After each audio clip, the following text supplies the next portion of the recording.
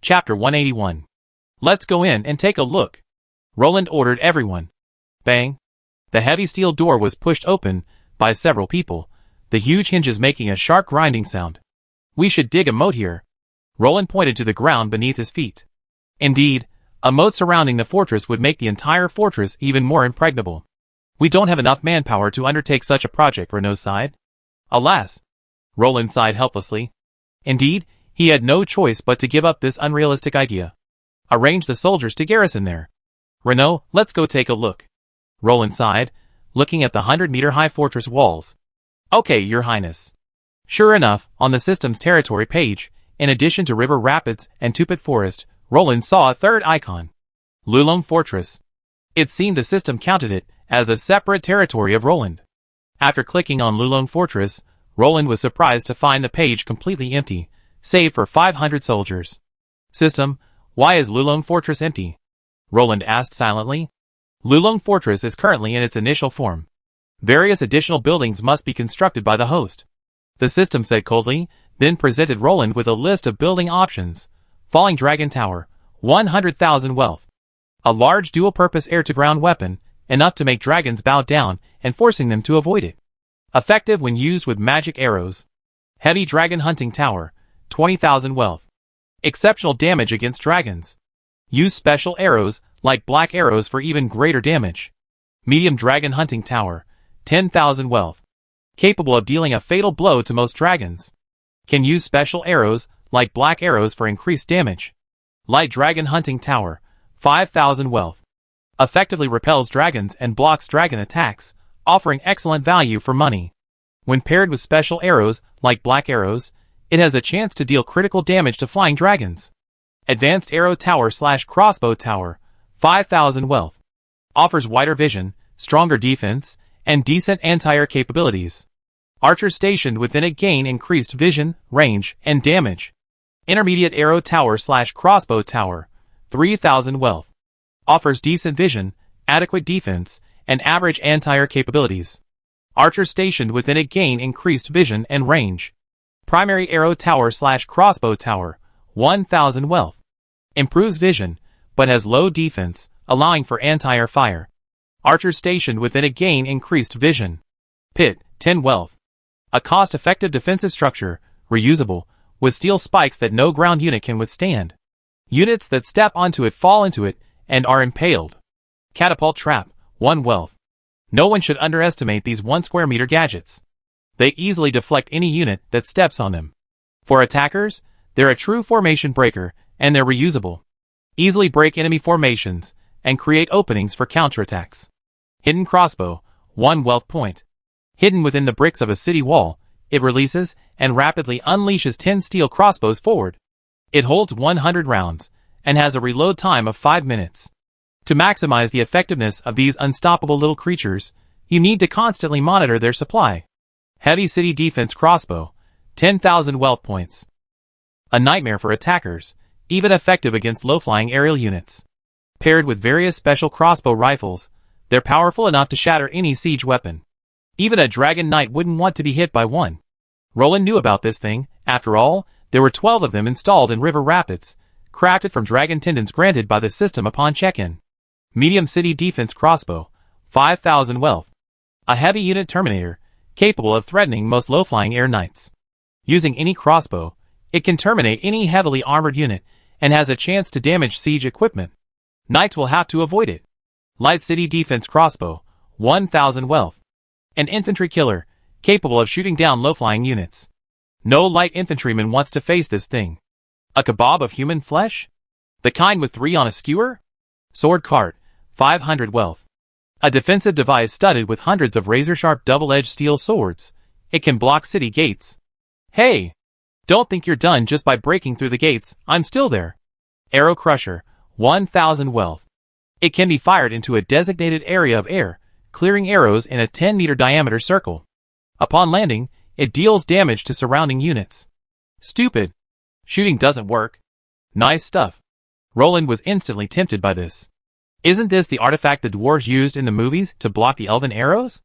And it has secondary landing damage, 10,000 blade roller, 1,000 wealth points. Throw it from the city wall to clear enemies clinging to it. Reusable. Swish. Swish. The subsequent flurry of gadgets left Roland speechless. What a warmongerer. There wasn't a single item in this thing that wasn't related to war. Wow. It was truly built for war. Roland swears on his life that if he fully equipped Lulong Fortress with 100,000 troops and built all the defenses, and if there were no logistical problems, even if Sauron and the entire dark faction of Middle-earth attacked this thing, it would have to cry and return to Mordor. But for now, Roland could only drool. He preferred not to flaunt his meager wealth. It would be embarrassing. Besides, building so much city defense equipment wasn't necessary in the current situation, and even if it were, there wouldn't be enough soldiers to operate it. Just look at the soldiers Roland brought. 100 Lagran guards, 400 Bedanian archers, and 500 professional soldiers could barely operate 8 falling dragon towers and patrol the city walls. The remaining 100-plus arrow towers, stacked in layers, remained vacant. In this situation, all that city defense equipment was completely useless. Your Highness, a messenger from Swiftstream City requests an audience. A soldier suddenly arrived to report. Tell him to come. Roland leaned against the parapet, gazing out at the city. Your Highness. This is a letter from His Highness Nyx. Please review it. The visitor was a cross-Bohemian knight. His silver-white armor and lavender cape with white trimmings evoked an inexplicable sense of security. Let me see what's going on. Nyx actually sent a knight to deliver a letter. Roland curiously opened the wax seal. Dear Your Highness, farmers in our northern fields have unearthed dragon scales. Sage Yufeng has deduced that the remains of a silver dragon with spatial attributes may be buried beneath. Please return quickly. Nyx's delicate handwriting on the letter caught his eye. What's wrong, Your Highness? Renault's face changed, thinking another war was about to break out. It's okay.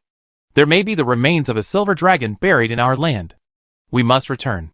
Spatial dragon crystals are priceless. Roland exclaimed. Then I give orders to the soldiers, then assemble the knights and set off. Renault's face straightened. Well, go ahead. Roland nodded and headed towards the city to prepare the horses. Chapter 182. Char warhorses galloped across the wasteland, their flying dragon banners fluttering in the wind. The thundering hooves frightened scattered orcs away. Sharp lances slung across their arms. The knights on horseback nervously watched every movement. Stop shooting. Roland's eyes blazed. Watching these third-rate knights shoot from horseback was pure torture. What else can you do besides waste arrows? Roland roared at the orc fleeing in panic after being shot at by a group of playful knights. Ah! Renault couldn't bear it any longer and casually drew his longbow. With a humming sound, the bowstring vibrated, and the frantically fleeing orc fell. Look at them. Look at you. We're all knights, all mounted archers, but why can you just outsmart the human figure while they can kill with a single arrow? Roland's heart suddenly sank. Hundreds of knights, even a single arrow from each, couldn't kill a fleeing orc. It was truly eye-opening for Roland. Second-level knights rarely have specialized skills in mounted archery. It's not their fault. Their role is to charge into battle, not to hide in the rear and shoot with a bow. Renault stopped Roland's boast and explained the reason. Roland was speechless. All their training is focused on how to quickly pick off an enemy with a spear or chop off their head with a sword. No instructor or mentor teaches them to hit a target while running. Renault shrugged. For a lance knight, expecting them to shoot arrows on horseback like a bound knight would be a bit of a stretch. Your Highness, would you like to enter the city for a while? The cross-Bohemian knight, who was waiting at the city gate, asked Roland. No need. Take me to Nyx. Let's go see the dragon skeleton. Roland's eyes were filled with joy. A silver dragon's carcass was an excellent material. Think of how Smaug had provided Yunfeng with countless experimental materials, creating countless props and equipment. A pure-blooded silver dragon. Roland felt like he made a fortune. Okay, Your Highness, please follow me. The knight extended his hand to his chest in salute, then pointed to the road. Our city is developing well. Agriculture looks promising. Roland said with relief, gazing at the lush vegetable fields and thriving wheat lining the road. He didn't want to experience another winter of famine. Now our military rations should be guaranteed. Thank goodness. I don't want to run out of food again. Renault, who had also lived through those hard times, sighed as he looked at the endless farmland. The towns are still too underpopulated.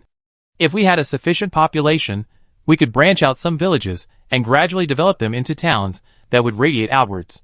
Only then could we control such a vast expanse of land. Renault said sternly. Controlling such a vast expanse of territory with just 2 castles was clearly impossible. The Lagran Empire boasted more than 1,000 cities, and even more towns. It was these scattered towns that enabled the Empire to firmly control its vast territory. It's a pity our people are scattered across the continent. They return daily, but their numbers are still very limited. Roland sighed. His direct descendants consisted solely of the Lagran people summoned by the system, but the slow rate of their arrival left him wanting more. Let's wait and see. Perhaps only time will tell. Renaud, following behind Roland, fell silent. Your Highness, welcome back. I'm sorry, I didn't go to greet you in person. Nix met Roland, who had just dismounted, and gave him a gentle hug. My dear Grand Duke, did you miss me? Roland smiled at Nix. No. Do you believe me? Nix smiled, as charming as a blooming jasmine. Well, little fairy, we have to get down to business, Roland said, caressing Nix's nose lovingly. Yunfeng, have you found the exact location? Roland asked. No. I've been searching all day. Damn it. The Silver Dragon clan is truly powerful. Their own spatial magnetic field completely blocks any information about it, as if it didn't exist, Yunfeng said with a slight headache. The Silver Dragon's powerful bloodline made it still terrifying even after death. The dragon's corpse, enveloped by the power of space, seemed to be somewhere between fantasy and reality. As expected of a dragon clan second only to the Golden Holy Dragon, even after its fall, it's not easy for us to find. Roland sighed deeply. It took a tremendous amount of strength in life to protect him from being disturbed even after death. But he won't be able to escape this wise man. While he's powerful, I'm also at the pinnacle of my profession. Yunfeng's eyes gleamed with determination. Every 6th level expert is a prodigy born from blood and gore. Watching Yunfeng's rising momentum, Roland suddenly recalled the game's description of 6th level experts. Surge, Soul Lock. Yunfeng roared, his mental power surging forth like a substance. The force so powerful it cracked the ground for several kilometers, leaving a startling sight as the immense mental force roamed the earth. Fuck. Pervert. Roland's jaw dropped. In his mind, Yunfeng, a 6th level sage, was like a moron, practically a weakling aside from his exquisite alchemy skills. Who could have imagined a sage could be so terrifying? Got it. Yunfeng narrowed his eyes, a glint of light appearing in them. Huh? You're resisting? You're still trying to escape even after you're dead? Yunfeng scoffed. Soul Blast. Yunfeng's robes moved without a breeze, and he floated 10 meters in the air. Then, the air suddenly blew. Boom! Hundreds of meters ahead, the ground suddenly cracked, and a massive crater appeared on the surface, over a kilometer long, dozens of meters wide, and over 100 meters deep. Forbidden Soul Grip! A massive magical hand suddenly reached into the crater, and grasped fiercely. Soul Magic. Alchemist's magic targets the soul. Roland's eyes jumped. He had never expected an alchemist to use soul magic. This dragon still has a residual soul. Yunfeng's surprised voice echoed. Not dead? Roland was stunned. Dead, but only the soul hasn't been extinguished yet. No wonder it has a self-protection mechanism. It turns out there's still a remnant of its soul. Yunfeng sighed. Soul Annihilating Blade? A crescent-shaped blade light, about 10 meters long, appeared in front of him. Yunfeng took a breath and thrust hard. The blade light was instantly pushed out, disappearing into the world in the blink of an eye. Ah! A faint, painful dragon roar could be heard. The sound of the rasping voice made everyone's scalp tingle. This dragon must have fallen 3,000 years ago. Yunfeng had no idea what skill he had used to detect the clue. The final alliance battle? Roland was horrified. This world's Middle-earth seemed even more terrifying than he had imagined. He couldn't believe a silver dragon, one of the dragon race's most powerful warriors, would perish during that unique time period 3,000 years ago. And it certainly wasn't a peaceful end for that dragon. The dragon scales scattered over a radius of several kilometers indicated a massive dragon-slaying battle had taken place here. Was it the Alliance? Or Sauron? Who killed this silver dragon? Roland's hair stood on end. Chapter 183. It's out! Yunfeng said coldly, his eyes narrowed slightly. Boom! Amidst the splattering of earth and rocks, a massive dragon's body was pulled out. Wow! So big? A full-grown silver dragon! Roland exclaimed. What greeted everyone was a 100-meter-long silver dragon's body. The corpse was so lifelike that even from dozens of meters away, Roland could feel the dragon's might, pressing him nearly to his knees. Fuck! I can't move! This dragon's might. How can it be so terrifying? Roland stretched out his hand in front of him, trying to move forward, but the terrifying dragon's might pushed him back, as if it were a physical force. "Your Highness! Draw your sword." Caslow, noticing Roland's predicament, quickly warned. Roland's Dragon Slayer sword possesses the ability to restrain dragon creatures. As the most common epic weapon in existence, each Dragon Slayer sword has been used to slay a true dragon. Therefore, when its wielder draws the sword, it will not be suppressed by the dragon's might. Clang! Ong! Along with the sound of a sharp sword being unsheathed, a long dragon roar emanated from the vibrating blade. Dragon God. What's going on? What could have beaten the silver dragon like this? Roland, having just freed himself from the dragon's might, was immediately shocked by the scene before him. The enormous dragon's body was covered in horrific wounds, so deep that the bone was visible. The tiny wounds had shattered the silver dragon into pieces. Silver-red dragon blood flowed slowly in the air, and shattered dragon scales appeared and disappeared. Even the dead silver dragon could still communicate with the power of space. Roland was deeply shocked by the scene before him. He had no idea what could be so cruel as to kill a full-grown silver dragon and leave it in a bloody mess. "Damn it!" Caslow, who had circled to the other side, suddenly roared. His eyes instantly flushed red, fine veins of blood crawling up his eyeballs, and the veins on his face twisted horribly. "What's wrong?" Yun Feng floated over, puzzled. "This is the human races. Dragon Rider." Caslow pointed in grief at the saddle that had broken apart when the silver dragon revealed its true form. Because the dragon's massive body is unsuitable for aerial combat, all dragon mounts shrink to a suitable size of around 20 meters. However, once a dragon engages in hand-to-hand combat, its true form is inevitably revealed. The dragon's body, suddenly reaching 100 meters in length, will show the enemy how miserable fighting a dragon is. During this period, most saddles will break and fall off. Dragon saddle. Yun Feng's face flashed with astonishment. How powerful a person could ride a silver dragon! Throughout the history of the Lagran Empire, there had only been a handful of riders of golden and silver holy dragons. And yet, a silver dragon knight had fallen here. Yun Feng couldn't even begin to imagine what could have caused the near-invincible silver dragon knight to fall. Hunting a silver dragon knight? Impossible. Roland cried in horror. In terms of hunting difficulty, silver dragons were second only to silver dragons. No creature in the world dared to claim first place. Even a golden dragon, possessing the same spatial attributes, couldn't escape as well as a silver dragon. If a silver dragon tried to escape, no one could stop it. How brutal! They could actually slaughter a silver dragon. What kind of combat power could prevent a silver dragon from escaping? Roland watched with shudders of fear. He couldn't imagine the horror of that earth-shattering battle 3,000 years ago. It wasn't just the peak strength of the coalition forces, but also the peak strength of the dark forces led by Soren. Our ancestors. Alas! Caslow sighed, looking at the silver dragon that had fallen 1,000 years ago. As a dragon knight, Caslow could sense even more deeply the unyielding fighting spirit that had been etched in his heart. Here lies the burial place of a silver dragon commander. Here lies the glory of humanity. Here lies the indomitable spirit of the human knights. Please let us carry on your will. Roland bowed deeply. Regardless of what happened here 3,000 years ago, Roland believed that a dragon commander riding a silver dragon was undoubtedly a knight with a heart devoted to light. Silver dragons are also the law enforcers of the dragon race, representing justice and order. Ah!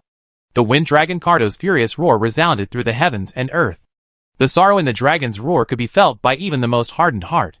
The wind dragon Cardo had unexpectedly emerged through the dragon flute without Caslow summoning him.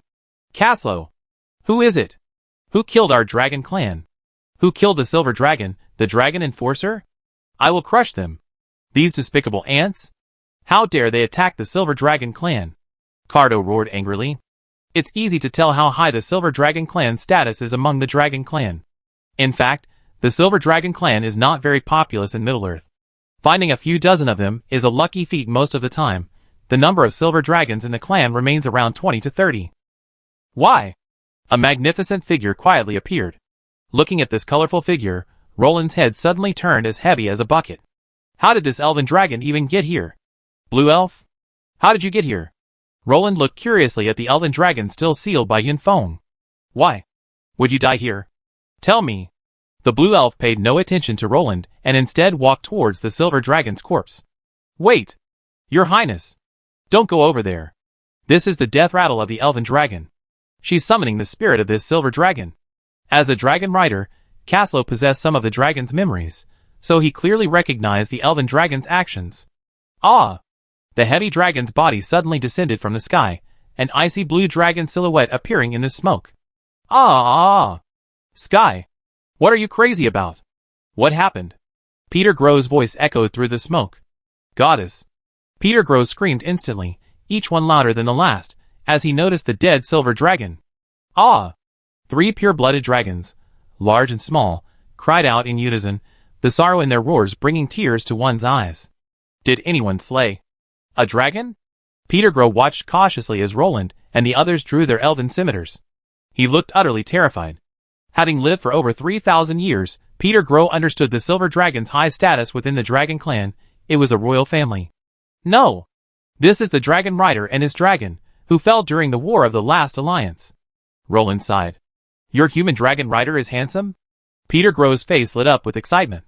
How could he have known back then that such a terrifying existence existed among the human race? A 6th-level dragon rider, handsome. 1 man and 1 dragon taking on 3 elven kings like a piece of cake, and then just died like that. Who killed him? Someone actually killed the silver dragon rider? Is this a lie? Peter Grow exclaimed. Having been inexplicably dragged here by his own dragon, he hadn't expected to witness such a ferocious scene. Fortunately, this wasn't Dragon Island, where only 3 giant dragons had gathered. If it were Dragon Island, my goodness. Peter Grow had no doubt that the dragons would wage an apocalyptic war to avenge a silver dragon. Even gods would have to give way. In all his years, Peter Grow had never seen a silver dragon rider, let alone a pair of them dead. Cold sweat dripped down his forehead. Someone killed a silver dragon. The dragons won't let it go. The star dragon Sky roared fiercely. They will pay. They cannot bear the dragon's revenge. Wind Dragon Cardo spoke calmly, standing before the corpse. Yet, even the faintest trace of murderous intent could be heard beneath the calmness. Let me hear what his spirit has to say. He give us the answer. The elven dragon's petite body trembled, and Yun Feng's expression suddenly changed. The seal had been broken. Chapter 184. Old friend. We can't retreat. The silver-armored knight said weakly. Damn Middle-earth. The wounded silver dragon sighed. I wonder where the Alliance army has reached. The Dragon Rider Commander Osborne anxiously said. We just need to hold off those damned ringwraiths. The silver dragon growled. Born of noble birth, he had originally been unwilling to shed blood for the human race, but his sympathetic pack partner was a human knight. He had no choice but to join the battle. For the pact? For the brothers who shared life and death? We already conquered most of Middle-earth. Now all we need is to reach Mordor, and put an end to that tyrant. He's a demon on par with Morgoth. Osborne could only cheer his companion on. Oh! All right, my friend. For the sake of our friendship, I'm willing to fight for you. The huge dragon rolled its eyes, and the silver dragon teased, tilting its wings sideways. The whistling air currents carried it towards the ground. What are you doing? Osbea was stunned, not understanding what his dragon was about to do. I'm going to find a town and fill my stomach. I haven't eaten in months. Now I'm going to eat 3 roasted whole oxen. Oh no! 5. I figure you paid for me, right? The silver dragon said proudly. God! You can eat? Osbea shrugged helplessly as he sat in the saddle. Of course, if you don't want to pay, I can pluck a few scales and pay for it myself. The silver dragon said happily. Never mind, I pay. Osbea was decisive. Time flies. 100 years have passed in the blink of an eye. You become an adult silver dragon, and I become a 6th-level hero. We spent our lives chasing the footsteps of darkness and fighting them. This time, I hope for peace. Osbea recalled, his voice filled with vicissitudes and nostalgia. Yes. When I first met you and rescued you, I knew you were destined to be my brother, my friend, my knight. Fate has bound us together. The low-flying silver dragon turned its massive head, its radiant eyes filled with tenderness. Thank you for saving me from those thugs. It's a pity you arrived too late, or our village wouldn't have been destroyed. Osbea's voice was calm, yet anyone could hear the sadness within. Hey! Brother, promise me, after this battle, marry a woman. You should have a child by then, and then we go to Dragon Island. Live a peaceful life there. My people will welcome you. After a century of fighting, you no longer owe the human race anything. The silver dragon said sternly. But I'm still human after all. Osbea sighed. Riverdale town is down below. Let's go! Osbea patted the silver dragon's back. A simple town below, dimly lit, was the forerunner of Riverdale State. All right. The silver dragon's figure darted through space, appearing in the distant jungle in a flash. Let's go! Take me to eat something delicious. The silver dragon transformed into a miniature silver dragon and quietly coiled around Osbea's wrist. Hey! Buddy! You look just like a silver bracelet. Osbea waved his arms excitedly. If you sway again, I step on you. The silver dragon said angrily, feeling dizzy. My god. You're such a big eater. You ate a whole 20 sheep. Osbea led the satisfied silver dragon out of Riverdale town. Okay, my bad, but as my knight, shouldn't you be feeding me? The silver dragon bared its snow-white fangs. Let's go! We still have to go to Mordor. It's time to put an end to all this. Osbea's eyes flashed with a cold light. I don't believe the orcs of Mordor are much stronger than the orcs of the north. The silver dragon blew a puff of white mist, hitting Osbea in the face. Ah! With a crisp dragon roar, the silver dragon's massive body suddenly appeared. Osbea grasped the reins from the dragon's saddle and mounted its back. After this battle, the world will be at peace. Our race can rise. Osbea's eyes flashed. As you wish, my knight. The silver dragon growled. Snap! Like thunderclaps from the sky, a fiery red figure lunged towards the silver dragon. Blazers? Impossible. They must have all died in the War of Rage. Osbea was furious. He saw 5 of them. When had Scourge-grade monsters become so worthless? 5 of them popping up like cabbages? Boom! The Balrog at the back, holding a flaming staff high, slammed it down, sending a strange red light swirling towards the silver dragon. The silver dragon immediately sensed something was amiss, and tried to space jump to a different battlefield, but the red light entangled one of its legs. Damn it! Space confinement. They're coming for us. Unable to escape, the silver dragon turned furiously, and raised its sharp claws. 5 claws, covered in space blades, slashed deeply into the whip-wielding Balrog's chest, unleashing a stream of blood like magma. Kill! For the glory of the night. Osbea's pupils instantly filled with bloodshot, and he instantly entered combat mode. Get out! The 10-meter-long dragon spear fiercely lashed out, sending a massive Balrog flying with an unreal, shocking blow. Die! With the sound of a dragon spear piercing flesh, Osbea mercilessly pierced a fire demon's chest. Roar! A torrent of dragon breath relentlessly washed over the fire demon's body, forcing even the fire demon to temporarily avoid the powerful spatial surge. Find a way to break through the spatial barrier. We can't stay here for long. Osbea's eyes were bloodshot. No one could withstand the attacks of 5 fire demons simultaneously, let alone a silver dragon with limited teleportation capabilities. Snap! The fire demons wielded their flaming whips, shattering even the dragon scales with high magic resistance, sending silver scale fragments scattering across the ground. Armor-piercing properties.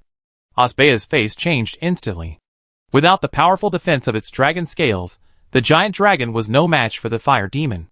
Void split, mirror destroy. The silver dragon roared in agony, and unleashed a forbidden area spell. The space around him instantly shattered like a mirror, and a fire demon, unable to dodge, was enveloped in the forbidden spell. Howl! The fire demon roared, the battle energy within him surging, as he frantically resisted the cutting force of space. Bang! A puff of blood mist as thick as magma exploded, instantly shattering the fire demon's lower body into smithereens. The devastating destructive power of the spatial rules was unmistakable. This was the power of rules. Die! The sharp dragon spear plunged straight into the severely injured fire demon's skull, and the fire demon's once bright eyes dimmed instantly. Divine artifact. The other fire demons took a step back in fear. Only a divine artifact could instantly kill a fire demon with such potent healing abilities. Haha, your eyesight is quite good. This spear is called the 10,000 Dragons Chant. A Dragon Clan artifact. Osbea's face was utterly grim. Leave it all to me today. A surge of battle energy emanated from his body, and the sole dragon rider of the human race was ready to fight to the death. Roar! For long whips pierced the air and slammed fiercely into the silver dragon's torso, sending dragon scales flying and blood splattering. Too tough. We can't get out. The battle had lasted nearly a day, and the silver dragon, with few intact scales left, panted and whispered to its knight. Do we still have a chance? Osbea looked at the 4 equally wounded Balrogs. Aside from the careless one that had been slain at the beginning, the others kept a safe distance from the divine weapon in Osbea's hand. The destructive power of an offensive divine weapon was extraordinary, as few mortal bodies could withstand the onslaught of divine power. Chapter 185. If they want to leave us, they all die. The silver dragon roared, its breath surging out, directly knocking over a fire demon holding a flaming battle axe high. Ah! Amidst the painful dragon's roar, a scarlet wound appeared amidst the flying flames, and scorching dragon blood splattered into the surging river. Looking for death, Osbeah brandished the 10,000 dragons chant, wielding a flaming whip. He felt immensely frustrated. Human power was ultimately insignificant in the battle between behemoths. Break the army. The golden 10,000 dragons chant shone brightly, and the war energy compressed to the thickness of an arm transformed into a spear beam, piercing out fiercely. Roar! With a deafening roar from the fire demon, the spear beam exploded in its body, instantly blowing off half of its shoulder and arm. Die! Damn lizard! Damn bastard! The injured fire demon's eyes crimson, and he swung the flaming whip in his hand with reckless abandon. Bang! A crisp sound echoed, and fine cracks quietly spread across the surface of the dragon shield in Osbeah's hand. The shield was about to shatter. Damn it! Before Osbeah could react, the solid dragon shield in his hand exploded under the continuous blows of the fire demons. Whoosh! A sharp sound of breaking through the air echoed, and through the flying shield fragments, Osbeah was horrified to see a red phantom pounce towards him. It's over! Osbeah's soul was in a state of panic. Without the shield's protection, he had no chance or ability to turn his slender dragon spear to block the swift attack. On! The silver dragon's shrill roar interrupted Osbeah's stunned state. He saw that his mount had actually raised a dragon wing to block the devastating blow, but the price. The front part of the wing bone had been torn in two. Bastards! You deserve to die! Osbeah roared angrily as he watched his dragon plummet from low altitude, completely transformed into an army. Osbeah, get out of here now. I get you out. We can't all die here. Take my reverse scale to Dragon Island. And avenge me. The silver dragon watched nervously as the surrounding fire demons fiercely used their claws to tear off a piece of the reverse-growing silver dragon scale from its chest. Beyond that was the dragon's heart. Osbeah, the reverse scale sheds its grip until death. No! No! My brother! Osbeah teared up as he forcibly resisted the immense dragon force pushing him outward. We can't defeat them. Let's go! Don't die in vain. The silver dragon, having lost the ability to fly and space jump, looked at Osbeah sadly. He was no longer the noble space spirit of the dragon clan. The outnumbered force was enough to bring him down. Knights will not abandon their comrades. Humanity will not abandon its allies. Osbeah roared, using the 10,000 dragons chant to smash a flaming battle axe swung at them. The Balrog, awed by the artifact in his hand, retreated dozens of meters, its battle energy surging, and soon a new battle axe was condensed. Roar! The enraged silver dragon leaned forward, shaking its head and releasing a torrent of dragon breath in a fan-shaped pattern. Now! Now! Leave! The silver dragon declared solemnly, having driven back at least 3 Balrogs. For the glory we once possessed. We once walked the mortal world with compassion. Salute to those knights who hold justice in their hearts. We fight loyally for humanity. With holy hearts, we love the world. We have defended Middle-earth with our shields. We bravely face the abyss of darkness. Bury our nobility deep within humility. I will ultimately sacrifice for humanity with glory. Glory. Compassion. Justice. Loyalty. Philanthropy. Protection. Bravery. Humility.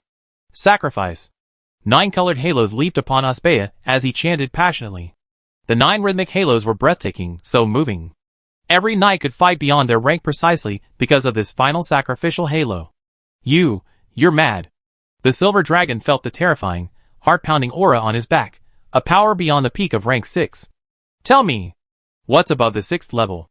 The hoarse voice sounded like it came from hell, yet its aura was as pure as heaven.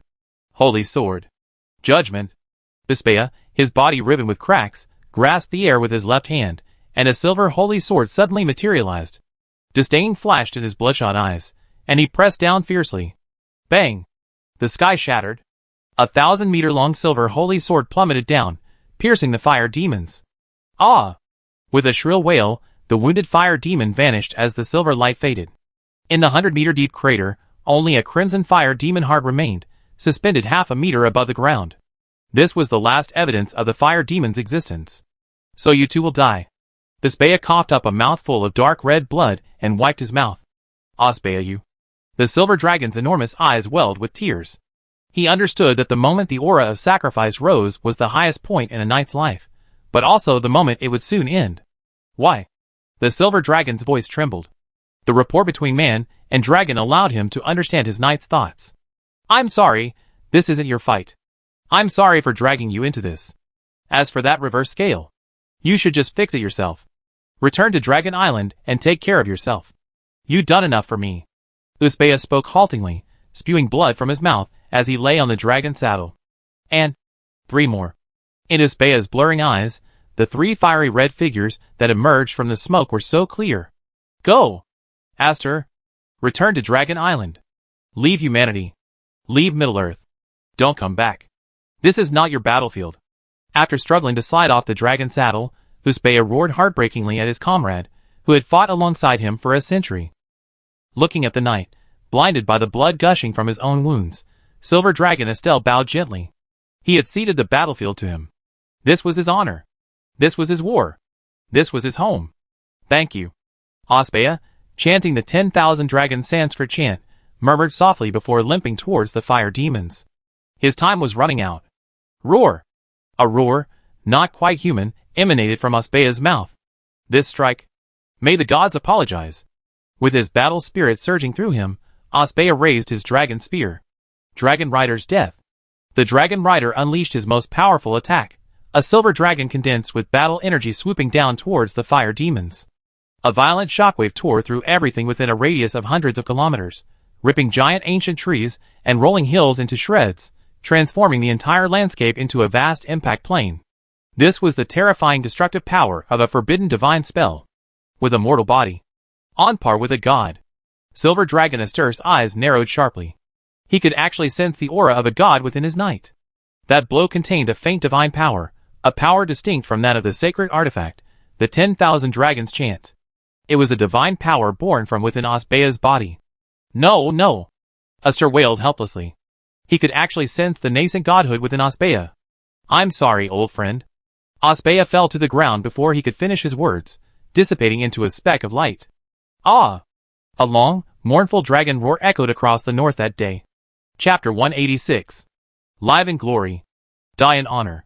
My heart is like my sword. I rather break than bend. Uspeya's journey ended. An exquisite 10-meter-long dragon spear lay casually slanted in the ground, its tattered tassels tucked away by the breeze, a faint divine light swirling through it. Awing! The enraged silver dragon reared up, striking one long fanchong far away with a single blow. His knight had fallen, so what use was there for him to have the dragon spear? Feeling the pain and emptiness emanating from deep within his soul, he suddenly realized that the Dragon Rider contract that had once connected them was gone. Ong! Ong! Silver Dragon Estelle raised his head to the heavens and cried out in grief. A furious dragon roared. How could the human coalition have known that, in this desolate north, a dragon knight born in the north had sacrificed his life to stop 5 fire demons that threatened to attack the coalition? From now on, I am a dragon. No longer bound by a knight. No longer needing to fight. Glistening tears rolled down the silver dragon's face. This was the heartbreaking cry of a dragon with a broken heart. He had witnessed the birth of a god, felt the might of divine war, but in the end, he could only watch the god fall before him, unable to stop it. Oh! A low war moo echoed from the billowing dust. Boom! The silver dragon, with one claw pressed to the ground, instantly ceased crying, its head held high, radiating a terrifying murderous intent. Whoosh! Dragon breath, laced with spatial elements, gushed from its mouth, its rich dragon power rapidly expended to resist the dust. Ah! As the silver dragon breath disappeared in the smoke, the silver dragon Aster listened attentively, and finally a miserable howl was heard. Ah! The silver dragon roared wildly, its mouth wide open like a proud child. Transformed into a walking lizard, it held a relentless killing intent against the figure in the dust. Roar! Its massive body, like a blazing volcano, dispelled the dust and smoke, crashing out, its headbutt slamming fiercely into the silver dragon's chest. Bang! Raising its massive claws, the silver dragon used its innate spatial blades to demonstrate to the fire demon what it meant to conquer with virtue. Swish! The flaming battle axe halfway penetrated his chest, and the scorching dragon blood flowed freely, its noble silver-red blood flowing in streams beneath him, only to be dried up by the fire demon's terrifying body heat. Two terrifying beasts grappled desperately. One was a silver dragon, unable to fly due to its inverted scales, and the other was a fire demon, reborn from the brink of death. These two terrifying calamity-level beasts wrestled and writhed relentlessly on the pristine land beside the long lake. You give me a claw, I give you an axe. You take my whip, I take your bite. Claws, sharp teeth, tail. Every part of their bodies became a weapon. Like the most primitive beasts, they engaged in a fierce battle, relying on their brutal physical prowess. As the sun set, when the silver dragon finally freed the throat it had been tightly gripping, violently spitting out a mouthful of dragon blood, everyone realized that there wasn't a single piece of good flesh left on the silver dragon's body. Never skilled in hand-to-hand combat, the silver dragon crushed the surviving Balrog with the most brutal melee. He was avenging his knight. He was avenging himself. He was defending the Dragon Knight's undefeated honor. Crack. A faint sound echoed through the void, the spatial restraint being broken. Yes. The death of the last Balrog meant that the ultimate victor of this ambush would be Aspasia and his silver dragon. Space is once again within my control. The silver dragon staggered, blood gushing from its body, summoning the spatial power he was most familiar with. The dragon's blood that had been flowing on the ground slowly began to flow back, dripping back into his body and swirling around it. The dragon was nearing the end of its life, having sustained severe injuries from the hand-to-hand combat with the fire demon. He now only wanted to reclaim the dragon's blood and the fire demon's heart, preventing this terrifying pressure from attracting the covetousness of those who would come after him. All will return to dust. My knight, I will follow in your footsteps and serve the dragon god. Aster huddled together and whispered, his body shimmering with silver light, a precursor to the activation of a space jump. As the silver light faded, the silver dragon teleported itself into the earth 100 meters below, vanishing with it, along with the artifact left by Asper. The 10,000 dragons chant. Damn it! Damn the fire demons! Damn Sauron! The star dragon's eyes gleamed with a star-like brilliance, a draconic fury. Fall demon? Very good. Very good. I heard there's another one in the Moria mines? I slay it soon. The wind dragon, Kaldor, bared his sharp fangs. Unlike spellcasting dragons like silver dragons, wind dragons stood firm in the world with their powerful melee abilities and terrifying wind elemental dragon language magic. Their melee abilities could hold their own against terrifying melee dragons like black dragons and fire dragons. A mere fire demon? On behalf of the dragon race, I curse them. I curse this damned race. Dragon god, hear my voice, have mercy on my plight, and end my suffering. The elf dragon's small frame now towered, as if it were 1,000 feet tall. If the other two dragons might have been just talking nonsense, then the Smurfs were completely serious. They even used the dragon curse. How cruel. The human elf shuddered. What the hell was this? An elf dragon's curse? Screaming that out loud is like dancing on your grave. You have to know that the dragon curse embodies the power of rules, in other words, the power of law. If the fire demons didn't possess a powerful or fortunate individual, the Smurf's curse alone would be enough to make them suffer. However, there are always trade-offs. The elf dragon's dragon curse can only be cast on one target. To cast a new curse, the previous one must be terminated. Furthermore, the terrifying vitality consumed by casting a curse is something only the elf dragon, the longest lived of the dragon race, could withstand. Sorry.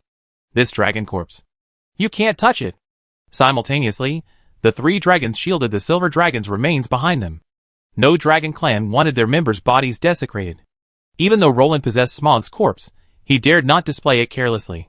He had to consider the feelings of the wind dragon, Kardar. After all, Smog, a giant mutated flying dragon, was still considered a pure-blooded dragon. If Roland dared to dismantle Smog's bones again, the wind dragon would surely be furious. Okay. Roland sighed with regret. How precious is a silver dragon's corpse? Only God knows. It's likely that there are only a few silver dragon corpses left in the entire dragon clan. However, after viewing the scenes of the final battle recorded in the silver dragon's soul, Roland sighed. Lived in glory. Died with honor. What a noble dragon rider. This is your compensation, King Roland. I think they should be enough to convince you not to touch this dragon corpse. After understanding the whole situation, the star dragon came over, holding something in its mouth. 10,000 dragons chant. Heart of the flame demon. Roland's pupils shrank. As expected of the dragon clan, how generous. They offered a divine artifact just in exchange for a promise not to touch a dragon corpse. What are you going to do? Roland swallowed. After all, the dragon had died on their territory. Leaving it here wasn't an option. Handling it improperly would not only incur the dragon clan's wrath, but also lead to the appearance of some subdragons. Chapter 187. Sigh. Star Dragon Sky, his slender figure, gently approached the remains of Silver Dragon Astur, tears glistening in his eyes. Leave it to me, the Star Dragon said painfully. As a close relative of the Silver Dragons, Star Dragons wielded the power of the stars and space. He would seal the Silver Dragon's corpse and hide it in the void, preventing anyone from disturbing its rest. Everyone witnessed the immense dragon power surging from the dragons' bodies. With the help of the other two dragons, the Star Dragon forcefully shattered the space before it, as if a mirror had been broken. A deep, dark, and starlit void was opened. May your soul rest in the embrace of the dragon god. As a junior, this was the only thing Sky could do for him. He mobilized his own dragon power, lifted the Silver Dragon's massive corpse, and sent it into the void. As the corpse slowly sank into the void, all the dragons shed tears of sorrow. The Silver Dragon, known as the Space Spirit, had been besieged and killed. Everyone couldn't help but feel a sense of grief. Dragon Rider General. What a pity! Roland observed the situation quietly, a touch sadly. Most dragon riders who sign contracts with dragons share a portion of the dragon's lifespan, which is one of the key reasons for their scarcity. After all, unless they're truly attracted to each other, few dragons would willingly share their lifespan with another race, no matter how long-lived they are. And a human dragon rider could definitely suppress humanity's fortune for 3,000 years. If Dragon Rider General Osbear hadn't died, the northern kingdom of Arnor wouldn't have fallen, and Soren wouldn't have been so arrogant. Deciphering the Silver Dragon's memories, Roland keenly discovered a key point. These two brothers had fought their way out of the north. The north is a dangerous place. Since the fall of the Northern Elf Kingdom and the Dwarf Kingdom, only a few humans, elves, and dwarves have wandered the north. No major kingdoms have ever existed in the north. Imagine how vast and arrogant the dark forces of the north are. Fate has bound us together. Perhaps this was his destiny. The highest honor for a knight is to die on the battlefield. Dying in a hospital bed of old age is the most tragic. We always sacrifice ourselves in our most dazzling moments, don't we? Renaud patted Roland's shoulder and smiled at him. He died a worthy death. He lived up to his honor. If one day I were faced with a desperate situation, I would fight to the bitter end like him, because we are protecting humanity's last glimmer of hope. Renaud smiled easily and carefreely. Roland stared at Renaud without saying a word. He knew what Renaud said was true. After all, he was the only one who knew the turbulent life of the northern governor in the game. He had truly lived up to his promise. To protect the last glimmer of hope for humanity. I believe in the loyalty and bravery of all knights, but I hope even more that they can live to see the rising sun, rather than fall at the last moment before dawn. Roland gazed affectionately toward River Rapids. He had been here for nearly half a year, and unknowingly, he had gone from playing a game to truly embracing this world. If one day, Raglan is in danger again, I will be the first to step onto the battlefield, just like the kings before me. Raglan's sword was born to be used as a plowshare. We yearn to forge swords into plowshares, but no one can trample upon our mutual honor. Roland said firmly, holding his sword. As you wish, my king. The long sword of the Holy Glory Knights will clear all obstacles for you. Renaud humbly bowed. Is it over? Roland spoke slowly, looking at Caslo, whose eyes were red. Yes, the Smurfs are working with Lord Rattle to backfill the soil. The body of the Silver Dragon ancestor has been locked into the void by the Star Dragon. Barely any accidents will cause him to rest there forever, Caslo said, his voice choking. After all, this was the first time he had encountered a human dragon knight, a 6th-rank dragon knight commander, and his tragic end left him with a deep well of emotion. For him, Osbeja was his role model, and he would follow in the footsteps of generations of human dragon knights to protect the last glimmer of hope for humanity. Don't be so depressed. There's another Balrog waiting for us in Moria. We go kill him with the dwarves later, Roland said with a grim smile, patting Caslo's shoulder in comfort. Roland knew that Caslo and his dragon needed a target to vent their anger on. As luck would have it, he just happened to know one. While not the real enemy, he was still a fellow dragon. Using a Balrog's head to appease his dragon rider's wrath was a win-win for Roland. If the Balrog sleeping in Moria knew what Roland said, he'd probably burst into a barrage of curses. You're so powerful. You're so arrogant. You're using my head to surround me. Well, they love physical combat, don't they? Cardo would love to be close to them. I teach him the dragon rider's virtue, Caslo said with a cruel smile. Roland's mind was already picturing that scene, and he suddenly felt incredibly sorry for the poor fire demon. He could have lived for another 60 years, but until the Fellowship of the Ring arrived, he was savaged by the melee mage Gondofu. Now, he probably only has a few dozen days left. Yunfeng, what do you think we should do with these fire demon hearts? Roland tossed 5 this size fire demon hearts to Yunfeng. After leaving his body, these fire demon hearts instantly condensed to the size of fists, becoming crystal clear. Red battle energy flowed through them, resembling heart-shaped rubies. Even though we didn't get the materials from the silver dragon, these fire demon hearts are still good. We can at least craft 3 pieces of epic level or higher equipment. Yunfeng nodded, already thinking about how to utilize these fire demon hearts to enhance everyone's combat effectiveness. Let's forge a dragon spear. Caslo needs a good one, Roland said to Yunfeng, watching Caslo still wield the fine gold dragon spear. As for artifacts like these, Roland would have to keep them for himself for now. They were meant to protect the nation, and wouldn't be given to anyone for no reason. Only if Caslo achieved extraordinary merit could Roland give him the 10,000 dragons chant. Okay, but it'd take a while. I try to have it ready before the expedition. Yunfeng nodded. So long? Roland exclaimed in surprise. Oh my! My dear prince. Do you think the flame demon heart is worthless? It can even be used as an auxiliary ingredient for an artifact. These things take ages to process. Fortunately, I'm a level 6. A level 5 would take months. Yunfeng frowned. He, the king, didn't know how time-consuming alchemy was. Okay, take your time. I'm just curious, Roland said with a wry smile, watching the irritated Yunfeng. Your Highness, now that we concluded this matter, I shall take my leave. Peter Grow walked over and saluted Roland, touching his chest. Well, goodbye. Take me to Iovia. Roland nodded. I take you there, Your Highness. Peter Grow smiled, then mounted the dragon's back and soared into the sky. All right, it's done. Everyone, pack up and go home, Roland said lazily, stretching. Chapter 188. That dragon rider is so pitiful. Nyx blinked her bright eyes in grievance as she stared at Roland, her soft hands gently wrapping around his waist. That's his duty and honor, silly girl. The same goes for you and me. Why are we nobles? Why do we enjoy the best things? Because we are the first to rush into disaster. Because we protect this land, the common people can thrive. Roland gently nodded Nyx's head. He thanked the human nobles of Middle-earth. Most of them hadn't been corrupted yet, they were still the most lovable and respectable people of this era. The nobles of Raglan have been wiped out, Nyx said tearfully. In her memory, the last batch of Raglan princes rushed towards the surging Dark Coalition. And the empire collapsed from then on. It's been so long. Let's not think about them anymore. Reminiscing about the past only makes us more sad. As long as there is a noble, as long as there is a Raglan with imperial blood, our kingdom will never perish. We will retake the lost lands. All enemies will be crushed. New lords will inherit the vacant titles. The lost kingdoms and duchies will be rebuilt, Roland said passionately. Yes, I believe you, Nyx murmured, hugging the only man who could bring her a sense of security. When are you planning on going to Moria? Watching Roland playing with her long golden hair, Nyx leaned in to whisper in his ear, her eyes filled with heartache and concern. We probably set off in the summer, but it all depends on when the dwarves are ready. Roland rubbed her head gently, calculating it in his mind, probably around April or May. Ah.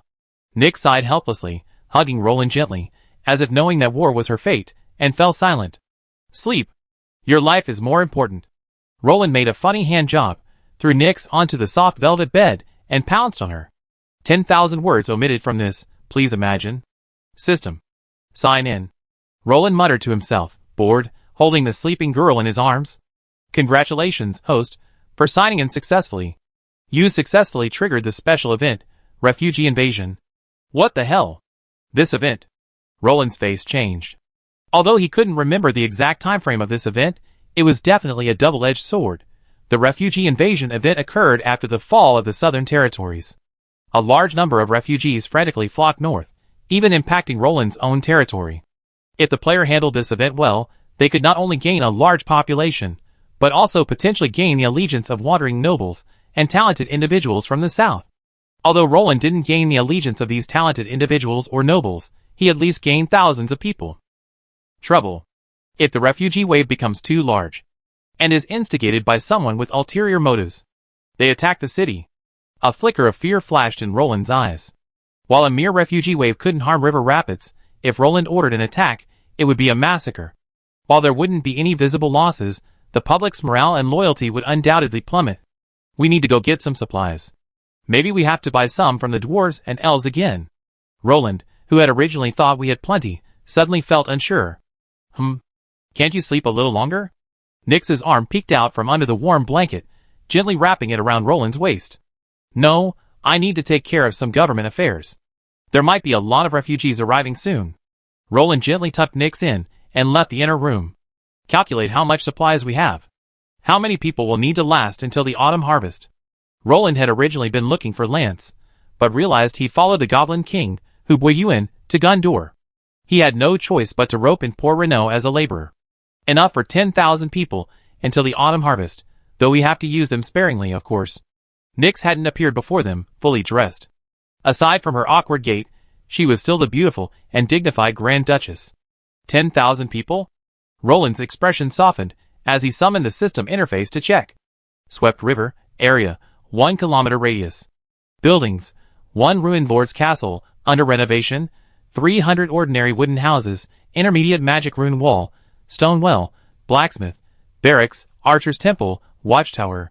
Generals, Caslo, level 3, Renault, level 4, Rattle, level 4, Yufeng, level 6, Omsk, level 6.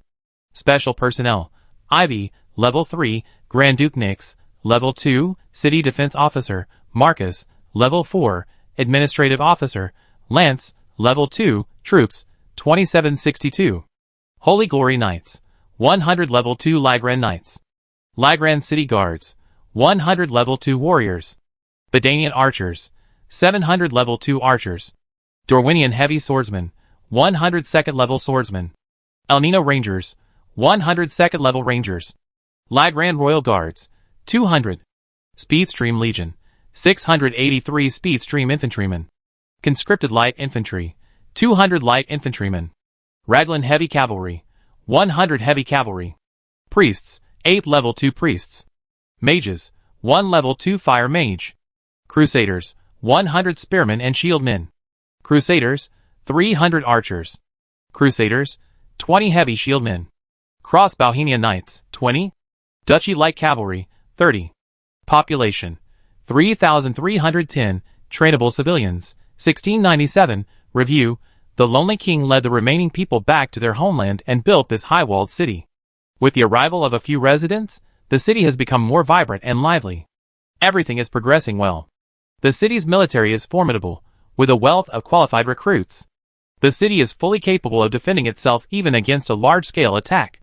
Note: perhaps you owe Grand Duke Nyx a marriage. Abilities: 1. As the only territory of the Raglan Kingdom in Middle-earth, it attracts the remnants of Raglan. The system will direct a group of wandering Raglan civilians to arrive daily. I hope the Lord can properly accommodate them. 2. Allow the recruitment of local civilians to train as flood infantry. What does this note mean? Am I the kind of person who just pull up my pants and deny my promises? Roland was immediately furious. So Flood City can only handle a maximum of 4,000 more people? Roland said bitterly. He had no idea how large a refugee crisis this system would unleash, but it probably wouldn't kill him, right? Probably. Send out all the cavalry. Put a 100-mile radius on alert. We're facing a wave of refugees from La Grande. Roland looked at Renault solemnly. That's a refugee crisis. This? Renault's originally jubilant smile faded.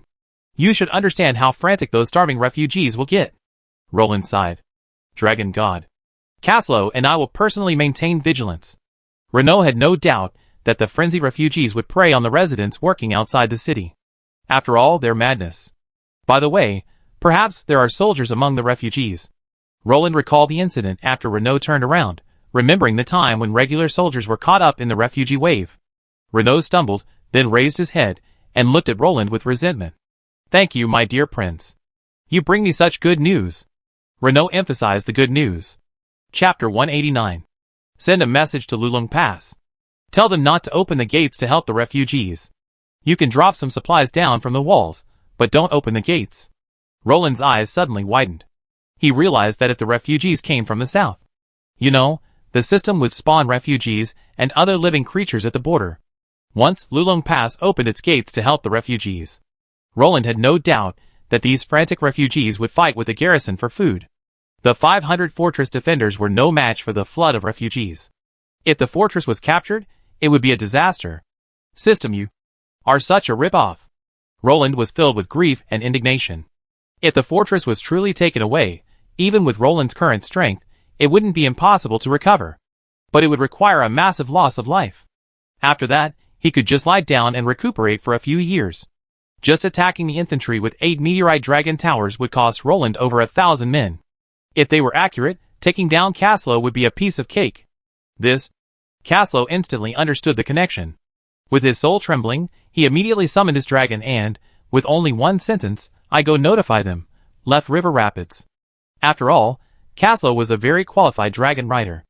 No dragon rider would have nothing better to do than single-handedly challenge a war fortress with 8 falling dragon towers. That would only turn him from a revered dragon rider into a figure worshipped by all, like some unknown prime minister. Some unknown prime minister. I only been here for 3 days. Why are all these people singing and dancing? I feel offended. Does Tupit Forest need to be notified? Renault bared his teeth at Roland. He now felt that this tiny country was full of defensive loopholes. Never mind. The centaurs are much smarter than we thought. They won't approach those starving refugees. At most, they send someone to inform us. Roland had great confidence in the centaur Lord Balder. Centaurs couldn't survive the harsh environment of the north without brains. Reading people's expressions was their most basic survival skill. Roland didn't believe they would face the influx of refugees, who looked so formidable. Oh, right. Order the knights to scout the outermost perimeter. There might be professional soldiers among the refugees. The possibility of high-ranking professionals isn't ruled out. Roland let out a breath. He remembered a time when a lord encountered a full knightly order of 100 amidst a refugee wave, leading to the complete collapse of an entire barony. Thank God. Your Highness always brings good news. Marcus, listening nearby, was almost baffled. As a city defense officer, he's under a lot of pressure, isn't he? If there's really no other way, we have to resort to ruthless action. Omsk clenched and unclenched his fists, sternly speaking. Every 6th level professional has experienced bloodshed and violence, and Omsk doesn't mind fighting violence with violence when necessary, even if it's against his own people. Because he fights for the glory of the king and the kingdom. No! No! No! This is a crime. They are citizens of the Empire. Our compatriots. They need help, not slaughter. You butcher! Rattle shouted excitedly, his words filled with rage. Don't stare at me. I fight for the kingdom and the king. Anyone who seeks to destroy this place is an enemy. Omsk, sword in hand, unleashed a terrifying 6th level pressure, pressing down fiercely on Rattle. TSK! With a soft TSK, the pressure on Rattle instantly dissipated. Yun Feng, robed in a robe, staff in hand, appeared before everyone. Knowledge tells me that our enemies are never our own people, but the shadows and darkness within the abyss. Lord Omsk, you gone too far. Although alchemists aren't skilled in combat, I don't mind teaching you a lesson you never forget.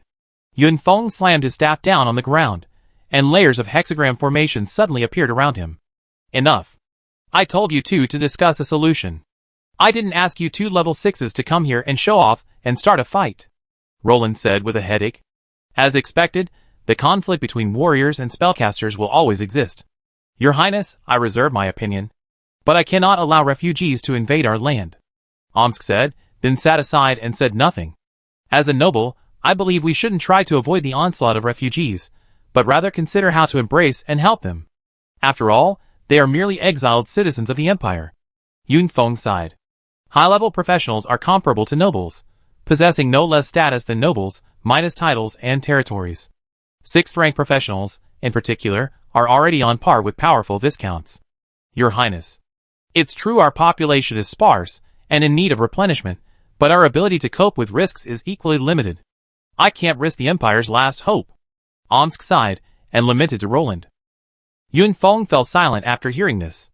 After all, the population base of River Rapids was already there, while the number of refugees was still unknown. If the number were too high, it would be the straw that broke the camel's back. Damn it! If only we had another year. Yun Feng slammed his fist on the table, roaring angrily. The bottom line is that River Rapids' supplies aren't sufficient. If the refugees arrive after this autumn harvest, the situation will be very different. With abundant food, River Rapids can easily handle even tens of thousands of refugees. Roland also sat in his chair with a gloomy face. After all, there aren't many humans in the entire north, and they used to face constant attacks from orcs. Aside from Riverdale and the ferry of Car Rock, there were few large human settlements in the entire north, and arable land was extremely limited. Only after Roland and White Wing brought the humans here, and with the restoration of the dwarves, a hint of the former prosperity of the north has been restored. If all else fails, we can only seek help from the elves. The dwarf supplies probably aren't much. Only the elves still have some. Roland thought for a moment, then rubbed his chin. And we also have to send residents out to fish. Thank God, the river rapids, that gave me life, has such abundant resources. Marcus added. Fish meat only lasts for a while, and can't be a staple food. Food is more important. Omsk shook his head. Eating fish all the time would cause problems. Mix it with wheat bran. We can make the old-fashioned black bread. It might taste terrible, but at least it's enough to go with the fish soup. Rattle suggested. Let's see how many people there are first. Your Highness, is the information you have accurate? Yun Feng looked at Roland in confusion. How did he know about the impending refugee wave? Did I tell you I have a system? Is this something the system created to disgust me? Roland muttered to himself. What's going on? Aren't refugees commonplace every day? Why go to all this trouble? A Bedanian archer, mounted on a Char warhorse, paced the outermost perimeter of the Repeat Castle's control area. He couldn't understand why His Highness had suddenly deployed all his mobile forces. He heard the entire knights had been dispatched. Oh! Dragon God. What's that? Suddenly, he spotted a black torrent rolling in from the northeast. Is that a flash flood? Magnificent. No! This is a plane. Where are the flash floods coming from? The Bedanian archer slapped himself to clear his head, then activated his skill. Overlook, his field of vision suddenly widened with the power of his skill, and with his extraordinary vision, he finally made out the torrents. Dragon God. They're flood troopers. They're wearing flood trooper armor. It's worn down like this. The green armor has turned black. What have they been through?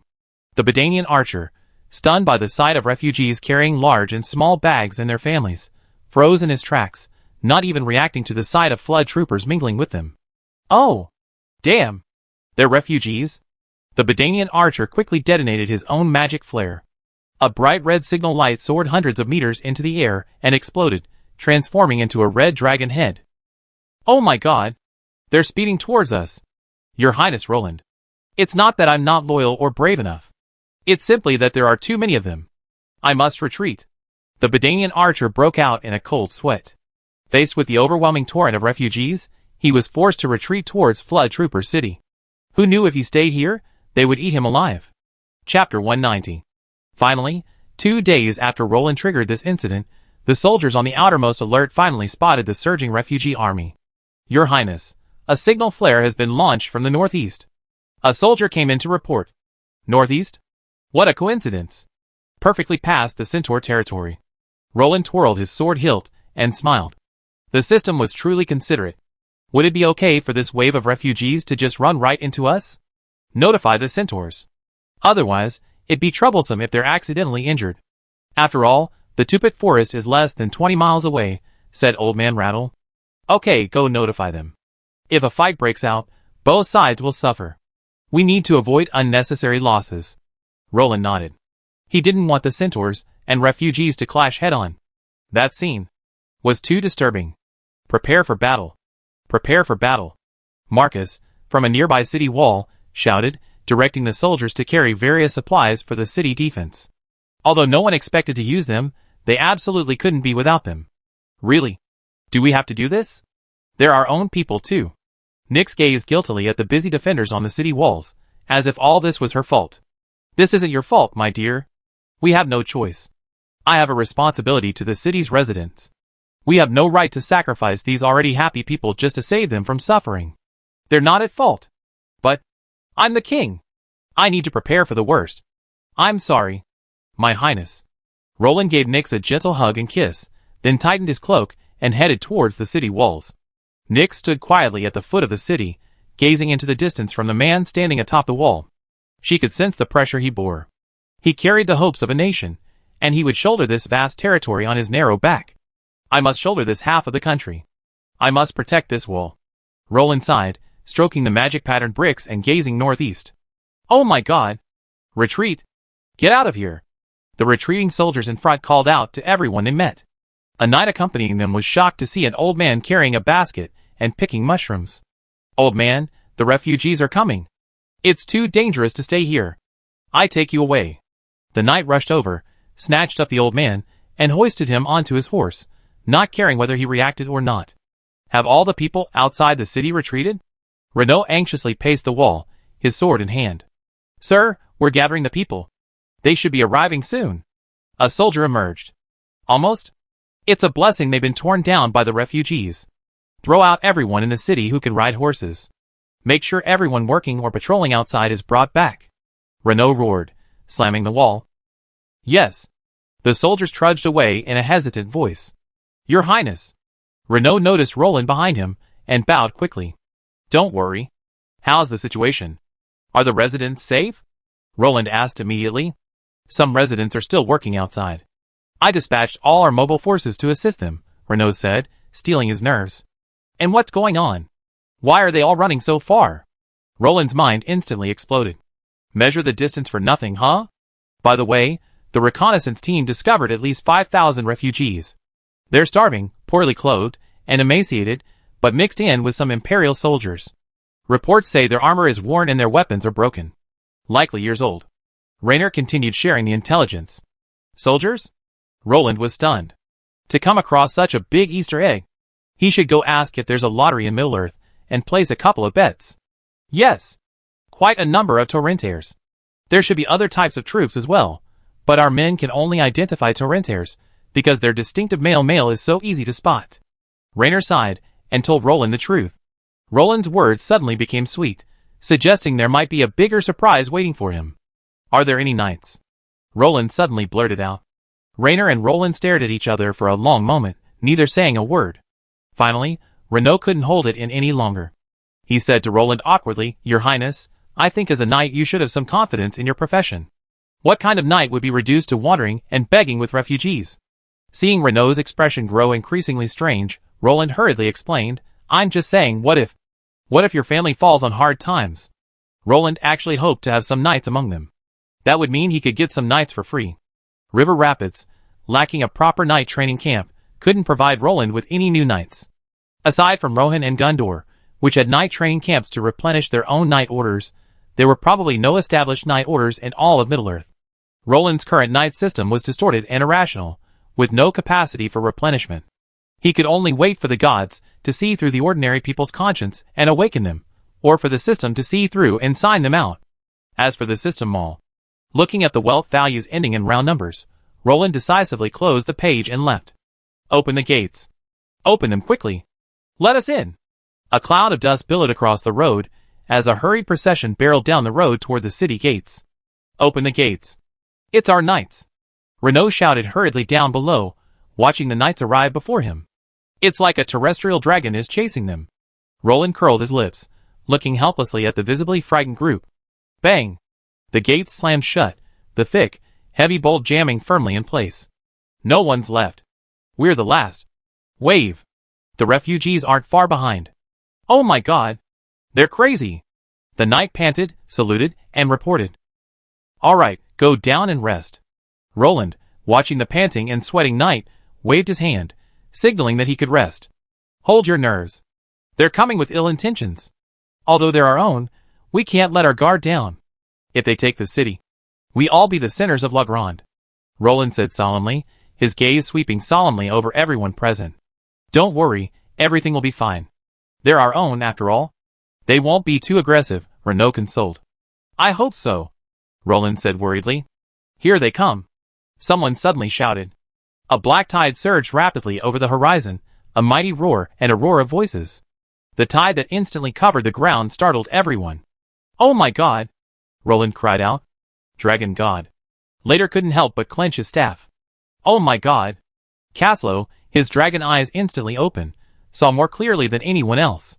Ahead was a row of flood infantry. Drop. Defend. They're armed. Caslow waved his hand, and abruptly hid behind the parapet. Although their tattered linen robes could no longer reveal their original green, the tattered chainmail and equally worn leather armor still revealed their identities. The former flood infantry. Why aren't they flying our flag? A soldier muttered. Perhaps they are no longer the people we know. Renault paused for a moment before speaking slowly. Chapter 191. Oh! Goddess of Nature. I never seen such a crazy scene in my life. Are these refugees? Roland, are you kidding me? Vanderway, who had led the grassland elf rangers to the top of the city wall, had originally intended to help Roland, but the scene instantly made him lose the courage to continue. Oh my god! What's happened to your kingdom of Lagran lately? There's this riot of dragons, and this refugee army that rivals orcs. Vanderway stared at the encroaching black tide, bewildered. Stop kidding. How many people are there? Roland asked anxiously. The elf's keen eyesight was always helpful in a critical moment. 6,000 minimum, 7,000 maximum, Vanderway said, holding his forehead with his hand. Oh my god. Roland had already mentally cursed that damn morally corrupt system 1,000 times. If he hadn't been connected to it, he would have sent it to see Sanner. Your Highness. Nyx appeared on the city wall, clutching the elf dragon. Worry was evident in her eyes. It was strange that this snobbish smith actually allowed Nyx to hold her. Could it be that Nyx possessed a natural talent as a dragon mage? If so, she'd be in luck. Just how powerful a mage capable of casting dragon-tongue spells Ewell truly was, only those who faced them would know. Don't worry, go back and stay in the castle. Roland gestured towards the castle, which had barely reached its 3rd floor. While not a particularly grand structure, its reassuring defensive power was unparalleled. This is insane! Verway remained transfixed by the sheer volume of people. Hey! Elf King! The refugees are coming to kick your ass! Roland waved his hand, awakening the dazed Vanru. I'm only here to help. I don't want to participate in a war. Vanra looked at him more and more unreliable. He might even have a Lagran match soon. Not only those soldiers, but even Vanra recognized the Lagran Empire's distinctive torrent infantry. Just a bankrupt version. Vanra muttered softly after secretly comparing them. I didn't ask you to attack them. Roland covered his face, unable to bear the sight, making himself look like a tyrant. What they need is help, not clothes and food. I don't think they want to be subjected to spears and arrows. Roland shrugged. Bang! An arrow, its tail still trembling, flew out, plunging straight into the ground in front of the refugees. The battle energy imbued within it exploded with a bang, its restraints lifted. The scattering dust and flying dirt startled the refugees ahead. Stop! This is the city of Rapids, belonging to the kingdom of Lagran. The king is within. Attacking the city walls is considered treason. Do you intend to rebel? Omsk shouted with full force, stomping his foot onto the battlements. His radiant light and shadow, combined with the terrifying 6th-level pressure, frightened everyone to their feet. You are the people of the Empire? The wise man Yunfeng asked, his voice trembling as he surveyed the dusty, ragged, and emaciated refugees. Empire? The Empire is long gone. We are just homeless children. We just want to survive. Loyalty to the king has nothing to do with us. A man with a weathered face, messy beard and long hair, wearing half-worn plate armor, walked out of the team.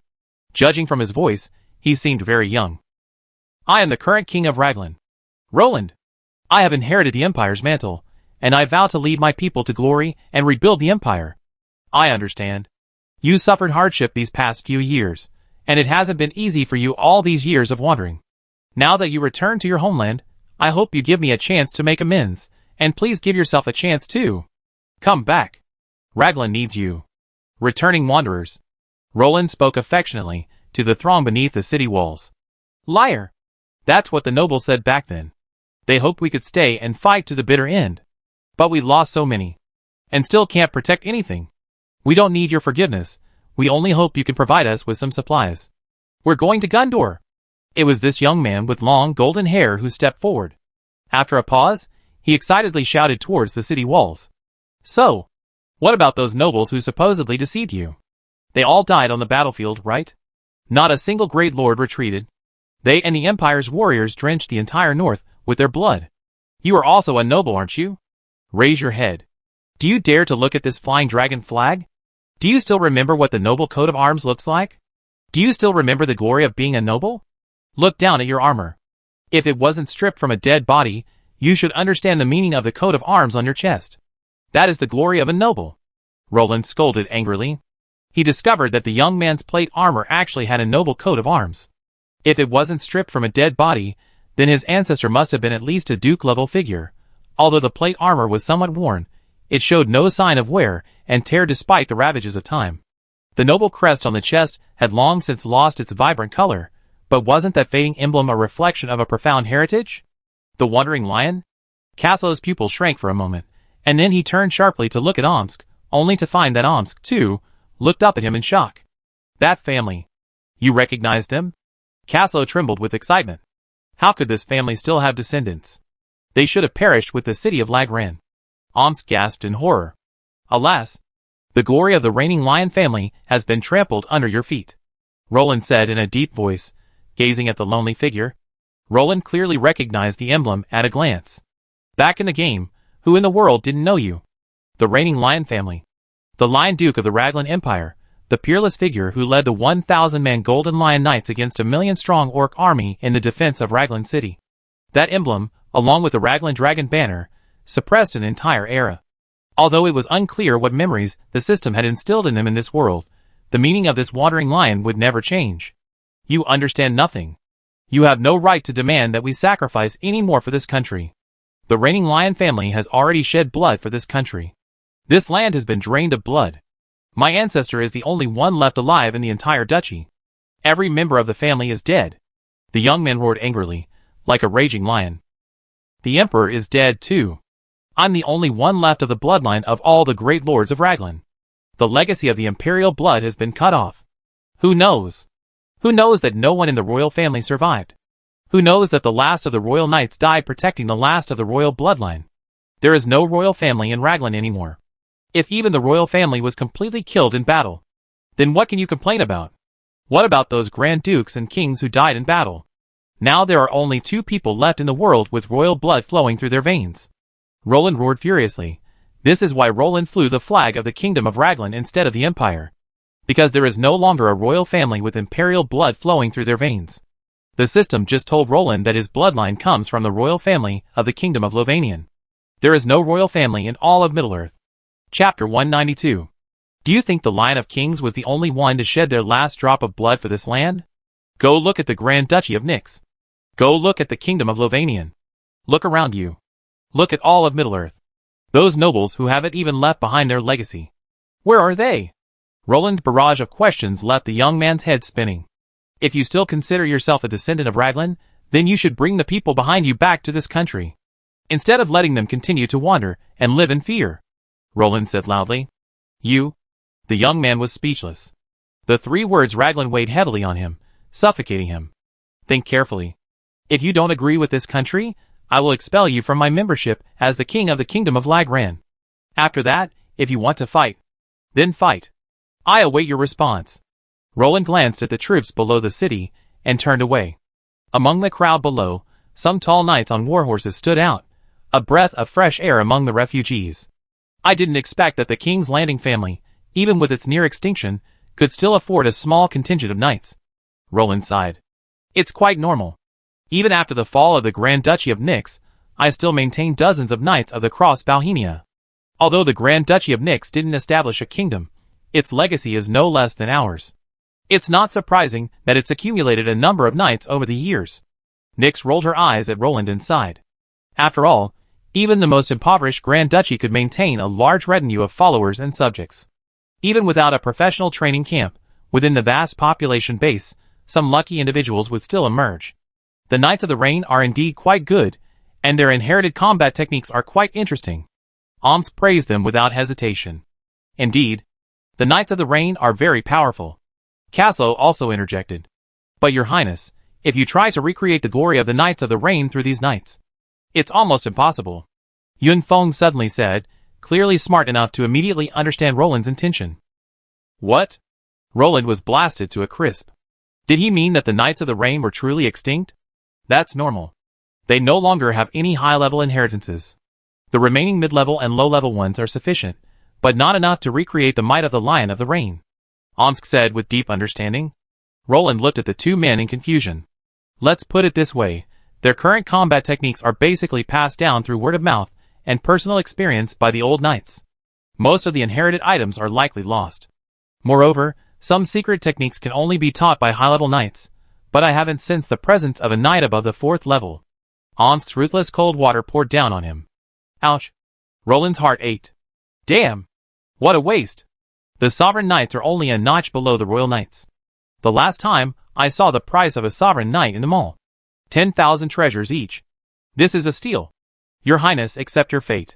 You're lucky to have one, Yun Feng soothed calmly.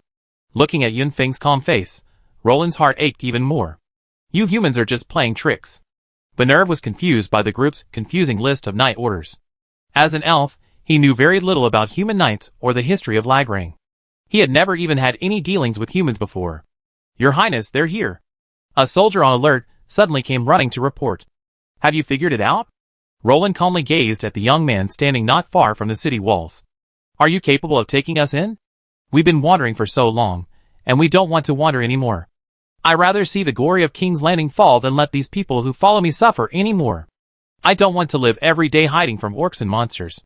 I don't want us to be running around for our next meal, the young man said in a low voice. How many of you are there? Roland paused for a moment before speaking.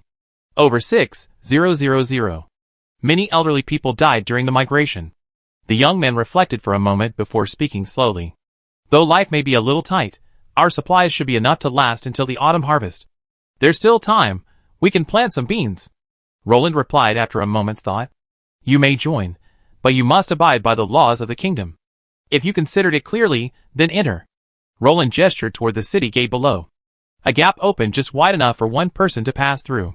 Behind the gate stood a swarm of royal guards, forming a shield wall. We are willing to return to the kingdom, but we must be treated as citizens, the young man said awkwardly, striving to secure the best treatment for his followers. Of course, everyone in Lagren is equal. Our souls are noble and free. I swear to the dragon god on the honor of the king, Roland said firmly. All right. I organize everyone to enter the city right away. I hope you can prepare some food for the elderly and children. The young man stood at the foot of the city, looking at Roland with some uneasiness. No problem. Roland's nose felt a little sore as he looked at the emaciated refugees. Is it solved just like that? Vannerway asked in surprise. The two groups, seemingly so aggressive, had dropped their guard and merged with each other in just a few words. This truly astonished Vannerway, because they are also descendants of Raglan. Just like the dwarves' worship of Durin and the elves' worship of the goddess, the three words Raglan are the spiritual home of the Raglan people. Yun Feng sighed with emotion, standing on the city wall with satisfaction, as he watched the orderly procession entering the city. That's great. I was really scared just now. Nick stomped her feet, hugging the elven dragon. Welcome, Lion of Junling. I'm glad you made the right choice, and haven't brought disgrace upon that emblem. Roland, accompanied by Castle and Omsk, greeted them from outside the city gate.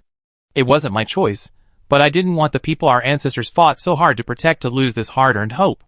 Moreover, I wanted to see what in this country, where our ancestors shed so much blood, was worthy of their sacrifice. The young man met Roland's gaze defiantly. Because they were here. They fought for this land, sang for this land. They protected this land, and also sacrificed for this land. Roland spoke, gazing into his eyes. I'm glad to see the crest of House June's Landing again. I hope that one day you, like your ancestors, will carry the banner of the Duke of the Lion of June's Landing. Lost glory. We must find it ourselves. This isn't my kingdom alone. It belongs to all the people of Raglan. Roland turned and pointed at the fluttering red banner with a golden dragon. I will use my sword to plow the land. The lion never falls. June's Landing never disappears. The young man lowered his head, then quickly raised it again, his eyes radiating a lion-like, awe-inspiring light. Chapter 193. Lion of the Junlin family, your name. Roland looked gently at the energetic young man. Apophis Brio. He raised his head and said proudly. Brio. Brio is a good surname. Don't lose the glory attached to it. Roland nodded encouragingly. Fortunately, despite the changes of time, the bloodline of the Junlin family remained unchanged. Thankfully, the abominable system preserved that last vestige of humanity. Apophis Brio? My God. It's hard to believe that the glory of the Junlin family has actually been passed down. Omsk walked over and gently tapped the proud lion on Apophis Brio's chest. Apophis Brio, smiling in return, tapped the light emblem on Omsk's chest. It's an honor to meet you, hero of light. May I know your name? Of course. You can call me Omsk. I'm now a royal hero. If you have any questions about combat techniques, feel free to ask me. I'd be happy to share everything I know. Omsk nodded affably. Hello, a man of the Junlin family. I'm Dragon Knight Kaslo, a level 3 Wind Dragon Knight. Nice to meet you. Kaslo tapped his chest lightly in respect, but it was clear that Kaslo's respect wasn't for Apophis Brio, but for the Junlin family's honor he shouldered. It's also an honor to meet you, Apophis Brio returned the greeting. Would you mind telling me about the composition of your subjects? Roland said succinctly. There's nothing to be embarrassed about. There used to be a torrent legion here. During the time of my grandfather, there were less than 600 people left by the time I got them. Apophis Brio said somewhat dejectedly. Roland nearly fell to his knees. He never even seen a truly complete Legion of the Flood, yet this guy's family had one before. He knew it was a false memory created by the system. But why was it so unsatisfactory? Was he doing better than the king? Then, there's the Sovereign Knights, whom your highness is most concerned about. Unfortunately, we don't have any Sovereign Knights above rank 4. We only have 16 Sovereign Knights, and the highest rank is just a Grand Knight. Apophis Brio saw Roland's anticipation. Roland nearly spat out blood. Although he didn't hold out much hope, the feeling of true despair was still painful. You should know that Lagran men aren't good with bows and arrows. We only have a few hundred Bedanian archers. After all, there aren't many people with shooting talent. Apophis Brio shrugged. Well, those Bedanian archers are indeed unique. Roland's heart ached as he recalled the heroic archers wielding their mithril armor-piercing hammers during the Battle of Lonely Mountain. There are some warriors, but many have died along the way. We should be able to gather some Lagrang city guards. Apophis Brio sighed, his grief and helplessness palpable. The rest are civilians. There are no cavalry. Aside from the knight's horses, everything else has been slaughtered and eaten. Apophis Brio slumped to the ground, watching the endless stream of hopeful people pouring into the city, his eyes filled with both joy and endless sadness. I'm sorry, Apophis. Although I hate to say this, you should understand the current situation. The kingdom is unable to grant a duke. We currently only control this rapid city, and the Lulung fortress in the south. I don't have any land to offer you. I'm sorry, Roland said apologetically. I understand, your highness. When the northern wall fell, the title of Duke of the Lion's Landing was lost to history. I will use my abilities to regain it. Apophis Brio nodded. After all, when the northern wall was breached, the duchies adjacent to it were destroyed. According to noble law, when a noble fails to protect his territory or reclaim lands occupied by foreigners, his title is automatically revoked. It can be said that the Brio family could no longer be called a ducal family long ago. However, because the world admires their countless generations of glory, the patriarch treats them with a special regard. Alas! I still vaguely remember that 1,000-mile-long steel wall that spanned the Iron Mountains and the Eastern Mountains.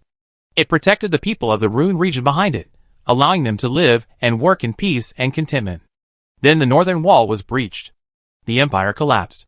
Roland recalled with deep emotion the towering majesty of the 1,000-mile-long northern wall in the game, and the tragic sight of its shattered form as it collapsed. It's a shame the northern wall can no longer be seen. All that remains is its former foundation. Apophis Brio sighed softly. Roland's alarm bells suddenly rang. What was going on? Did the northern wall actually exist in this world? System?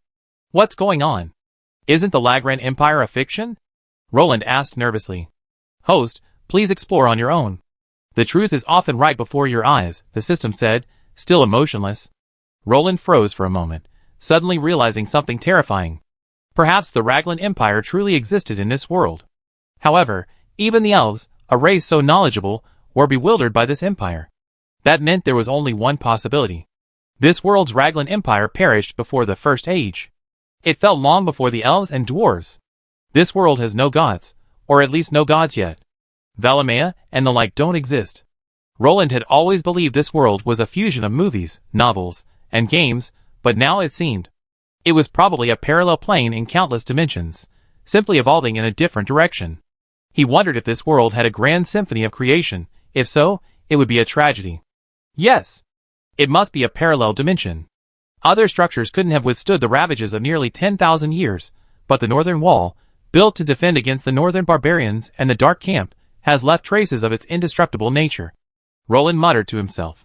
At that moment, his mind raced. He suddenly wanted to see the remains of the pedestals, to see if he could find his way home. Perhaps there was no returning to that azure planet. Never mind, let's just leave it to fate. At least the king's pretty good. Roland chuckled self-deprecatingly. He governed over 10,000 people and ruled over hundreds of square kilometers of land. Yet his low productivity meant he lived a life worse than the people of a county town used to live. A king of cattle and horses. What's the difference between these western nobles and village chiefs? The king of a country governed fewer people than a county chief. Thinking of this, Roland wanted to laugh, but couldn't. I'm tired. Arrange for everyone to rest. Count the number of people and report back to me tomorrow morning. Roland waved his hand, his spirits draining as he headed back toward the city. The king's silhouette grew longer in the setting sun, appearing incredibly desolate and lonely. Chapter 194. System, check the territory interface. Roland muttered silently, lying in bed and gently hugging Nyx. A virtual light screen instantly appeared before his eyes, and characters quickly jumped out. River City. Area, 1 kilometer in radius. Building units, 1 ruined lord's castle, 240 ordinary wooden houses, intermediate magic pattern wall, stone well, blacksmith shop, barracks, archer's temple. Noble, Apophis Brio, false duke of the lion, generals. Caslo, level 3, Renault, level 4, Rattle, level 4, Yunfeng, level 6, Omsk, level 6, Rabian, level 4. Special personnel, Ivy, level 3, Grand Duke Nyx. Nyx, level 2, City Defense Officer, Marcus, level 4, Administrative Officer, Lance, level 2, Troops, 3,445 men. Holy Glory Knights, 100 level 2 Lagran Knights. Lagran City Guards, 150 Tier 2 Warriors. Badanian Archers, 800 Tier 2 Archers. Dorwinian Heavy Swordsmen, 100 Tier 2 Swordsmen. El Nino Rangers, 100 Tier 2 Rangers. Lagran Royal Guards, 200. Floodgate Legion, 1,200 Floodgate Infantry. Levies, 200 Light Infantry. Lagran Heavy Cavalry, 100 Heavy Cavalry. Priests, 8 Tier 2 Priests. Mage, 1 Tier 2 Fire Mage. Crusader Spearmen, 100. Crusader Archers, 300. Crusader Heavy Shield Men, 20. Crossbowhenia Knights, 20. Duchy Light Cavalry, 30. Sovereign Knights, 16. Population, 10,027. Trainable Civilians, 3,647. Review. A lonely king led the remnants of his people back to their homeland and built this towering walled city. With the arrival of a few residents, the city has become more vibrant and lively. Everything is progressing well. The city's military is strong, with a wealth of qualified soldiers. The city can fully defend itself even against a large-scale attack. Note: the sole heir of the king's lion family has arrived here. Although the family's former glory has faded, he remains worthy of trust and esteem, and their honor runs deep in their blood. Abilities: 1. As the only territory of the Kingdom of Raglan in Middle-earth, it attracts the remnants of Raglan. The system will direct a group of wandering Raglan civilians to this location daily. The Lord is expected to properly accommodate them. 2. Recruit civilians from this area to train flood infantry. 3. Capital of the North. Raglan soldiers defending this location will receive bonuses to morale and stamina. Unlocked when the population exceeds 10,000. Roland was incredibly delighted that not only did the population pass 10,000, but a new city trait also appeared. But was this trait really appropriate? A city defense buff? After the excitement wore off, Roland realized this. Was River Rapids really going to be beaten every day from now on?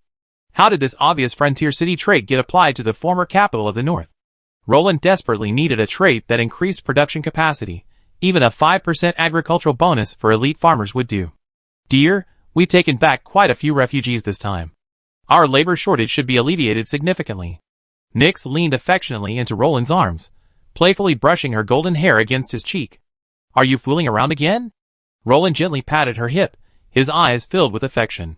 If the Swiftstream Infantry's fearless spirit made him feel like he was living in a real world, then Nyx was the only woman in this world who brought warmth to his family. The situation isn't optimistic. It's still that problem. Food, Roland said with a headache. A growing population would not only provide the kingdom with a sufficient labor force, but it would also consume its precious resources. As for relying on the system, forget it. That damn thing only gives out crap all day long. Relax, everything will pass, everything will be fine. Nyx was silent for a moment, then raised her head and gently kissed Roland's face with her cherry lips. As his woman, she understood Roland's pain perfectly, yet she could do nothing to help him. which made Nix feel guilty. Wake up, darling. We should go take care of some government matters. Roland scratched the beautiful woman's delicate nose in his arms and smiled softly. Okay. Nix reluctantly climbed out of bed, her loose silk pajamas revealing a wide swath of her voluptuous figure. Oh, beautiful lady. You are truly a masterpiece of the creator.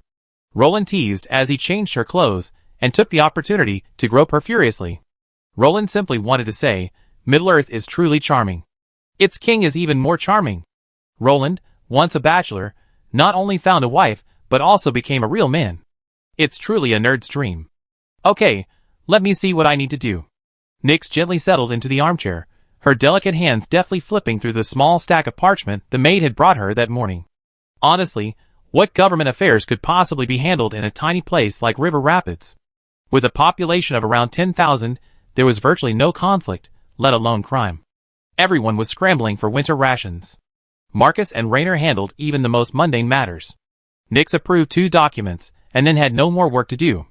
It was nothing more than a few orders for the transfer of supplies. Nix carefully signed Roland's name and firmly affixed the king's seal, emblazoned with a golden dragon emblem.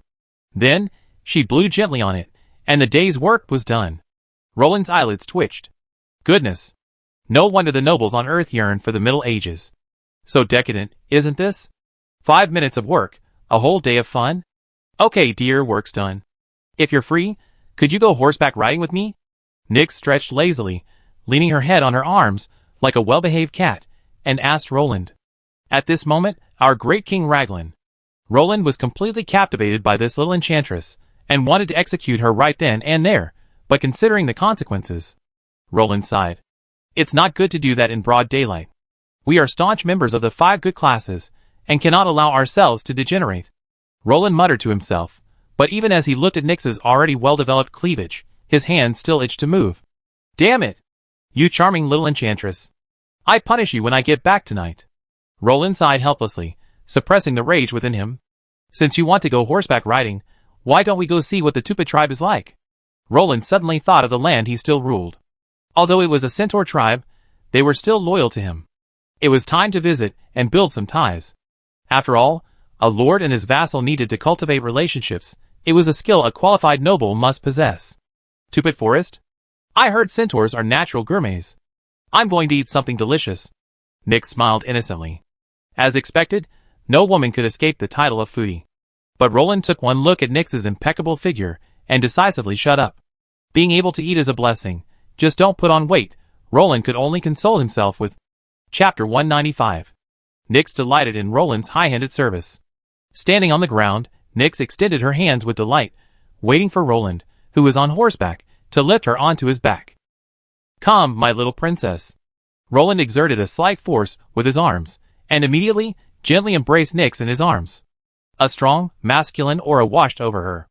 Nix gently nestled in Roland's arms, breathing in the scent of sunshine. All right, my Prince Charming, shall we set off? Nix gracefully raised her swan-like neck.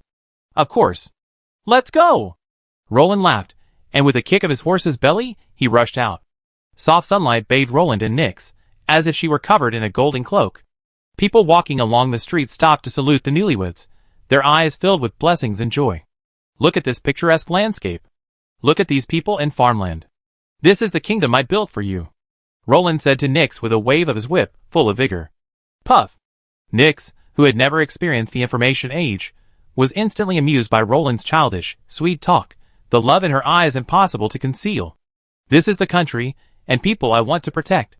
This is the smile I want to protect, your smile. Roland, who had been single since birth, seemed to have a sudden realization at this moment, spouting all sorts of corny love words. Yes, I love you too, dear, but can we please see the road? Nix said shyly. Ouch. A great king raised his head to kiss the beautiful woman in his arms madly, only to discover with horror that his warhorse had strayed from the path the soldiers had trodden into the Tupit forest, and had strayed off. Whoa! Roland pulled back his horse, gently drawing his shield and blocking Nix. This instinctive action immediately stirred the young woman's passion. Familiar with the manner in which King Balan of Moria died, Roland was extremely cautious about protecting himself and those around him, especially in unfamiliar territory, where even an orc could end a careless hero with a poisoned arrow. So, Roland instinctively protected the defenseless Nix. Knight, find the way back.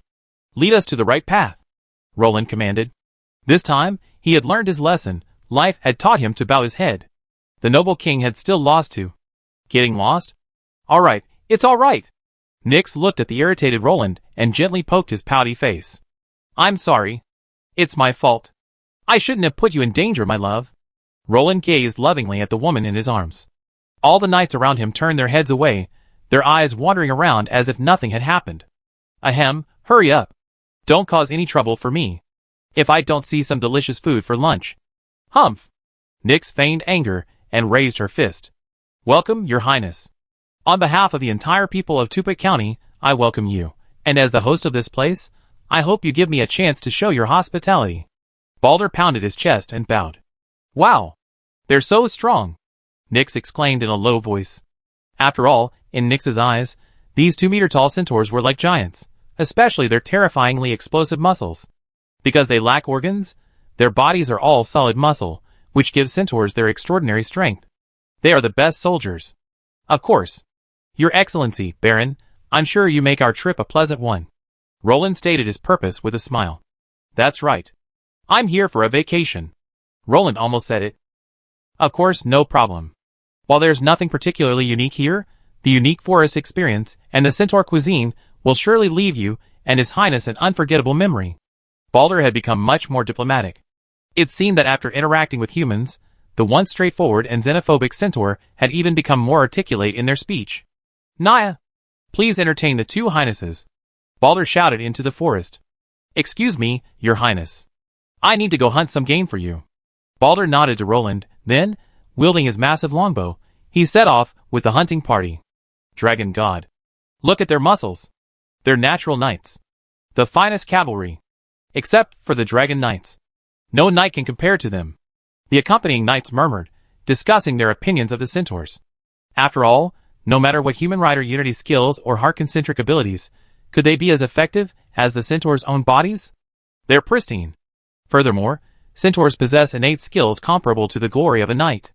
Therefore, at the same level and in the same numbers, human knights could never match the centaurs. Unfortunately, centaurs are few and far between. This tribe of a few hundred is already considered a giant among centaurs. Most centaurs roam Middle-earth in families or clans. Your highnesses, please follow me. The centaur respectfully extended his hand to lead the way for Roland and the others. After passing through the tree-lined avenue, the front finally opened up.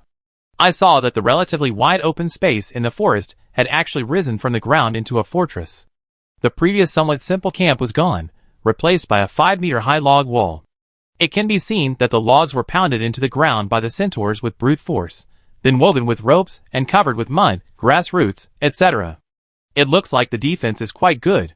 However, there are not many centaurs standing guard and training there. It seems that the centaurs also have a worrying population base. The young and strong have gone hunting, and only women, the elderly and children are farming and raising livestock in the forest. After entering, Roland surveyed the town and found no more than 10 centaur warriors. Forget it, the landlords don't have any extra food. Roland had originally planned to play the king and rally his troops to join him on an expedition to Moria, but seeing the centaurs like this, forget it. It was hard enough for them to feed themselves. Roland probably couldn't even collect enough taxes right now, but Roland had been grossly wrong about this. While the centaurs might be poor, their formidable physiques were more than enough to fight the monsters. Centaurs had plenty of magic crystals, hard currency more valuable than gold. My apologies, your highness. My husband is out hunting with his hunting party, and may not be back today. Please forgive his rudeness. He was forced to do so to ensure the livelihood of his people.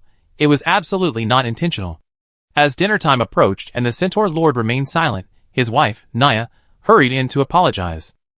It's all right. We all live on bread and milk. Roland understood the burden Balder carried. Thank you for your forgiveness. Can I prepare lunch for you? Naya asked gratefully. Well, thank you for your help.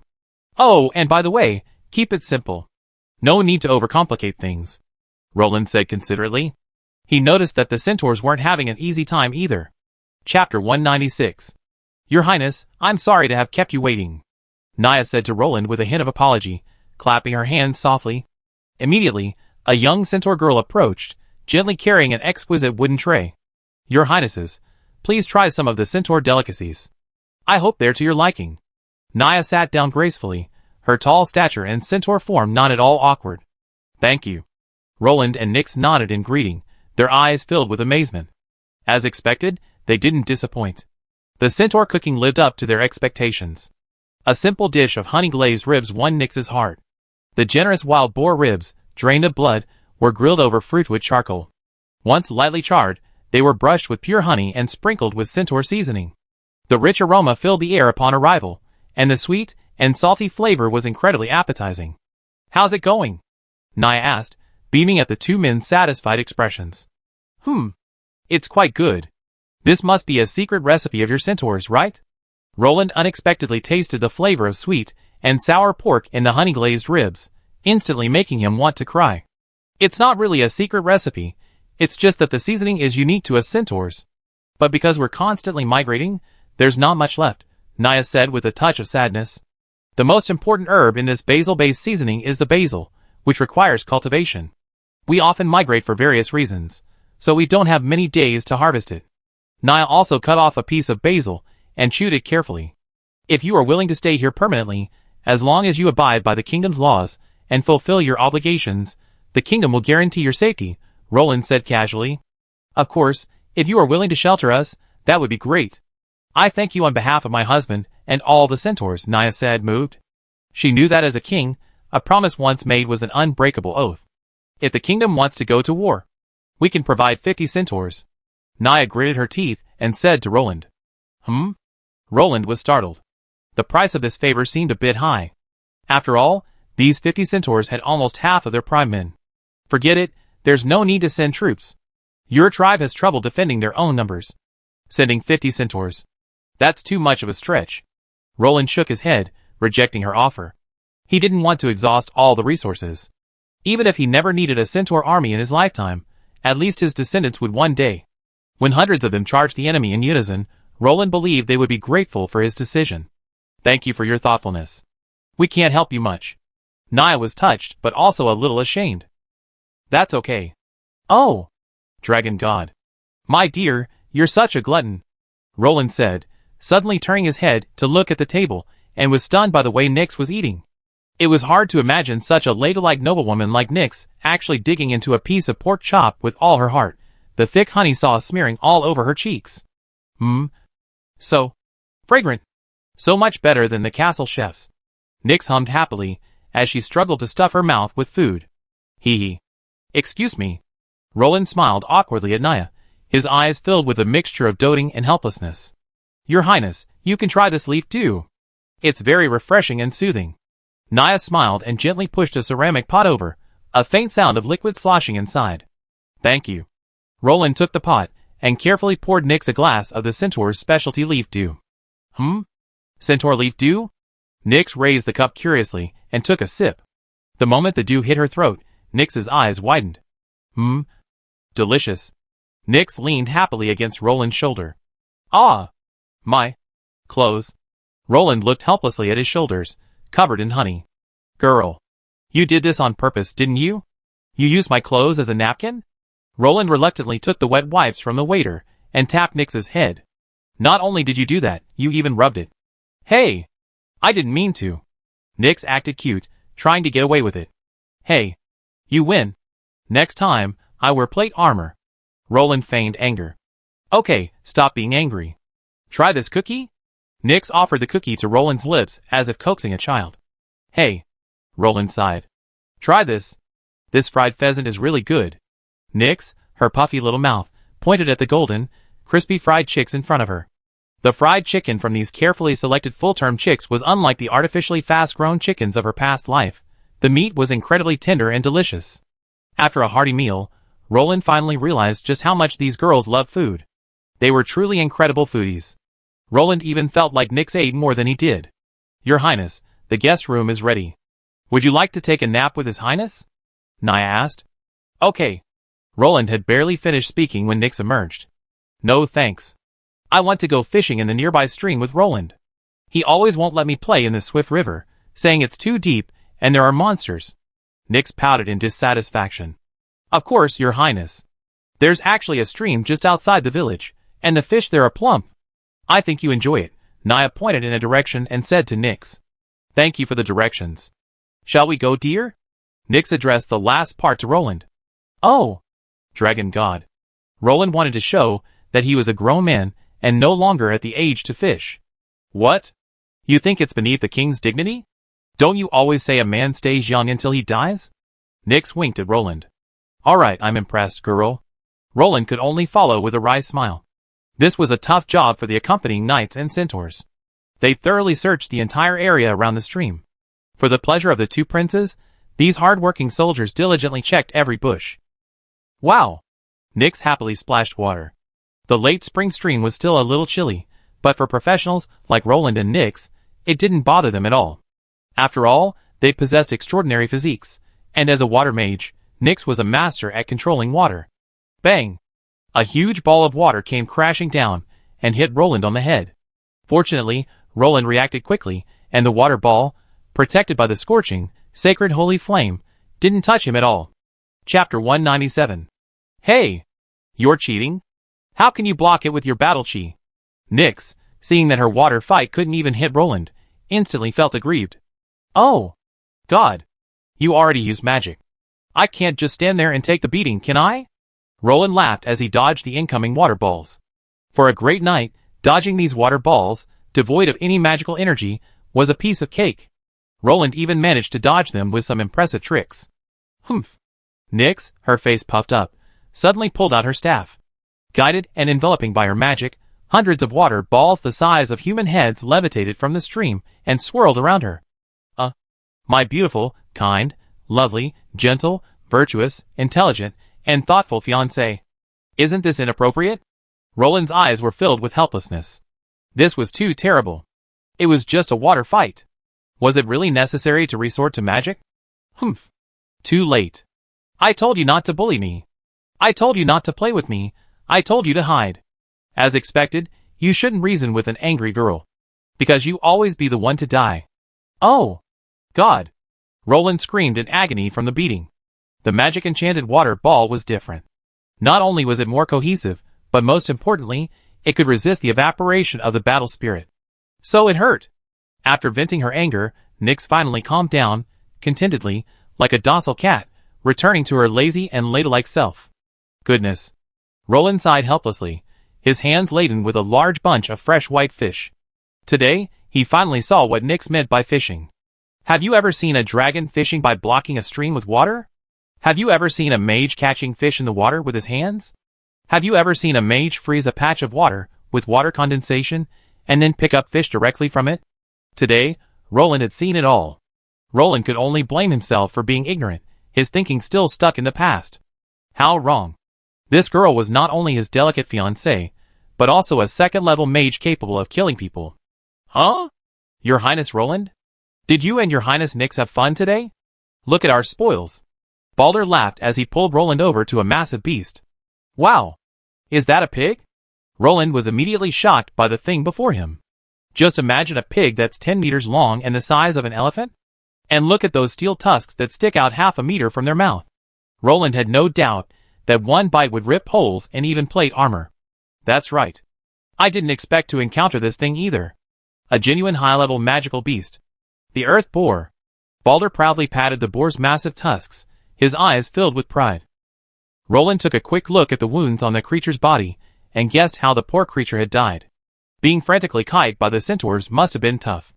Honestly, if the centaurs hadn't been so unwilling to give up the forest and refused to give up an inch of it, Roland would have easily collapsed given his current strength. So, brains can be a valuable asset. Glancing at the poor earth boar with pity, Roland squinted his eyes and took in his barren tupet.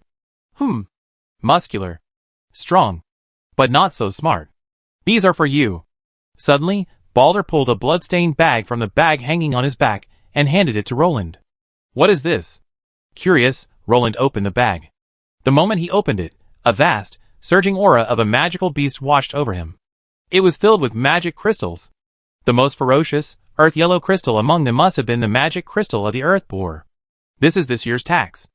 I understand that as nobles we have to pay taxes to the state. We have no money, so we can only use this to pay off our debts. After all, this is all we can harvest from hunting and fishing, Balder said blushing. No. No problem. Of course.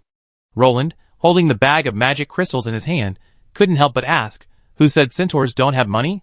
They have a currency that's even harder than money. There's 1 high-level magic crystal and 13 low-level magic crystals in here. Seeing that Roland didn't object, Balder breathed a sigh of relief, his face full of smiles. He smiled at Roland, his eyes full of flattery. After all, since arriving here, the centaurs have lived a self-sufficient life. There are no expulsions, no wars, no harassment from orcs, and no killing. This is the dream place for these simple-hearted centaurs. I show you my cooking skills tonight. I haven't had such good ingredients in ages, Balder said proudly. Well, I'm looking forward to it. Roland nodded. After all, high-level magical beasts weren't exactly easy to find. You must have put a lot of effort into hunting this thing, didn't you? Nyx playfully kicked the behemoth. That was nature's highness. But how could we, the centaur knights, resist it? We couldn't catch up. We couldn't hit it. In the end, it bled to death. Balder pointed at the dense wounds on the fat pig, the size of an elephant. Roland pulled out a broken feathered arrow and laughed. A wooden arrow with a steel tip. It seemed that without the help of the kingdom of Lagran, the centaurs would have paid a heavy price to capture this wild boar. After all, few could penetrate its skin with a wooden arrow. Are the weapons still working? Roland suddenly asked Balder. They're working perfectly. Thank you for your kindness, King Roland. We will always remember your kindness, Balder said sincerely. After all, it was the Lagrangians who gave them iron and steel weapons and armor, allowing the centaurs to fight wild beasts without having to engage in hand-to-hand combat, greatly reducing the chances of casualties. If Balder had encountered this wild earth boar before, he would have had to avoid it, as only a few of the centaurs could inflict damage. It was Roland who armed the centaurs, turning them into truly formidable heavy cavalry. The kingdom will not mistreat its subjects, Roland said meaningfully. We are willing to die for your highness. Balder knelt quickly. If not now, when? The centaurs were merely stubborn, not foolish. Well, so the eastern part of the kingdom is now in your hands. You may not be able to defeat the invaders, but you must conduct thorough intelligence gathering. I don't want to learn of the invasion only when the eastern enemy appears before the walls of River Rapid. Roland decided to give the centaurs a warning. After all, there was no telling if the eastern Wainriders would suddenly attack. Just remember, their mere 2,000 men crippled the remnants of the Crusaders. Roland didn't look down on the eastern Wainriders. After all, their fighting prowess had stood the test of time. Let's go! Let's drink. I brought some fresh beer from River Rapid. Roland patted Balder's horseback. Although the beer was ordinary, even considered muddy, it was the only drink in River Rapid. If Roland weren't king, he wouldn't be able to get it. Food-scarce River Rapid didn't have enough grain to brew. Chapter 198. It's so hard to get a drink these days, Balder lamented. Migrating centaurs could only exchange crude, muddy wine for the equally nomadic steppe elves, goblins, and dwarves of the north, but their living conditions simply didn't allow them to brew their own. Grain is considered hard currency in Middle-earth. Compared to perishable and difficult to carry wild fruits and vegetables, grain can be carried with the centaurs wherever they migrate. Centaurs without a fixed settlement usually don't have farmland.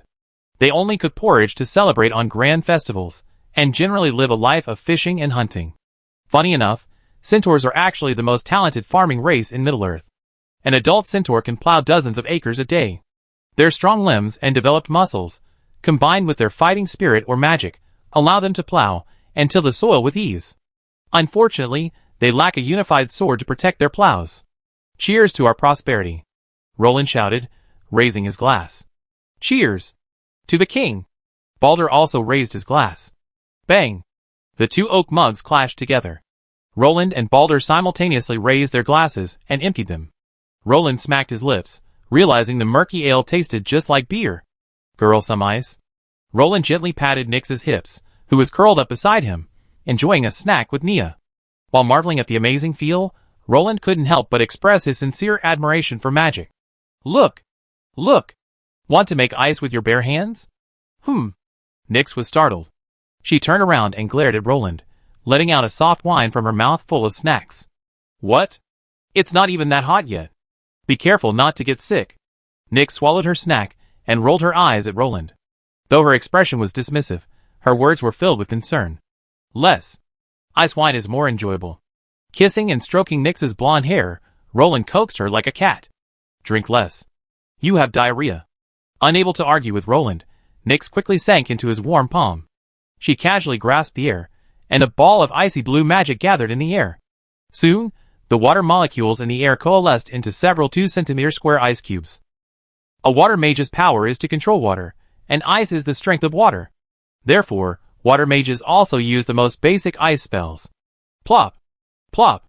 As the ice cube sank and floated in the yellow liquor, Roland suddenly felt a touch of melancholy. He missed his days on Earth so much. Although he couldn't decide life and death, and he didn't have a crown by his side, the peace and warmth of home, they were unforgettable. Fortunately, she was in this world. Roland looked back at Nyx, who was still struggling with a snack made from plant roots. A tenderness flowed from his heart, warming his heart. What a pity there's no crayfish. Roland suddenly laughed. They say crayfish go well with beer, but if there aren't any, he could just make do with barbecue. His status as a high-level Warcraft Earthboar wouldn't be a disgrace to this barrel of muddy wine. What shrimp? Balder asked, scratching his head in confusion. Nothing. Baron Balder, please get us some barbecue. Drinking alone is a bit bland. Roland thought it would be better to get some snacks to go with the wine. No problem. Balder patted his chest and prepared to call for the grill. Roland, I want your grilled fish. Nyx's sweet, innocent voice suddenly rang out. Compared to Middle-earth barbecues, which only use simple salt, the premium barbecue ingredients Roland had received from the system upon signing in were simply divine. Balder, could you prepare a grill? I do the grilling. Roland smiled awkwardly. Okay, of course. I have them prepare it. Balder immediately ordered 2 sturdy centaurs to bring a grill. It was rather amusing that this barbecue ingredient was actually provided by Stormwind. After all, centaurs don't know how to smelt iron, so building such a large furnace would be a real challenge for them. Roland expertly added the finest charcoal, and a ball of holy flame ignited in his hand. It was a shame to say that Roland was asking for charcoal to fight the most powerful holy flame against evil forces. This was enough to infuriate the original paladins. Didn't you see Balder standing there in a daze, holding the tinder? Cool, right? Roland gushed narcissistically at Nyx. You look so handsome wielding the holy flame like that. I hope you don't bring back the holy heroes of La Grande. I think the coffins of our ancestors can no longer hold them down.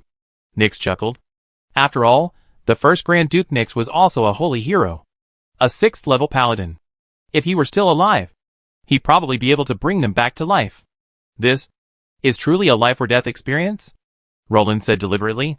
Puff. Balder's face flushed red, and he couldn't help but burst into laughter.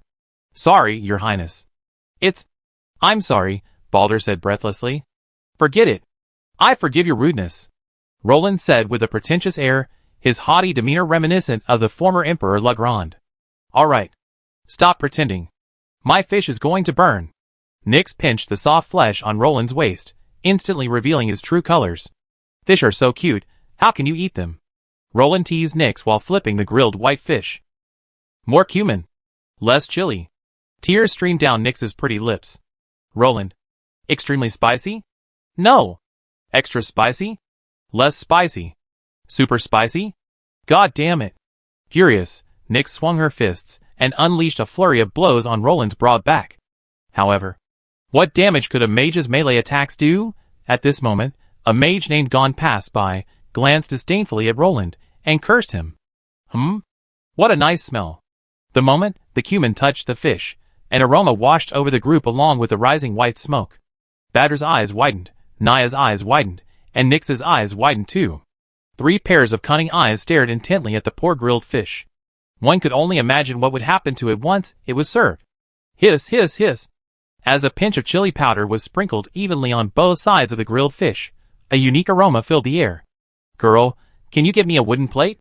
Roland asked affectionately. Pop! Balder, who had been crouching nearby, leaned forward and handed over the wooden tray he had been planning for a long time. Hey! Eat slowly. Be careful of the burn. Roland warned, then began circling the earth boar, looking for a good cut to carve off for charcoal grilled tenderloin or pork belly. Here. Roland glanced at the earth boar's muscular shoulder blades and decided to remove a front leg and carve some meat.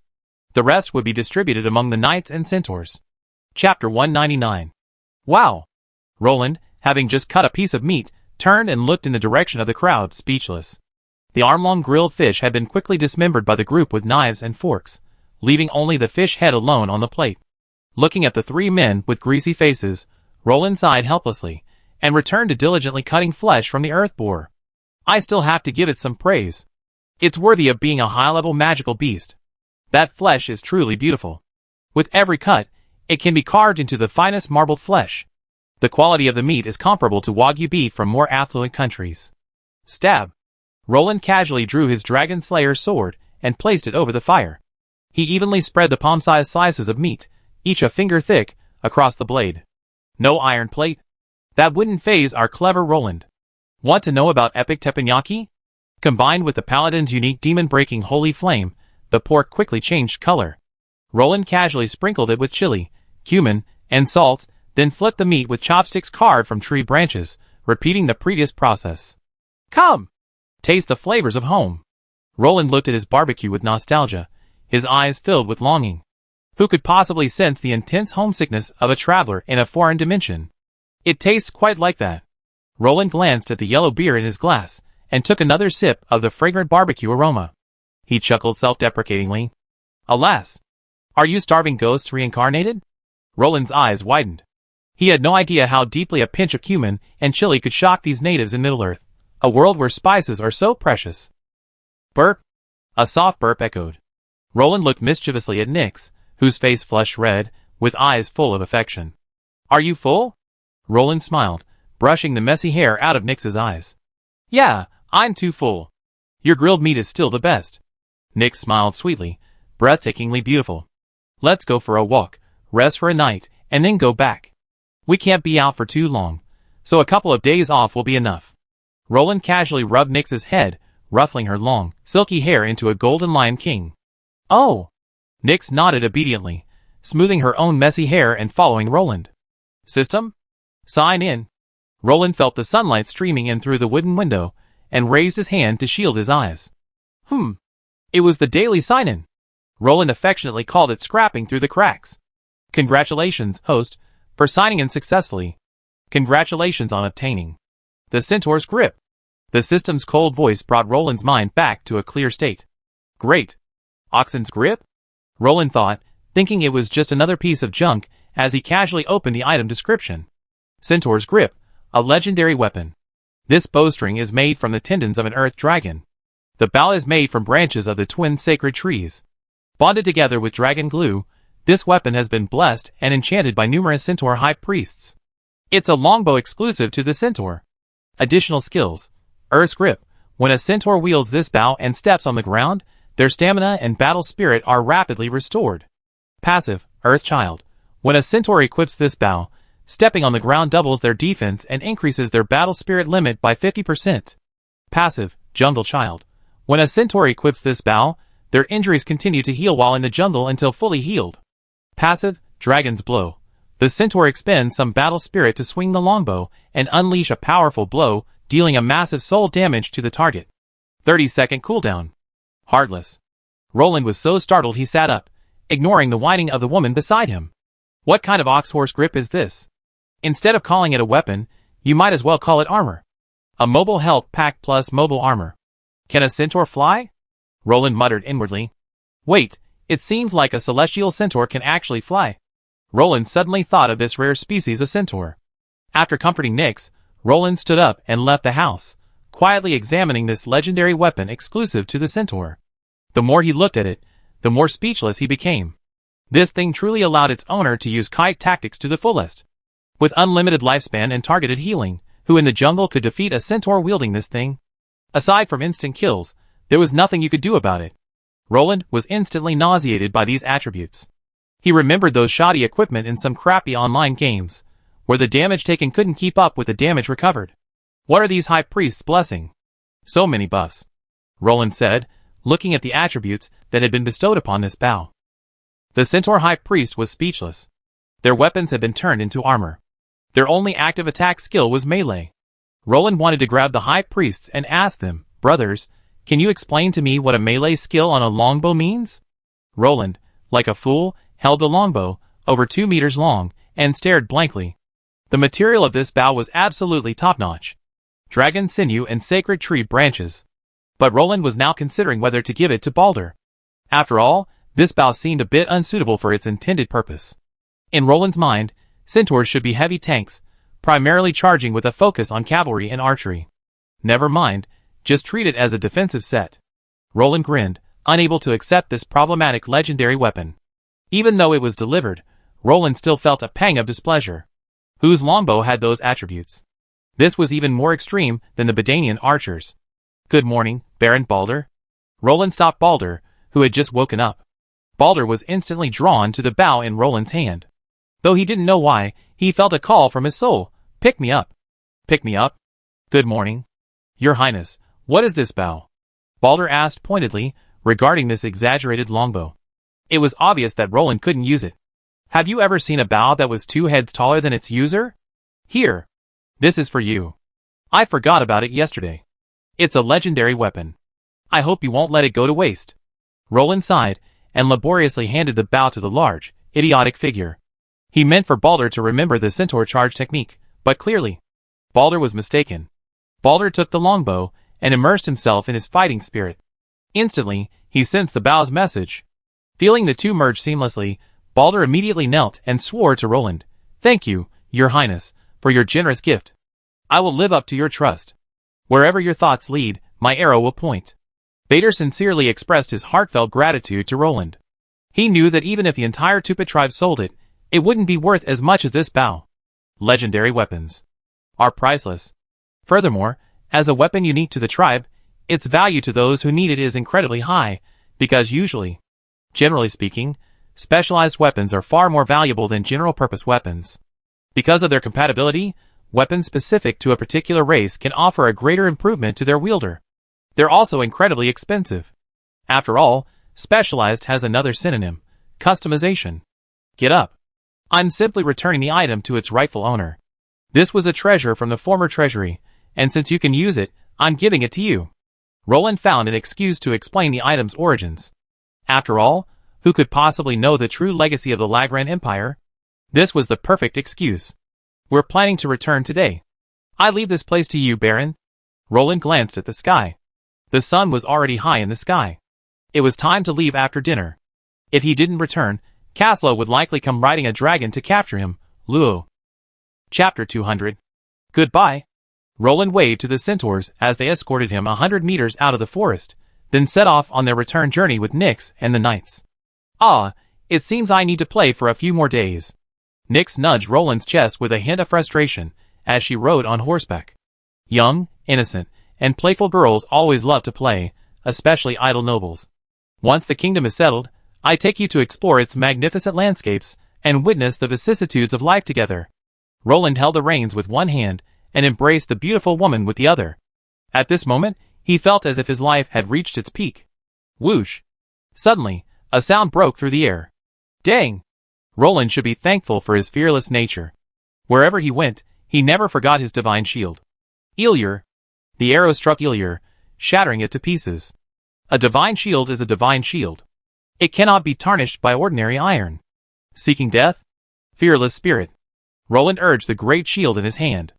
A gentle wave swept over the knights centered around him. Roland had preemptively applied status effects to protect his knights from negative effects. Orcs. The knights' faces changed. They surrounded them, instantly forming a thick human wall of steel surrounding Roland and Nyx. Kill them! Roland, unable to fight with one arm around Nyx, could only give orders. As for offensive holy arts, Roland didn't intend to waste his fighting spirit. He knew the power of his attacks well. Your Highness, be careful. Support will be here soon. The leading knights refused to attack no matter what.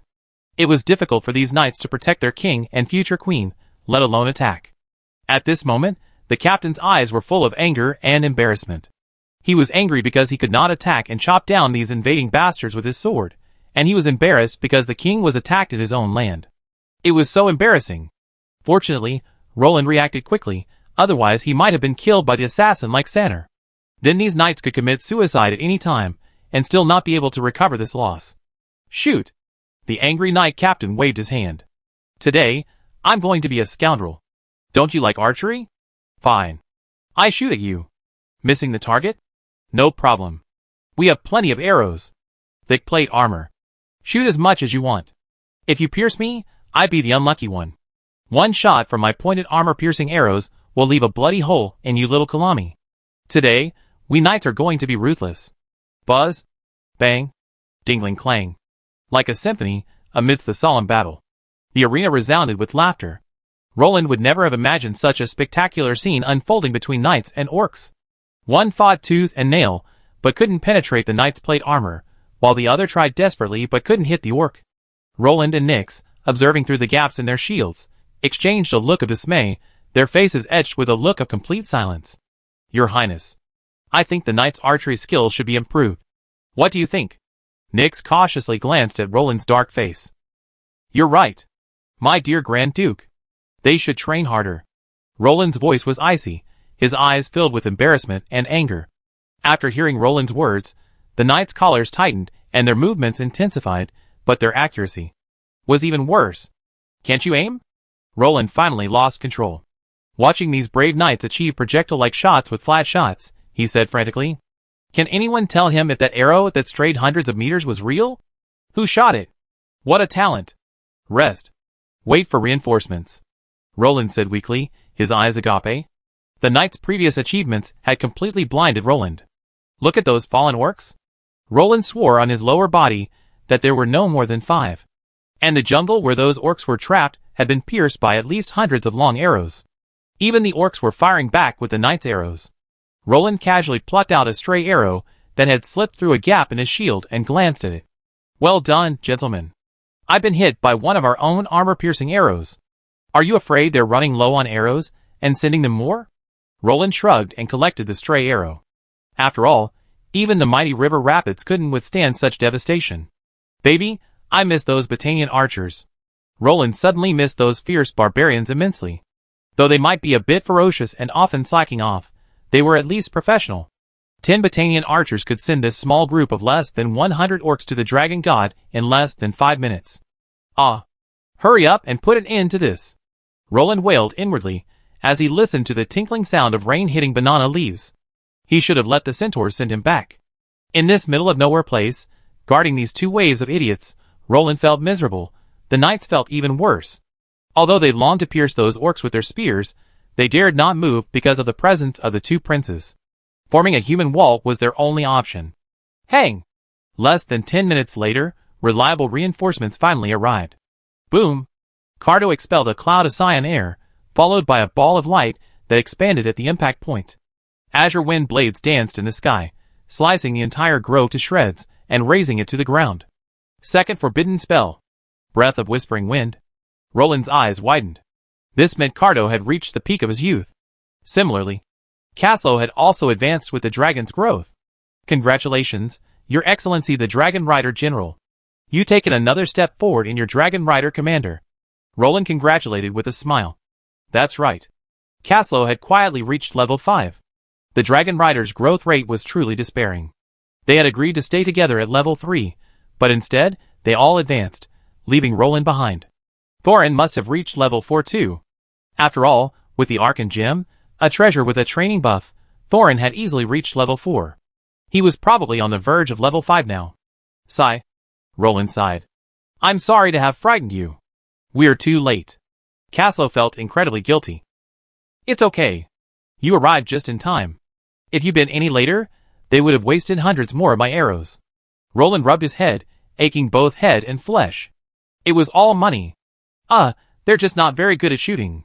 Caslo tried to explain to the knights. All the knights gave him grateful glances, as if they were looking at their parents again, raising them. No need to explain to them. This is the first time I've seen a knight shoot a fixed target like that. It's eye-opening. Roland finally understood what it meant to say that life and death are determined by fate, and wealth and honor are determined by heaven. Hitting the target depends on luck, and killing someone depends entirely on luck. Caslo was speechless. Wait a moment, Your Highness. The rest of the knights will be here soon. Caslo had no choice but to change the subject. You have to remember that when the magic flare went up, everyone was worried. Caslo was just the first to sense that Omsk and his large group were galloping behind them. Chapter 201. I'm curious how such a large group of wandering orcs appeared within our borders. Roland looked at Omsk with a somewhat unkind expression, his face filled with displeasure and questioning. You have to know that the Knights of River Rapids patrol the surrounding area daily to eliminate potential threats. Their range of activity is within a 20-kilometer radius of river rapids. So, being attacked by a large group of orcs just over a dozen miles away from river rapids was enough to infuriate Roland. "I'm sorry, Your Highness. It was our fault." Omsk lowered his head in shame. He was to blame for the appearance of such a large group of orcs within the borders. "Forget it. From now on, we must ensure that no large numbers of orcs are allowed within our borders. Not all citizens have the equipment and guards I have." Roland sighed. He couldn't imagine these downtrodden orcs charging into the working Lagran farmers. "Rest assured, Your Highness. I swear on my knightly honor. No orcs will set foot on our land."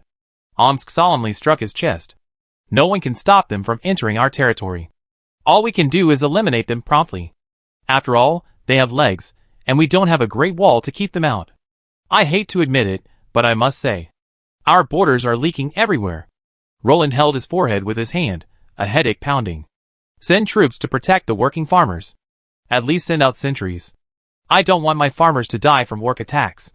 Roland's eyes were filled with anger. These orcs roaming the wasteland were like a thorn in his flesh. They were so disgusting that he couldn't even look at them. It was like a thorn in his throat. "Orcs attacked?" Yunfeng quipped, crossing his arms and glancing at the still sulking Roland. "On the border. In my own land. In the country my soldiers and people protect.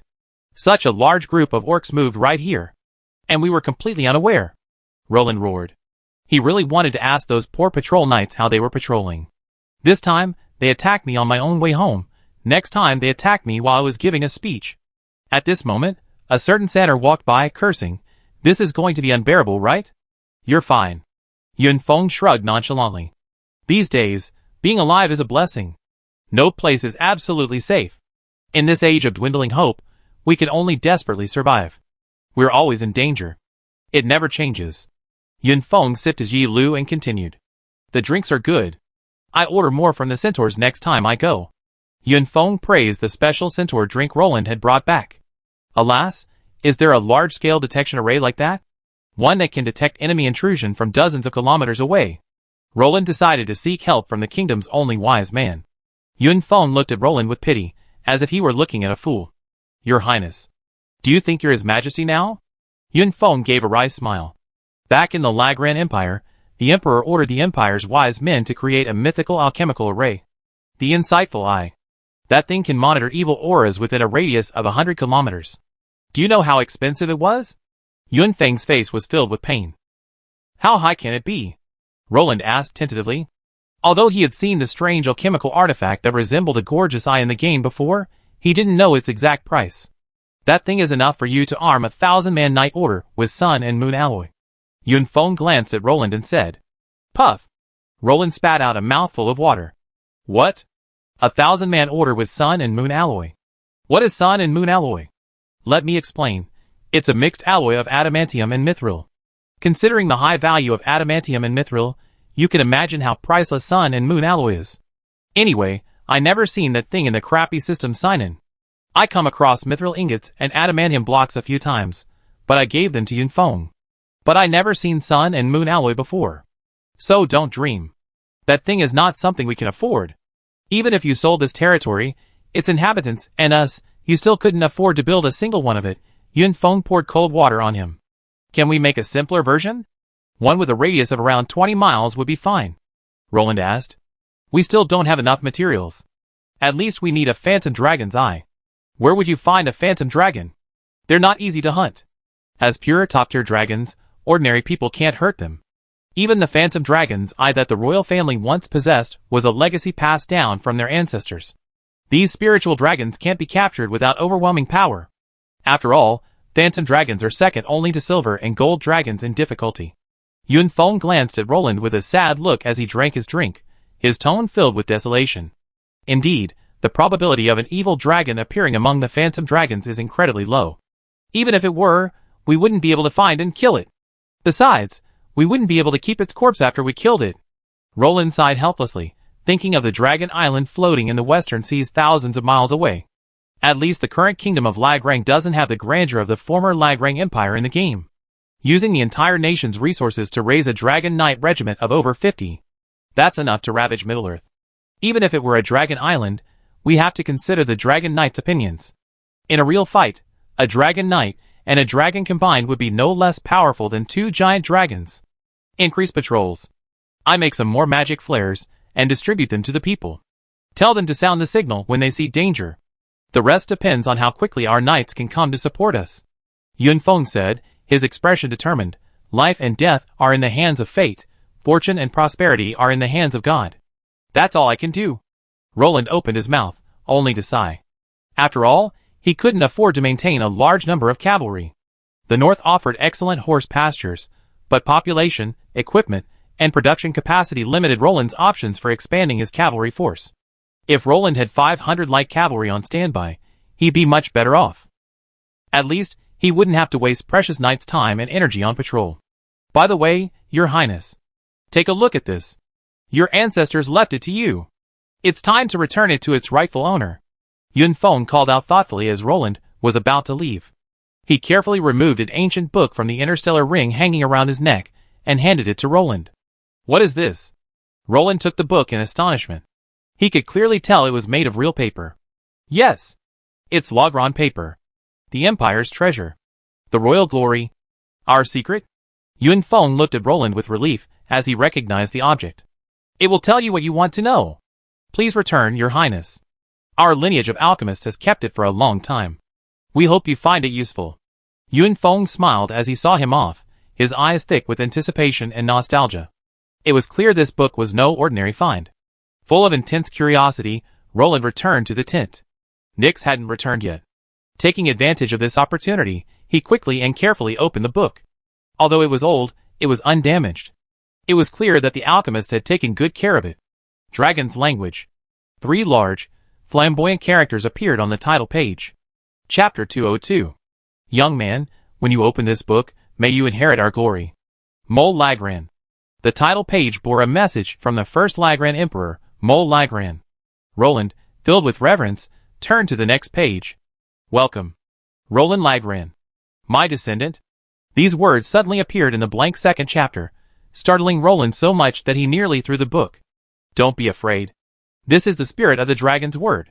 This book depicts a legendary Holy Spirit magic circle, and within it resides the soul of a golden holy dragon. Suddenly, the system appeared, giving Roland an explanation. I will guide you from now on, young man. Everything you want to know is here. May you gain something. The dragon's spirit continued to conjure words. What exactly is this book? Roland asked cautiously, his eyes filled with curiosity. This dragon's word, which was no longer in his memory, filled him with doubt. This is the book of wisdom left by the first emperor of Lagrang. It will guide you in exploring the Empire's true secrets. The dragon's spirit continued to conjure lines of text. Oh my god! How insane! Roland exclaimed. This was not how he understood the game world. God? Ha ha ha! At the height of the Lagrang Empire, even gods were slain. Why do you think there are no gods in Middle-earth? Middle-earth. Gods are forbidden to enter. The dragon's spirit's conjured text was filled with emotion. Wow! Roland instantly understood. This must be a secret once hidden in the game world. He just didn't know if it still worked in this dimension of Middle-earth. So what should I look at first? Roland stared at the book curiously, waiting for his answer. Dragon language. 2 concise words emerged. Dragon language? What's the point of knowing that? Chatting with dragons? Even if I could just use the continent's common language. Roland laughed. Of all the wild dragons in this haunted north, only Smog truly knew dragon language.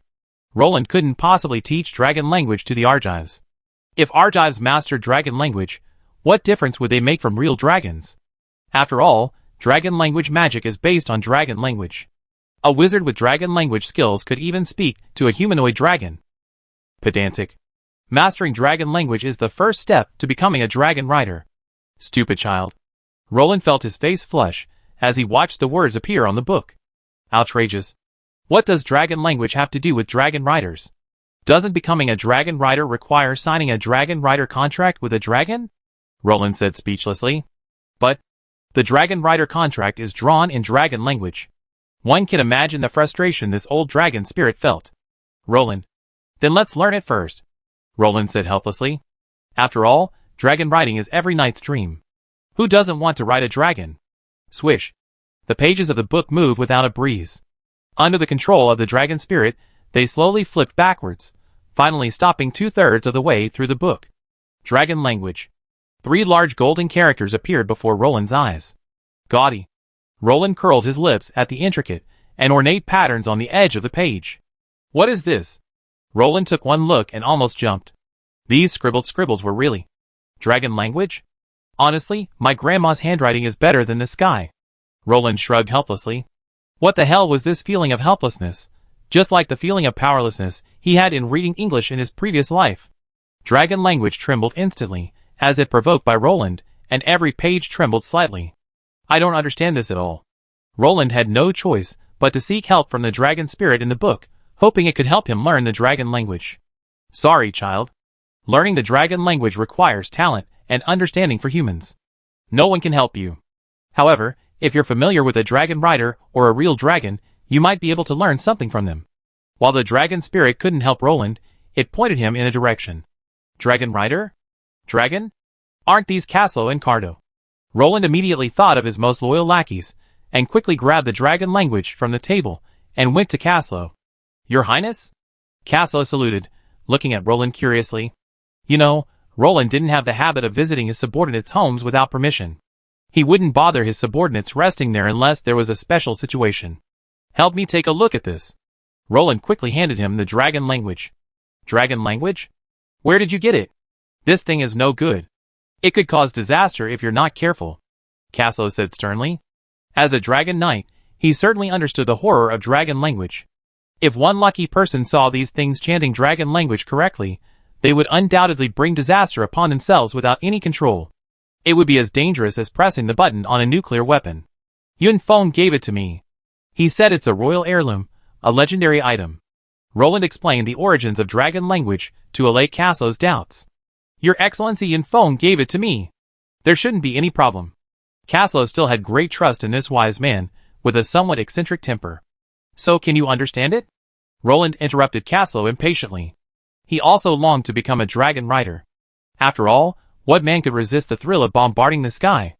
Of course I can. Cardo successfully evolved into a storm dragon, and the memories engraved in his bloodline were unlocked. So, I can understand many dragon languages, but only common dragon language and wind dragon language. I can't understand the other languages, Caslo nodded. Then find a few people you know to translate it for me. Roland handed the dragon language to Caslo curiously, wanting to know what was in it. This, and this. They're all wind dragon language. Chant them correctly, and you can unleash dragon language magic. But you need mana? Caslo said to Roland, pointing to several lines of characters. Then read them to me? Roland asked curiously, pointing to a passage of wind dragon language. Your Highness, do you no longer want river rapids? This is the forbidden spell Storm Decay. Caslo's eyes widened instantly. What's the difference between reciting dragon language and casting forbidden spells? Aside from the dragon language used for communication, every other dragon language phrase represents a dragon language spell. Just reciting the ones Caslo just pointed out would vaporize the entire river rapids. Is it that serious? Roland was also shocked. You have no magic power, so what are you afraid of?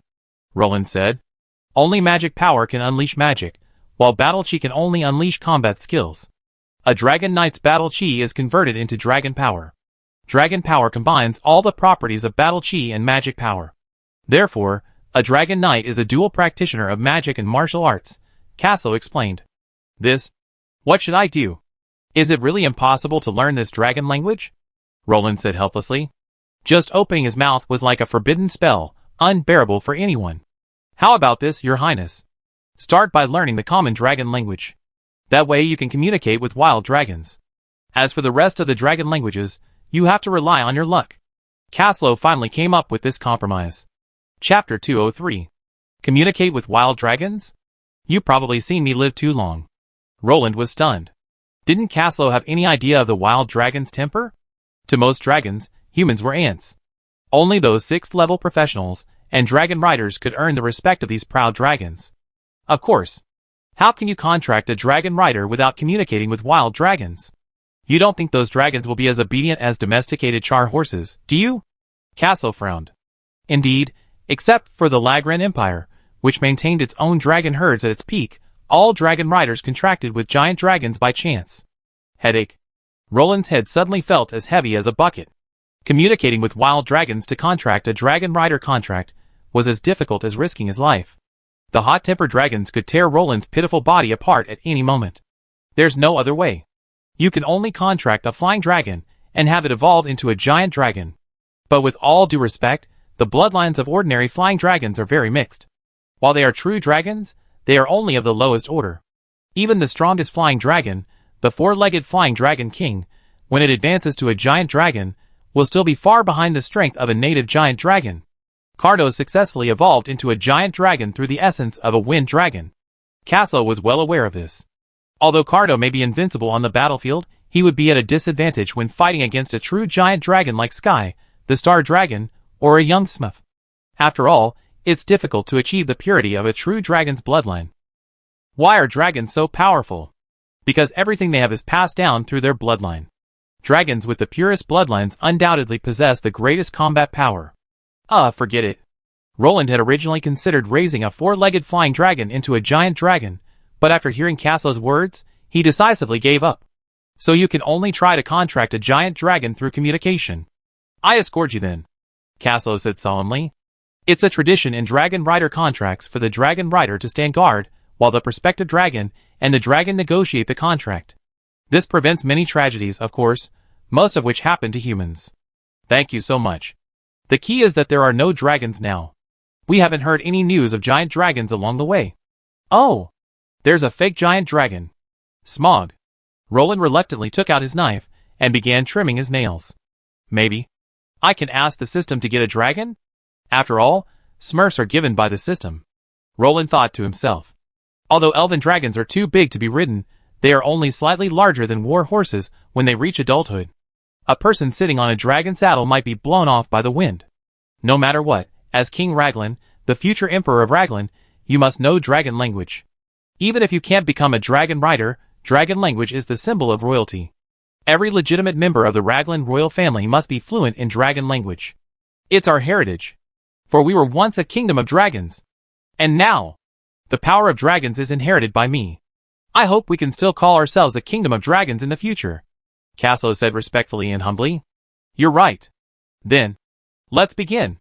Roland sighed, unfolding the dragon language to reveal the heartbreaking scary scribbles. Where did your highness go? As night fell, Nyx, who had been out on a picnic, waited anxiously in her tent for her lover to return. Apparently, she was growing a little impatient, so she called over the maids to ask. Your highness, the king has been out for a long time today and hasn't returned yet. The two maids were also confused. After all, they were only responsible for Roland's daily life, such as food and clothing. They didn't care where their king actually went. Huh? Nyx curled up in bed in dissatisfaction, feeling aggrieved. In all their time together, Roland had never been out this late. Even if there was something urgent, he would have sent a message back to Nyx. Could he have been attracted by a beautiful girl and stayed at someone else's house? Nyx was suddenly shocked by this horrifying truth. After all, while the nobles of Middle-earth hadn't yet fallen to the level of leeches, many still had chaotic private lives. The claim to the right of virginity wasn't entirely unfounded. Although Nyx believed in Roland's love for her, she didn't believe he could remain devoted to her alone. As she thought about it, Nyx's beautiful eyes filled with tears, and glistening tears welled up around her. How's that, your highness? Have you learned these few phrases? These are just the most basic ways to communicate in dragon language. With these, at least, you can greet wild dragons. Caslo considered his words, and said to Roland. Thank you for your comfort, your excellency the great dragon rider. Roland rolled his eyes unhappily. Oh! Dragon god. It's already so dark. It's over. Roland glanced out the window, and realized the sky was already pitch black. As for why Roland didn't notice the change in light from inside the house, it was entirely because Caslo's house was equipped with a magic crystal lamp made by Yin Feng. It could make the room as bright as day, so Roland didn't notice the passage of time at all. Where have you been? As expected, upon entering the inner room of the tent, Roland saw Nyx, her eyes red and her voice tearful, staring at him intently. I went to Caslo's. Roland rubbed the cover of Dragon's tongue with a somewhat uneasy hand. Ha ha. Did you go to some mistress's house to have some fun? Men are all pigs. What's that in your hand? A token of love? It's quite stylish. Nyx scoffed coldly. Fucking hell. I misunderstood. Roland's face suddenly turned bitter. Don't you want to hear my excuses? No. Explain. I really did go to Caslo's house. Yufeng gave me the Royal Heritage Dragon's Tongue. I went to Caslo to learn the Dragon's Tongue. After all, I want to become a Dragon Knight too. Roland hurriedly explained. Really? Nyx, seeing Roland's expression, felt somewhat convinced. She casually took Dragon's Tongue, flipped through it for a few seconds, and nodded thoughtfully. How's your studies going? Nyx questioned Roland, like a wife checking up on him. Not bad, those garbled characters look really hard. Roland shrugged helplessly. Are you really learning dragon language? You're not cheating? Nyx asked again. I swear to the dragon god. Who in River Rapids is as beautiful, graceful, charming, lovely, kind, and gentle as our Nyx. Roland was now pulling out all the stops. After 16 years of singlehood, he already used every word of praise he could think of. No said of a strange woman. Nyx leaned in, sniffed Roland, and nodded in affirmation. You passed? Time for bed? I was so worried you weren't home so late. Nyx complained to Roland as she curled up in the soft bed like a big cat. Chapter 204. Your Highness. Lance is back. Roland, still half asleep, was awoken by Caslo's loud voice outside. Roland had no doubt that if it weren't for the presence of the women, Caslo would have rushed in. What is he yelling about? Roland, drowsy, turned to ask Grand Duke Nyx in his arms. Grand Duke Nyx sipped a few times, and then turned over, clearly still asleep. Oh, I go check. Roland reluctantly threw on a coat, and stood up to check. Your Highness. Caslo was pacing anxiously, waiting for Roland. Seeing him come out, he immediately came over to meet him. Damn you! What are you screaming so early in the morning? You're going to die. Roland stomped his foot into him. No, Your Highness. It's urgent. Baron Lance is back. Caslo said excitedly, not at all angry at Roland's kick. Who? Lance? Which one? Roland was dazed, and couldn't remember who Lance was. Pity the loyal nobleman of Lagran, who had fought so hard for his king, yet in the end, he hadn't even left a lasting impression on the king. This. Caslo's eyes widened and he stammered. Roland's actions had truly shocked Caslo. Lance? Oh! Lance is back. He's finally back. Roland, finally regaining some consciousness, finally recalled the poor Baron. He had traveled with 150 men and horses to Gondor to escort the Goblin King Jesieva, and now he was finally back. Where is he? Is he hurt? Tell him to come see me. Roland pressed with concern. After all, this was one of his few talented internal affairs officers. While there wasn't much going on in River Rapids, there were still a lot of trivial matters to deal with. He just arrived at Lulong Fortress and was stopped by the garrison, but I already ordered them to let him pass. Caslo explained. Did you fly over to inform them? Why didn't you just bring Lance back? Roland looked at Caslo curiously. After all, a dragon could easily carry a single person. A dragon wouldn't allow anything other than its own knights to land on its back. Your Highness, to facilitate newsletters, Lord Yufeng has set up a communication array between Gilia City and Lulong Fortress. Caslo faltered. Roland didn't even know such simple common sense. Caslo expressed his frustration. There's this thing? Roland was overjoyed. Is this any different from the old landline phone? It seems magic has a certain degree of superiority over technology. Then what should I do? Go to Lulong Fortress to greet them? Roland simply didn't understand the etiquette. You're the king. Caslo faltered. How could a king personally greet his subordinates? Lance hadn't accomplished any great feats, so what right did he have to travel hundreds of miles to greet him? A mere greeting at the gates of River Rapids would be a gesture of kindness. Caslo? Step aside. I take care of welcoming Lance and the others. Nyx appeared behind them at some point, her hands gently clasped together, and whispered, fearing that if Ka didn't leave, Roland would be embarrassed even more. Alas! You're truly unfit to be a king. Nyx chuckled as she looked at Roland, her beautiful eyes filled with mischief. Although Roland was a king, in some aspects of noble common sense, he was practically no different from a common peasant. Sorry. Roland's face flushed. Damn it! I was actually mocked by a girl. Roland's heart was filled with grief and indignation. He had just subconsciously thought about the situation in his old way, completely forgetting that this was Middle-earth, and the difference in status between them. Let's go, Your Highness. You should dress up to welcome your most loyal subjects. Nyx smiled, pushing Roland's broad back and leaning against him, pushing him into the royal tent. This dress is so gaudy. Roland looked at his gorgeous royal robes and the dazzling crown in the crystal mirror, pouting. Clearly Roland, who had little interest in formalities, was unimpressed by these exquisite and delicate items. If you say that, Lord Yunfeng will come and chop you with a knife. Nyx covered her mouth and laughed. Why is that? Roland was puzzled. How could such a nice outfit be associated with Yunfeng? These are all alchemical equipment. This raglan dragon patterned royal robe is epic. It can at least block one forbidden spell level attack. As for the crown, it's not quite as exceptional, but it still grants you 15 seconds of invincibility. Nyx explained with a smile. They'd prepared them for you a long time ago, but you just haven't been able to use them. Now, we had the chance to give you a surprise. It's a shame you're so clueless. Nyx smiled, her eyes curved beautifully. Impressive, Roland exclaimed. A 6th level sage was truly terrifying.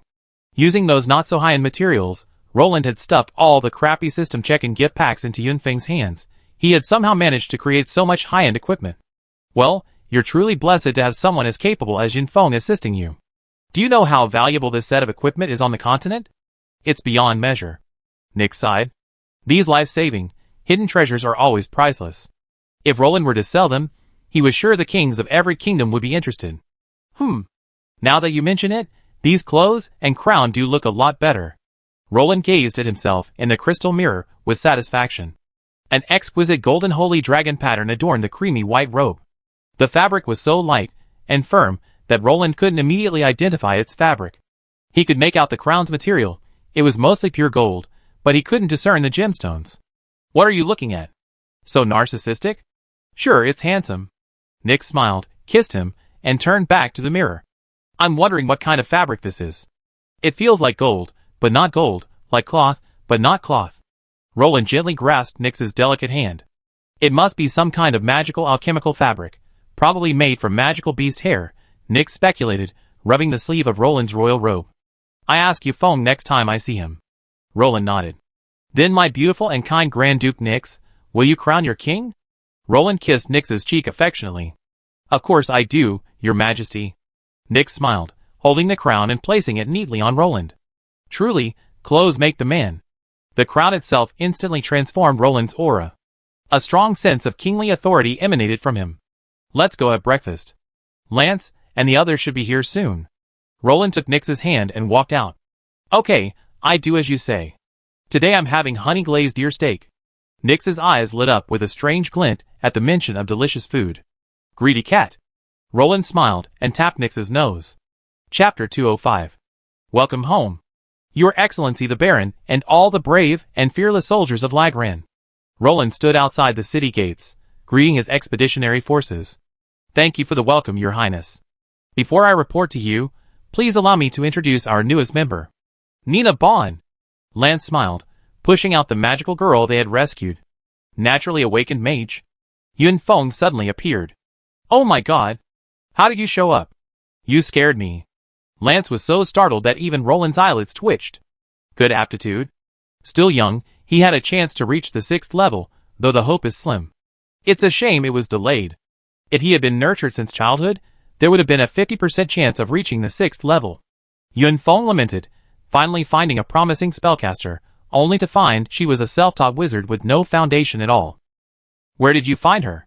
Roland marveled at Lance's ability to bring back a mage the moment he left the house. Oh! Those fools really deserve to be killed. Yunfeng leaped to his feet after hearing Lance's story, even before Roland could say anything. When had noble mages been treated like pigs and sheep and slaughtered at will? The actions of these fools infuriated Yunfeng. It's indeed excessive, but you can't blame them. Uninformed people naturally have a fear of these supernatural powers, Roland soothed. Who is this? Lance looked puzzled at Nyx, who was acting so intimately beside Roland. While he didn't want to stop his king's hobbies, Lance, loyal to Roland, didn't want Roland to be toyed with by those seductive women. This is the Grand Duke of the Grand Duchy of Nyx. My fiancé, Roland said happily, hugging Nyx. There's no Grand Duchy of Nyx anymore, only the Kingdom of Lagrange. Nyx chuckled and took Roland's arm, but a hint of sadness flashed in her eyes. I'm sorry, Your Highness. I didn't mean to offend you. Lance, skilled at reading people's expressions, immediately realized he misspoken and apologized. Greetings, Baron Lance. I'm Apophis Brio, heir to the House of the King's Lion. I'm still a white-collared man. Apophis Brio also nodded in greeting. Greetings, noble heir of the lion family. May you bear the sword and guard the plough of La Grande, just as your ancestors did. I believe you will restore the glory of the king's lion family. Lance complimented. Wow! The king's lion family actually still has direct descendants. This shocked Lance. After all, the royal family was wiped out, and only the direct royal family and dukedoms, etc., survived through the division of fiefdoms. Lance was surprised that the king's lion family, as the guardians of the royal family, did not die with the royal family. Well, the kingdom cannot offer him the title of duke now. Our strength is too weak to give away another dukedom, Roland explained to Lance apologetically. Lance immediately understood what Roland meant. He had just been wondering why the heir to the King's Landing lion family was still a commoner, but after listening to Roland's explanation, Lance immediately understood the current awkward situation. Logically speaking, the King's Landing family had been loyal for generations, and had always been hereditary dukes, but the kingdom's current pitiful national strength was probably not as good as an earl in its heyday. By the way, tell me about the outcome of your trip. Did you get Jessava safely? Did you meet the region of Gundor? Roland recalled Lance's and his companion's mission. I'm sorry, Your Highness, I didn't complete my mission. Lance sighed. His Highness Jessava is gone? Roland exclaimed in shock. Had the Goblin King been completely defeated? No. We successfully escorted him to the border between Gundor and Rohan, but we were attacked by a large number of roaming orcs. While trying to stop a group of orcs, we became separated from him. For the safety of our soldiers, I chose to return. Fortunately, we didn't lose any men along the way, Lance explained.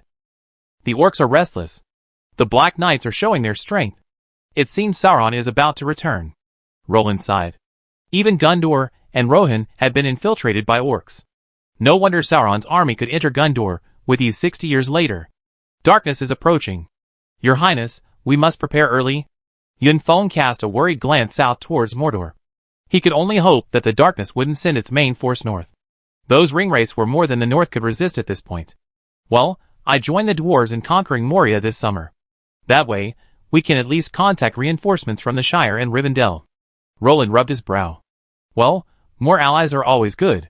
At least the Elven Rangers of Rivendell are reliable, Omsk said. After all, the Elven Rangers' reputation was renowned, and many of them had participated in the War of the Last Alliance, all starting at level 3. Roland would be remiss if he didn't use such a powerful backup. The humans of the Shire. They should be reliable. Castle rubbed his nose. He was concerned about the fighting capacity of that idyllic paradise, one of the few pure lands in Middle-earth. But we can choose to trust the hobbits. Roland winked and smiled at Caslo. The strong and simple hobbit, Bilbo Baggins, had left a good impression on them. Come on! Halflings being cooks, and you expect them to fight? Don't be ridiculous. Yunfeng said disdainfully. He looked down on those tiny creatures. The fact that halflings, without any physical advantages or spellcasting talent, had survived in Middle-earth was a blessing from the dragon god. Inform the kitchen that I'm hosting a banquet today to welcome our soldiers home. Roland shouted to the attendants behind him. Oh! Your Highness, I'm so grateful for this. We nearly vomited from the dry bread. During the most difficult times, we could only eat fried flour to fill our stomachs. The people of Eastern Rohan have been migrating en masse. It seems the orcs' influence has reached the borders of Rohan. We're having trouble getting supplies. We really can't buy food even with money.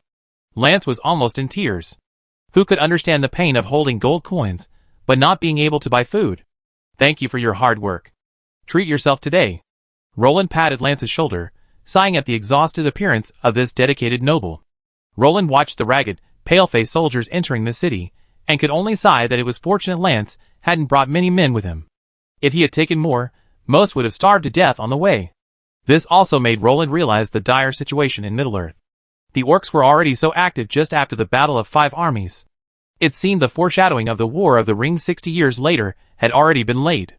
Notify Lolance and have them maintain maximum alert. I don't want the orcs to reach the gates of Riverstorm before I learn of the situation. Roland ordered. Chapter 206. Oh! Dragon God. This barbecue is truly delicious. I even die for it.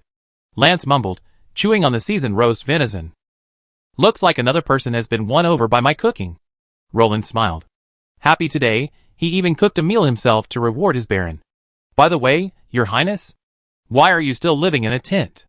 Has the castle been renovated yet? Lance suddenly asked a heartbreaking question. It's not a shortage of manpower. To ensure adequate winter supplies, I simply can't arrange for craftsmen to repair and expand the castle. In fact, work has been halted for about 2 weeks. Roland rubbed his hands awkwardly, blushing slightly. However, the firelight in the night made it unnoticeable. Only Nyx, who was right next to him, was aware of Roland's embarrassment. She said nothing, only letting out a few soft laughs. Well, you're such a kind king. Come! Cheers to your health. Lance, having drunk a bit too much beer, was now a bit tipsy. He dazedly raised his silver cup filled with beer, and raised it to Roland from a distance in a gesture of respect. As the banquet progressed, Roland realized that Lance, the usually elegant and noble nobleman, was actually a real idiot at the table. Amazing. Amazing. A few beers and you're already drunk like that? Even a couple of peanuts wouldn't have gotten you this drunk. Roland, nostalgic for the fried peanuts he used to enjoy with his drinks, praised Lance's alcohol tolerance. Lance, you're a bit tipsy. Let me take you back home to rest. Marcus, seeing Lance's potential for embarrassing himself, quickly grabbed him.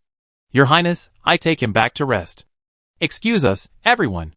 Marcus politely apologized and prepared to help Lance leave. Marcus. Let me go. I'm not drunk. I'm still sober. I propose a toast to the happiness of your highnesses. Lance pushed Marcus's hand away and raised his glass. With that, even Marcus could only obediently follow suit.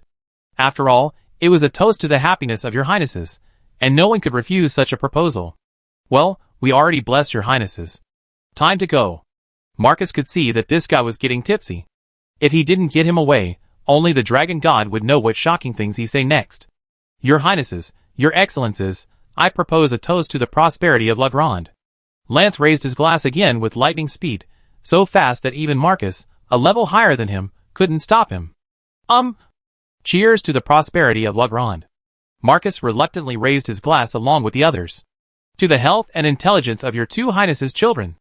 Lance, completely letting himself go, stood up and raised his glass high. Oh!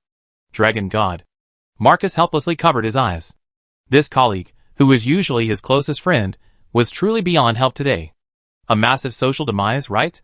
Baron Lance, isn't this a bit too advanced? Roland asked cautiously, watching the staggering Lance, fearing he might get drunk and hit him on the head. To the beautiful and graceful body of Grand Duke Nyx. Lance raised his glass to continue, but Marcus and Apophis Brio beside him covered his mouth with lightning speed. Fortunately, he didn't finish, otherwise he would have been guilty of a serious crime. Apophis Brio and Marcus exchanged a glance, each seeing the lingering fear in their eyes. Dragon god. If Lance had finished his words, King Roland would have choked him right there. Ahem. Roland choked on Lance's words. Although he hadn't finished, he clearly understood what he was trying to say. He was courting death. Your Highness, Nyx said, patting Roland's back with concern. Pa! Renaud struck a knife, and the restless Lance suddenly quieted down. Your Highness, I take him back to rest, Renaud said awkwardly. The clever Renaud also understood the underlying meaning. He feared that if Lance were to remain here and embarrass himself any longer, King Roland would surely execute him. Who knows what shocking things he'd say next? Well, he's drunk. Let him rest. Roland was magnanimous enough to ignore such embarrassing drunken remarks. He simply ordered Renaud to send him back quickly, fearing he'd be chopped off if he said anything more. It hurts. Did someone attack me? The next day at noon, Lance rose from his bed. The hangover and Renaud's knife attack left him in excruciating pain. I should have been at His Highness's party. Why are you back? Ugh. It hurts. Lance twisted his neck slightly, then put on a mask of pain. Thirst. Water. Water. Lance, finally recovering, felt incredibly thirsty and frantically groped for water on the bedside table. Sir, here's some water. A soft voice rang out, and a glass of water was handed to him. Gulp. Lance grabbed the cup and emptied it before noticing the person in front of him. Puff. Lance instantly transformed into a high-pressure water gun, spraying out a mouthful of water. Nina? Why are you in my house? Lance's eyes widened at the sight of Nina Bond, dressed in her home underwear. He was an upright nobleman who adhered to the noble code of conduct and would not engage in such acts as forcibly seizing women. A young woman appearing in his home dressed like that would only invite countless rumors. Well, I just got here and had nowhere else to go, so they had to arrange for me to stay here.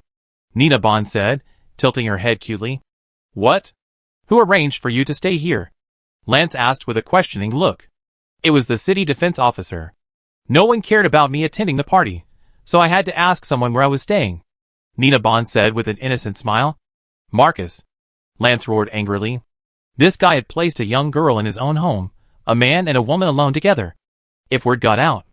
Are you sure Lance won't beat you to death? Caslow smirked at Marcus.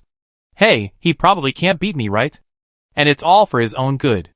After all, he brought her back, so he's definitely responsible for her safety. And being able to marry a spellcaster is pretty high-flying for him. Marcus winked at Caslow beside him. Isn't she too young? Caslow was a little worried about Nina Bond's thin frame, which looked like a child. I asked around, and she should be around 15. She's probably stunted from constant hunger. She should be fine after a while. Besides, I already got someone to spread the word. Marcus rubbed his chin and smiled slyly. I think he's about to challenge you to a duel with his sword. Roland, who had just walked up behind them, couldn't help but speak. Your Highness. The two men hurriedly bowed in greeting. Chapter 207. Although Lance desperately wanted to chop down a certain shameless city defense officer, he ultimately gave up the idea because of Nina Bond's innocent eyes. The law of true fragrance? Your Highness, good afternoon. Apophis Brio and Marcus smiled at Roland. I really like to know what Lance's expression is like right now. Roland sighed, holding his forehead. What's going on? I'm here to inspect the defenses.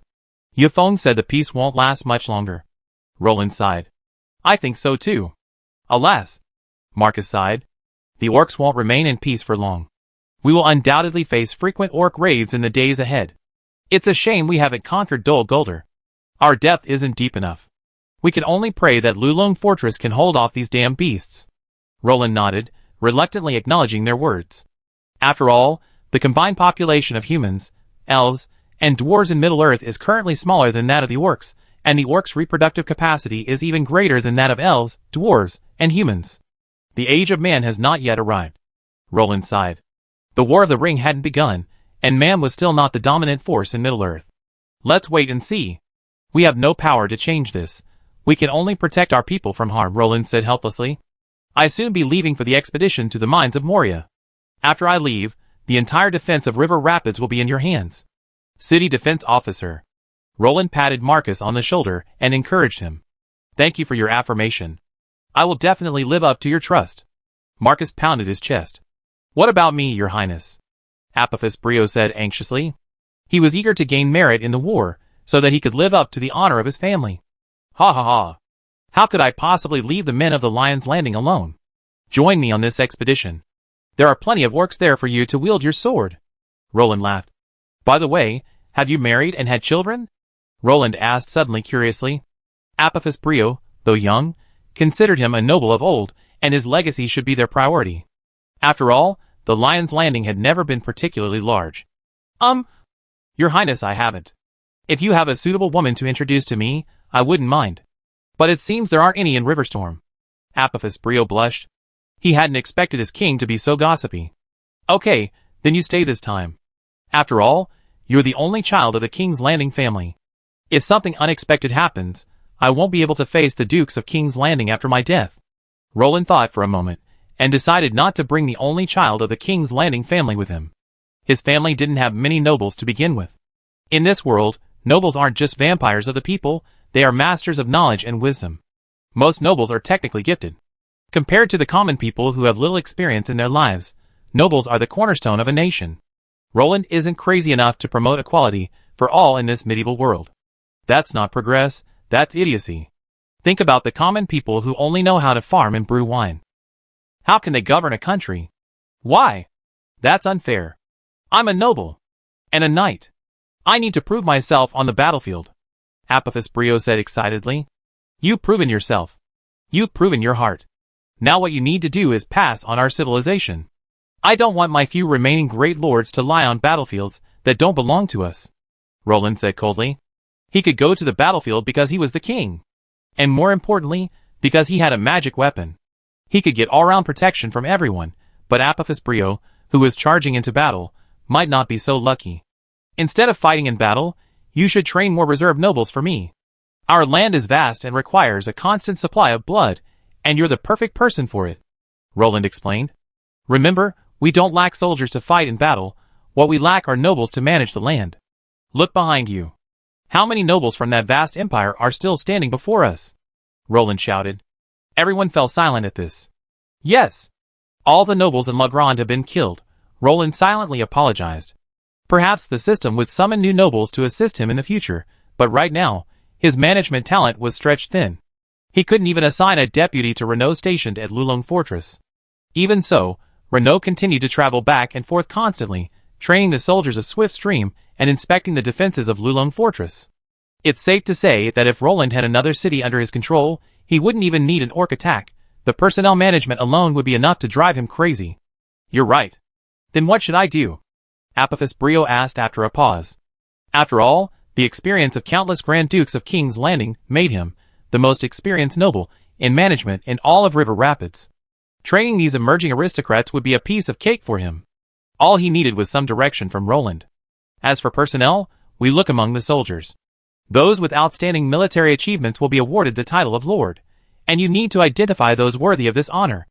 I only need 2 people, and you just need to teach them the basics of management and so on. You should be able to do that, right? Roland stated his request. Of course, Your Highness. Wherever your thoughts lead, my sword will follow. I prepare. The resolute Apophis Brio immediately turned and left. Wait a moment. Remember to find Renault. He helped you identify them. And forget about the members of the Holy Glory Knights. I can't accept the disbanding of my only knightly order. I compensate them separately. Roland specifically ordered. As you command, my king. Apophis Brio nodded and trotted down the city wall. Marcus, do you think I did the right thing? Roland suddenly asked Marcus beside him, holding the hilt of the Dragon Slayer's sword. Isn't it too cruel to deprive him of his right to fight? After all, he's an honorable knight. Alas, I truly can't bear the consequences of sacrificing a high-ranking noble. We don't have that many talents for me to squander. Roland slowly handed the sword to Marcus, but it seemed more like he was trying to convince himself. Your decisions are always wise and correct, and this time is no exception. You're working for the revival of the Empire, and the prosperity of the King's Landing family. He'd be grateful to you. After all, we won't lack wars in the future. Marcus reassured him, but his eyes were filled with unease as he gazed southward. Yes. We won't lack wars. This damn war. Roland sighed, his gaze sweeping over several wandering orcs killed by patrols not far away. Your Highness. The dwarves are coming. A soldier suddenly ran in to report. Where are they? They're north of the city. They call themselves Balin. They say they have an appointment with you. I hope you keep your promise, the guard relayed honestly. Look, war is coming. Roland shrugged helplessly at Marcus. Chapter 208. Respected King Roland, I come bearing the dwarven sincerity. I hope you still remember our original agreement. Balin said to Roland, his snow-white beard trembling. Welcome, my friend Balin. The Lagrang never forget their promises to their friends, including me. Roland nodded affirmatively. Oh! By the grace of Turin. Thank God we finally have some confidence. Without your participation, I really can't imagine if we could have captured Moria. The orcs there are as numerous as rats in a cellar. Balin sighed. It's not that bad. Believe me, Balin. Even without our help, the brave and fearless dwarven warriors can still capture your old capital. Roland said solemnly. But while you can capture it, you can't hold it. Roland muttered to himself. Familiar with the plot, he knew that the man before him was Balin, the future king of Moria, one of the few dwarves capable of claiming the title. However, due to the cautiousness of Dane Ironfoot, Moria, isolated and outnumbered, ultimately fell after Balin's assassination. Thank you for your praise, but I know our strength. To be honest, I only have 500 dwarf warriors for this expedition to Moria. And it was only with Thorin's help that I was able to recruit these soldiers. Balin sighed, filled with helplessness and pessimism. God, what are you talking about? Dragon God. If in the original story, you could only lead a few dozen armed dwarves on this expedition, that would be tragic. Compared to the staid King Dane, Thorin's generous offer of 500 dwarf warriors was already a generous favor. 500? Not bad, much higher than I expected. Roland nodded in satisfaction. Thorin truly was a reliable friend. With the war situation already shrouded in uncertainty, and the overall power structure of Middle-earth still uncertain, Thorin had actually been willing to give Balin 500 dwarf warriors. This had already exceeded Roland's expectations. Those were 500 battle-hardened dwarf professionals, not just peasants who had just put down their dung forks and hoes. Formed in battle formation, the dwarf warriors could even counterattack against a charge of wolf riders that outnumbered them several times. Huh? Balin was stunned. He had been trying to formulate an explanation to Roland, but he had never expected Roland's reaction. He was afraid Roland would mistakenly believe the dwarves were using them as human shields and cannon fodder and refuse the fight. Nothing. I have some dragons here who need to vent their anger on the orcs. Roland shrugged. He was already looking forward to seeing that poor Balrog and Moria being mauled by wind dragons and elven dragons. Dragon Rider? Thank you so much. You know, we dwarves really don't have a way to deal with that Balrog for now. If you can truly eliminate this mortal threat, we're willing to pay even more. Very well, leave the Balrog to us. Sir Us Bear Dragon Rider. Just watch. Not a single Balrog will have a chance to wreak havoc on Middle-earth again. Roland clenched his fists. The image of that majestic figure unleashing that devastating blow was still etched in his mind. Have you made any arrangements for the route? After all, we're sending thousands of troops this time. The slightest mistake could mean utter destruction. Roland was extremely cautious. He didn't want his home to be robbed before he even reached Moria. Of course. Our plan is to follow the swift river down to your Lulung fortress, then turn onto the Old Forest Road. We follow it directly to the Anduin River, downstream, and finally reach Lorien. Finally, we head north to Mirror Lake and attack from the eastern gate. Balin unfolded an ancient sheepskin map, clearly marked with various clues, place names, and products collected by the dwarf ancestors over the centuries. An old thing? It's a good thing. Roland stroked the map and praised it. Yes, a map passed down from the old generation. It belonged to my grandfather, Balin said proudly. By the way, I recommend you lead the heavy troops this time. The terrain in Moria is not very friendly to light units. Balin suggested to Roland, as if suddenly remembering something. Of course, thank you for the reminder, my friend. Roland smiled amiably, but inwardly he was cursing. No way. No way. Would anyone really send light infantry into the mines of Moria to clear mines? That's not clearing mines, that's murder. So when do we set out? Balin raised his head and looked up at Roland, gazing intently into his eyes, eager for the answer he most desired. About a week. I need to arrange defenses during this time to fill the gap left by the expeditionary force, and the soldiers need mobilization. Roland counted carefully on his fingers. The troops did need mobilization. This time, they weren't fighting to recover lost territory or defend the country, but for money, so the soldiers needed encouragement and mobilization. Huh? That dwarf left? Nyx asked softly, her skirt lifted elegantly, shortly after Balin's jubilant departure. The talkative Nyx also cast her gaze upon the vast map on the wall. Well, Balin is gone. Don't underestimate him. He's destined to be the king of Moria, Roland said, his prophecy like a charlatan. As it turned out, Balin did indeed become the Lord of Moria, though he didn't survive more than 3 episodes. Really? He could really inherit the throne of Moria? Nyx asked incredulously. Of course. He was a dwarf with a kingly aura. He was destined for greatness, Roland affirmed. This man was also a legend. If he had been killed by the orcs, the dwarves might have truly reclaimed the mines of Moria. However, this time, Balin had made a significant upgrade compared to history. The confidence brought by the 500 dwarf soldiers was undeniable. If they could pin this army down on the Khazad-dûm bridge, the orcs would likely have few more chances to come here. So what are you taking with you this time? Nyx asked, squeezing Roland's shoulders with her soft hands. At least take most of the Raglan city guards with me, and the Dorwinian heavy swordsmen must come with me. Just think of those muscular men wielding their heavy swords. I'm sure they give the orcs in Moria a lasting nightmare. Roland snorted coldly. As one of Roland's earliest units, this heavy infantry unit has neither grown nor shrunk in numbers. They are a model of obscurity in Riverstorm, their constant presence at the city walls and gates being everyone's first impression of them. Only a few know the terrifying power of these melee meat grinders, and for the first time in this plane of Middle-earth, they will shine their light. This light will surely radiate throughout the universe. I already prayed for those orcs. Nyx's mouth twitched. 2 Dorwinian heavy swordsmen aboard were more than enough to slaughter every orc they encountered in the narrow Moria mines. Unless the Ringwraiths appeared or the Balrog took action, no orc of their caliber could stop them. Chapter 209. Tell Renaud to transfer the Dorwinian heavy swordsmen back to River Rapids.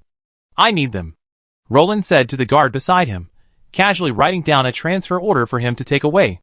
Yes, This poor heavy infantry unit was useless in River Rapids, so Roland abandoned it to Lulung Fortress.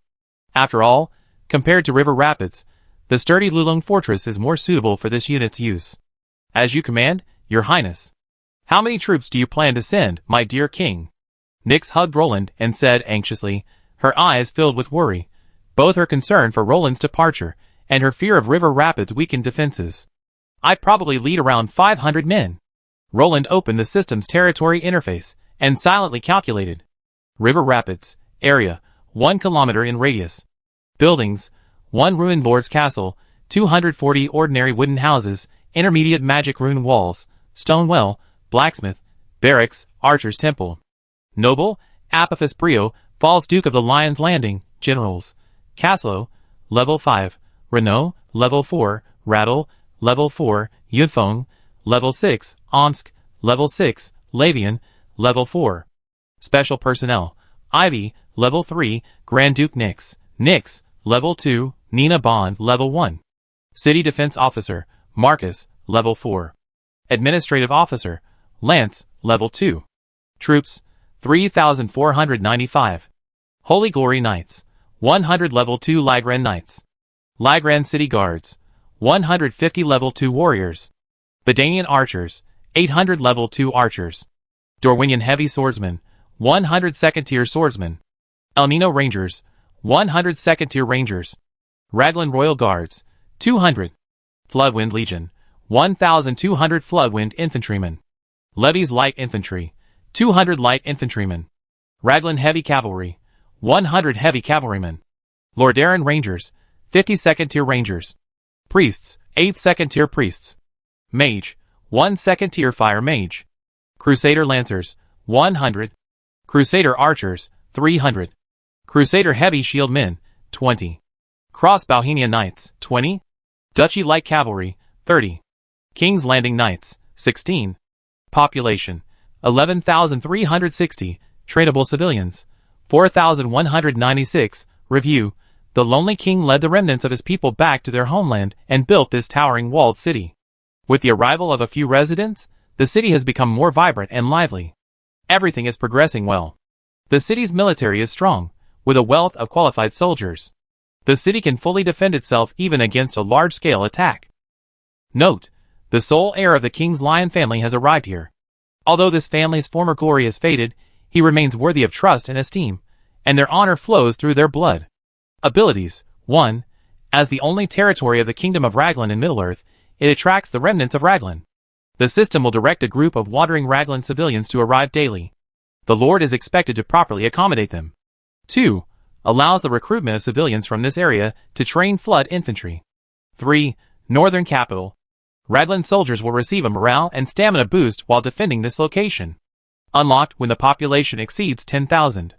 I must bring the Dorwinian Heavy Swordsmen, the Royal Guards, and the Lordaeron Rangers. Roland pointed out each word, looking at the system screen. Only infantry? What about the knights? How can you guarantee your safety without the protection of those knights? A hint of panic flashed in Nyx's beautiful eyes. Don't worry, don't underestimate our Royal Guards. Their guard's ability is a powerful invincibility skill that can even withstand a few forbidden spells. Don't worry about my safety. I'm more worried about yours. The knights can't operate in the mines of Moria, but they're the strongest force in this area. Even if something unexpected happens, they can protect you. Roland smiled and outlined the worst-case scenario. No! We all be safe. Nyx quickly covered Roland's mouth with her hand, stopping him from continuing. Well, we all be safe. Roland nodded, rubbing Nyx's head in comfort. I want to go with you.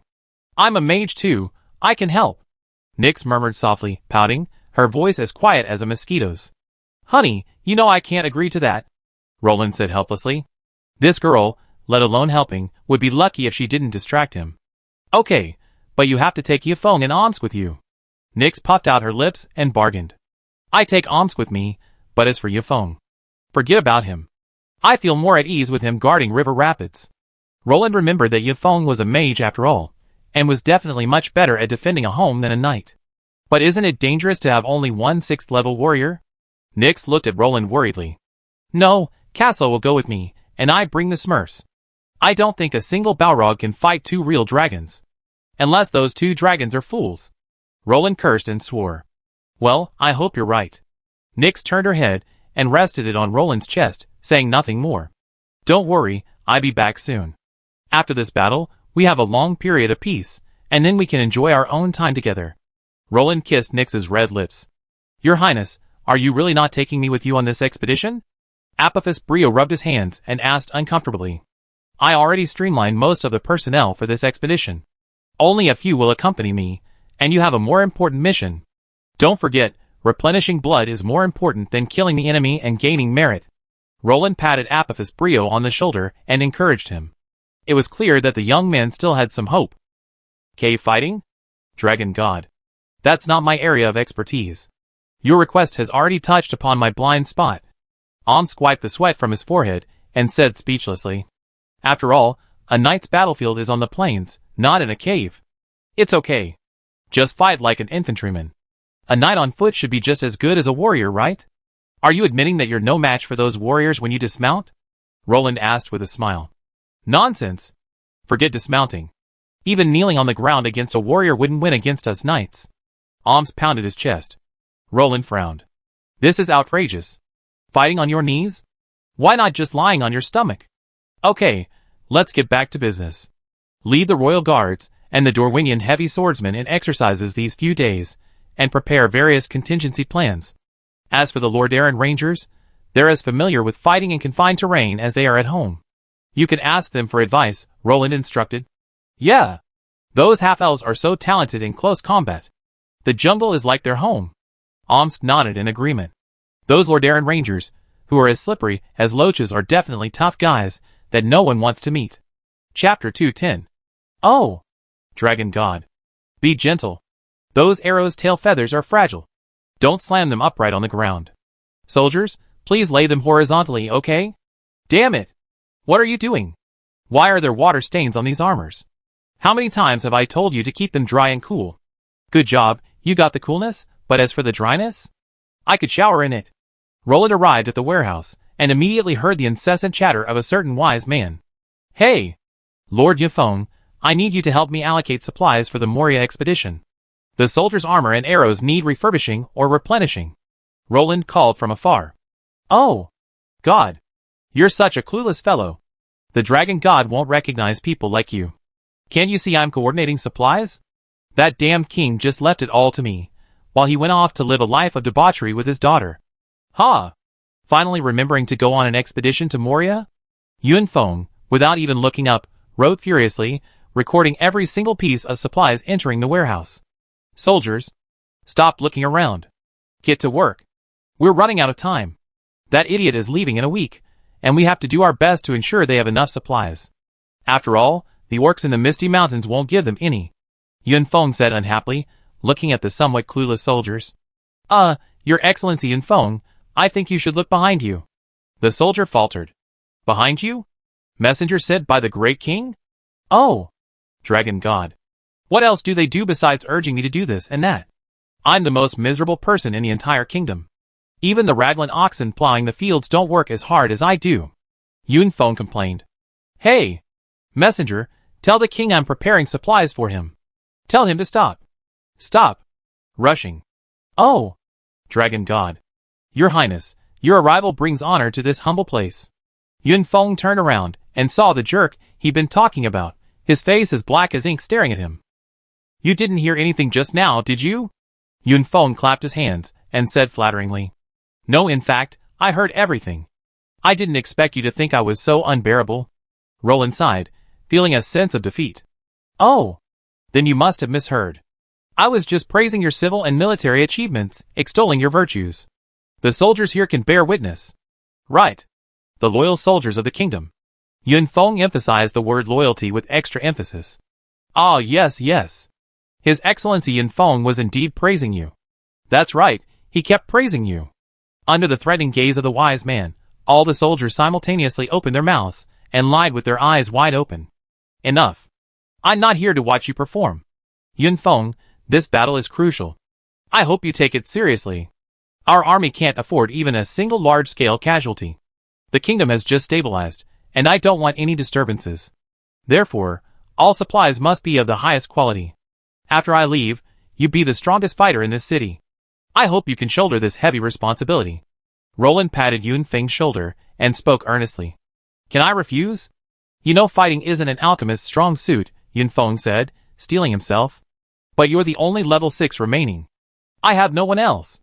Roland's words expressed both his trust in Yun Feng and his own limited resources. Reno will be stationed at Lulong Fortress to guard the south gate and the east. I leave it to you. Roland nodded at him. I will give you the right to mobilize troops from River Rapids. I only hope that the city will be in the same condition I left, Roland said solemnly. Ah. As you wish, your highness. Yun Feng bowed lightly, then helplessly continued to be pressured by Roland. I will arrange the supplies as soon as possible. The rest is up to you. Bring more soldiers, the caves there are winding and complex, so be careful. Yun Feng sighed and warned. It's useless. We can't deploy a large force in this small dungeon. Having so many soldiers is useless. Roland shook his head. The Battle of Moria was more about the combat effectiveness of individual soldiers. The advantages of a large army could not be fully utilized in the mines. Well, you should use these invincibility shield scrolls.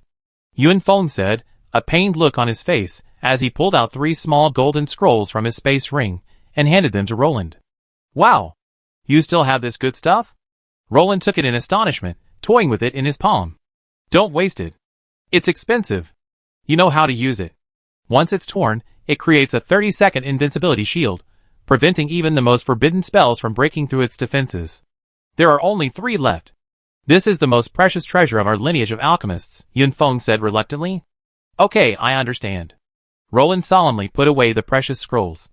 They were more than just scrolls, they were lives. Every use of these life-saving items meant one less. I hope you don't have the chance to use them. Yun Feng glanced at Roland. I think so. Roland couldn't imagine the circumstances under which he need to use this thing. By the way, do you think there's anything else you need to add about this battle? Roland asked Yun Feng, hoping he'd fill him in on any gaps. So, is the fire demon among our targets this time? Yun Feng asked solemnly. The intensity of fighting a fire demon and not fighting a fire demon was almost 2 levels higher. Of course. Do you think our dragons would let go of someone who murdered the silver dragon?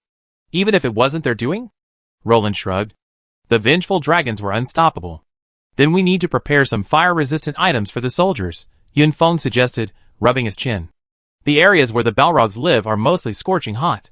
Dwarves have a high resistance to fire, but humans and half-elves don't. If you don't want those precious soldiers to be burned to ashes, I suggest you give each of them a few bottles of ice blue potions. They effectively block out high temperatures and some fire damage. Yun Feng proudly shook the small potion bottle in his hand. A ball of ice blue potion slowly flowed from the pinky-sized bottle. Good suggestion, but do we have that many potions? Roland asked worriedly. With only Yun Feng as an alchemist, the potion production in River Rapids was dreadfully low. Well, you're finally concerned about this matter. Thank God, thank you for the Dragon God's favor. I started preparing when you first brought it up, and I already have nearly 1,000 potions, but they already used up most of my budget. In short, I'm out of money, and my inventory of various materials is running low. Yun Feng spread his hands and grumbled at Roland, as if mocking his hands-off approach. I'm sorry, I was inconsiderate. I write you a transfer order right now. You can go to the castle warehouse and get whatever supplies you need, Roland said apologetically. I already done that, but unfortunately, our supplies are almost gone, and the trade routes are blocked. My alchemy work will soon be forced to halt, Yun Feng said to Roland sternly. I find a way. Roland realized the seriousness of the situation. Chapter 211. Stop wasting your time. The trade routes are blocked. We can only obtain some materials from the elves and dwarves, but the quantities are limited. So you have another mission this time. See if you can open up the trade routes, so that the western caravans can come here, Yun Feng said. Can't the western caravans come here now? Isn't there still Rivendell? They should be able to come through the elven territory. Roland hadn't really paid attention to such matters. The question is, who will the caravans trade with? The woodland elves and the orcs of Mirkwood? Yun Feng shrugged and asked. Indeed, there aren't many things humans have that the elves would value. Roland sighed helplessly. Demand determines supply. Without demand, no one will come. So you need to contact the human world in the west, and tell them that the Lonely Mountain has been revived. Yun Feng nodded.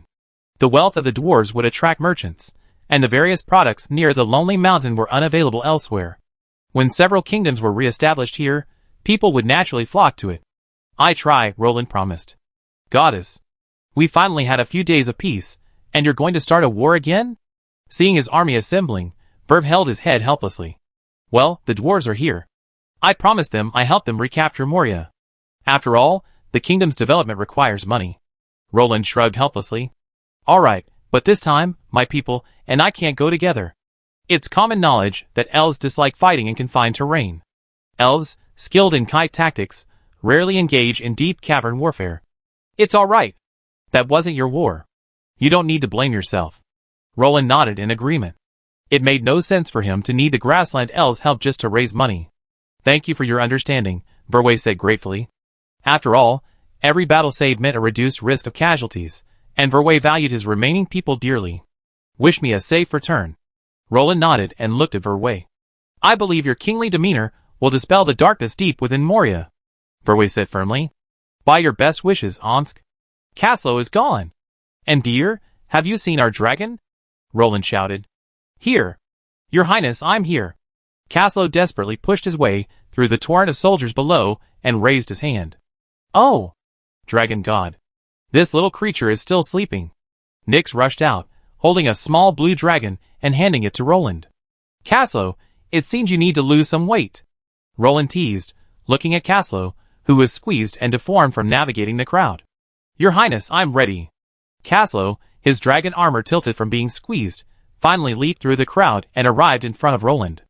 Well, the road here needs to be widened. Roland remained silent. The road, which usually seemed insignificant, now seemed a bit narrower. Dragon God. Are you trying to tire me to death, Your Highness? Old Man Rattle raged. 80%, if not 100%, of the entire infrastructure of the city of Rapids was the work of Old Man Rattle. Earth Mage, X, Contractor X. It was already very wide when it was built. Enough to accommodate 2 4-horse carriages abreast. You think it's narrow, because you crammed over 500 fully armed Lagrang soldiers into such a small space. Rattle rolled his eyes, expressing his dissatisfaction with his king's unnecessary troublemaking. Finally, Roland finalized the number of troops for the expedition: 100 Dorwinian heavy swordsmen, 200 Lagran royal guards, 50 Lordaeron rangers, and 150 Lagran city guards. A total of 500 men. The accompanying generals were Omsk and Caslo, while the rest remained in Riverstorm. All right, let's get ready to set off. By the way, let's see how the baggage is prepared and whether it's sufficient. I don't want my soldiers starving before they even see the enemy. Roland certainly didn't forget the crucial logistics. Thanks to that damn bread's short shelf life, even black bread wouldn't keep for long. After all, they'd be venturing into forests and caves, where the damp dew would soak the bread. So, the space ring was born. Yun Feng walked out with an expression of concern for a mentally retarded child. Are you using a space ring this size to store stones, Your Highness? Yun Feng sighed and tossed Roland a brand new space ring. It's stuffed with nearly 60,000 loaves of bread and 5,000 kilograms of smoked meat, fish, and other things, enough to feed 600 people for a month. It's a bit monotonous, but at least you won't starve, Yun Feng explained. Thank you very much. This way we can save the manpower to look after the baggage wagon.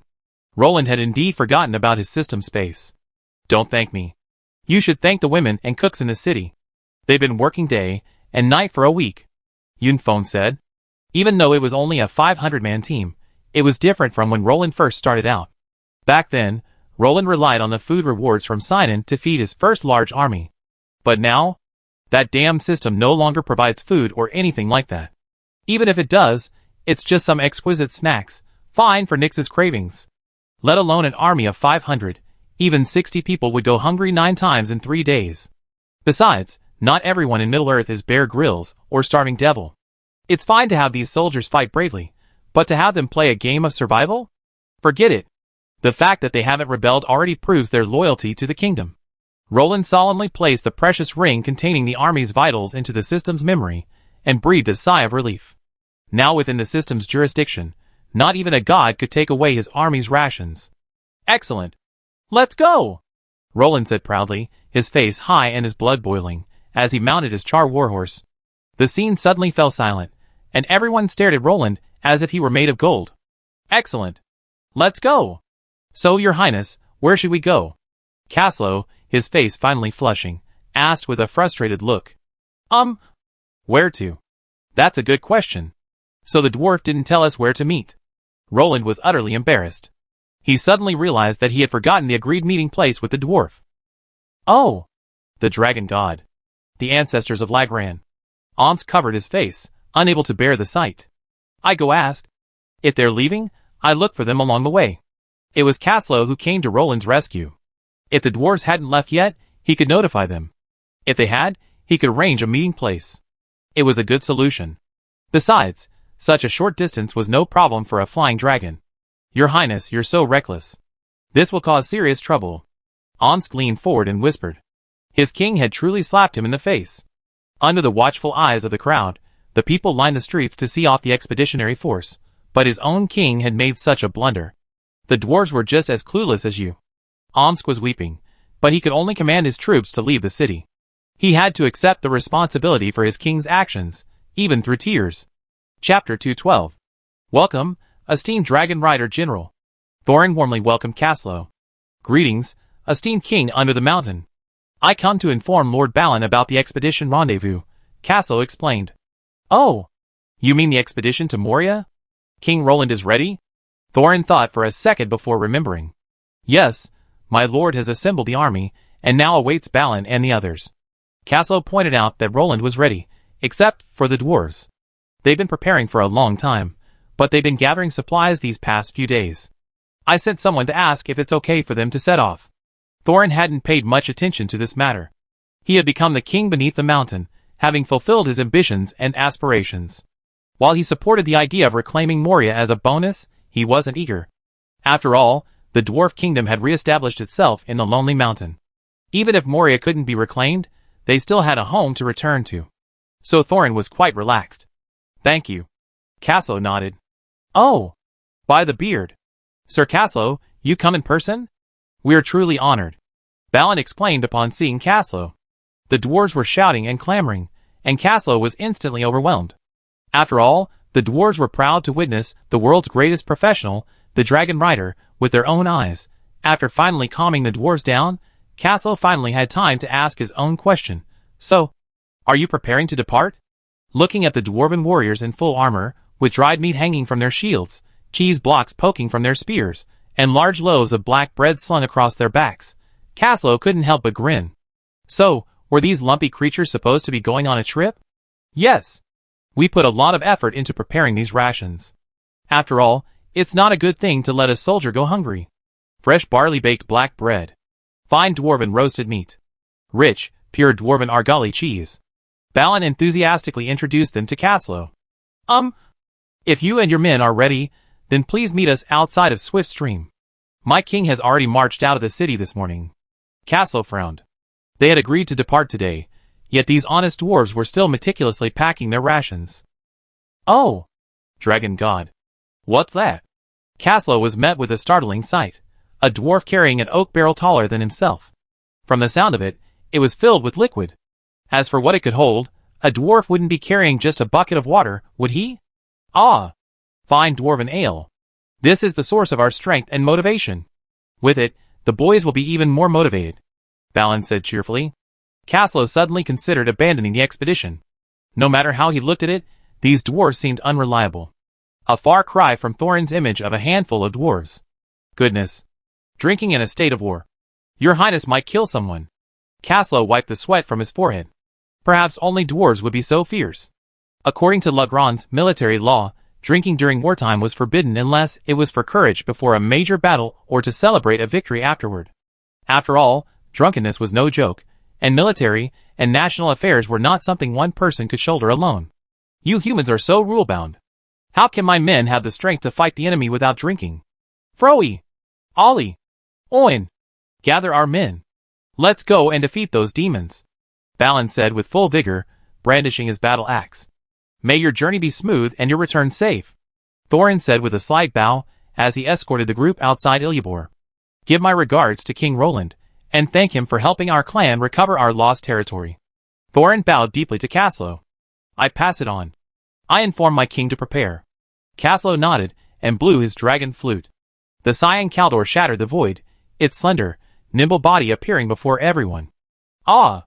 With a long dragon roar, the wind dragon carried Castle away. How's it going? Roland asked idly, sitting on a tree stump, trimming his nails with a dagger. He watched Castle descend from the sky. They already set off. Thinking of the dwarf's appearance, Castle's mouth twitched. He better leave it for His Highness to see, he wouldn't describe it himself. He was afraid that after he described it to King Roland would simply return to the city with his soldiers. Oh my god, these dwarves are so naive. Roland complained helplessly. He had been out in the wind all morning with 500 men, and the dwarves had only just set off. Let's wait for them a little longer. We already been waiting all morning, Omsk advised, rubbing his stiff neck.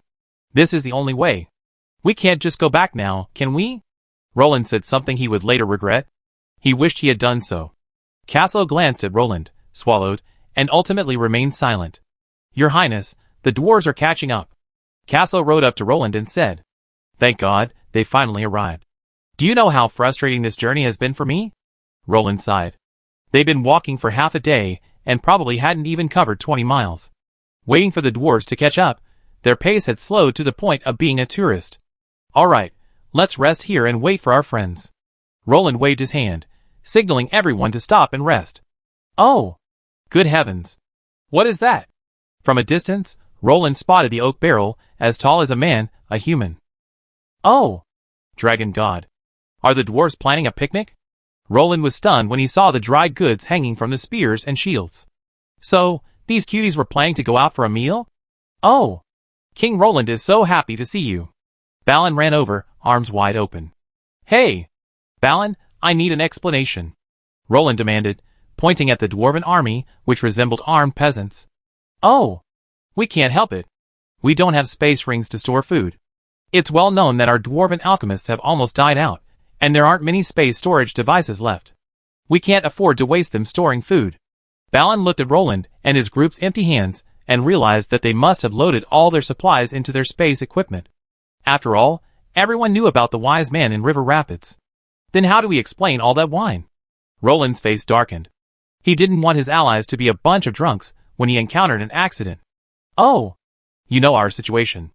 It's simply too much to ask dwarves to fight without the nourishment of alcohol. Balin shrugged. Roland was speechless. It's true that when you encounter a group of people who are addicted to alcohol and drink like water, there's really nothing you can do. Chapter 213. Finally, after a series of farces, Roland finally set out with his men and the dwarves. They were headed for the southernmost tip of the kingdom's territory. Lulum Fortress. Renault was stationed there, as the garrison commander. It was not only the southern gate of the kingdom of Lag Lang, but also the southern gate of all the kingdoms near Lonely Mountain. How miraculous! How on earth did the sages of the Lag Lang Empire seal such a magnificent city? Balin and the other dwarves marveled. Even the mighty dwarves would have taken years to build such a fortress. As for sealing it for future generations, the dwarves honestly doubted they had the strength to do so. Thanks to that unreliable system. Even the sages of the Lag Lang Empire couldn't seal such a fortress. Unless they were gods. Roland thought to himself. As long as the defenders of this fortress keep their guard up, the orcs will absolutely be crushed to a pulp. Balin generously praised the Lulung Fortress's defenses. Although he didn't fully understand the purpose of the dragon hunting towers, that didn't stop him from speculating on their terrifying defenses. Indeed, as long as the center of this fortress remains intact, the orcs won't be able to completely capture it. The defenders can still rely on the central fortress to launch a counterattack. Unless they use a massive attack of forbidden spells, there's no way to directly destroy it. Roland explained proudly. Go inside and rest for the night, Your Highness. It's getting late now, and even if we hurry, we won't be able to get far. It's better to rest and recharge before setting off tomorrow, Omsk suggested, coming to Roland's side. Sir Balin, what do you think? Roland still needed to consider the feelings of his dwarven allies. Of course, spending the night in a safe fortress like this is far better than camping out in the wilderness. Balin nodded, agreeing strongly with the suggestion. After all, the wilderness was still unsafe. While crowds could deter predators, they could also attract uninvited guests, such as wandering orc tribes. Boom! As the heavy fortress gates closed, the group filed into the fortress. Oh! King Roland, we can rest here. No need to arrange a place for us. Balin said to Roland, pointing to the open space beside the gates. They were already grateful that Roland had allowed them to enter the fortress for rest. Going deeper into the fortress would be unwise. After all, as the gateway to a kingdom, the most important thing is secrecy. Balin believed he couldn't bring his allies into the dwarven defense system like Roland had. If Roland knew Balin's thoughts, he'd probably laugh. In fact, even if the dwarves did leak the fortress's secrets, Roland wasn't worried. After all, knowing is one thing, being able to capture it is another. As a large bastion fortification, Lulung Fortress's defenses were practically impenetrable. With sufficient supplies, the defenders could easily withstand an enemy 10 times their own strength. Even if they knew the fortress's interior, the enemy would still have to rely on human lives to make up the losses. Dorwinian heavy swordsman. That's not a good idea. Roland hesitated. He hadn't given it much thought, merely wondering if letting the dwarves sleep on the ground and set up tents in the city was a bit inconsiderate. That's fine. We just need a quiet place to rest. No need to bother. Balin repeatedly declined. All right then, we take care of the meals. We might not have your favorite beer, but we have plenty of bread and barbecue. Please don't refuse. Renaud came over and quietly tugged on Roland, then said to Balin and the others. Of course, thank you for your hospitality. Sorry to bother you, Balin agreed with a chuckle. After pulling Roland away, Renaud stared at him helplessly for a few seconds before sighing helplessly. Your Highness, you're truly generous. Huh? What's wrong? Roland asked, a questioning expression on his face. True to his principle of asking when you don't understand, he still asked. Not only did you invite them to rest for a night at our crucial fortifications, but you also allowed them to continue deep into the fortress. Don't you see that even these clueless dwarves are feeling uneasy? A nation's defense system is paramount, and outsiders can't be allowed to pry into it. Renaud sighed helplessly. Even if Balin and the others hadn't said anything, he would have restricted the dwarves' area of activity. While Lulung Fortress's defenses were impervious to such schemes, it was still necessary to be prepared. Fortunately, the dwarves were clever enough to proactively bring this up, which impressed everyone except Balin and Renaud. Roland was dumbfounded. How could a young man of this new era understand so many twists and turns? He simply felt that it was unsafe outside, and that he hadn't properly taken care of his allies. Never mind. Be more careful next time. Renaud was in a state of panic. He wasn't afraid of the godlike Sauron, but he was afraid of his idiotic teammates. And what's more, this guy was his own king. Renaud suddenly felt exhausted. What could be more heartbreaking than having your own king stab you in the back? Looks like some of the defenses need some revisions. Renaud mused to himself. While the dwarves hadn't seen much and were unlikely to betray their allies, Renaud couldn't afford to neglect his necessary preparations. Otherwise, if the city fell, the entire kingdom would be directly exposed to the orcs from the south. Note, currently, the eastern part of the kingdom remains empty, relying solely on the Tupa tribe to defend it, so its defenses are quite weak. The majority of the kingdom of Raglan's forces are currently stationed in the east for patrols. The night passed in silence. Take care, Your Highness. We look forward to your triumphant return. Renaud stopped after escorting Roland to the gate. The city's defenders watched their king depart. It wasn't that they didn't want to escort their king, but they had a more daunting task. Defending Lulung Fortress. After Roland took away 600 men, the kingdom's military strength was already stretched thin. Sending another to escort the king on his expedition. He'd come back to find his home gone. Wouldn't that be a complete embarrassment? Besides, Renaud didn't think Roland needed to be escorted. A guard of 200 Lagrand royal guards wasn't much better. Even a knightly order of 100 would have a hard time breaking through their defenses. All right. Across the river is Old Forest Road. Get ready to cross. Roland released 2 small galleons from his spaceship.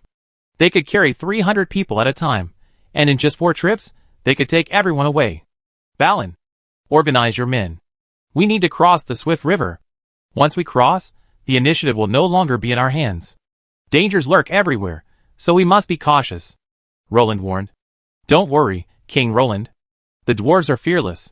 Balin patted his chest. Of course. I cherish your fearlessness and bravery, but we must avoid unnecessary sacrifice. I hope to bring every one of my brothers home. Roland patted Balin's shoulder and said with emotion. Chapter 214. All right, here's the starting point of our journey. Old Forest Road? We're here, Roland said to Balin. Hopefully the journey down here goes smoothly. Balin muttered, his beard twitching a few times. There are quite a few magical beasts here. Our scouts have seen flying dragons here. Perhaps a flying dragon has settled here, Oms said solemnly. There's definitely a dragon presence here, probably a lower-level wyvern lineage. If my initial investigation was correct, there should be an ice-type wyvern here. Castle continued. Oh, Torino. I never want to face a dragon again in my life. Sorry, Knight Castle, I mean no harm to you. Balin shrugged, his snow-white beard twitching. It's all right, Your Highness. Does Your Highness need me to have Cardo unleash his dragon might to intimidate this dragon? Castle turned to look at Roland. The Dragon Clan is a strictly hierarchical group. The aura of a superior dragon possesses an absolute deterrent effect on those below it. Dragons truly capable of fighting above their rank are extremely rare. After all, the suppression within their bloodlines alone is enough to negate most of the power of a lower-ranked dragon. No need. Don't let the intimidation fail and attract something messy, Roland said helplessly, holding his forehead. He wasn't kidding. What if he got too lucky and attracted a behemoth? Of course, one of those beasts that can tear dragons apart with bare hands, a totem of Orcish faith. God knows what kind of beasts are in this dark forest that borders the Misty Mountains. Okay. Caslo nodded in agreement. Having become a dragon rider, he also knew this natural enemy of dragons through the memories passed down by his dragon. Behemoths? Although they have lost their powerful magical abilities, behemoths have evolved strong bodies that are enough to make most dragons despair. Even the most common behemoth can rival the monsters of the Holy Dragon Clan in hand-to-hand combat. If it is the most noble golden behemoth, I hope you don't encounter it up close. After all, many dragons have been torn apart by behemoths. But we still have to be careful. Everyone, be vigilant. Don't let those foul creatures get close enough, Roland said solemnly. Indeed, there are undead here. Balin fell silent. The undead are a serious issue. If they were given the opportunity to unleash an undead plague, even the most powerful kingdom would pay a heavy price. A small number of wandering undead isn't a big deal. I'm afraid of the necromancers. Oms tightened his grip on his spear. The Knights of Light and Shadow have a natural advantage against these creatures, but facing the necromancer's versatility would be a real headache. I hope you have a safe journey. I just want the battle to take place in Khazad-dûm. Fighting here is too depressing. Balin shook his beard and cautiously hefted his steel axe to his shoulder. Indeed, the terrain here isn't conducive to our fighting. This is a battlefield for rangers. Roland glanced around and nodded. This place has fallen into disrepair again. The path we came here by is no longer accessible. Caslo shook his head in disappointment. When they first arrived here, they had blazed a passable path, but now weeds and shrubs had obscured any traces of what once was. It's normal, isn't it? Time erases all traces. Just like our glory. Balin whispered helplessly, tears welling in his eyes. So cheer up. This is the perfect time for you to regain your glory. Roland patted Balin's broad shoulder in solace. The facts proved that they had indeed regained their glory, but they simply failed to protect it. Although Balin, king of Moria, had a brief reign, he left a lasting mark in the history of the dwarves. Shield wall. With a resounding shout, the Raglan Royal Guard slammed their heavy shields into the ground. The tightly linked shields, connected by their fighting spirit, instantly formed a towering shield wall, shielding the troops behind them. What elite warriors! They are as well trained as the Iron Guard, Balin exclaimed. Indeed, the Raglan Royal Guards lived up to his praise. Their eliteness surpassed even the most demanding dwarven infantry. The only comparable force was perhaps the dwarven Iron Guard. However, with the fall of the Lonely Mountain Kingdom, the last Iron Guard vanished in the flames of smog. In the countless years since, the dwarves have never seen infantrymen comparable to the Iron Guard again. What's going on? Roland asked, dismounting. The sudden rise of the shield wall made him inexplicably uneasy. Unclear. Our vanguard has sent a warning signal. The Lordaeron Rangers have already departed. They bring us first-hand news, good or bad. Oms gleamed on his shield, staring ahead. Hope nothing happens. We can't be dragged here. It's too unsafe. Orcs, monsters, and all sorts of dangers are plaguing us, Roland said solemnly. Be patient, Your Highness. News will arrive soon, Caslo soothed, his lips close to the dragon flute in his hand. No matter what happened, he would immediately protect Roland's safety. As for the rest, Caslo trusted Omsk, a level 6 hero, to take good care of them. What happened? Roland couldn't help but ask after seeing the returning Lordaeron Rangers covered in dark red blood. Everyone's eyes were fixed on the Rangers, wondering what lay in the unseen jungle. After all, for humans, all fear comes from the unknown. It's trolls. Yes, that kind of troll. The Ranger captain gasped. Trolls? They're not extinct yet? Caslo exclaimed in surprise. After all, trolls weren't exactly the same faction as orcs. Trolls and true orcs were allies, while orcs and trolls were enemies. The fact that trolls existed in the dark forests where orcs roamed was truly astonishing. That's right. We couldn't be mistaken. Those spears were incredibly accurate. If it weren't for our thick inner armor, we have at least saved a few of our men, the ranger captain said with lingering fear. He was still terrified. Fighting a troll pitcher in the jungle was second only to fighting an elven ranger in terms of severity. How many are they? How's the battle going? Omsk asked calmly. 12 trolls. A standard troll hunting party. Although we wiped them out, we predict there are more. There's at least one troll tribe here. We just don't know how large. The ranger captain analyzed. Trolls usually operate in groups, and a 12-man hunting party is the most basic combat unit in a troll tribe. Usually, 12 troll pitchers are enough to inflict a devastating blow on an equal number of enemies. We can't stay here any longer. We have to get through this area quickly. Everyone, please bear with us for today. We can't rest for the night. Omsk frowned. The presence of a standard troll hunting party was like a sword hanging over their heads, keeping everyone awake. Even more terrifying than the troll spears was the night raids that the trolls were known for. Chapter 215. Damn it! What the hell is this? Roland helplessly tore off a few vines from his body, his eyes filled with despair. Swish! The sharp sword swung swiftly, and the surging war energy quickly shattered the low-hanging vines. Omsk reluctantly sheathed his sword. This road is even harder to navigate than last time. Caslo's eyes were filled with worry. The last time they and the knights passed through, this road had been barely passable. After all, it was already late autumn, and the vegetation here was not lush. But now, with midsummer approaching, the undergrowth here was enough to make even the most elite knights despair. Dragon God. Roland dismounted helplessly. Who could understand the pain of having a horse but not being able to ride? He wasn't a level 6 hero like Omsk, whose powerful protective battle chi was enough to push aside these obstacles. As he sat on his warhorse, the vines lashed his face like whips. Roland could only lament his own devotion to such treatment. Your Highness, please walk. There are too many obstacles here, and there are infantrymen all around. You're quite conspicuous sitting on your warhorse, Caslo said tactfully. What he meant more was that in the presence of trolls, those on warhorses were like targets. Although there were many obstacles around, they didn't hinder the trolls' precise javelin attacks. They would always find opportunities to launch deadly javelins at tricky angles. Perhaps the javelins, due to their limited material, weren't enough to kill a fully armed elite knight, but trolls could use poison. Yes, you have a point. Roland nodded. There was no need to risk his life. He didn't want to gamble his life against the dragon's strength. Who knew what the trolls would add to their javelins? It would undoubtedly be disastrous for Roland's army, without priests and alchemists. Hurry up. We have to get through this. Balin also swung his battle axe and cleared the way. The atmosphere here was too oppressive. Dwarves may love digging holes, but that doesn't mean they prefer narrow places. Crack! Bang!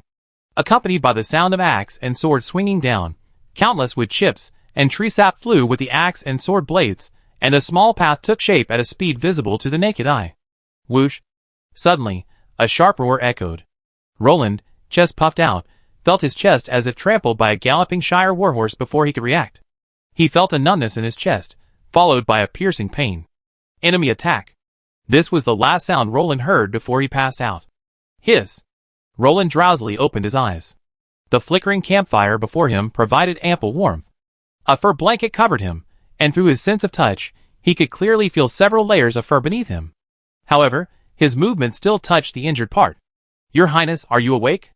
Caslo exclaimed in surprise. Oh! Dragon God. Thank goodness you're safe, Your Highness. Otherwise, I'd be damned. Omsk blushed. TSK? I almost thought you were dead, but it seems you're still quite resilient, the elven dragonsmith, who had been following Roland around like a hangman, lazily said. What happened? Roland groaned feebly. He just wanted to know what had happened to him. It was the trolls, Your Highness. The trolls attacked us. Unfortunately, they attacked you first. You were struck head-on by a heavy armor-piercing javelin, and you passed out, Caslo said with a guilty look on his face. Durin! Your Highness, King Roland, you should be grateful for your plate armor. It's of excellent quality.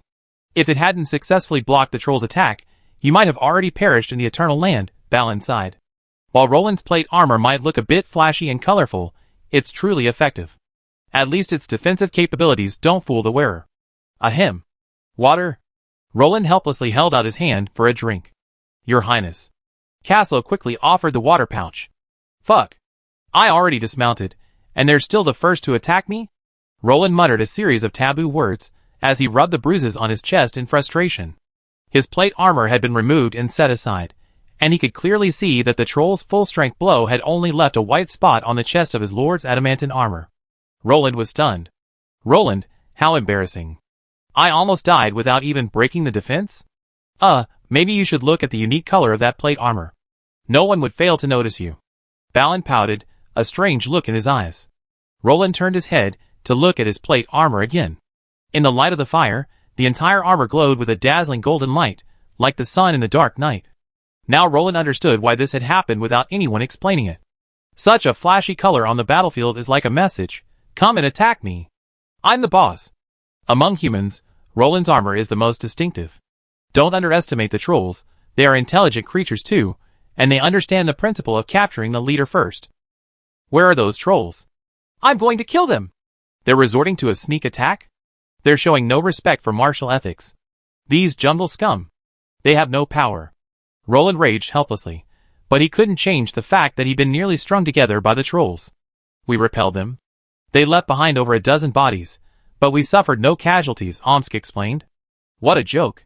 Roland being taken down in a single blow while unprepared was already humiliating. If they could still be killed by the trolls even with their defenses in place, then they should reconsider the need for this expedition.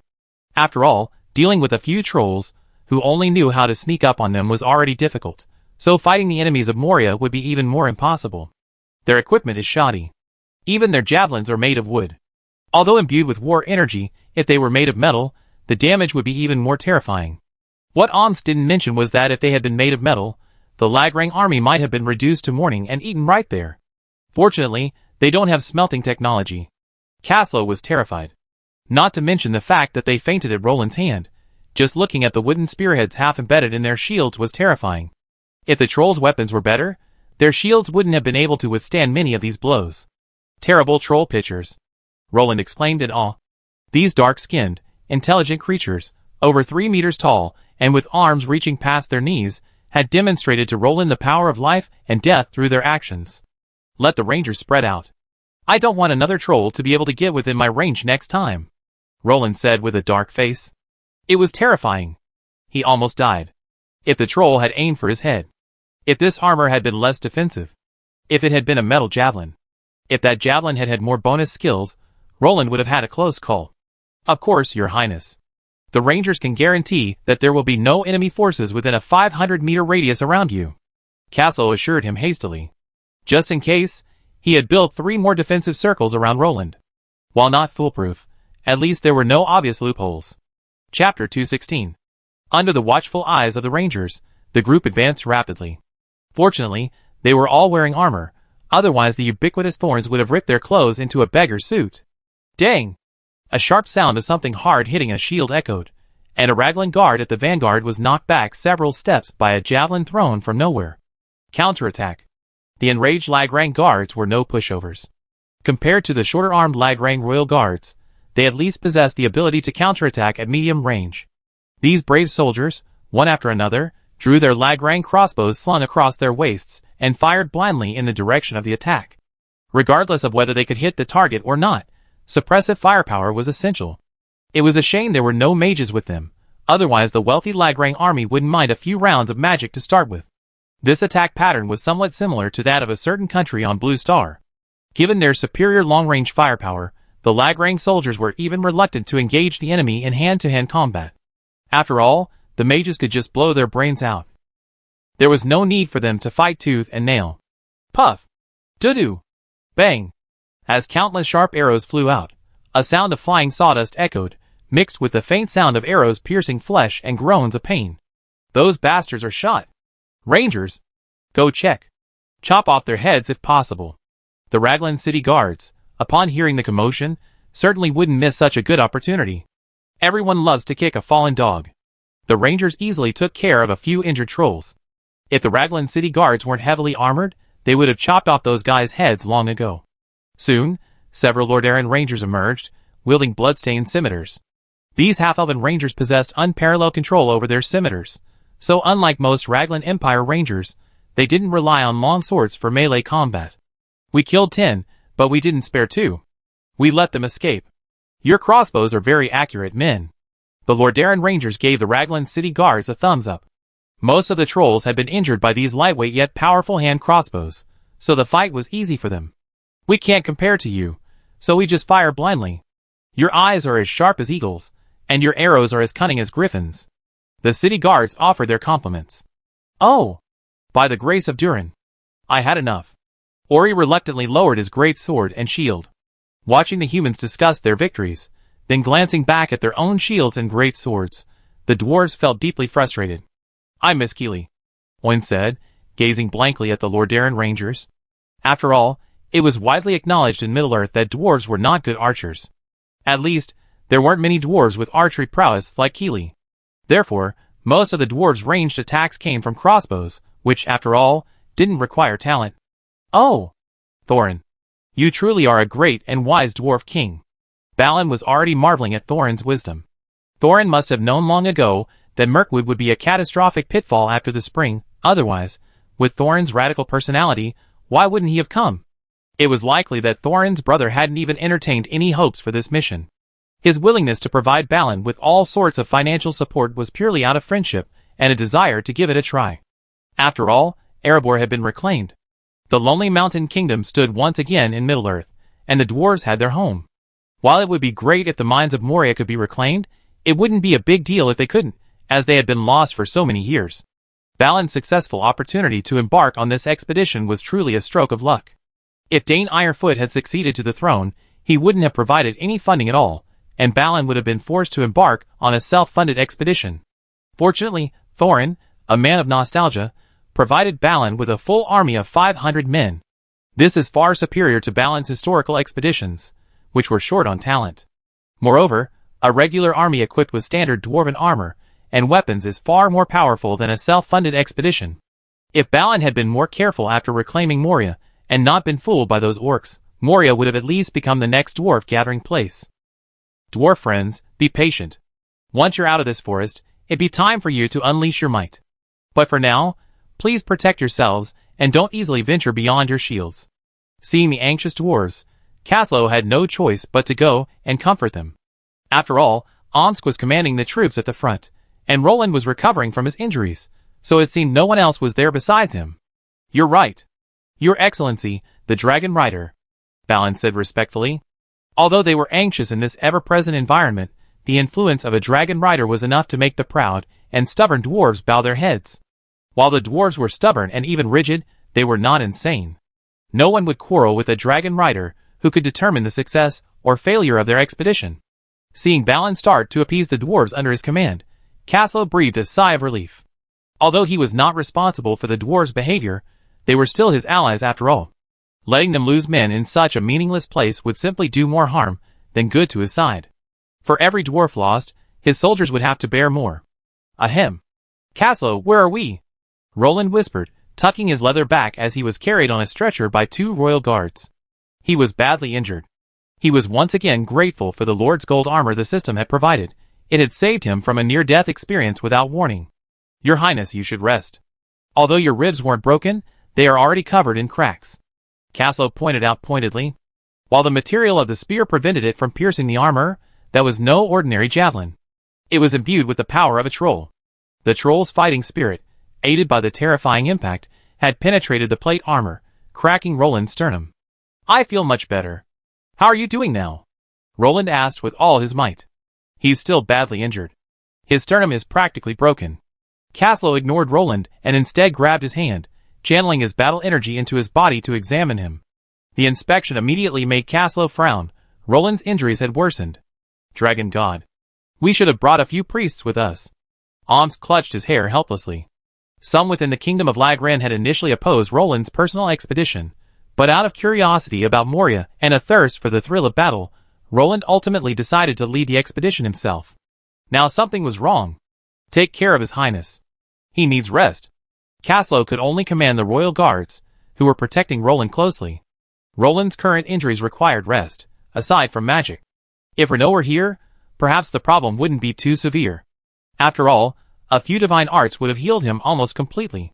Holy light! Roland raised his hand in front of his chest, and suddenly a soft but dazzling light appeared in his palm. Then he pressed his hand directly to his chest. After all, he could only heal himself now. Thank you, system, for allowing him to change his job into a paladin, Roland said silently in his heart. Chapter 217. Ah, refreshing. Waves of warmth flowed like streams down Roland's limbs and torso, the gentle holy battle energy quietly healing his internal injuries. Oh, being a paladin is so convenient. This will save a lot of medical expenses, right? Ollie was thrilled as he watched Roland's hands glow white. After all, dwarves used to just fight off illnesses on their own, and injuries were simply bandaged and treated by a few healers. They never received the kind of treatment a priest could offer. Roland's current condition was no different from being accompanied by a priest himself, and this was truly exciting for the dwarf, who lacked spellcasting talent. Fortunately, your highness is a paladin, otherwise this expedition would have been forced to return home. After exchanging a glance with Omsk, Caslow mused to himself. While the commission was enormous, his king's safety was more important than his own. If Roland's injuries continued to worsen, Caslow would bring him back, ending this expedition. As for the poverty, it didn't matter, things would improve with time. Lord Omsk, something's not right here. The reporting ranger frowned, somewhat bewildered. What happened? Omsk was already extremely nervous. Roland's injury had left him blaming himself immensely, and his nerves were now stretched to the limit, determined to eliminate even the slightest danger. Well, we have a feeling that someone or something is following us. It's not just me. All of us Lordaeron Rangers feel this way all around us. We tried searching, but to no avail. The Lordaeron Rangers' eyes were filled with confusion and bewilderment. TSK. Looks like those bastards are targeting us. Castle immediately realized it was this troll tribe that had set its sights on them. Indeed, in addition to their incredible projectile prowess, the trolls' tracking abilities were also exceptional. They could even track a target from 10 kilometers away for thousands of miles. Are you saying those trolls are going to cause us trouble? Although Omsk lacked the Dragon Rider's inherited memories, he was still knowledgeable, and had probably analyzed the current situation. Well, they're probably looking for an opportunity to ambush us en masse. We won't be facing small-scale harassment anymore. A larger-scale attack is imminent. Castle frowned. We Lordaeron Rangers aren't strong enough to handle the entire team's perimeter security and defense. Seeing everyone's attention shift to him, the Lordaeron Ranger captain immediately waved his hand in denial. You're kidding. This perimeter security is already overwhelming the Rangers, let alone the larger-scale attack they have to deal with. It's true that we're in a very passive position right now. Our team is too stretched, and the dwarves have very few ranged attack capabilities. Roland muttered, glancing at the embarrassed Balin. It's well known that dwarves have few archers. How could the dwarves, who rely primarily on various crossbows for ranged attacks, possibly move large crossbows here? They don't have any storage space. Let's find an opportunity for our men to set up camp in a suitable location and ambush them. We have to inflict pain on these trolls before they give up their ambitions.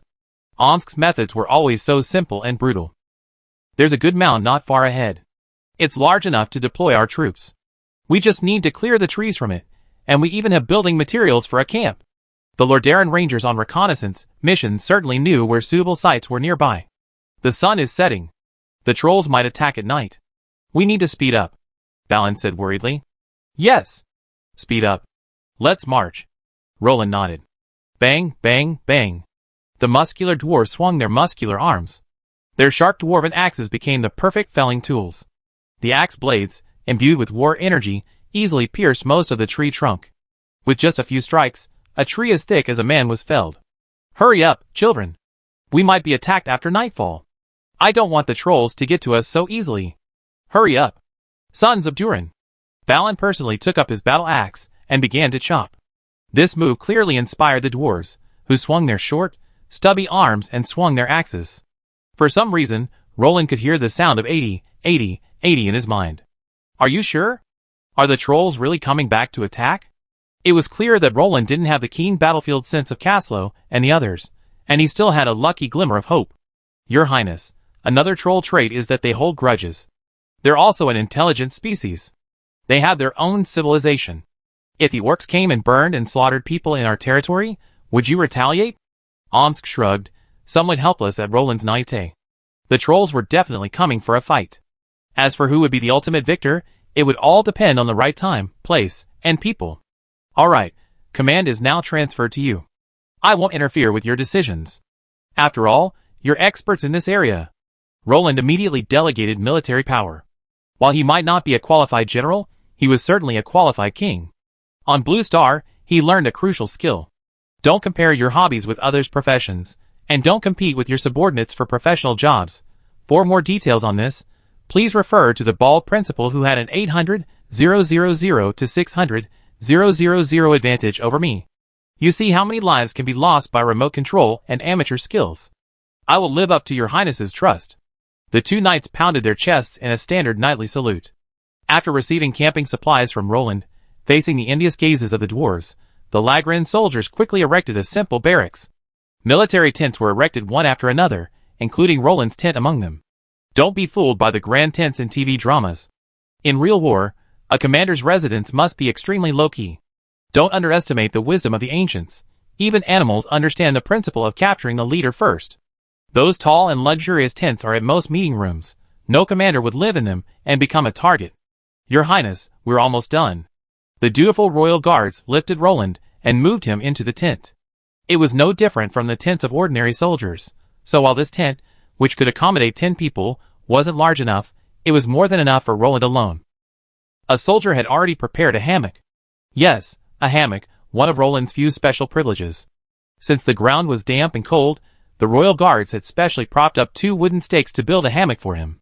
Your Highness, please rest early. You might not get a good night's sleep. I bring you food shortly. By the way, please don't remove your armor. This isn't River Rapids. Your armor is your last line of defense. Please make good use of it. The captain of the royal guard bowed. Yes, I understand. Thank you for the reminder. Roland agreed deeply with the royal guard's words. He wasn't confident he could even compete with the trolls' javelins with his own strength.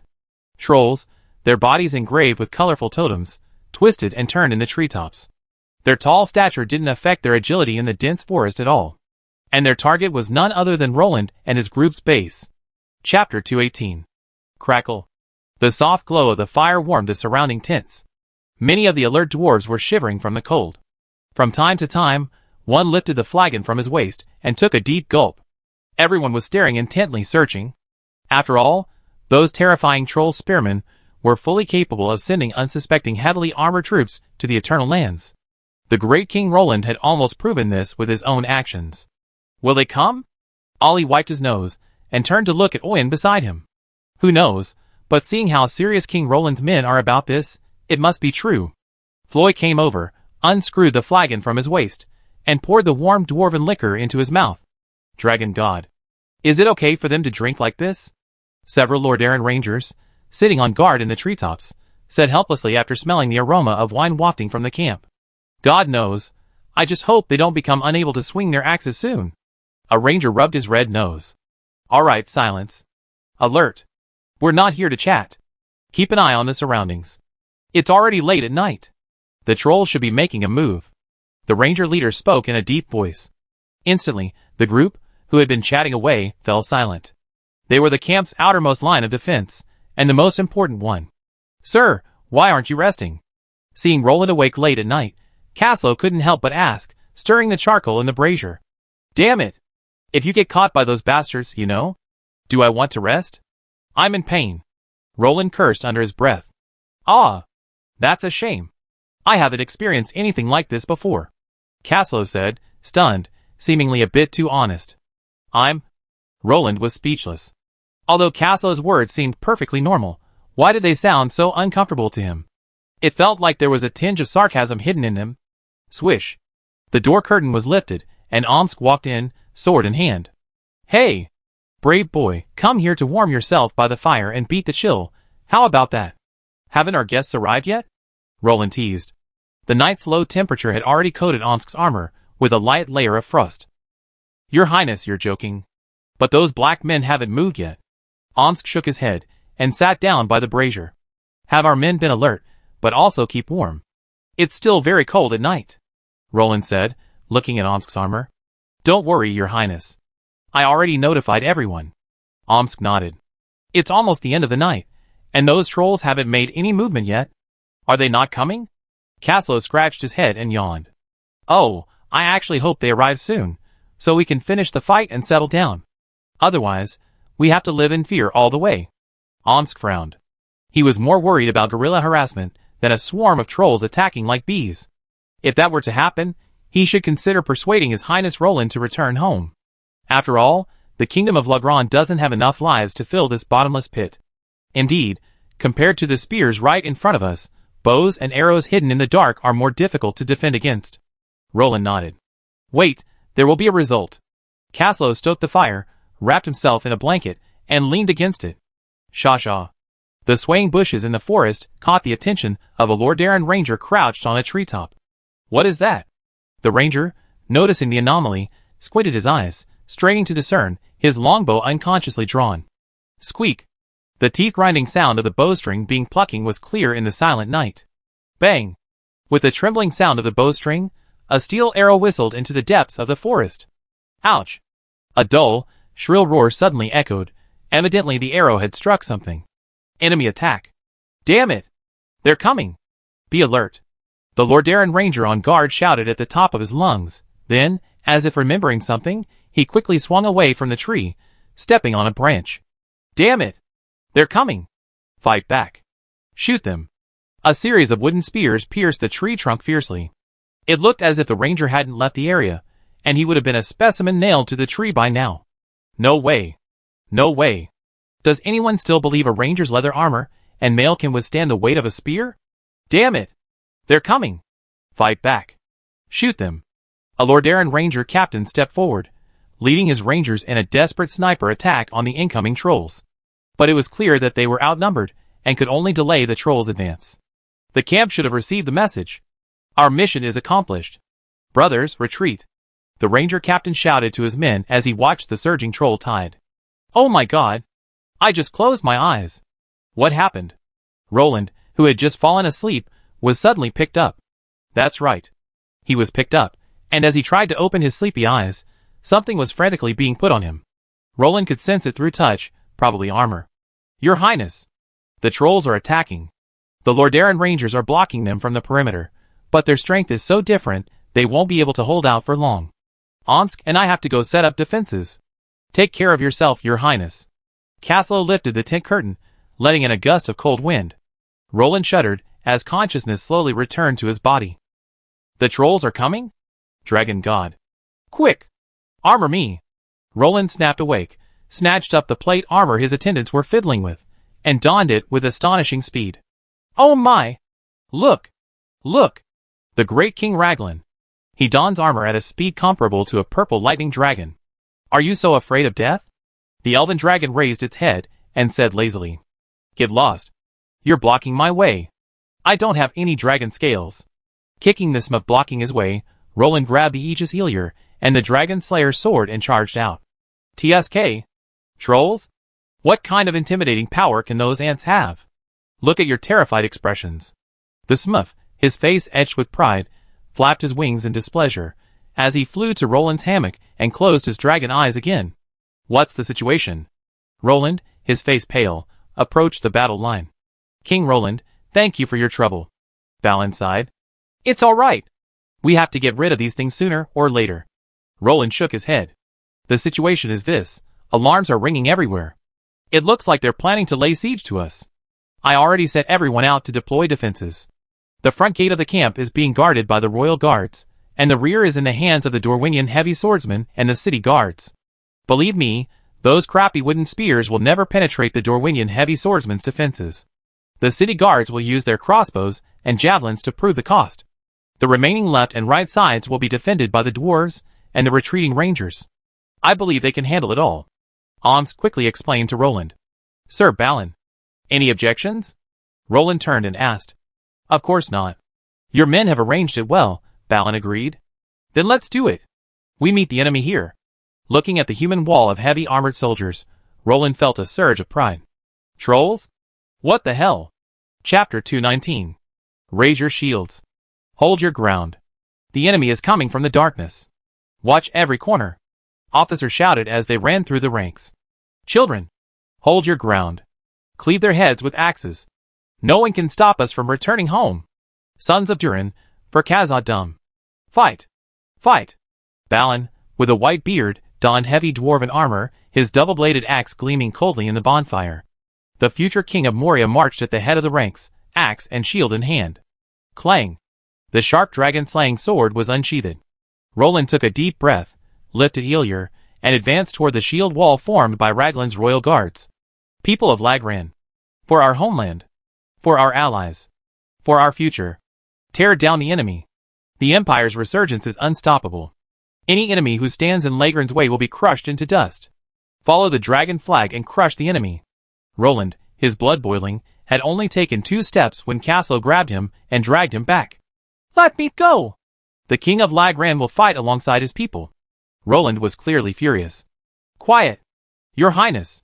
If you don't want Lagran to lose its last king, then I suggest you stay back. Besides, your injuries aren't serious enough to allow you to fight freely on the front lines. Caslo frantically dragged Roland towards the general's tent, shouting as he did so. Lagran's loyal royal guards. Form a team of 10. Protect the king. Remember, His Highness's life and safety are above all else. I want you to protect him with your own lives. And keep an eye on His Highness. I don't want him to appear in front of me during the battle. After leaving Roland behind the tent, Caslo shouted at the soldiers in formation in front. Soon, 10 heavily armed guards, like human tanks, surrounded Roland's tent, securing him impenetrably. Barring a large-scale enemy attack, any escaped enemy would be unable to break through their defenses. Thank goodness. I was just wondering how to persuade His Highness to return. Hey, but you're so rude. Aren't you afraid His Highness will blame you later? Omsk said admiringly. Daring to drag the king away by force, it was no different than dragging a sack. Caslo was truly the bravest man he had ever met. No problem, he forgive me. Now we just have to bring him victory. Caslo calmly put his helmet on and lowered his visor. As one of Roland's earliest followers, he was well aware that his king seemed a bit out of step with the times, especially in his attitude towards others. He didn't have the aloof, superior air of other kings. Then let us repay His Highness with a victory. Omsk nodded in agreement. Protect yourselves. I don't want you to trade your lives for those damn black men. This is also His Highness's will. Your lives are worth far more than theirs. Caslo announced the order, knowing how much Roland valued the lives of his soldiers. Switch your fire and provide cover. Damn it! Get out of this area. Return to camp. Let 10 can handle them. The rangers shouted to each other. Firelight! The camp is up ahead. Brothers, hurry up. His Highness is ahead. Don't fall behind. Follow. The Lordaeron Ranger captain shouted at the top of their lungs. Oh! Turin's beard. Look! Look! There are a lot of enemies. Balin nervously gripped the axe handle. They're behind us. Be careful, those guys are really good with their spears. Suddenly, the jungle was broken by several figures. The dwarves, who had originally raised their battle axes, were surprised to find that they were actually half-elves rolling out. Several Lordaeron Rangers dragged their injured comrades to the front of the formation and quickly passed through the gap opened by the dwarves. Hey! Friends! What's going on in there? Balin asked, turning his head to look at the Rangers who had just fought a bloody battle. There were many enemies. We couldn't see how many there were. We tried to resist, and you saw the result. A Ranger captain pointed at his battered men. Although no one was killed, many were still grazed by spears. It was only the Lordaeron Rangers with elven blood that could evade such attacks so nimbly. The heavily armored Rangers of the Raglan Empire would have suffered heavy casualties. You worked hard. Leave the rest to us. Balin patted his heavy breastplate. The bright silver plate armor exuded the charm of steel in the dark night. Fight! Children of Durin. Reclaim our glory. We reclaimed the lonely mountain. We crushed Azog. Now we return to our homeland. And these bastards are trying to stop us. Tell me. Children, do you agree? Balin offered his final pre-battle mobilization. Bang! Bang! Bang! The cacophony of axe handles striking shields echoed, drawing the attention of all the Lagran soldiers. The situation seems better than I expected. This dwarf's fighting spirit is unwavering, truly worthy of being the descendants of Durin. The Longbeard clan of the dwarves. Caslo sighed, as he listened to the clashing of dwarven axes and shields. This battle is much easier. These dwarves are as resilient as you said. Looks like we don't have to worry about them anymore. I go back in command. Omsk nodded. Joining late, he missed the bloody battles of Lonely Mountain at the beginning of the Kingdom of Raglan's restoration. But he had heard from others about the dwarven tribe's bravery and fearlessness, and it proved true. Swish! The distinctive sound of spears piercing the air echoed through the darkness. Defense! Balin roared, eyes wide. Before Balin finished his words, a faint crimson glow emanated from all the dwarfs' shields. A unique skill unique to the long-beard dwarfs, Durin's Iron Wall. Activate this skill, consuming some war chi to increase resistance, stamina, defense, and strength by 50%. This lasts until the war chi is depleted. Like elves, dwarves have ample time to advance to professional ranks. So, while Thorin couldn't provide Balin with high-end combat power, an army of 500 first and second level warriors was no problem. Now, this army was about to show the trolls why the dwarves had been able to stand firm in Middle-earth for so many years. Clang! Clang! Clang! Spears rained down from the sky like raindrops. The dwarf's short stature was now clearly advantageous. Their large shields, angled at a 45-degree angle, completely shielded their bodies. The dwarves hiding behind them could only hear the crackling sound, but no attack could penetrate their defenses. Crack! Balin spat as an axe chopped off the wooden spears embedded in the shields. These scoundrels think they can stop us with these things? They overestimate their abilities. Sons of Durin, attack! Balin blew the horn of counterattack. The dwarves have engaged. It's Lord Balin sighed. Stay alert. Casso frowned. It seems the dwarves have started before us. Omsk stood at the front, leaning on his great sword, blending in with the Dorwinian heavy-armored swordsman beside him, looking majestic. Ollie! It's Balin's side. They started fighting. Oyen turned anxiously. Trust him. He has more experience than us, and he's our leader. Do our job. As a veteran, he knows what to do. Ollie said calmly. Guards. What's going on? Roland, who was protected, also heard the shouting and hurried out of the tent. Your Highness, it's dangerous outside. I suggest you return. Besides, the noise just now should be the dwarves fighting the trolls. A royal guard blocked Roland's way and explained. No, I have to go check on our people. Follow me, soldiers. Roland frowned. I'm sorry, Your Highness. I can't carry out your orders. Your injuries haven't healed yet, and the journey ahead is too dangerous. I can't let you take any risks. The royal guards formed a circle around Roland. I feel obligated to check on my soldiers, Roland said stubbornly. But you have an even greater obligation to ensure your own safety. After all, we don't have another king, and you don't have any children. The royal guards remained unmoved. You win. Roland shrugged and retreated. Chapter 220. Fight back. Balin roared, his eyes instantly covered with bloodshot. Level 3 skill, Berserk. Activate. Ha! All the dwarves roared, their left hands raising their shields and their right hands reaching for the axes at their waists. Whoosh whoosh whoosh. Hundreds of powerful dwarven axes were hurled with a dull whistling sound. Huh? With his throat slit, he could no longer cry out, only the sound of blood spurting from his throat. Ouch! The troll, who had luckily survived, let out a shrill howl, drawing even the eyes of those in the other direction. Wow! What a fierce battle! It seems these dark-skinned people haven't gotten any advantage over our dwarven friends. Omsk exclaimed. Stay alert. Don't let your guard down. The night is still long. Omsk exhaled again. Fight! Fight! Smash their heads. Tell them we are the descendants of Durin. We come from Khazad-dûm. We will return there too. No one can stop us. Balin roared, pulling his double-bladed axe from the earth and charging. For Khazad-dûm.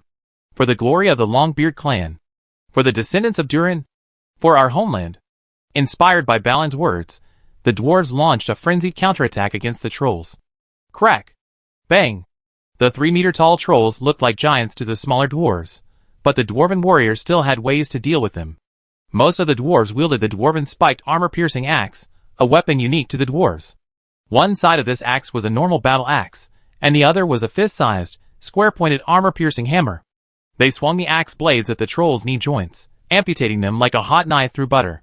When the trolls collapsed, they swung the square-pointed armor-piercing hammer hard into their skulls. The whole combo was incredibly smooth. Pop! The crisp crack of skulls could be heard even from 100 meters away. Even at the sound of the tooth-aching bone crackling, a smile spread across Casso's face. Listen! What a moving sound! Looks like our dwarven friends are doing a good job. They're cracking those bastards' heads like walnuts. Casso teased. But his smile soon faltered.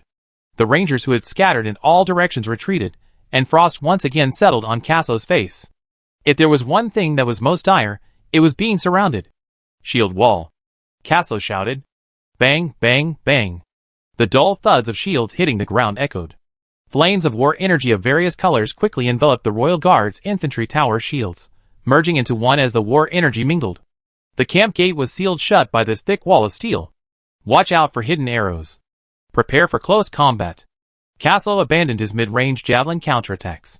While the Royal Guard's javelins possessed considerable penetrating power, their accuracy was a bit disappointing compared to the troll pitchers. Better to save them for slashing a few trolls than to waste their energy. Dragon God. The impact of these javelins is terrifying. I can't believe they can unleash such power with wooden javelins. Thank goodness the Dragon God has denied them the ability to forge weapons. Otherwise, this great shield wouldn't give me the sense of security. Behind the shield wall, the Lagran Royal Guards dodged the wooden spears hurled by the trolls with lingering fear. The entire shield wall appeared precarious, but in reality, it was as solid as a dam amidst the waves. Kill! The sharp spears spun out from the shield wall, and a puff of blood suddenly burst out in the air. The Lagran Royal Guards, who retreated after one blow, did not seek credit at all. They twisted the spear body again, and decisively pulled out the spear that was not sticky with blood. Hold the line. Don't hesitate after striking the enemy. Draw your rifle immediately. Don't get stuck. Caslo drew his long sword and scurried behind the defenses. Wherever the pressure was too great, he slashed with a wind blade. The unarmored trolls were no match for the Dragon Rider's furious wind blades, their limbs severed and mangled, leaving limbs scattered across the ground. Caslo's side has also engaged. Now it's only Oreo inside, and us that's silent. Omsk shook his head. Although the retreating Lordaeron Rangers had brought word of the impending enemy attack, the shadowy trees of the jungle made it impossible to see how many enemies lurked in the shadows. Rangers! I need your eyes. Pay attention to every dark corner. We are always at risk of being attacked. Omsk's eyes were filled with solemnity. Compared to a real fight, this feeling of being in the dark was far too uncomfortable. Fight! Son of Durin! Balin swung his axe to the right with both hands. The sharp double-edged axe easily severed a troll's legs. As Balin's muscles exploded, the axe, which had been swung to the right, was slashed back to the left. The troll, having lost its lower leg and fallen to the ground, landed its head right under Balin's axe. Crack! Brains splattered along with the shattered skull and blood. Eyeballs, squeezed out of their sockets by the pressure, popped several meters away. Roar! Balin pounded his chest, roaring wantonly. He was the son of Durin, the future Lord of Moria, the commander of the Dwarf Expeditionary Force. He pounded his chest at the battlefront, swinging the sharp axe blade to cut down one troll after another who attempted to break through the defenses. Inspired by Balin, the dwarven warriors were also filled with passion. They shouted slogans and advanced with heavy yet determined steps. Their wielding nail-headed armor-piercing axes became a death spell in the eyes of the trolls. They chopped off limbs, split skulls, and broke spines. Unbeknownst to the world, it was at this moment that the Moria Skullcrushers, a force that would later rival the dwarven Ironfoots, were born. 5 steps forward, 3 steps back. Strike! Though few in number, Caslo's Royal Guards were incredibly skilled. Like a moving wall of steel, they sprang forward 5 steps, swirled, and thrust their spears. Then, amid the trolls' howls, they quickly retreated 3 steps, drawing their lances. In this cycle, the trolls left nearly 30 dead. Shield strike. Caslo frowned as he watched the enemy gather before him. He gave a decisive command. Don't think shield strike is just an ordinary shield swing. This is a true guard skill. The Royal Guard slowly stepped back, lowered their backs, and poured their battle energy into their shields like crazy. Bang!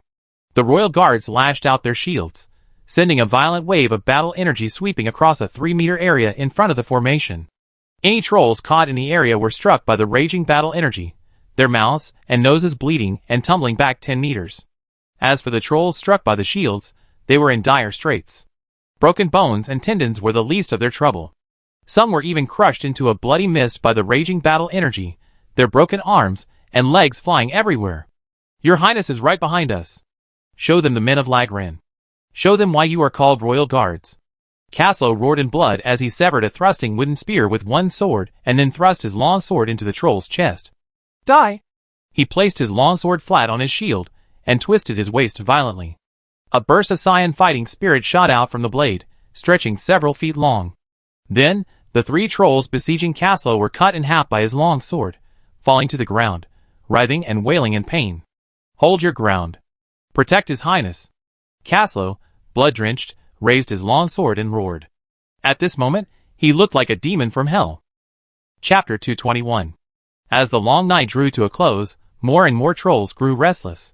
They leaped out of the jungle, harassing the coalition forces with their spears. As time passed, the anxious trolls began to frantically assault the camp's defenses. Their oppressive bodies slammed fiercely against the steel lines, but they retreated in defeat, leaving only wailing and screaming. Those damn dark-skinned creatures really hold grudges. And their territorial consciousness is incredibly strong. Omsk swung his sharp long sword. He had already slain no fewer than 10 trolls. While a cavalry sword's attack range wasn't as far as a lance's, it was far more maneuverable and effective in knightly combat. Of course, if you were to talk about a knightly battle formation where groups of knights dismounted to form a shield wall, and used their lances to push forward. Some of the beaten heavy infantrymen might tell you how sturdy those long, sturdy lances are. However, given Roland's current assets, he didn't have the luxury of deploying knights in a grueling positional battle. As for knightly combat, it was a temporary thrill, but the cost was a disaster. Aside from the high-level, profligate lords in the game, who could afford to engage in such a feat, only the great lords of the Lagran Empire could afford it. However, in this battle, Omsk did not fight with all his strength. After all, the entry of a 6th-level hero was no different from a dragon entering a village. That was not how he slaughtered the young. Omsk just casually killed some trolls, who jumped over the defense line and tried to go deeper. The rest was left to the heavy swordsmen of Dorwinion and the city guards to practice. He would not admit that he was just lazy. On the other side, Caslow was much more dedicated to his duties. While he didn't display the unwavering dominance of a dragon rider, he still diligently fought alongside the royal guards. Unlike some lazy veterans. Although Caslow didn't summon the dragon Cardo to assist, the terrifying dragon might still emanate from him. Although the trolls charged fearlessly against their defenses, they subconsciously avoided Caslow's position. The aura he exuded made these simple-minded trolls know that this human was not to be trifled with. Damn! It seems I really regressed. Now even ground combat is so awkward. Caslow grumbled, frustrated that his last strike hadn't cut a troll in two. However, this was also related to the change in Caslow's fighting style. Compared to the Dragon Knight's grappling and kiting tactics, the Dragon Knights prioritized a single point to penetrate the enemy. Imagine a dragon spear, tens of meters long, emanating from a dragon spear, a blend of battle energy and dragon power, swooping down from a height of hundreds of meters into the enemy formation. The raging dragon power and battle energy could shred anything that dared resist. Therefore, Dragon Knights rarely specialize in slashing abilities. Their fighting style is always a thrust from the sky. Soon, only a few trolls remained before Caslow, making it difficult to mount a major threat. Seeing this, Caslow sheathed his sword with a languid look and turned back toward the camp. Keep your tail in check. I don't want any accidents. Remember to finish off the enemy. Waving his hand behind him, Caslow decided to apologize to King Roland. Balin shouted, and suddenly pressed his head against the prostrate trolls. However, the cracking sound and the deflated head gave this originally heartwarming scene an inexplicable bloodiness. Great! Children, we did it! The descendants of Turin are invincible. These black men have demonstrated the meaning of this phrase with their brains. Now remain vigilant. And give these bastards, who are still breathing, a good beating. Balin twisted the belt around his waist, slung the bloody double-edged axe behind his back, and strode towards the general's tent. He had to ask about the other situation. Good evening, my dear Knight Caslow. Roland, sitting on a simple chair, emphasized the word dear. Oh, Dragon God. That's not necessary, your highness. If you say that, Grand Duke Nix will kill me when he returns. I don't want to be your beloved. I like girls with fair skin and perfect figures. Hungry and thirsty, Caslow grabbed a few big mouthfuls of the barbecue on the table, and drank a glass of water before coming to his senses. You really grown up. You actually dared to let me be imprisoned. Roland was not at all affected by Caslow's jokes, and the joints of his hands cracked loudly. I didn't mean to do this, but a great king was nearly killed by a spear today. To avoid failing in my duty, I resorted to this desperate measure. You should understand. Caslow mumbled as he wrestled with a golden roasted leg of lamb. Good fellow. We're fighting bloody battles outside, and you're just sitting here enjoying the barbecue? Roland was about to speak when Omsk lifted the curtain and walked in. He immediately saw Caslow feasting heartily, and then Roland with a sullen face. "Your Highness, the rest of the battle is almost over." Omsk saluted. "Sit down and replenish your energy. You've been tired all night." Roland gestured to a seat. "Thank you, Your Highness. The enemy has been completely wiped out. I came back to check." Caslow glanced at Omsk and said calmly, "Have you seen the results of the battle?" Roland asked with concern. "No, it's too dark. I don't intend to risk the soldiers going to count the results. I can't rule out the possibility that there are enemies hiding in the woods." Caslow wiped the grease from his mouth with his hand. "We don't have any here either.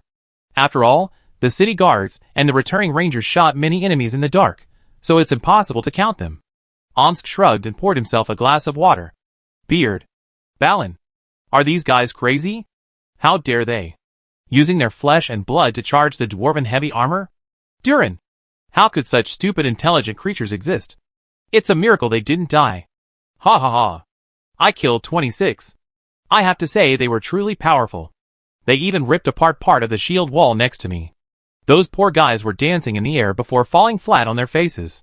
Mindbelin returned with some members of the Lonely Mountain expedition. It seemed that Ollie and Oyen were no longer a problem. As for Balin, Roland didn't think anything along the way could pose a threat to him. His personal charm and martial prowess were undoubtedly top-notch among the dwarves. He has the blood of a dwarven king. He possesses the charisma and courage of a king. He will be a king, and a good one. He possesses the qualities that a king should possess. It seems the revival of the Moria dwarves is unstoppable. Omsk whispered to Caslow as he watched Balin approach. "Welcome back, Your Highness Balin," Roland said in greeting, silently thinking that this wise old warrior had been the last light of Moria in the Third Age. However, the future had changed.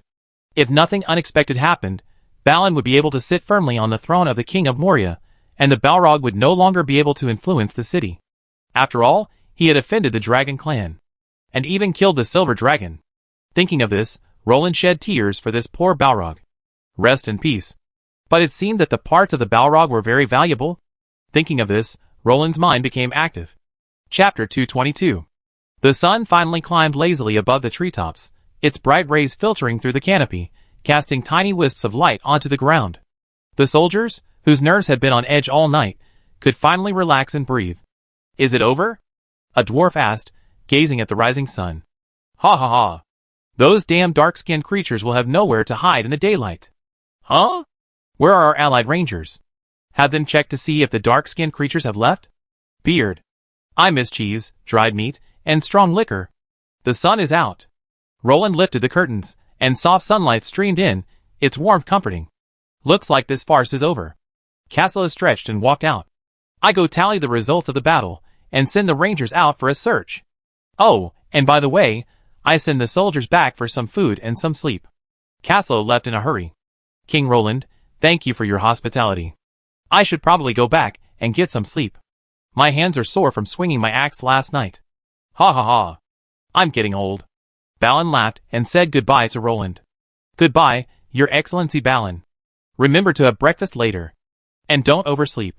We have to travel this afternoon." Roland waved goodbye to Balin and reminded him. Your Excellency Omsk, do you have anything else to say?" Roland, having lowered the door curtain and preparing for bed, turned around and saw his top general, Omsk, sitting at his table, enjoying his dessert as if he were home. He was both angry and amused. Sure enough. Those cooks are biased.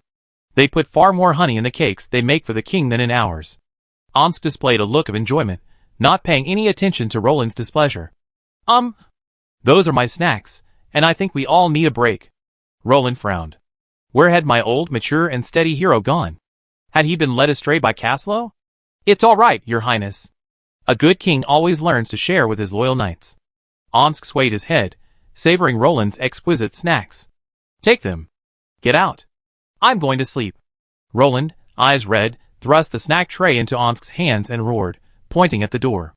After a night of fear and no rest, Roland was ready to devour anyone who tried to stop him from sleeping. That's right. He was right. Even a god wouldn't be able to stop him. After pushing and dragging Omsk out of the tent, Roland immediately threw himself onto the hammock, lying flat on his back like a dried salted fish. Omsk actually likes desserts? How could such a tall and mighty hero have a foodie hobby like a girl? The trolls won't attack easily. We must have hurt them last night. We continue west, and should reach the Car Rock Fairy Lance mentioned. He says it's occupied by the druid, the skin changer Bjorn, just as he knows it. It's the only human haven in the entire valley. Although his body rested, Roland's mind was racing. Every decision he made depended on the lives of over 500 of his men. Let's sleep. Let's get some sleep. No matter how terrible the floods, no one can stop me from sleeping. Let's take the rest of the journey one step at a time. Roland finally succumbed to the gentle warmth of the bed, and soon fell into a deep sleep. As for his next plans? To hell with them. Your Highness, this is a large tribe. Seeing Roland emerge from the tent, Caslow, who had been waiting for a long time, immediately surrounded him. What do you mean? Roland said, wiping his face with a towel offered by a guard. We killed nearly 400 trolls last night. And they were all adults. No old, weak, or sick ones filling the ranks. You know, there aren't many troll tribes in Middle-earth these days that can muster an army of 400 trolls.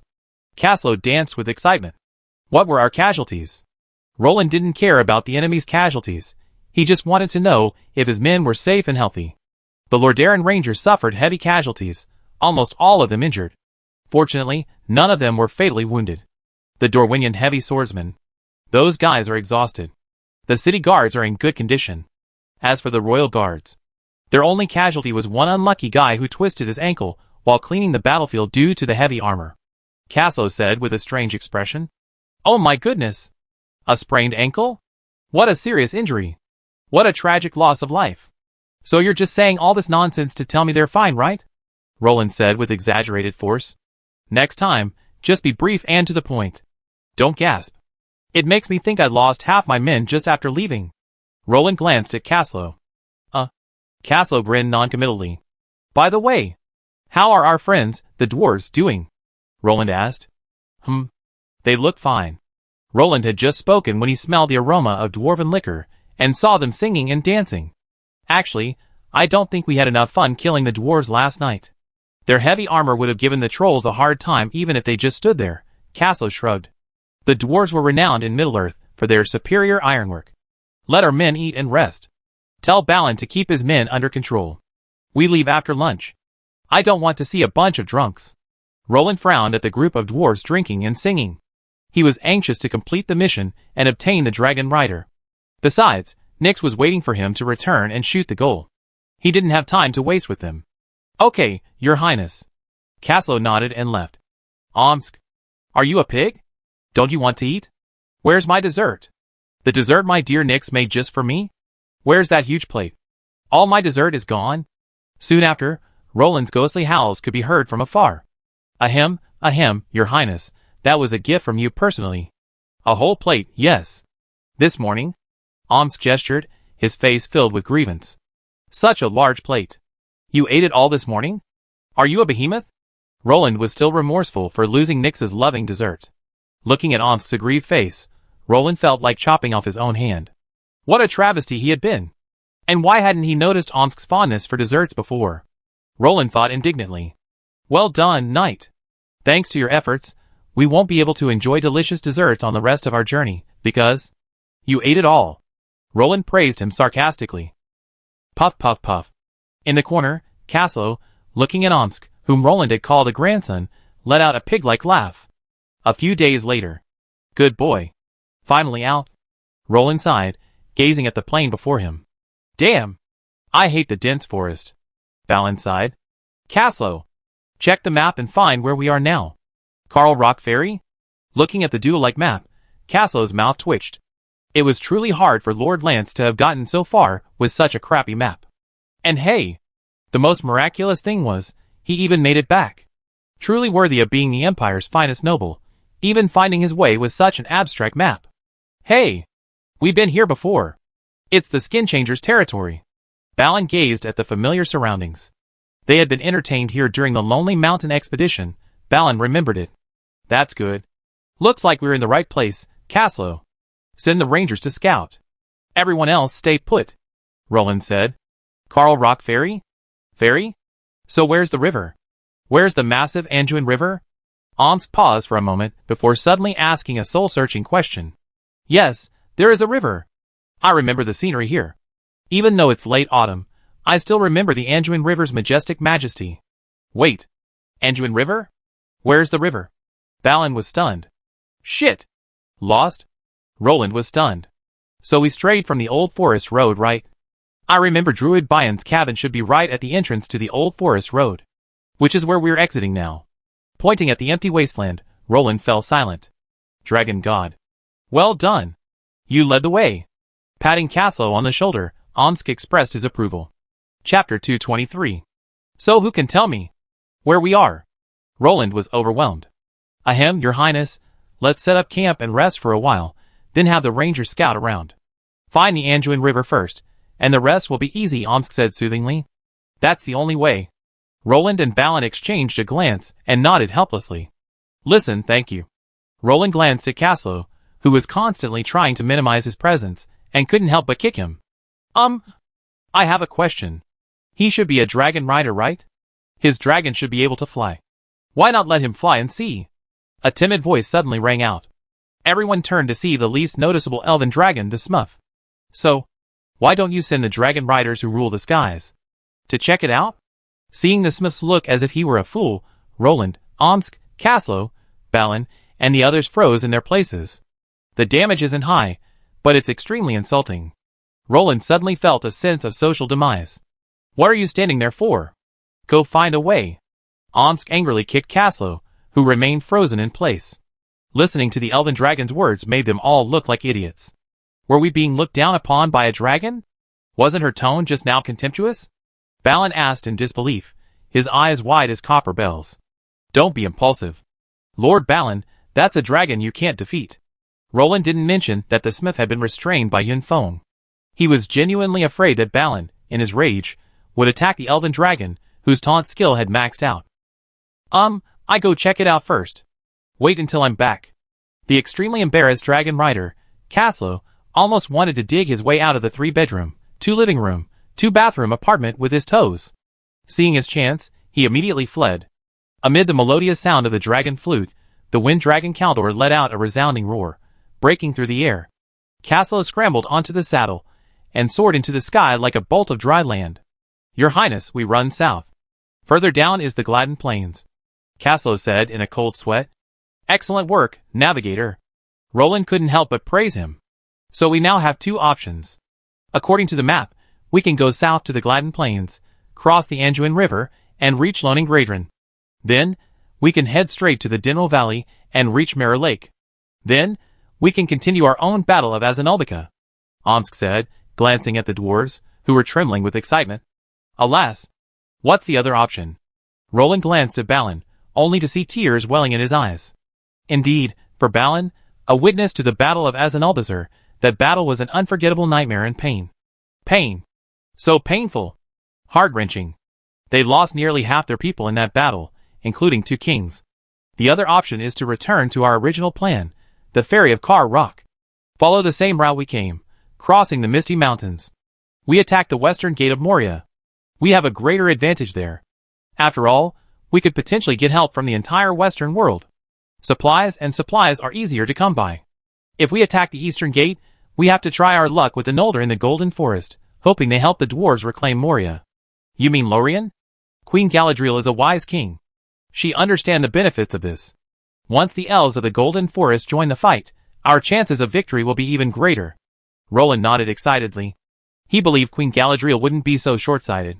Darkness had already descended on Middle-earth, and the dwarves' attack would only benefit them. No! We don't need the elves' help. They're unreliable. They wouldn't be kind enough to help us recover our homeland. Balin, always wise, suddenly changed his attitude and flatly refused. Why? Not all elves are like Thranduil. In fact, there are elves like Eolvia who are willing to fight alongside us. Roland asked, puzzled. After a moment's silence, Balin finally spoke. We all don't want elves to participate in the battle to recover Moria. Their betrayal hurt us so much. This is a sad place for us dwarves. Elves are not welcome here. Balin raised his tearful eyes and said firmly, I understand. Roland nodded and sighed deeply. In fact, he could understand Thranduil's predicament. Thranduil was the only elven king at the end of the Third Age. The others, whether Elrond, known as King Elrond, or Eolvia of the Star Elves, were strictly speaking just lords of their respective regions.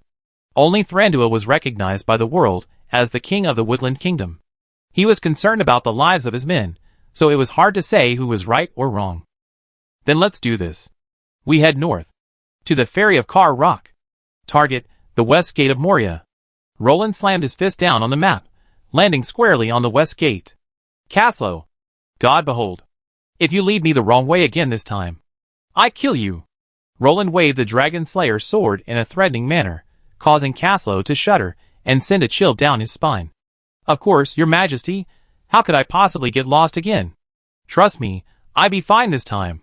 Caslow quickly replied, wiping the non-existent sweat from his forehead, his expression as humble as possible. Well, I hope so. Roland snorted, non-committal. Your Highness. That your Highness. It's truly not my fault. I'm not taking the blame. I clearly followed the map. Who knew there was a city here? Caslow said with a bitter face, gazing at the wall-like building at the horizon. He could already see the flicker of murderous intent in Roland's eyes. Come on! Explain to me what this conjured city is. Okay. It might not be a city at that scale. But it's definitely a small town, right? Come on! Tell me! Was there a town at Carl's Ferry when we came here in the fall? Was there? Roland could no longer contain his outburst. How could a dragon rider be so directionally challenged even with a map? Impossible. I followed the Anduin River. There's no way I could be wrong. Caslow exclaimed, bewildered by this sudden appearance of a town. Baron Lance only just returned, and he didn't mention a town here. You're telling me this is Carl's Ferry? Roland said speechlessly. Ahem. Your Highness. Is there a possibility? I mean a possibility. That this is Carl's Ferry? Ollie suddenly appeared and asked weakly. Ahem, Your Highness. Considering the surroundings, it's indeed possible that it could be Carl's Ferry. Balin laughed awkwardly and pointed ahead. A massive rock, like a hill, loomed in the center of the steamy, misty Anduin River. It was the landmark of the Kar Rock Ferry. Kar Rock. Holy crap! Where did that town come from? This time, it was Roland's turn to leap from his seat in shock. Jumping 3 feet high was truly just an adjective at this moment. It seems the popularity here has recovered somewhat. It's true. Places with druids stationed there are safer than other places in the wasteland. It's not surprising that those struggling to survive would gather here and establish a town. Omsk rubbed his chin and analyzed. Let's go take a look. Roland said to the crowd, gazing at the town in amazement. Chapter 224. Ding ding ding. The town's alarm bells rang frantically. Militiamen clad in leather armor and armed with wooden spears emerged one after another. They quickly scaled the 3-meter-high wall and took their positions behind the parapet, their eyes gazing nervously at the misty wilderness, with a mixture of fear and determination. What happened? Bjorn, towering like a giant, quickly grabbed a charging militiaman and asked. I don't know, my lord. The alarm bells in the watchtower have rung. We must ascend the wall and defend.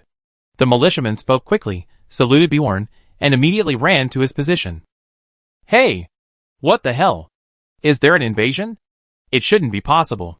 Even orcs can get into this godforsaken place? Bjorn muttered, scratching his head and deciding to go to the watchtower to check. Guards, what happened to sound the alarm? Bjorn asked, approaching the tower and observing the guards still diligently ringing the bells. My lord. So many people. A sea of them. They're fully armed. They bring death. That surging silver light is the sharp edge of their weapons. The guard stammered. Brave, young man. You might have the talent to be a bard. Bjorn looked at the guard's trembling legs and pale faces, shook his head and smiled, but sighed inwardly. Life for humans in this era was truly difficult. These displaced refugees were constantly worried about their fate. This rabble, having just put down their dung forks and taken up weapons, had absolutely no fighting power. But because their families were here, despite their immense fear, no one was willing to flee.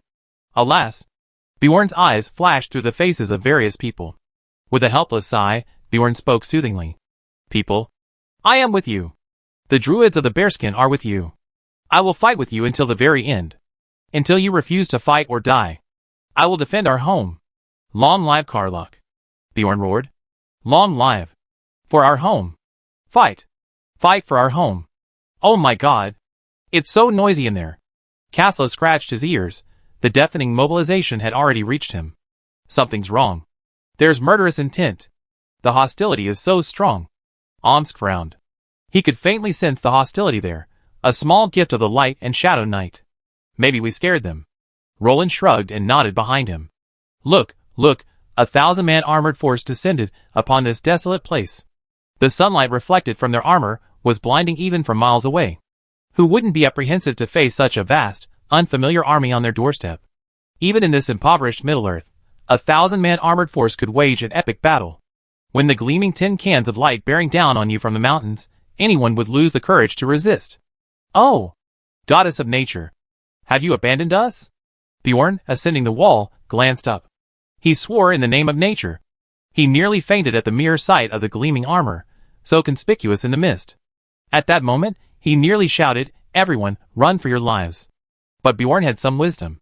He understood that holding the city walls offered a chance of a comeback, but abandoning the walls and fleeing would be a sure thing. Even if he and his people escaped, the ordinary people would surely perish. Goddess of nature, bless you. Bjorn prayed devoutly. If a fight really broke out with those who came with ill intentions, then he could only pray for a miracle. My God! There must be at least 1,000 of them. A sharp-eyed hunter exclaimed. Quiet! Prepare for battle. Our families are here. If you don't want your wife and children to become playthings, then act like men. Northerners will never surrender. Bjorn shouted. It looks like we scared them. Roland grinned, gazing at the heavily guarded city. Shields raised. Omsk suddenly ordered. Click! In unison, all the Lagran soldiers raised their shields. Defend! Balin commanded with a wave of his hand. Wow! The dwarves also raised their shields. What? Roland's face suddenly turned black with questioning. What's going on? We don't intend to start a war, Roland said quickly. As you said, we frightened them. To prevent any damage from their aggressive behavior, we're taking precautions. Casso shrugged.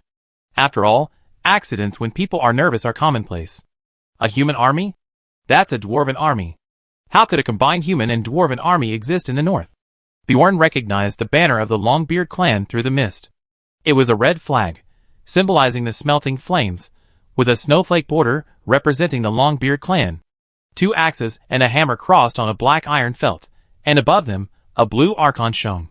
The kingdom of the Lonely Mountain. Bjorn's pupils shrank.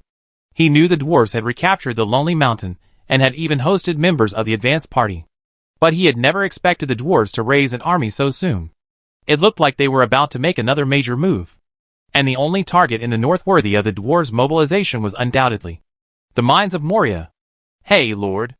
We never seen that flag before. Bjorn's people shouted, pointing to the faintly visible Raglan dragon banner fluttering in the wind. We think we've seen that flag before. It was called something like Raglan. We were able to build this gathering place thanks to those people's gold. Bjorn scratched his head, unable to remember clearly. Let's see, they don't have any ill intentions, Bjorn said uncertainly. He couldn't imagine any other intelligent race, besides orcs and those barbaric creatures, that would be interested in his shabby little gathering place. Boom! Everyone's footsteps fell in unison, making a resonant muffled sound. Looking at the militiamen cowering on the city walls, Omsk grinned. What a bunch of cowards!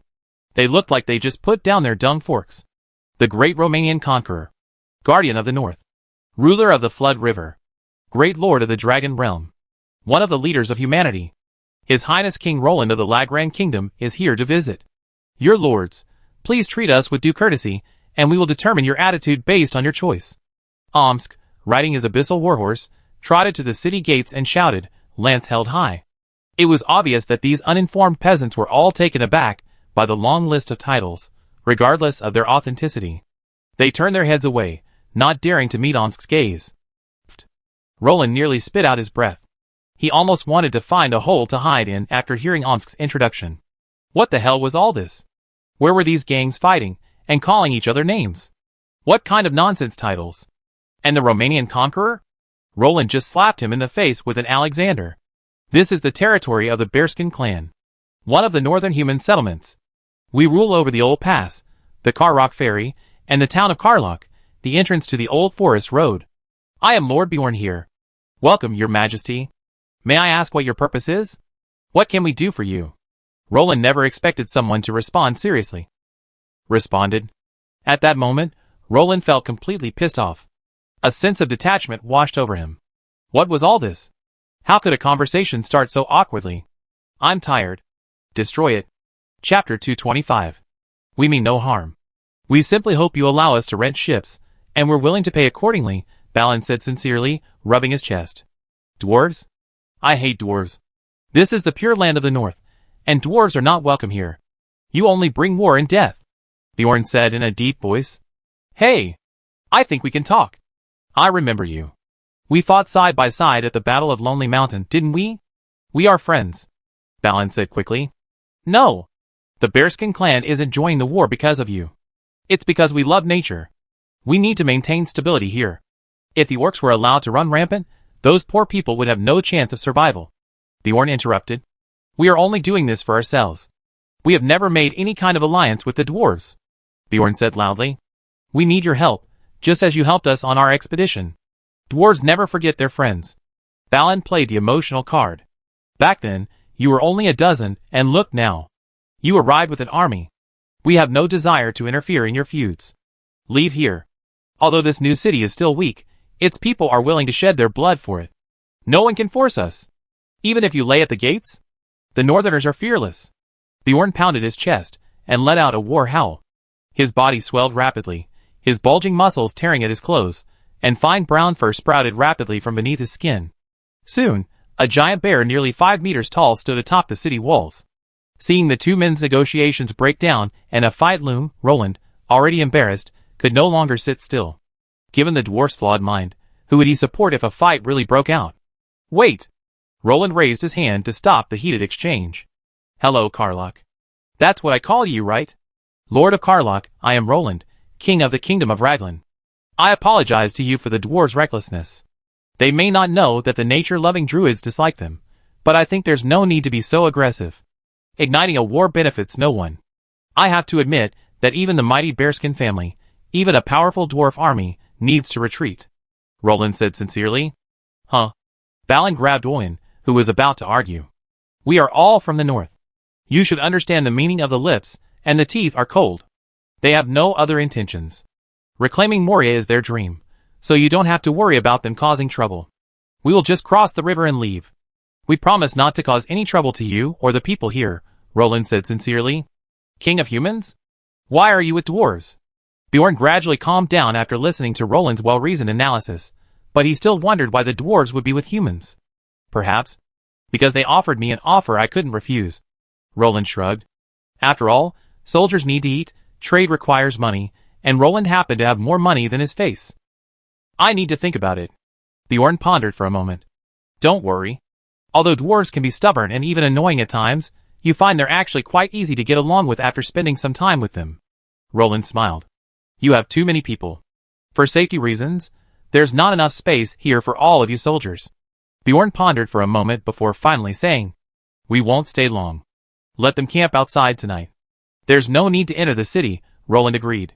After all, Roland himself wouldn't agree to let so many unfamiliar troops in. Balin, take a few men with you. Let's go in and talk to Bjorn. After all, his men control the old pass, the only way to the Lonely Mountain from the west. You dwarves will inevitably have dealings with him in the future, so establishing a good relationship beforehand is beneficial for everyone. What do you think, Balin? Roland bowed his head and offered Balin advice. You're right. Your wisdom is as formidable as your army. More friends are always better than more enemies. Balin readily agreed. Caslo, take them to camp. We rest here for the night. Tomorrow, we find a way to cross the river. We go in and talk to Bjorn. As neighbors, we should at least visit, Roland instructed. That's not appropriate. I'm not here. For your safety. Caslo hesitated. Don't worry, Onsk will be with me. Don't you still trust him? He's the most powerful among us. With him protecting me, nothing's a big deal. Roland smiled brightly. Not only would Bjorn not harm him, but even if someone really wanted to, they have to consider the deterrent power of a level 6 hero. He was practically invincible below level 6, and a 1-for-1 exchange for anyone above level 6. Okay, if the situation changes, just crush the scale, and I lead my troops to rescue you. Caslo handed Roland a turquoise dragon scale the size of a fingernail.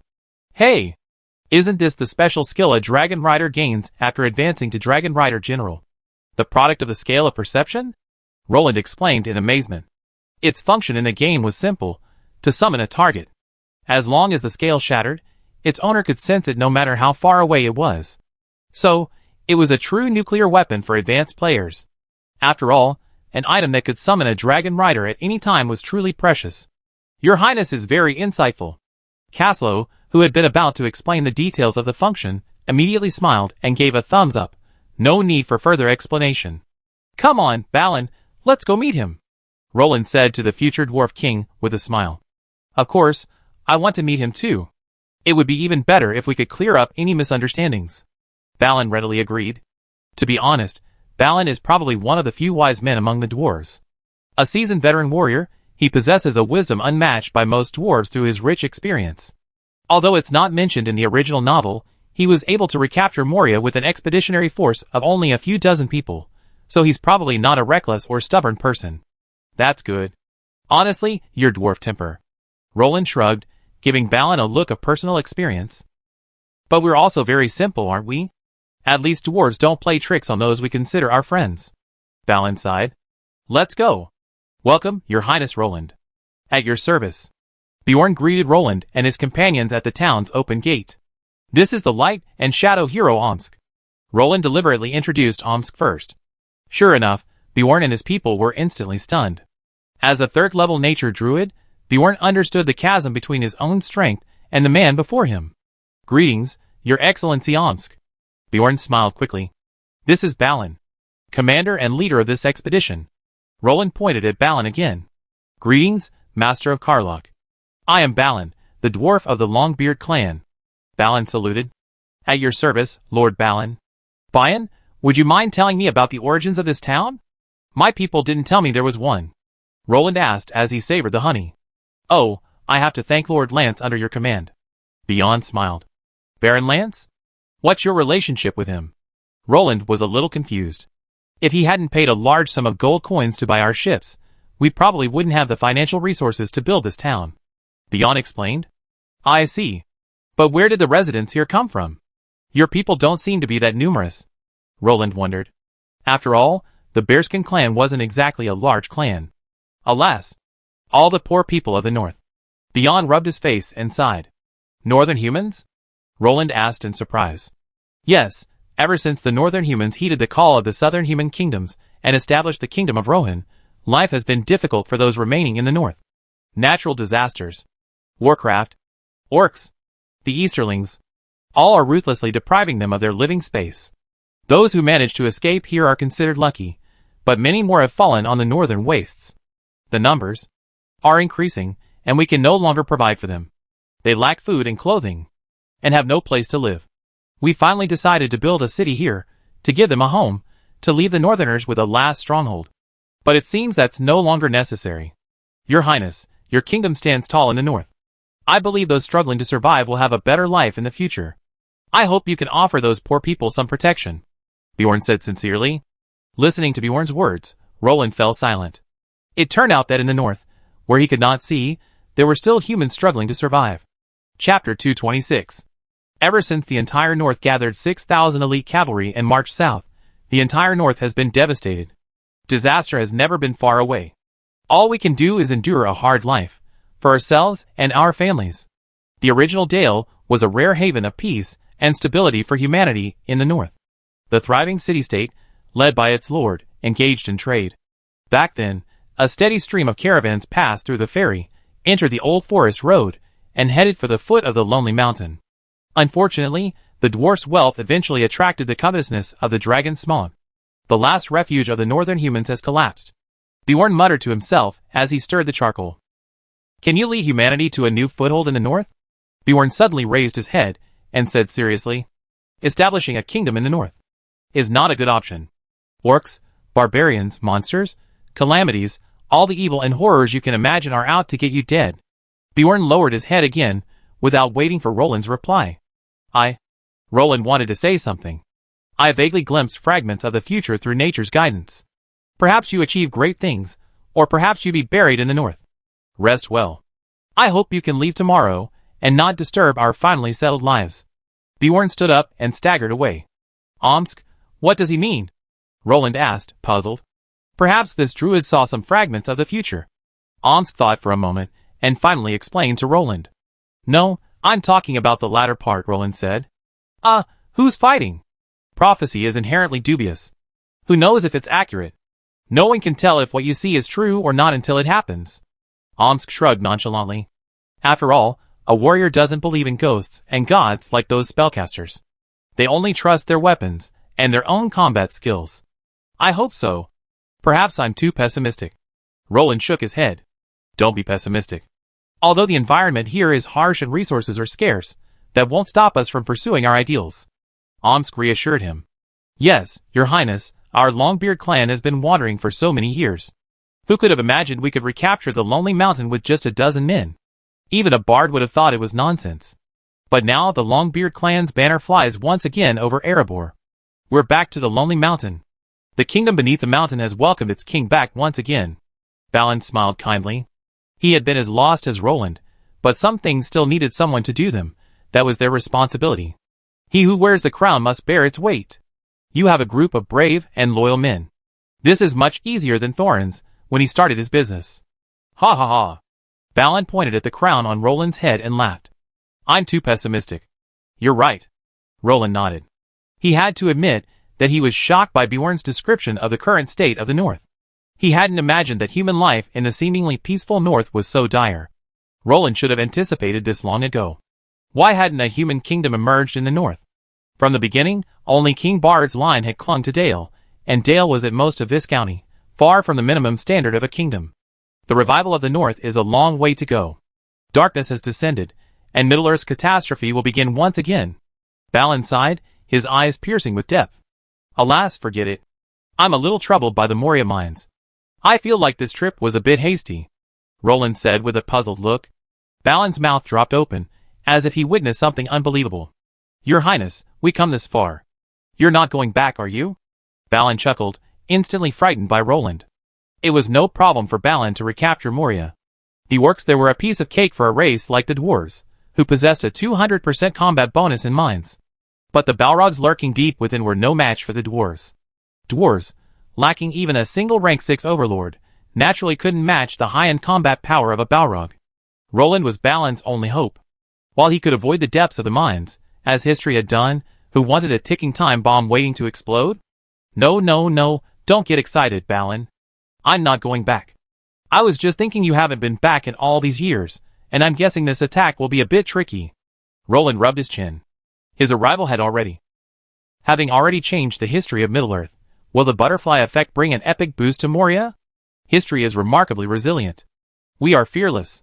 We can serve as vanguards to explore the path for you. I only ask that you destroy the Balrog in the depths. Help us, Your Highness. Balin choked out.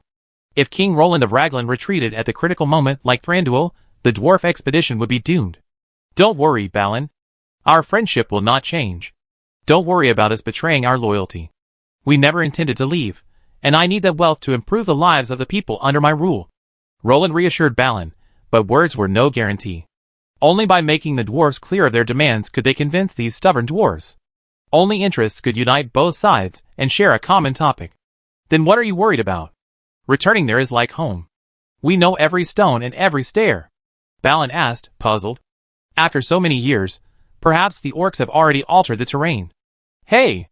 After all, when it comes to destruction, orcs are unmatched. Roland sneered. We don't have any scouts or even a thief in our team. Intelligence and reconnaissance are at a disadvantage. Roland shook his head. Even Gandalf had to find a thief for Thorin, though he wasn't very reliable, let alone their 1,000-man coalition. Previously, they had relied on the Lordaeron Rangers' familiarity with the forest to gather information, but in the catacombs.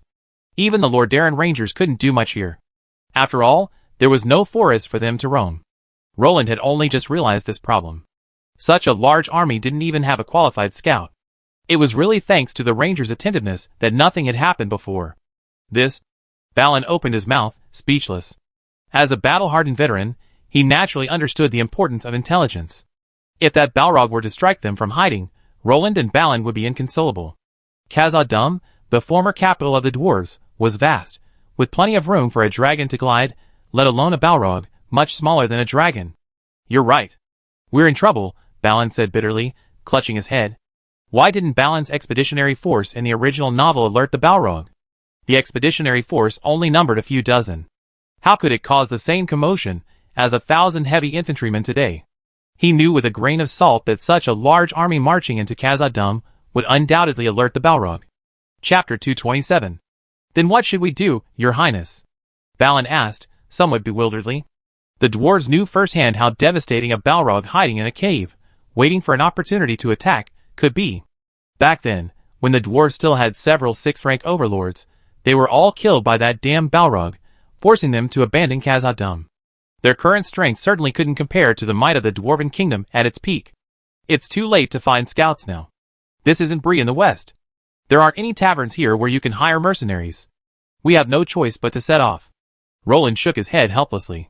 After all, they didn't have time to recruit a single scout. Rest early. We have to travel again tomorrow. The Misty Mountains wouldn't be the Misty Mountains without a fight. Roland shook his head, deciding to rest for a bit.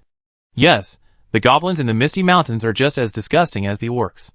Balin's face immediately turned disgusted, clearly recalling some unpleasant memories. What? Remembering what happened to you in the goblin town in the Misty Mountains? Roland asked with a smile. Oh, you know about that damn thing too? Balin said awkwardly. After all, being captured was their most embarrassing memory. I was careless, I didn't dodge, and a net bag was caught in my face. It was the deepest reflection of Balin's heart. Of course, you think Keely and Philly's words are reliable? Roland teased. Damn you bastards! I'm going to beat their heads off. Balin raged. After all, as a battle-hardened warrior, being captured alive by the weakest goblins was a dark mark on his life. So be careful this time. Don't fall again, ha ha ha. Roland laughed. Your Highness, I'm leaving first. You should get some rest. Balin scurried off, his short legs flailing. Omsk. Roland knocked on the wall next door. Your Highness. I've been getting sleepy waiting. Omsk rubbed his sleepy eyes helplessly. Don't fall asleep yet. Take a look at the map. Roland tossed the map on the table. What's so interesting about this? Omsk flipped through the map boredly. Rivendell. Roland pointed at a location on the map. The last pure land of the elves in Middle-earth? Omsk glanced at the map casually. Well, do you have any way of convincing the elves scouts to join us? We need scouts. Roland stared at Omsk with a burning gaze. Your Highness? Are you all right? If the dwarves are willing to seek the elves' help, why would we even go through the Misty Mountains? Wouldn't it be better to just launch a second battle of Azanulbika? Omsk looked at Roland in shock. Why would they choose this path? Was it because those stubborn dwarves refused to bow to the elves? That's negotiable. There's a basis for cooperation between Rivendell and the dwarves, Roland pondered. Would the dwarves cooperate with the elves? I never seen a case of this except in a life-or-death battle like the Battle of Lonely Mountain. Omsk scoffed. All the ghouls in Middle-earth knew that dwarves and elves despised each other. Indeed, the success of the dwarf expedition to the Lonely Mountain was partly thanks to Elrond, Lord of Rivendell. If he hadn't deciphered the moon words, the dwarves wouldn't even be able to find the secret door to the Lonely Mountain. Roland smiled. There's this? This time it was Omsk's turn to be surprised. The elves had changed. They were actually volunteering to help the dwarves?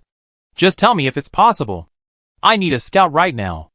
I don't want a Balrog popping out of nowhere to give me a duel, Roland said impatiently. Without scouts, reconnaissance would be disastrous. A scout with invisibility and a ranger without it would have two different scouting effects. Besides, Lordaeron rangers aren't good at cave warfare, and the elves of Rivendell, TSK. Isn't it fair to say they're the most versatile army in Middle-earth? It's difficult. First, the elves have no obligation to help the dwarves on their expedition. Second, we can't afford the reward. Third, do you think the elves will lower their noble status and join the war? Not every elf is as humble as that half of Elrond. Omsk shook his head. If you really need one, you can look here. Omsk placed his hand on a spot. Bree? I fly over there? Are you going to eat such a huge Misty Mountains?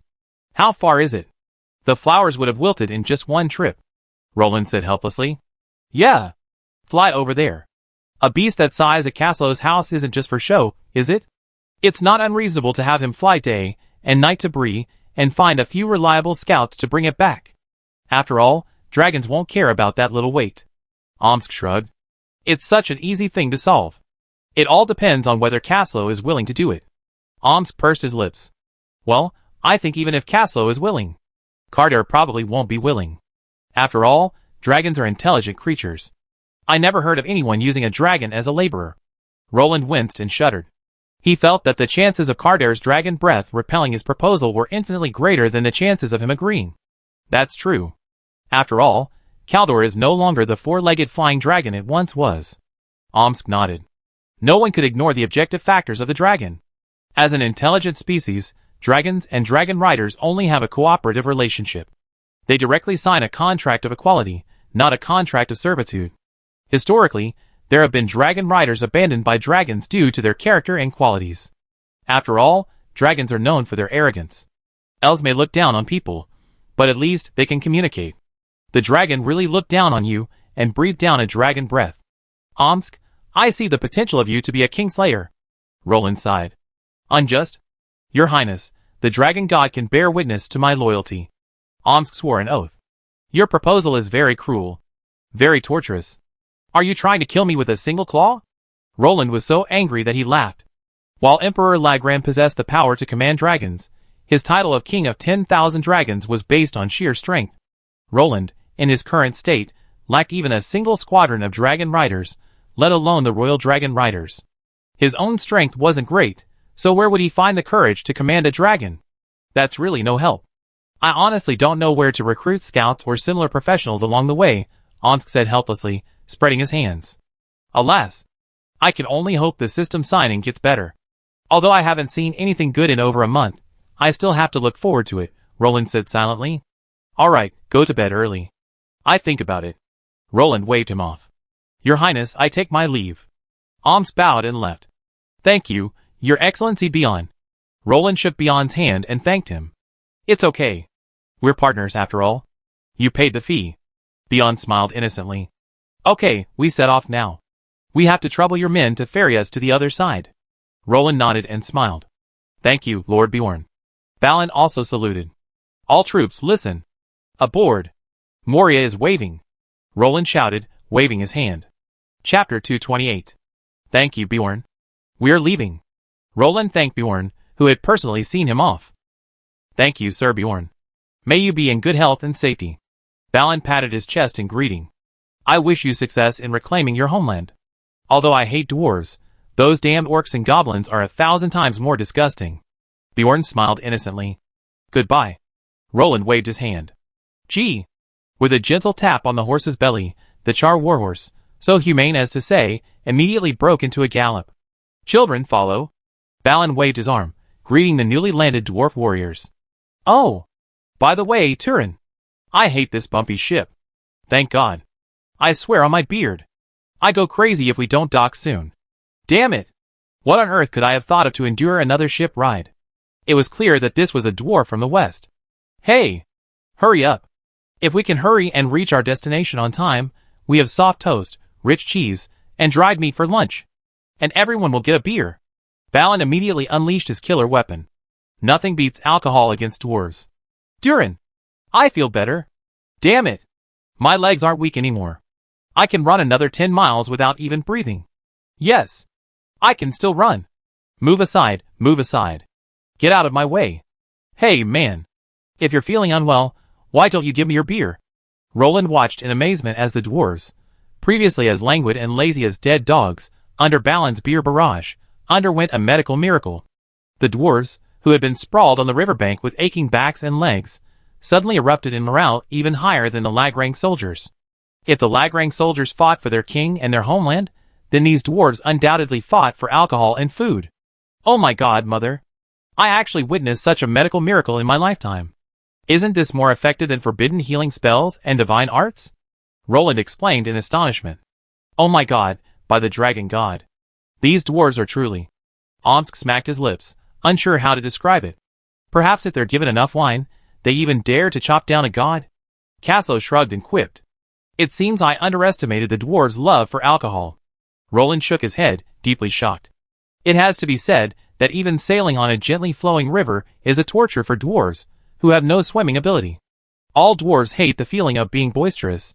It makes them feel insecure and unsteady, and most of them usually get seasick. And the behavior of those dwarves on the boat just now. Well, that's fine. We should be thankful that the Dwarven Kingdom has never been near the sea, otherwise, I wonder where they find a navy to protect their routes. Your Highness, come and try it. Balin handed Roland the roasted, golden brown hare. Roland took it, and was immediately intoxicated by the aroma. He then realized that the rabbit was sprinkled with all sorts of precious spices. I have to admit, I know very little about you dwarves. I always thought only halflings were good at cooking. I didn't expect you dwarves to be so skilled at grilling, Roland exclaimed, taking a bite of the roasted rabbit. The golden brown skin was incredibly crispy, while the meat inside was incredibly tender. At that moment, Roland finally experienced what it meant to be crispy on the outside and tender on the inside. Combined with the special dwarven spices and salt, Roland's appetite was immediately whetted, and he devoured the whole rabbit in no time. How's it going? Balin smiled as Roland finished his roasted rabbit, flipping it over. Then he said proudly, Your Highness, you underestimate the dwarves. We have many more gatherings than the nobles in the human kingdom. After all, dwarves are never stingy with their own people. How bad do you think our cooking skills can be? Halflings aren't the only ones who can cook. I can't guarantee anything else, but it's true that every dwarf has a superb grilling skill. After all, we spend all day around the fire. That's true. The human nobles. I know vampires all too well. Roland nodded. Although he had never seen the human nobles in Middle-earth, he imagined they were similar to those in the Middle Ages. Only a handful of nobles were willing to share their wealth with their subjects, and most were vampires, like the mayor of Laketown, slaving over their subjects. Yes. Greed is the original sin. The end is destruction, Balin said bitterly, closing his eyes. The destruction of both Khazad-dûm and Erebor was due to greed. The dwarves' greedy excavation of the underground treasures brought endless covetous eyes, ultimately paving the way for their demise. We should be at the foot of the Misty Mountains now, Roland said, changing the subject. Yes, we just passed by here last autumn, Balin said with a hint of nostalgia. Yes. Who could have imagined it? The dwarves successfully recaptured the Lonely Mountain, and the name of the king beneath the mountain spread throughout Middle-earth. Now it's your turn, Balin. Don't let us down. Roland stared at Balin solemnly. You need the restoration of the old city to demonstrate the glory of the dwarven resurgence, and we need its wealth to feed our people, repair the city's defenses, build villages. And a dragon rider. Roland's gaze was deep and far-sighted. The dwarves might be able to withstand the failure of the expedition, after all, they were already accustomed to it. But Roland couldn't bear the impact of all this. Without funds, river rapids couldn't develop. Waiting for the caravans to open. That would take forever. Maybe by the War of the Ring, Roland wouldn't even be able to muster 10,000 men to fight. If that happened, Roland would be too embarrassed to even join the royal family. After all, who of the two great human kingdoms couldn't easily raise an army of 10,000? Of course, the dwarves will not disappoint their allies, Balin said firmly. Then I wish you all the best in advance, Lord of Moria, His Highness the Dwarf King Balin. Roland smiled. It's a bit early to talk about this now, Balin said helplessly, wiping a cold sweat from his forehead. King Roland's thinking was too far-fetched. He already blessed him with the title of king before even conquering Moria. Early? Not early. Think about your coronation ceremony. After all, you be the first dwarf to successfully enter Moria in ages. Roland shook his head. After all, even without Roland's help, Balin could have been crowned the conqueror of Moria, not to mention Roland leading a vast army. The only variable was the number of casualties. Caslo, brace your soldiers. We're about to enter the Misty Mountains. I'd bring them out, but I can't guarantee I can bring everyone back, so even for my own sake, I urge them to stay strong. The roads here are tough, and we don't have the knights to support us this time. Roland frowned, summoning Caslo and admonishing him. I understand, Your Highness. Caslo pounded his chest and saluted, then immediately went down to convey Roland's orders. Rest assured, Your Highness. I will be your strongest wall. Anyone who wishes to harm you will have to step over my corpse first. Omsk raised his mighty lance, a muffled voice emanating from beneath his heavy helmet. Omsk, who had been slacking off along the way, now stood fully armed beside Roland. Thank you, but I'm a knight too. Roland smiled carelessly, firmly snapping on his armor and raising his lance. For our future. Forward. Chapter 229. Shit! Roland casually swung his left shield, sending flying a crudely crafted arrow made of a branch and flint. Giving you a chance, huh? Annoyed, Roland dug out a meter-long wooden javelin from his system. He had the refugees carve it. Considering Roland's meager archery skills, a Grand Knight would have been more suited to powerful, heavy javelins. However, considering the non-recyclable nature of javelins, and the indolence of recycling, Roland cleverly suggested a wooden javelin. Unlike the troll's crudely crafted javelins, Roland's was made from carefully selected hardwood, thinned at the ends and thickened in the middle. Finally, the ends were sharpened, carbonized, and polished to a smooth finish. Aside from the labor involved, it wasn't much worse than an iron javelin, of course, at close range. Whoosh! The fighting spirit enveloped the javelin, and with a flick of Roland's ape-like arm, it flew out. Ouch! Ugh! A shrill scream was followed by only a series of struggling gasps, which sounded more like inhalation than exhalation. Hey! This javelin throwing skill is quite good. Roland nodded with a smile. It truly was one of the few ranged attack skills a knight possessed. With it, Roland could clearly sense a line guiding him to his target. As long as he threw towards that fixed point, he had a high probability of hitting the enemy. Your Highness, you're not bad. You're a quick learner, Omsk exclaimed. Roland's talent was indeed remarkable. What? Roland didn't know how to javelin before. He couldn't learn without the skill inheritance from the Knights Templar? Look at the two beside him, the 4th-tier Dragon Rider Caslo and the 6th-tier Light and Shadow Hero Omsk. It could be said that Roland could learn all the basic skills of the Knight class from these two. They were like the instructors imparting skills to the Knights Templar. Hee, if I hadn't been constantly training with goblins along the way, I wouldn't be so proficient. Roland smiled. Actual combat is the best teacher, and the wooden spear's advantages were evident at this point. There was no need to retrieve it, and even if it was picked up by the enemy, it wouldn't be a problem. The violent impact and the infusion of battle energy would cause the wooden spear to shatter upon impact, not only causing secondary damage, but also effectively preventing it from being used as a transport for the enemy. At this moment, a bald principal looked up. Transport? I'm familiar with that. Kneel! An angry shout caught Roland's attention. What's wrong with my soldiers? Roland looked puzzledly at the goblins bound by vines and brought before him. Your Highness, these scum just attacked you. They didn't escape. The Lordaeron Ranger was furious. He and the other rangers brought the captured goblins over. Oh! An attack? That counts? Roland recalled the pitiful, weak arrow from earlier. Alright, I interrogate them. Roland dismounted, feeling it was best not to disappoint his subordinates. Although Roland felt it would be better to kill them all, out of humanitarianism, he decided to give these goblins a chance. Perhaps some of you would like to tell me where you're from. Why did you attack me? Where is your tribe? Roland asked the captive goblins. At Roland's words, a goblin who looked like a small leader immediately struggled and yelled loudly. Although Roland couldn't understand the goblin language, he could hear the swearing. Led by him, the goblins all began to curse. Pah! A loud bang startled both Caslo and Omsk. A round head flew in a graceful parabola and landed on the ground, where a soldier kicked it away. 2 fountains of black blood spurted out from the headless neck, half a meter high. Looking at Roland's palm engulfed in battle aura, it was easy to guess that the poor creature had just been decapitated by a slap. Goblin, do you know how much a big fight can take on a goblin? His head is blown off. Foul talk? Excellent. Shut your mouth. Roland sneered. The surrounding soldiers immediately covered the goblins' mouths to prevent Roland from being angered by their foul mouths. Alas! Even a gracious and approachable lord like me isn't recognized by you. You know, I'm King Raglan, a friend of the Orc royal family and half-brother of the trolls. Can we be more honest and less hurtful? Roland asked sincerely, drawing his dragon slayer sword.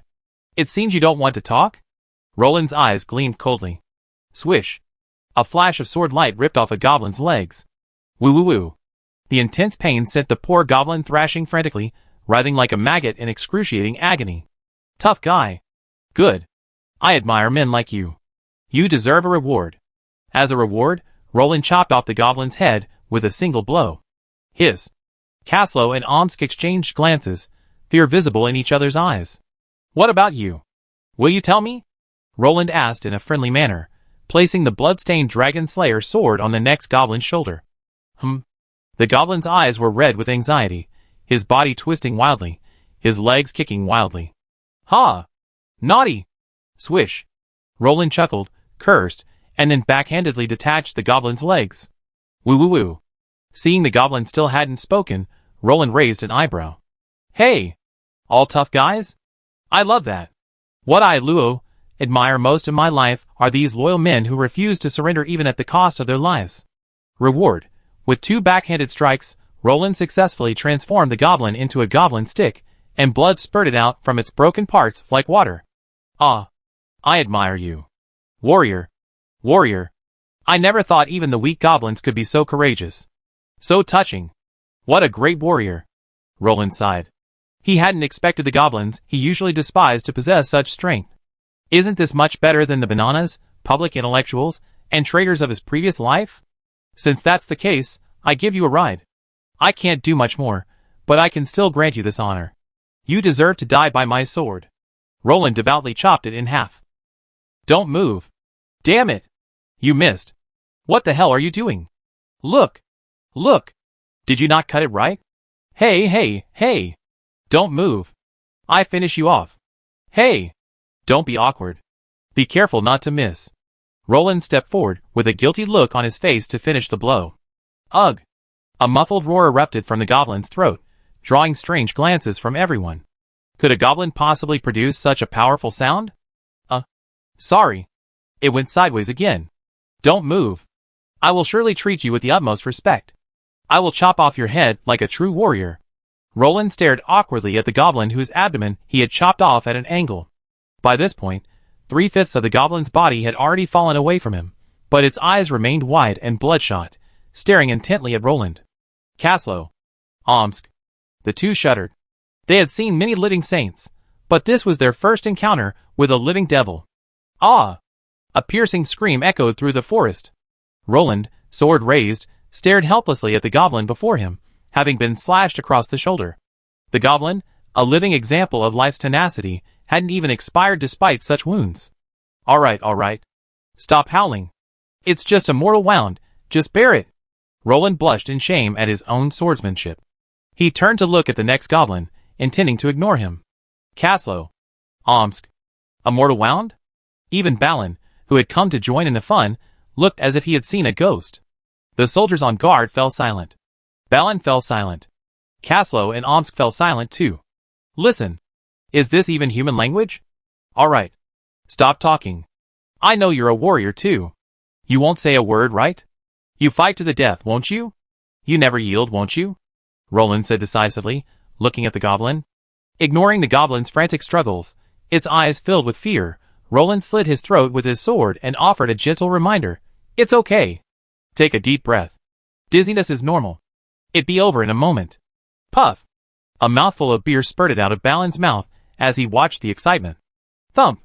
Kaslo slipped and fell to the ground. Omsk's eyes widened in amazement, as if he had discovered a new world. Even the few royal guards beside Roland quietly and inconspicuously stepped back. Everyone stared at Roland with strange eyes. What a guy! I seen the living king of hell, but this is the first time I seen a living cub. Your Highness, is there a possibility? I say it's a possibility. It's not that they don't want to talk, but maybe their mouths are blocked? Kaslo whispered. Roland, who had just bled the last goblin, froze at this and mechanically twisted his head towards Kaslo. Roland. Bahrain. Omsk. Everyone. The crowd fell into an eerie silence as they watched the goblin twitching in the cold wind, and all eyes focused on Roland. Damn! Why are they looking at me? Their mouths are gagged, can't they speak? And if they can't speak, can't they just write and draw? Roland leaped up like a cat with its fur standing on end. That's right. It's definitely not me who's at fault. Roland muttered to himself, these goblins must be inflexible, but when everyone's eyes turned to the tightly bound bodies, unable to move, a deathly silence fell again. Hey! Honestly, even tied up like this, these goblins can still move. You have to say they have a strong will to survive. Balin laughed dryly. Kaslo and Omsk exchanged a glance, each reading the other's thoughts. Fearfully, they retreated a few meters, putting some distance between them and Roland. This is truly inhuman. Olio, Oinfloy, and the other two glanced over and quickly left, as if something sinister was going on. Chapter 230. Forget it, it's fine. If they don't bother us, it's fine. But if they dare to mess with me again, I destroy their lair. Roland snorted coldly, his eyes filled with disdain. Without even glancing at the goblin's corpse, which was gradually losing body heat and becoming stiff, Roland decisively turned and left. The beasts in the misty mountains are far more terrifying than goblins. Rumor has it that a full-grown black dragon once inhabited this place. But who knows? Balin explained, wielding his axe to cut down the bushes blocking his path.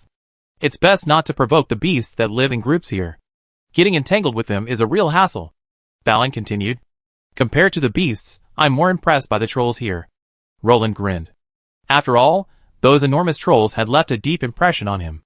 Indeed, those ogres gifted with stone skin are indeed formidable. Balin agreed. After all, there were few creatures whose hides couldn't be cut by the dwarven iron tools, and ogres were certainly among them. Legend has it that some northern humans still live in the misty mountains, secluded in their secretive enclaves, leading a carefree life. Balin recounted this to Roland, as if suddenly remembering something. Understandably, after all, orcs wouldn't be able to reach every corner of such a vast mountain range. Roland smiled. Then, a commotion ahead caught Roland and Balin's attention. What happened? Roland turned to ask the guards beside him. We just encountered a group of goblins. They were sniping at our group from atop a rocky hill. Lord Omsk wants to play with them. He should have led his men to surround them now. The royal guard beside him twitched his lips and spread his hands helplessly. After all, what could he do against a playful hero? Goodness. Let's go check it out. Caslow. Follow. Roland glanced at Caslow, who was dozing off on horseback, then quietly approached him and shouted. Fuck. Caslow, still dazed, was instantly startled and leaped from his horse. With a perfectly natural movement, his left hand drew his sword and slashed in the direction of the sound. Clang. A crisp sound echoed, and Caslow snapped awake. Roland, gripping the hilt of the Dragon Slayer sword with both hands, parried Caslow's sword. That scared me to death. Thank goodness I learned the parry skill. Roland wiped the sweat from his forehead, startled by Caslow's reaction. If he had reacted a little slower, if he hadn't learned the parry skill, now everyone in Rapid City would be feasting. Your Highness! Are you alright? Caslow dropped his sword, dismounted, and lunged at Roland. Get out of the way! Omsk is playing house with the goblins up ahead. Come with me and see! Roland grabbed Caslow and walked away. Shields. Block them. Haven't you eaten yet? Can such a small rolling stone break your shield wall? My 80-year-old grandmother can walk more steadily with a shield than you. Yeah, right. Yeah, right. That's how we suppress them. It doesn't matter if the javelins aren't accurate. Maintain density and frequency. These wooden javelins are cheap, so don't hesitate to throw them. Once you're done, chop down the nearby trees, and you have dozens more. Hey! Rangers, stop! Don't shoot. If you shoot any more goblins, they be gone. I worked so hard to find you a target to practice with. Don't let them die before you're done. From a distance, Roland and Caslow could see Omsk, hands on his hips, full of energy, commanding the troops. It seemed his commanding talent had awakened at that moment. Watching him maneuver his troops to trap the goblins on a small hill, training with them in groups, Roland suddenly felt that even his own Tibetan mastiffs were less pure than his. Do you realize how much harm this kind of play causes to the poor goblins? They're just pitiful goblins, Roland said compassionately, spearing a mentally broken goblin that was charging down. Look at them, aren't they easy to get along with? Not violent at all? They don't yell loudly. How could you bear to torture such quiet and lovable goblins so cruelly? Roland held the gently twitching goblin in front of Omsk. The poor goblin wasn't even cold yet, its limbs still twitching unconsciously, and blood was dripping from the corner of its mouth. I love to win people over with virtue. What's so bad about fighting and killing? Middle-earth isn't just about fighting and killing, it's also about the ways of the world. Don't you agree, little one? I let you go home right now. Don't worry, I swear in the name of King Lagran that I won't blame you for offending me. Go, little one. Go home soon. Oh, and be sure to spread the word of my kindness to your friends. Roland flipped the goblin and tossed it out, shouting to it. Paw! The poor goblin hit its head against the ground, its brains splattering. Balin. Omsk. Caslow. Oh, I'm truly so kind. Look how this goblin is prostrating himself in gratitude. Roland marveled. Omsk swallowed. His king truly understood kindness. They ran away. These goblins are crazy. Catch them. Suddenly, the goblins on the mound seemed unable to bear the endless torture by humans, and launched a desperate breakout in all directions. Don't say that these 100 or so short, pale-skinned goblins running around looked like a group of white rats fleeing for their lives. After being chased and intercepted by the soldiers, most of the goblins were chopped to the ground, with only a few escaping. Hey ho! There's even one lucky guy? Roland looked at the goblin running towards him in surprise. Damn it! Caslow stepped forward to block Roland, already mentally cursing the soldiers for their unreliability, for allowing such a thing to attack the royal frame. Wait! Don't do it! This goblin and I are destined for each other. Roland stopped Caslo's advance, stretched out his legs, and charged at the goblin head-on. Bang! Seeing the goblin's ferocious expression, and the crude stone axe in his hand, Roland raised his foot and kicked out. The goblin flew off in a graceful parabola like a cannonball, sending it flying over 10 meters away. Dragon God! Look at how badly he's been injured. I'm guilty. Roland approached the goblin and carefully examined his injuries. His chest had collapsed, and he was already dying. Holy light! Roland waved his hand, unleashing his skills and healing him. Everyone looked as if they had seen something strange. When had this living devil become so kind? Would he even heal goblins and other aliens? Look at that hairless little head. So pitiful, Roland said sympathetically. Little fellow, you remind me of a poem from my hometown. Roland sighed. Poetry? Balin leaned over, wanting to see what this living devil had to say. The immortal touches my head, the iron hand shatters the spirit. Roland leaned over and, with lightning speed, extended his massive, iron-gloved hand and crushed the goblin's head with a snap. White and black spray instantly covered Balin's face. After all, dwarves are tall. Durin! I believe your lies. You cruel villain. Balin retched in frustration. He finally understood why the guy had pulled down his visor. If he had known, he wouldn't have joined in the fun. You're not a human being. Omsk shuddered. His own king truly could slaughter others with a smile. Chapter 231. Keep going. We're halfway across. A little longer, and we'd be on the other side of the misty mountains. Balin cheered the sweating soldiers on. The early summer evening breeze was refreshing. By dusk, the life-loving dwarves had already set up camp, built numerous bonfires, and enjoyed a joyful dinner. Meanwhile, the Raglan army was still toiling away on driving stakes into the ground to form a breastwork. King Roland, would you like some? Balin smiled at Roland, raising his wine jug. No, we can't drink while marching and fighting. I need to set an example. Roland shook his head. What a shame. You won't have that pleasure. Balin shook his head regretfully. I hope tonight is peaceful. I don't want to play whack-a-mole with the damn goblins. Roland gritted his teeth. He had to admit, the goblins, a specialty of the Misty Mountains, were truly formidable. No matter how hard he tried, they were inexhaustible. He'd been harassed by these damn goblins quite a few nights these past few nights. Their attacks were far inferior to those of the trolls, and honestly, ignoring them wouldn't do anything to these heavily armored warriors for a while. But the noise, each one of them jabbering, each one screaming in a hoarse voice in the darkness, was terrifying. Roland had dark circles under his eyes these past few days. Goblin? Balin's face turned strange. He remembered Roland's friendly side towards the goblins. Cutting people into pieces, having immortals caress their heads, and being hacked apart were all trivial matters. What impressed Balin the most was that King Roland, with a warm smile on his face, stabbed a goblin who disturbed his sleep with a dagger hundreds of times in the firelight, avoiding the vital parts with every blow. The guy howled all night before dying of excessive blood loss. From then on, everyone knew that Roland had a very bad temper when he woke up, so bad that he would kill people in his dreams. I hope no blind souls disturb your sleep tonight, Balin said decisively. No more. The dwarves, thanks to their fortitude, could usually fall asleep, but with the wailing of the goblins being tortured by Roland, everyone could only listen to that unfortunate creature singing in the middle of the night, their eyes red. Your Highness, roasted hare. Caslo came forward and handed Roland a large, plump roasted rabbit.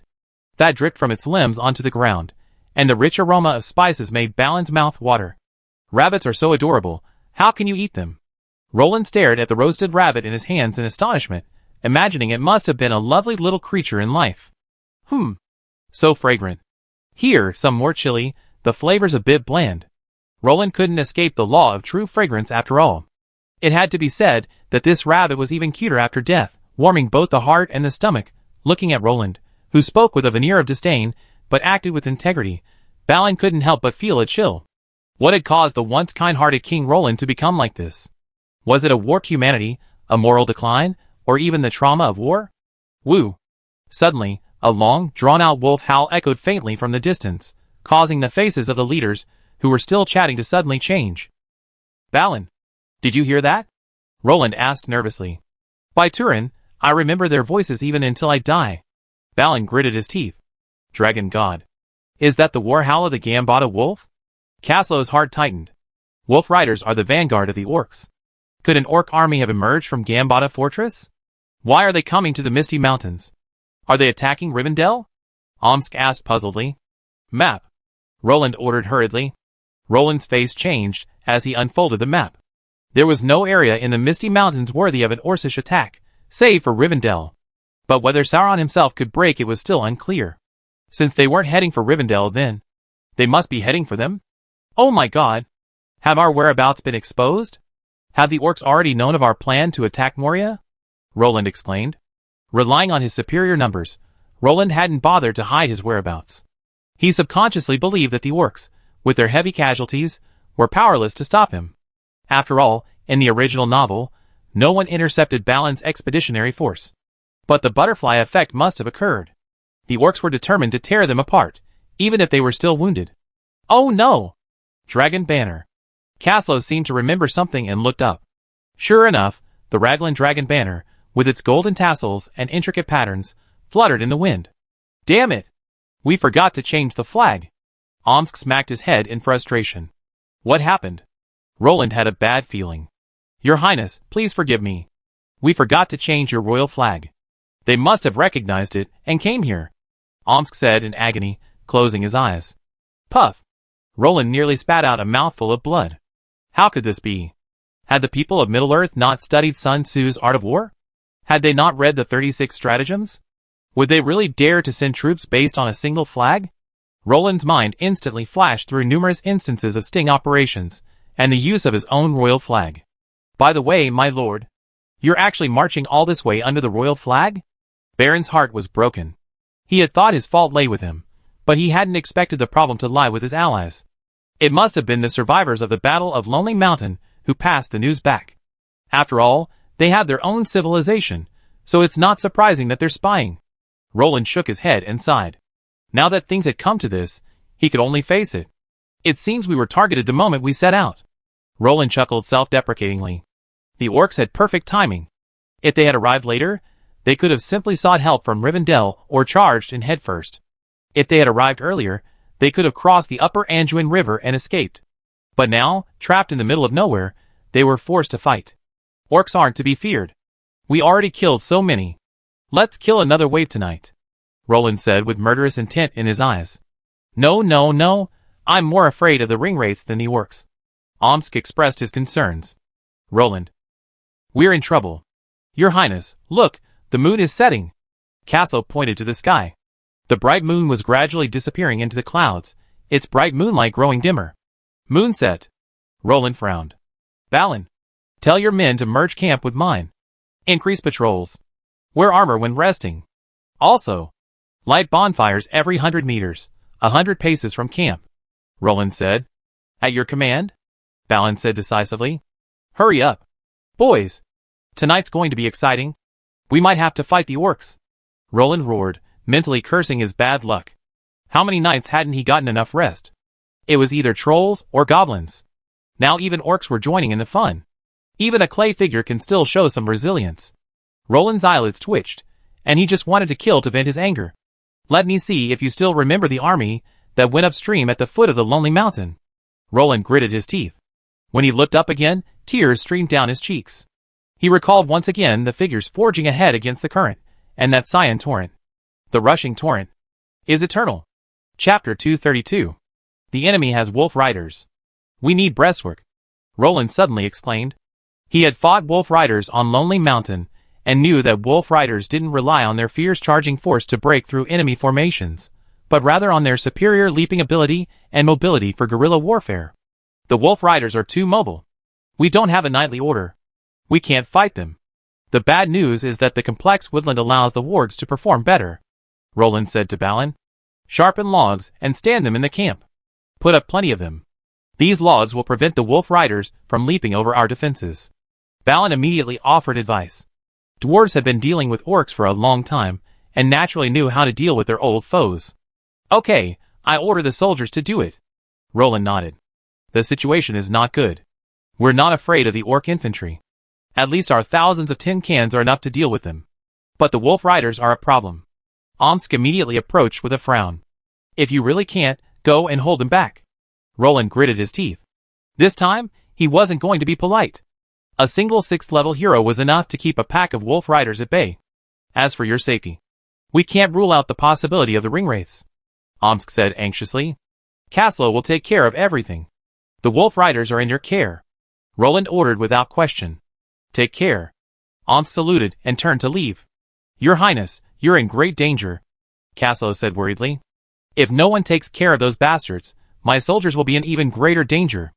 They may be powerless against regular human cavalry, but to infantry, they're still cavalry. Their javelins are still deadly. Roland gripped Kaslo's shoulders and spoke word by word. The orcs possess their own smelting technology. Their javelins, unlike the trolls' powerful yet ineffective spears, are definitely not all talk and no action. Not to mention the wolf riders are skilled archers. Their horned bows are equally formidable. Move. Dig more pits. Plant the stakes closer together, Roland commanded anxiously. They're coming for me. Roland gazed north through the dense forest. Come! Show them the wrath of the Raglan people. Roland donned his visor, drew his dragon-slaying sword, raised his shield, and marched to the front lines. My people, brothers, warriors, open your eyes. Night is falling. The orcs are coming. They're coming for me. Their target is the royal banner. My head beneath it. Let us show them with our swords that we are still the Raglan army, marching upstream from the lonely mountain. We are still the light of the north. For humanity. Fight! Roland roared at the top of his lungs. For the king. Fight! Fight for you. Long live Lagran. Every Lagran soldier roared. No one could harm their king without stepping over their corpses. Royal guards. We live in the name of the royal family. We die in the name of the royal family. If you want to tear down the royal banner we protect, you must first step over our corpses. In the name of the royal family. Fight! The royal guards roared in low voices. For the first time, these Lagran's most elite infantrymen felt an immense rage. They actually wanted to tear down the royal banner they protected? Dream on! The Lagran royal guards would teach them humility through blood and fire. Rangers! Reconnoiter forward. Do not engage, Roland ordered. Swish, swish, swish. A gentle breeze rustled the treetops, creating a rustling sound. At that moment, on an unknown hilltop in the misty mountains, humans and dwarves, relying on crude shelters and barriers, awaited their enemies in the darkness. Woo woo! On a distant mountaintop, a majestic figure stood atop a cliff and howled to the sky, a long wolf howl echoing through the mountains. Woo! Woo! Woo! One figure after another emerged in the moonlight, surveying the distant coalition positions from the summit of another mountain. They're calling for their people. Balin spat, tightening his grip on the axe handle. Wolf riders howling moon. It looks like there are quite a few of them. Omsk, can you stop them? Roland asked worriedly. Don't worry, your highness. They can't get through. Omsk nodded, reassuring Roland. All rangers follow me. You be responsible for long-range sniping the wolf riders. I intercept them head-on. Omsk shouted harshly. Understood. Figures, armed with longbows, climbed over the parapet and departed. Human presence? A wolf rider vanguard suddenly stopped, raised his fist, and clenched it. The riders behind him slowed their pace. What's wrong? A wolf rider, maneuvering his wolf, asked him. Human presence? Very dangerous. The wolf rider asked alarmedly. The humans are still on that hilltop. They're still far from here. The other wolf riders responded nonchalantly. Beware of an ambush. These humans are formidable. They defeated the human armies of Azek and Bulg. They're advancing fiercely against our army at Lonely Mountain. I never forget that banner with the golden dragon painted on it. The leading wolf rider captain said coldly, rubbing the deep scar on his forehead. Let's sneak over. See if there's an enemy ambush nearby. The wolf cavalry captain was clearly quite experienced, and all the wolves immediately lowered their bodies and lightened their steps. Pretty cautious? Omsk chuckled, shaking his head helplessly. Within his range, these ordinary wolf cavalrymen were as bright as light bulbs in the darkness. Sir, what should we do? Shoot them? The ranger captains beside him smiled bloodthirstily. No, no, no. That would alert the enemy. Let's sneak over and kill them quietly. Don't give them a chance to alert. Omsk's eyes flashed coldly.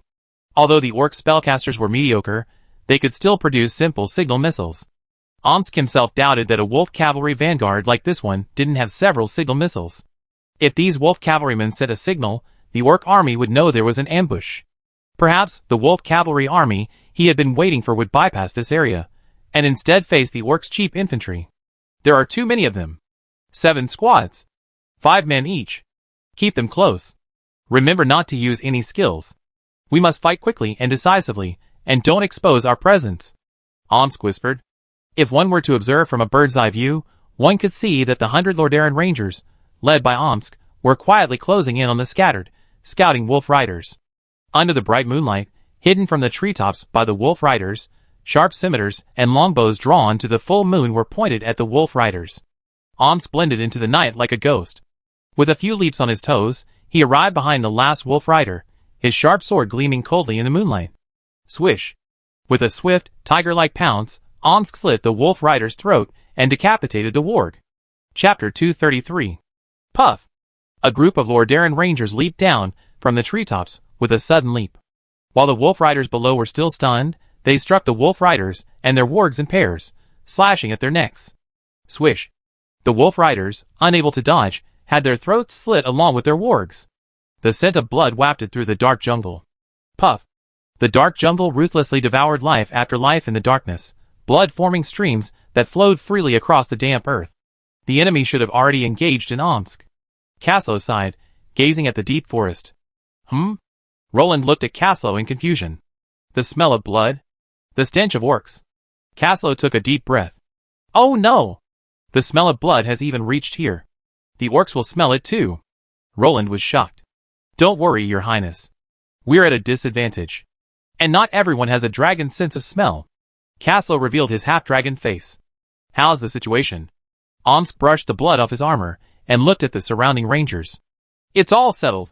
The others are dealing with the bodies.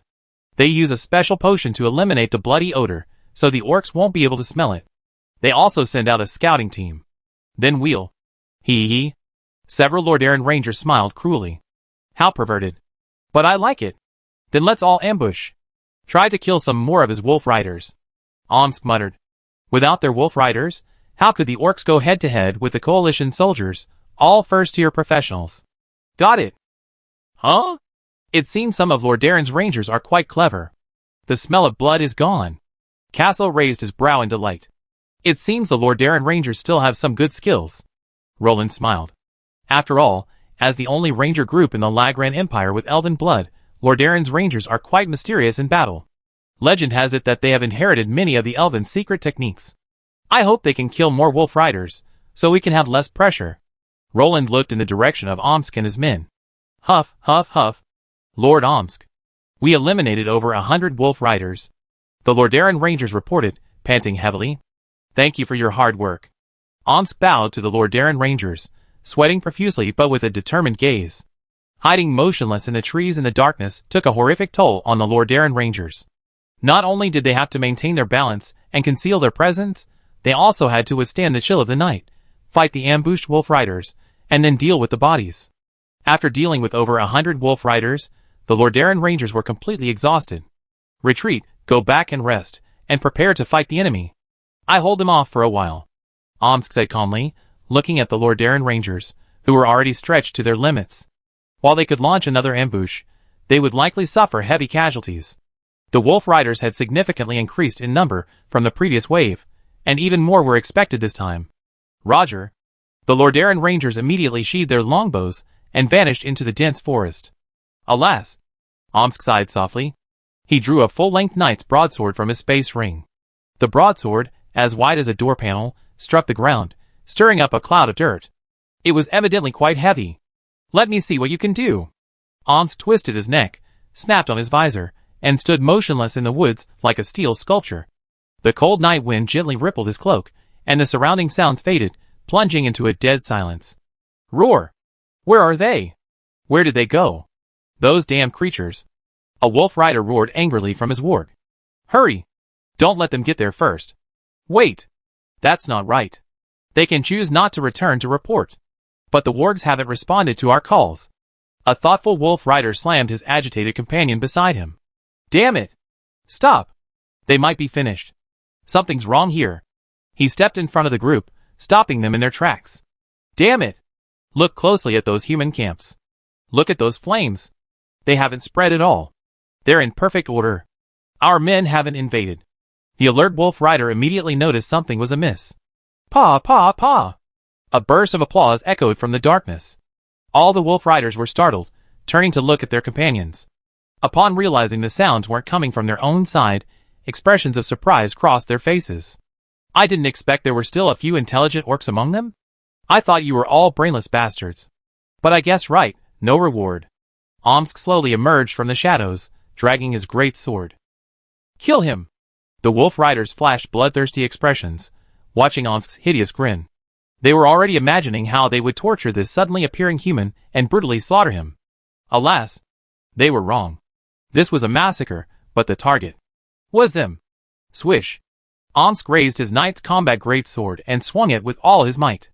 The massive sword, as wide as a door panel, swung down with a sudden flash of white light, cleaving the charging wolf rider and his wolf in two. Blood splattered all over Omsk's body. Die! A flash of black and white battle energy flashed, and the two wolf riders, who had attempted to attack from behind, along with their wolves, were reduced to a cloud of flesh. You're courting death. Omsk flipped his wrist and thrust his great sword, killing another wolf rider. Then he spun around, his heavily armored elbow swung back and struck a wolf's bloody mouth, sending bones, teeth, and blood splattering everywhere. Die! Omsk swung his sword, slashing down another group of men and wolves. Ding-ling-ding. The sound of intense blows echoed from Omsk's armor. A group of wolf riders had already surrounded him tightly. Roar! Light and shadows slash. Omsk roared to the sky. A crisscross of light and shadows suddenly erupted from his body. A spiral of war energy began to twist and swirl around him. The rapidly dancing war energy was like a sharp blade, easily slicing and tearing through the wolf riders caught in it. The shrill wail could be heard even from across the hilltops. I bring death. I bring rebirth. Omsk, covered in blood, stepped on the ground covered with broken limbs and bloody blood, his voice like a voice from hell drifting away on the evening breeze. Roar! Human hero. What a disgusting smell. Ha ha ha. Let me put an end to you. Hang your head on my spear. A chilling laugh came from the shadows behind the orc army. Chapter 234. The fight's begun. Roland raised a brow as he watched the eruption of war energy. It looks like Omsk is killing like crazy over there. Isn't he afraid of scaring off the orcs? Caslo grinned helplessly as he watched Omsk unleash his ultimates. Isn't he afraid the orcs won't know there's a level 6 here? Drip.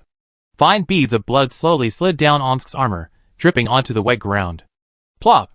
With a single step of his iron boots, the blood that had seeped into the mud immediately surged out, covering his soles. Looking at the piles of corpses around him, one could tell how many wolf riders Omsk had just slain. Hundreds of wolves, mixed with the remains of orcs, spread across the entire forest centered on where Omsk stood. Countless trees, each a man's arm thick, were snapped by Omsk's furious battle energy, their massive trunks scattered across the ground. Omsk had somehow artificially cleared a vast expanse of land within the dense forest. Crackle, crackle. A teeth-grinding sound emanated from the darkness, and a sickening stench of decay slowly spread. Damn it! Did you really think no one could punish you? A sound like a broken bellows echoed through the darkness, chilling the very thought. Get out of here, you scumbag! Omsk swung his sword, slashing down with a powerful blow, his fierce battle energy blazing towards a shadowy area. Boom! A pitch-black shield suddenly opened, blocking Omsk's attack. The two energies collided, quickly creating a shockwave that uprooted all the surrounding trees. Ring wraiths? Omsk's eyes flashed with surprise. Sixth Order? Caslo looked up suddenly, a little nervous. Orcs of Sixth Orders? Roland gaped at the terrifying energy wave. From what he heard, the only Sixth Order orc was Azog. Even his son, Borg, was only a Fifth Order general. If there were still Sixth Order orcs in Gambata Fortress, they wouldn't have appeared during the Battle of Five Armies. Or maybe it's not a Sixth Order orc. Caslo's eyes flashed coldly, his hand gripping his long sword already itching to strike. If it weren't for protecting Roland, he would have gone to see them right now. Ring wraiths. Rumor has it that there are ring wraiths lurking in Gambata Fortress. It's filled with death and wailing. No living person can approach. Balin's rhythmic voice echoed. It's not a rumor now. Caslo twisted his stiff neck and gave a dry laugh. You mean the ring wraiths? Roland's face changed. Obviously, no one but those fallen who have surrendered to death could have caused such a commotion. Caslo sighed calmly, as he gazed calmly at the earth-shaking scene on the distant mountainside. So, can Omsk win? Roland asked anxiously. He didn't want anything to happen to his only level 6 hero. Any injury would be heartbreaking. Look at which ringwraith is on the other side. Caslo shook his head. If it was the Witch King of Almar himself. Caslo was ready to lead Roland on his escape. As for the remaining soldiers, they could only hope for the best. Wait, there will be a result. Caslo sighed, and quietly placed the dragon flute in the most convenient position. Trash. Is all you can do is dodge? Omsk sneered after his sword strike missed. Haha, how can a mortal like you comprehend my greatness? Accept the punishment of the fourth scourge. Surge of death. The ringwraith suddenly appeared and tore open the space around Omsk. Powerful suction and dense evil spirits madly penetrated Omsk's body. Light. Enlightenment. Salute. Hail. Omsk slammed his fist into the ground, and suddenly, streams of luminous fighting spirit erupted from him, as if a blazing sun had risen in the pitch-black night. Your attack has no effect on me. Omsk slowly stood up, murderous intent surging in his eyes. Is that so? I am the great fourth ringwraith. Amaratho. How can you understand my greatness? How can you face my terror? The dark soul fire in Amaratho's eye sockets pulsed violently, revealing his inner restlessness. Haha, you boring idiots who think they're interesting, you corrupt idiots who think they're noble, you slew so many rats hiding in the shadows. I wonder if you become one of them. Omsk pointed his great sword straight at Amaratho. Honestly, you're not as good a fighter as Kamul. Well, I played along for so long. It's time to end. Omsk, believing he had figured out Amaratho's fourth ringwraith's attack patterns, finally bared his bloody fangs. In the name of the champion. Charge. Omsk, summoning his abyssal warhorse, swiftly swapped his great sword, pointed his lance straight at Amaratho, and charged. Crack. The sound of bones snapping echoed from Amaratho's ribs, as the sharp tip of the lance pierced through his body. Purify the evil. Omsk impassively infused his battle energy flames. The battle energy, completely transformed into light, flowed madly through Amaratho's lance. Ouch! Amaratho screamed, as if burned by the scorching sun. The sound echoed far into the silent night sky. Is Omsk butchering a pig? Roland flinched at the eerie scream. No! He severely damaged that ringwraith. Caslo smiled. So he's going to win. Amazing. As expected of a 6th level hero from Raglan. Roland grinned. You? Damn it! Amaratho swung his sword, deflecting the lance that had pierced his ribs. With a few leaps, he vanished into the darkness, quickly emerging from the shadows elsewhere. Your power is the power of darkness, right? You survived that blow just now. TSK, TSK, TSK. In a moment of haste, you were able to use the darkness to mitigate your own damage. As befits a ringwraith, isn't that right? Omsk taunted. Asshole. I kill you. I embed your skull in my nightmare's breastplate. Amorathor cursed fiercely. Alright, everyone's got away with threats. Omsk tilted his head, watching Amaratho's childish performance. You regret this, stranger. One day I bury you. Your pride and light will perish along with the kingdom you leave behind. Amorathor was already considering retreating. After all, he'd been ambushed and severely wounded. Even with the power of darkness, he was no match for this eccentric human hero. This master of both light and dark forces had held himself in check, knowing that if he didn't leave, the sun would rise, and he'd be stuck. Want to leave? Omsk was startled, then immediately spurred his horse to chase after him, wanting to engage him. Unfortunately, a ringwraith like that was so easily defeated. Amorathor's voice lingered in the wind. Cherish the limited time we have, until our lord returns. All must die. All must die. Wail with all your might. Hide. Despair. Where did this psychopath come from? Is Sauron really serious about recruiting?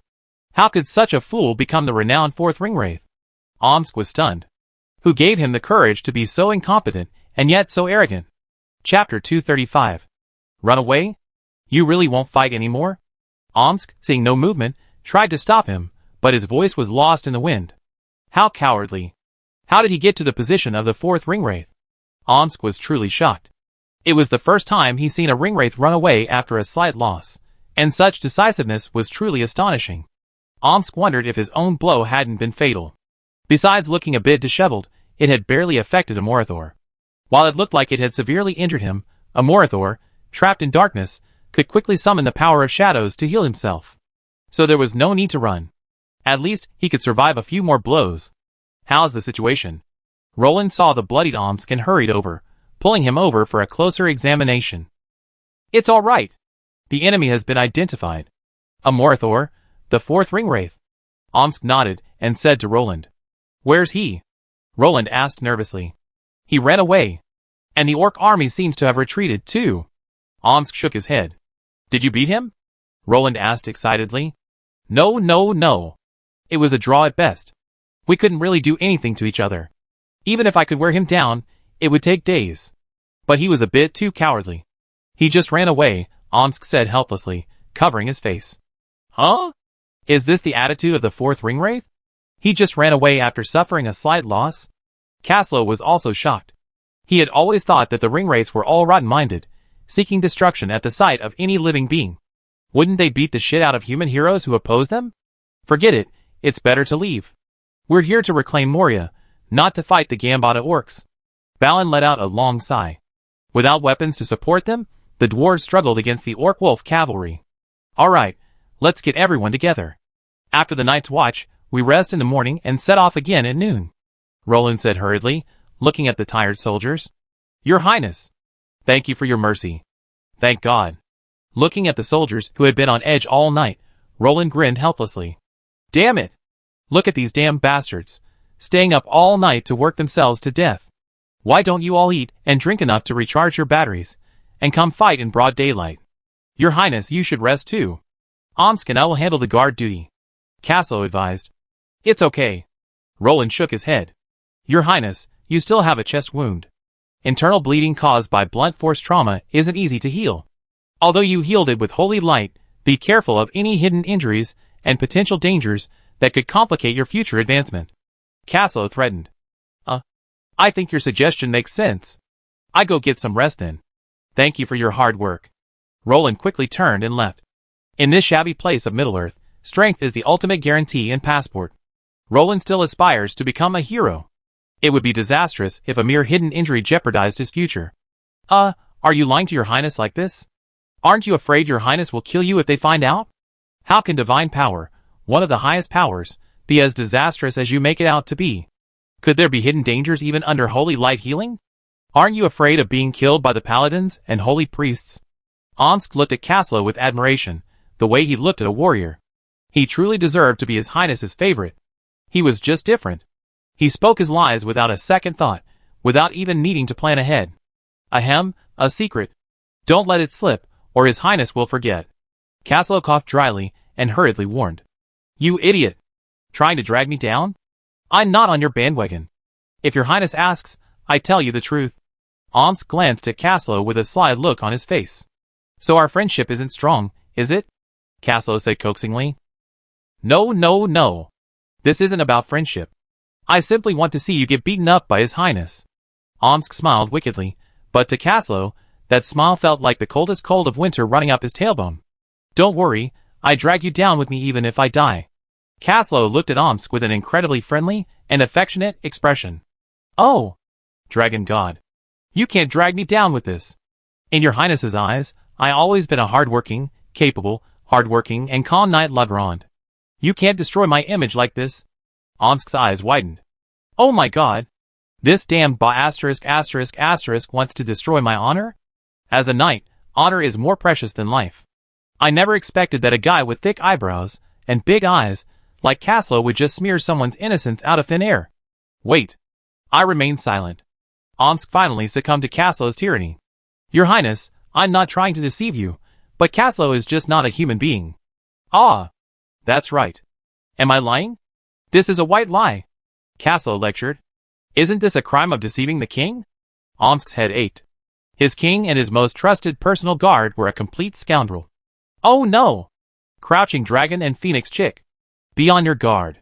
His Highness is very kind, and won't blame you for these things. Caslow shook his head.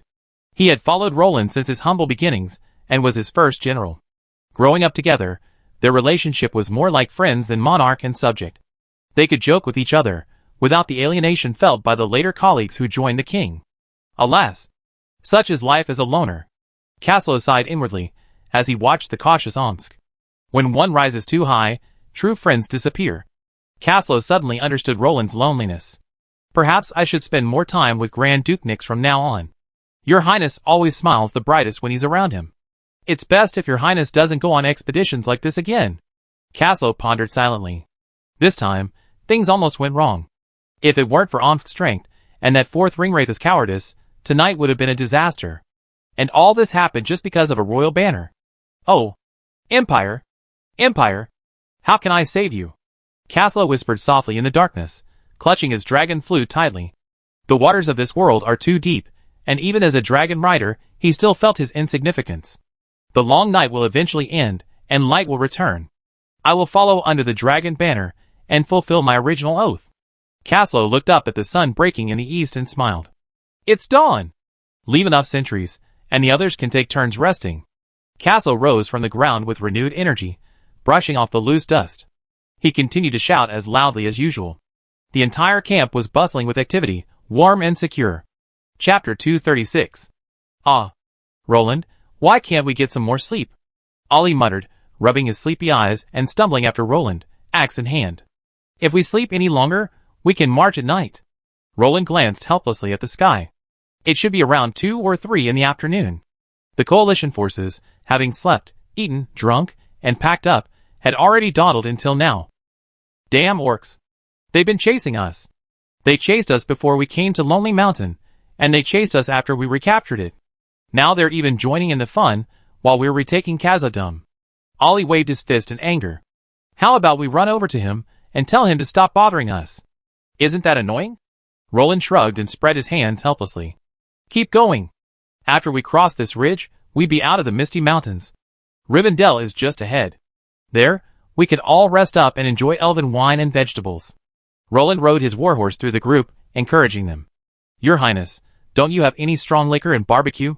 Some honest dwarves stared at Roland sheepishly. Pa! Roland covered his face, speechless. Elves, a nature-loving race, actually want to eat meat? Are you kidding me? Besides, elves are naturally tranquil, so strong liquor has no market there. So, I'm going to turn it into rum for you. Hey! Keep on going. Don't leave the group. Balin patted them, rescuing Roland. Sorry, these children haven't interacted with elves in ages. Life in the Blue Mountains is a bit isolated. Balin explained sheepishly, explaining his people's common sense mistake. It's okay. It seems the long march has made everyone lose their minds. Roland shook his head. The confines of the jungle had already made some of the dwarves war-weary. Yes. There were constant attacks along the way, and we were constantly on the move, so the soldiers couldn't get enough rest. Balin shook his head bitterly.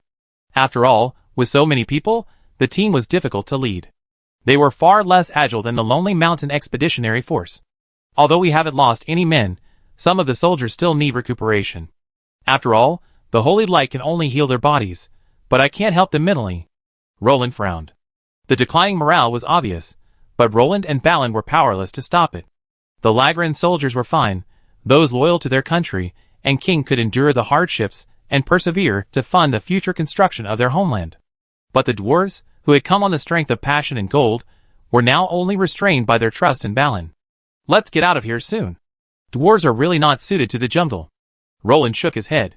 He had seen dwarves trip over tree roots many times due to their heavy armor. Their short stature put them at a natural disadvantage when marching in the jungle. Look at what this is. Caslow asked mysteriously, holding up something in his hand. Is this a monster egg? Roland stared in amazement at the giant egg in Caslow's arms. The egg was at least a meter tall and about half a meter wide, with a symmetrical teardrop shape. Where did you find it? Roland asked in surprise. The system scanned the egg, and it turned out to be an unregistered entity. It wouldn't show up. Dragon's nest. Caslow exclaimed, startling. What? A dragon's nest here? I don't sense a single dragon's presence. The Smurfette immediately emerged from Roland's arms, her beautiful eyes fixed on Caslow. The dragon rider isn't lying. The Smurfette then shook her head. She saw no falsehood in Caslow's eyes. What's going on? Roland's palms were sweating with nervousness. Don't get excited. It's just a former dragon's lair. So long ago that even its might has faded. Even more tragically, it's been occupied by a group of goblins. I found it beneath the goblin throne.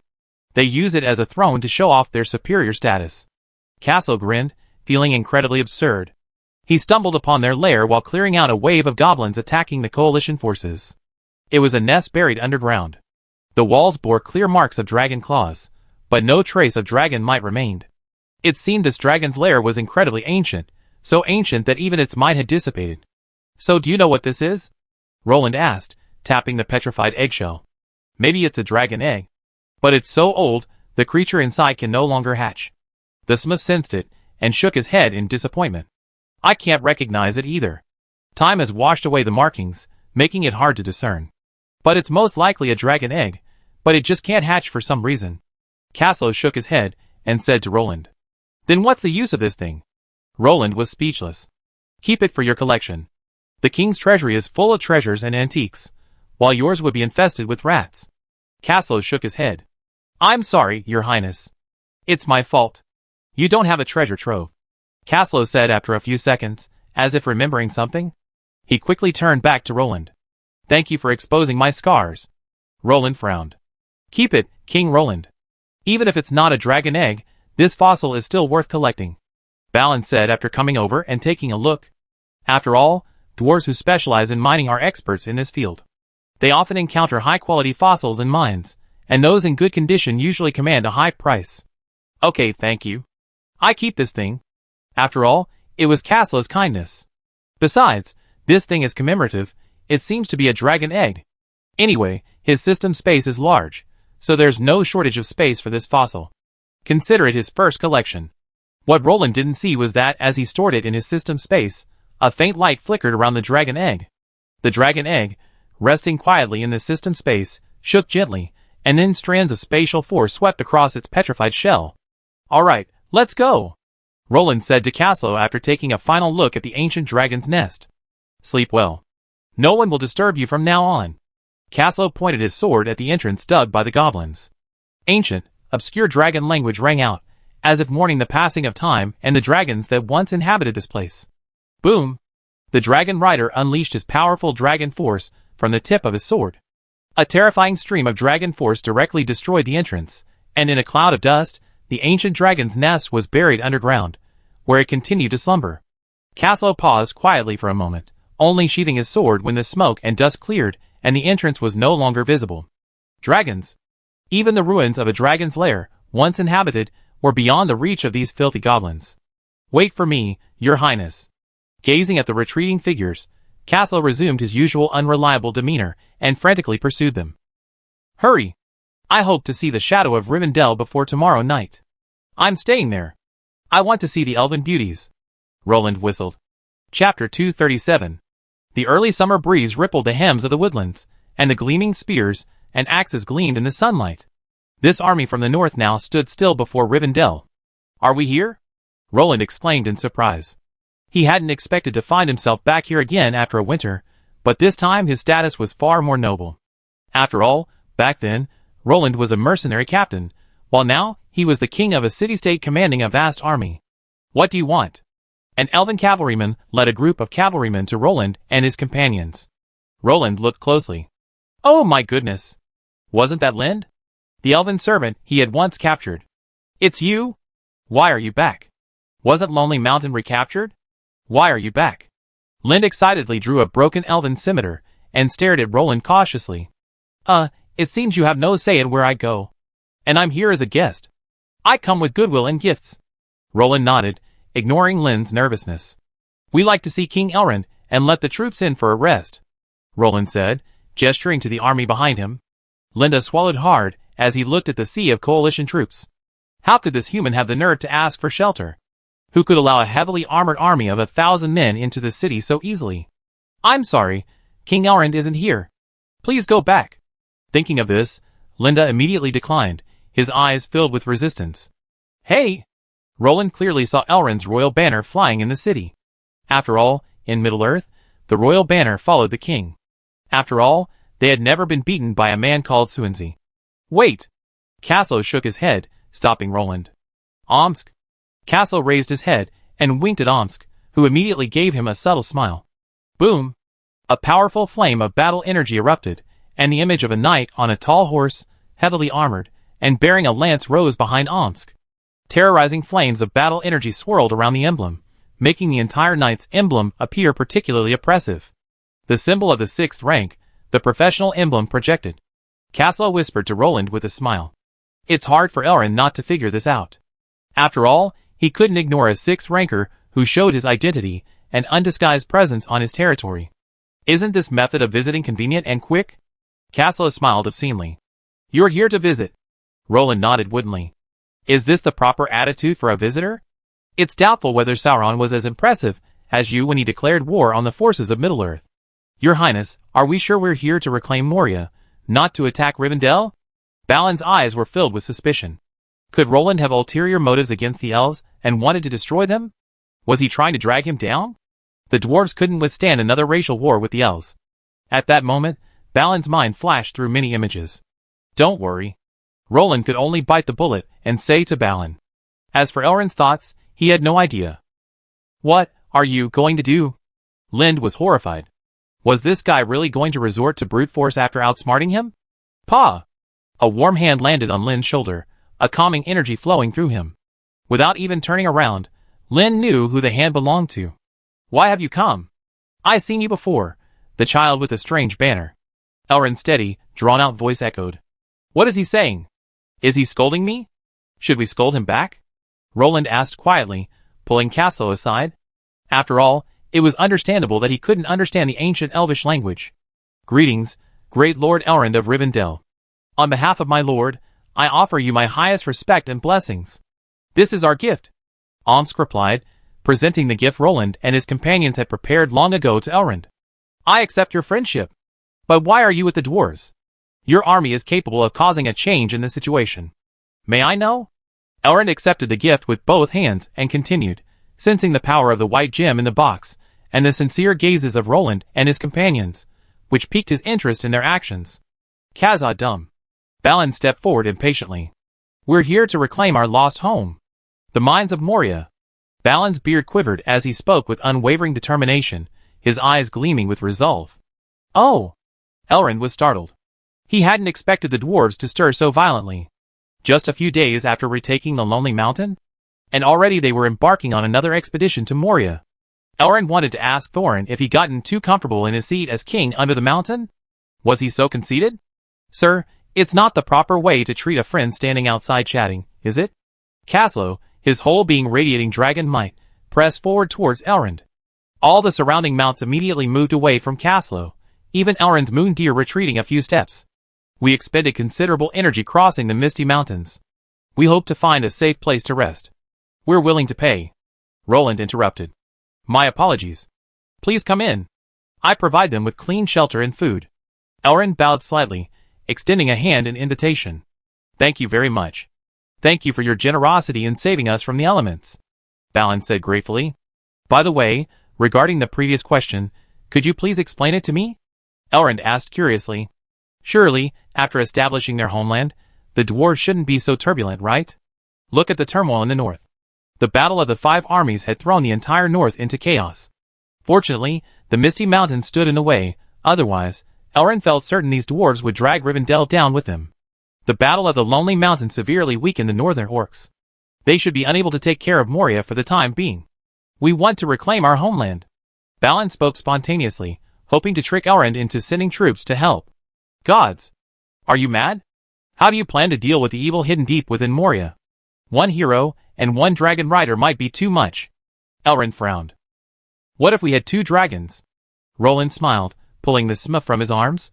The little creature had just woken from sleep, and was a bit grumpy, scratching at Roland frantically. Oh! Gods! An elven dragon? How did you find her? Elrond explained in amazement. I have a humble favor. Elrond was about to speak. I'm sorry, King Aelin, I can't promise you. This dragon is not a commodity, it's our family. Roland refused decisively while holding the smurf. Although the dragon kept clamoring to kill Roland, after spending a long time with him, everyone found that this little guy was just being stubborn. In the end, Yunfeng lifted the seal, and let him stay by Roland's side to protect his king. After all, Roland sometimes liked to commit suicide. Chapter 238. Actually, I'm saying that your human conditions aren't sufficient for the growth of elven dragons. Leaving them in Rivendell isn't a bad idea. Elrond continued, unwilling to give up. I appreciate your kindness. While the kingdom of Raglan isn't particularly wealthy, it can easily support an elven dragon. Roland shook his head and declined. Well, if you change your mind, you can always come to me. Elrond sighed helplessly. The entire north is in turmoil right now. Ever since the dwarves recaptured Lonely Mountain, the orcs of Gangbaldr have been stirring. I heard the orcs from the south have also joined the fight, correct? Elrond and Roland chatted. We're powerless to stop the dwarves from reclaiming their homeland. After all, it's their territory, and my kingdom needs funds for national development. The dwarves and I are simply taking what we need. Roland ignored Elrond's words, and spoke to himself. A shadow has fallen over Middle-earth. Sauron is about to return, and none of us can escape. His ringwraiths are now extremely active. Roland shook his head. The ringwraiths have appeared again? Elrond frowned.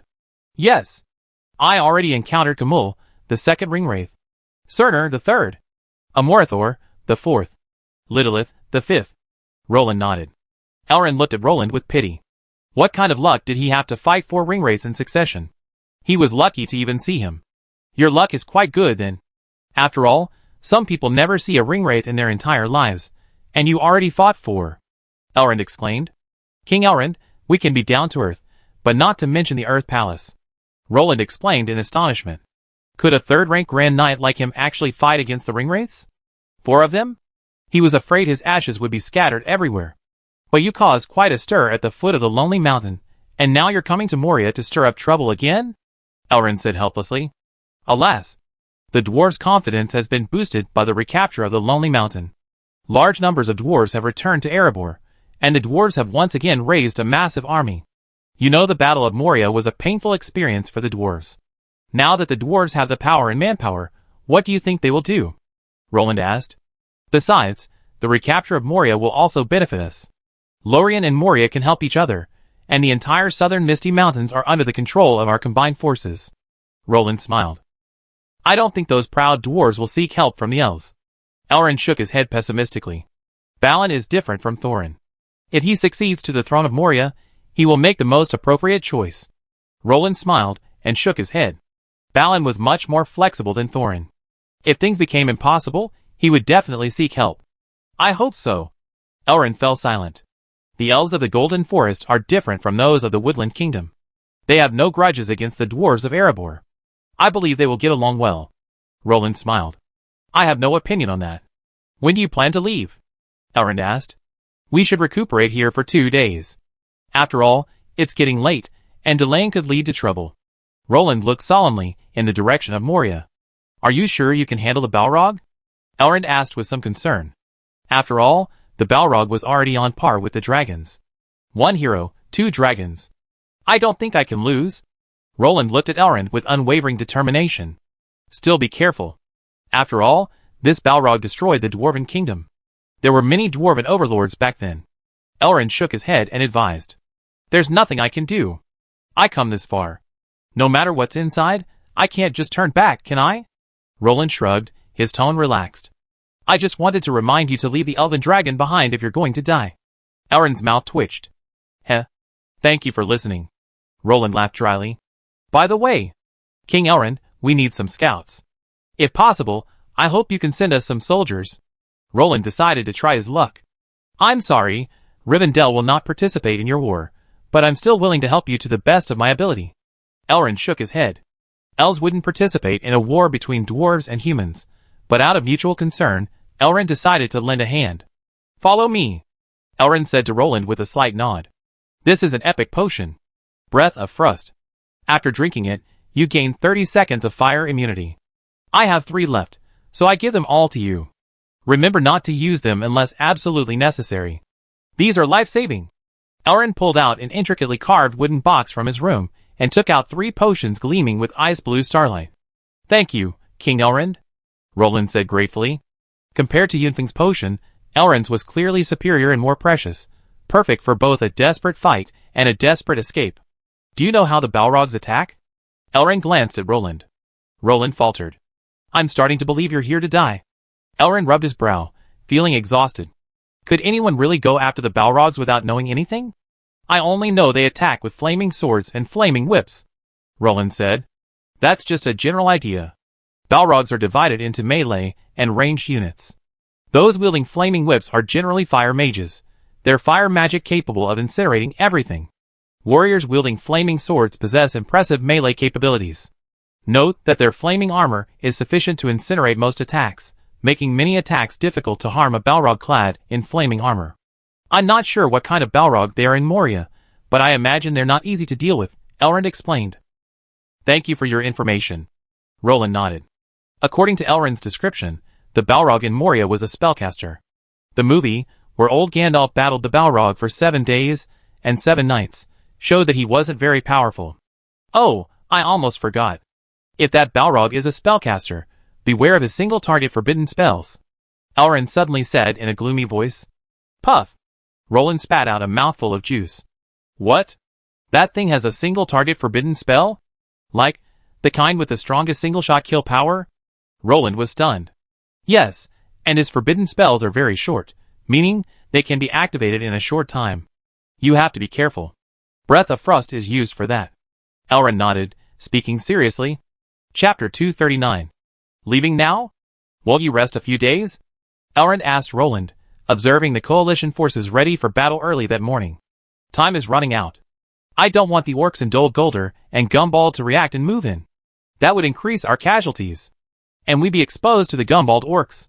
They chased my banner and tried to intercept me in the Misty Mountains, but my men scared off their leader, Amorithor, the 4th Ringwraith, so they retreated. But there's no guarantee they won't return, so we need to hurry. Roland shook his head, rejecting Elrond's offer. Very well then. Please let me know if you need any supplies. I do my best to help you prepare them. I wish you a safe return. Elrond said in a humble and gentle voice, stroking his chest. Ha ha ha. Thank you, King Elrond. If I truly can't return, please go to Moria to retrieve my banner and bring it back to my kingdom. Roland said sternly. Elrond was stunned. Moria was shrouded in darkness and filled with terror, but could you not think of something better? How could 1 hero and 2 dragons? Who says elven dragons aren't dragons? Come on, stand up, let me see, not protect you. You're going to attack Moria, not Mordor. It's like entrusting someone to someone else's care. It's fine for people to speak in a down-to-earth manner, but it's a nuisance when it comes to the government. Hee hee, just kidding. Don't worry, Moria is a dangerous place. Once this is over, let's find some time to gather the leaders of Rohan, Gondor, the Shire Militia, Rivendell, the Golden Forest, the Kingdom Under the Mountain, the Iron Hills, the Kingdom of Aquia, Thingri, and my own Kingdom of Raglan. Let's see if we can form a coalition and take Mordor directly. What do you think? Roland asked Elrond with a smile. King Roland, you are truly a man of genius. If you had been there during the War of the Last Alliance, Sauron would have been driven back. Elrond glanced at Roland, implying, you're such a good talker, why would anyone form an alliance with you? What's the benefit? Forget about Sauron's return. If the sky falls, there are taller men to hold it up. The human heart is more complex than you can imagine. The elves might be able to keep their promise, but the dwarves and humans. Forget it. I rather hope the orcs in Mordor rebel. Alas. Roland sighed helplessly. Sauron was still weak, still accumulating troops in Mordor. If they could eliminate him now, the plot of the Lord of the Rings wouldn't have to happen. But this also reflects the complexity of human nature. Who would want to take on such a thankless task? Roland wouldn't go it alone. Lagrang and his generals. Listen, thank you. You're so proud and arrogant. You're going to fight the 9 Ringwraiths with your heads? You underestimate Mordor. There's a reason he's entrenched there. The orcs have their own 6 warriors.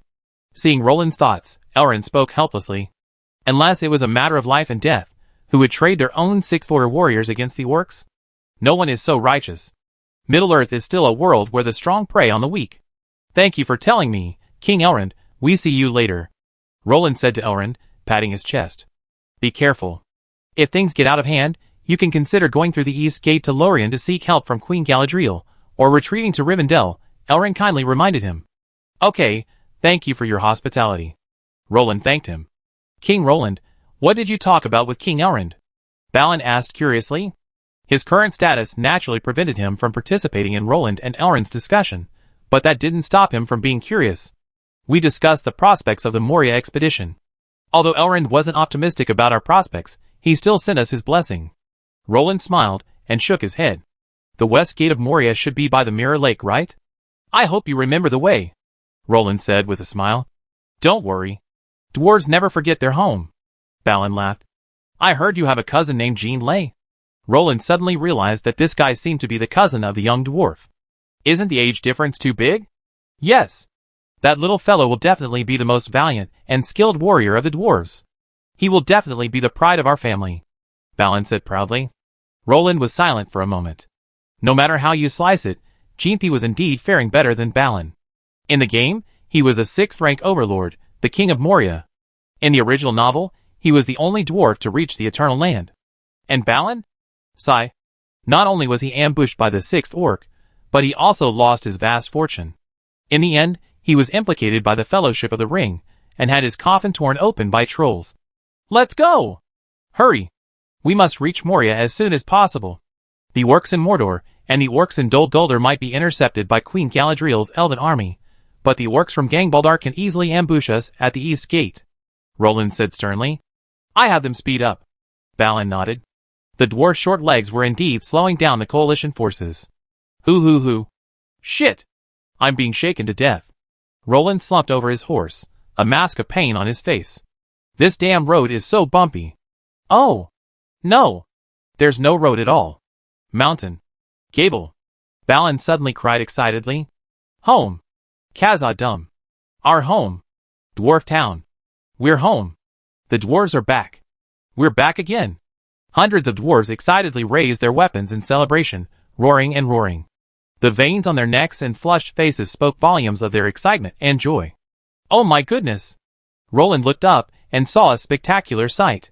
The so-called mountain wall was actually the dwarves had sliced through half of the mountain, flattening it, resembling a massive, 1,000-meter-high wall.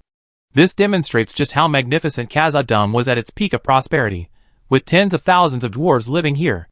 However, the dwarves' decline and greed led them to unleash a Balrog, a force they could not defeat, leading to its abandonment. Later, dark forces like orcs and goblins occupied the area, and the dwarves sought to reclaim it. Unfortunately, how could the dwarves, unable even to drive out Smaug, possibly capture Moria, where the orcs were entrenched? Don't get too excited. Find the gate. And stay away from the lake. Don't disturb it, Roland ordered. After all, the underwater watchers could slowly build up Moria after retaking it, but slowing down their own conquest progress wouldn't be a good idea. Right. Let's enter the city first, Balin said excitedly, clapping his head. Your Highness, there seems to be something in the water? Caslo's brows furrowed suddenly. As a dragon rider, his perception was sharper than that of ordinary heroes. Never mind it for now. Let's recapture Moria first, then discuss it. Roland shook his head. If the underwater observer knew what was good for them, they could talk about it later. If they dared to show up, Roland wouldn't mind giving them a big grilled squid. Chapter 240. You dwarves really are. Where the hell is this door hidden? Roland frantically cried. We have to wait until the moon comes out to see it. This is the Moonlight secret door. Balin shrugged. Very well, Caslo orders everyone to rest against the wall. Roland reluctantly took off his helmet to get some fresh air. Understood. Caslo nodded. Splash. A few dwarves sat by the lake, tossing stones into the water. Roland happened to see this, and felt his blood pressure rise instantly. Why were these dwarves so clumsy, like hobbits from the Lord of the Rings? Do they have ADHD? Stop! Roland quickly shouted at the dwarves, but the next moment he knew it was too late. Something's approaching. Stay away from the shore. Caslo suddenly drew his sword and rushed over, protecting Roland behind him as he retreated. Leave the lake. There's something in the water. Onsk's voice boomed, and the next second, all the Logran soldiers retreated in a cautious, commanding manner. What happened? Balin anxiously asked Roland, his battle axe in hand. Nothing. Your men did a great job. A large creature in the water has been disturbed. Caslo! Don't hold back. Ride the dragon. Roland instinctively sensed danger. This underwater watcher hidden in Mirror Lake had been thriving for who knows how many years, and its strength was likely no less than that of a superpowered demon beast. Swish, swish, swish. A sudden movement echoed from the lake, and ripples began to spread across the surface. It's coming, Caslo said coldly, then blew his dragon flute. Amidst the high-pitched dragon roar, Caslo sat firmly on the dragon saddle, his dragon spear pointed diagonally at the water. This isn't good. This thing should be an underwater watcher. Judging by its size, I believe you if you said it was a super beast. How did you dwarves raise it like this? Caslo said the last part to Balin. Who knows? It can't be the dwarves keeping it as a gatekeeper, right? Be careful. Roland chuckled wryly, gripping the dragon slayer sword with both hands. I go check from higher up. This guy's intimidated by Carter's dragon might, and hasn't dared to attack yet. I have to find him. Casso said solemnly. He didn't have time to play hide-and-seek with this thing. Well, be careful, Roland said worriedly. Your Highness, don't worry. This thing poses no threat to dragon riders. It's just that it can do more damage to infantry. Casso shook his head. Let's go! Let's go find it. Casso roared, pulling on the dragon's reins. Ah! With a clear and passionate dragon roar, the dragon flapped its wings and soared into the air, drawing a wave of envy from Balin beside him. Envy? What's there to envy? Don't you dwarves still have Dragonhawk knights? Compared to my few dragon knights, you can train them in large numbers, Roland said. Haha, King Roland, you're really joking. Raising a Dragonhawk is expensive. Even the wealthy dwarves frowned, so you can imagine how expensive subdragons are. Boom! As Balin and Roland spoke, Casso arrived above Mirror Lake and unleashed a burst of dragon breath, stirring up countless splashes. Many fish carcasses also surfaced as Caldor's unbridled energy. Roland's mouth twitched. Why did this scene look so much like letting off steam while walking a dog? Bang! Suddenly, a stout tentacle shot up into the sky and slapped the dragon rider in the air, finally revealing the underwater watcher. Sizzling squid? Looking at the appetizing tentacle, Roland suddenly thought. The 10-meter-long tentacle shocked the infantry present, but otherwise wasted no time. A single flap of the dragon's wings could escape his attack range, not to mention that the wind dragon could wrestle him without losing ground. A dazzling wind blade slashed away its most active tentacle, leaving behind a terrifying roar from the underwater watcher. He's coming! A dwarf exclaimed, pointing at the approaching ripples on the water. Apparently, the underwater watcher had also spotted these cuties on the shore. Shield wall. Prepare to charge. Watch out for the water. Tentacles. Cut off the tentacles. Dodge.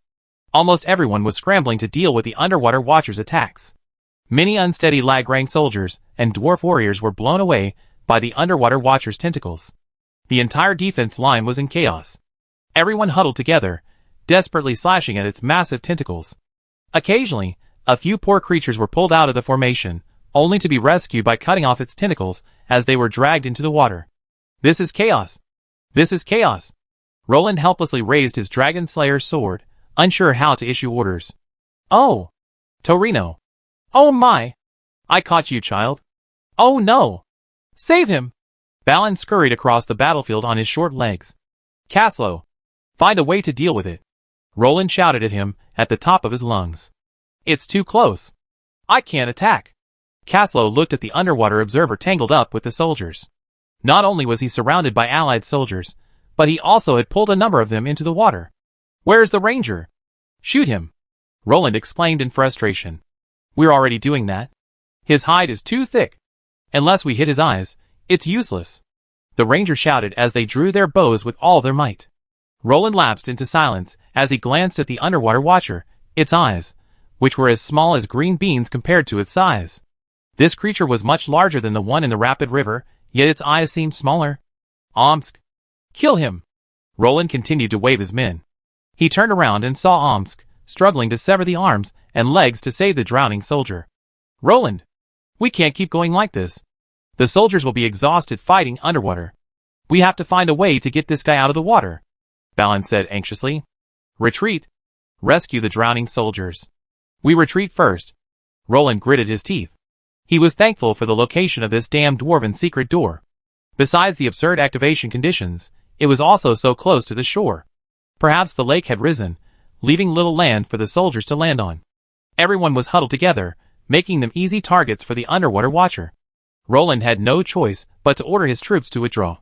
Any further engagement with this thing would only result in casualties. Wait until dark. Rescue the drowning soldiers. Get out of here! Roland roared. Everyone immediately reached out, some threw ropes. Some held the watcher back, while the ranger shot ropes down to the soldiers in the deep water. Omsk! Get your troops together. Balin! Count the dwarves. Caslo, push that thing back. Let me lead my men away in peace. Roland roared, brandishing his dragon-slaying sword angrily, severing a tentacle. Move! Soldiers! Ollie! Oyen! Children, get out of here! We fight back tonight. Balin and the dwarves quickly moved in. Retreat!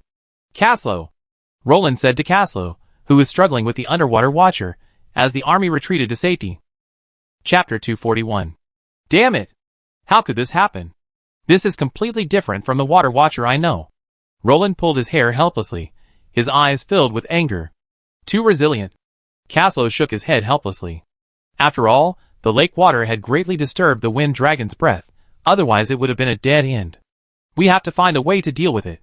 It's not a good idea for us to have such a large creature squatting at the door.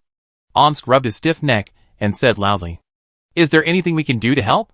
Balin asked devoutly. Help? Oh my! Keeping your soldiers away from the lake and preventing us from causing trouble would be the biggest help. We had no intention of opposing this creature. Roland shook his head. I'm so sorry, Balin said apologetically. After all, it was his own soldiers who had drawn this thing out. Your Highness, if you can't do it, I engage it in close combat. You can have the Smurfs provide me with dragon language magic. Caslow thought for a moment and said to Roland. It's not time to risk your life yet. Roland rejected the suggestion. No, we don't have time to be dragged here by this creature. Its thick dragon scales are impenetrable. We just need to get it out of the water. Even a strong wind dragon can do that. After all, we can't let it hide in the water and attack us forever. While we can cut off its tentacles, that won't be enough to kill us. Caslow analyzed. How confident are you? Roland was tempted. After all, he didn't want to waste time with this underwater watcher. About 70 to 80%. Even if it doesn't work, I can guarantee we escape unscathed. Caslow, understanding Roland's concerns, immediately reassured him. It's not low enough. Let's give it a try, Roland said helplessly, ready to make a last-ditch effort. Get the soldiers away from the lake. Rangers of Lordaeron, go to the lake and make some noise to distract that creature. Caslow commanded. Constrain the dragon Picardo. Patting the dragon's back, Caslow commanded loudly, and the terrifying pressure instantly vanished without a trace. Omsk, I need your help. Help me trap it. Caslow, fearing for his life, called on Omsk to join him. No problem, I do my best. Omsk drew a javelin and waited. Your Excellency is coming. Several Lordaeron rangers fled in panic, looking as if they wished their parents had given them 2 more legs. Boom! Several sturdy tentacles broke through the water surface and darted towards them. This showed just how low the IQ of these underwater watchers really was. How long had it been? A prime example of someone who only remembers food and not punishment. Omsk! Caslow shouted. Who? Before Caslow could finish his words, 2 javelins pierced the air, pinning the 2 tentacles to the ground. Omsk had already struck. Kaldor! Go! Drag it out! Caslow slapped the dragon's head and leaped from the saddle.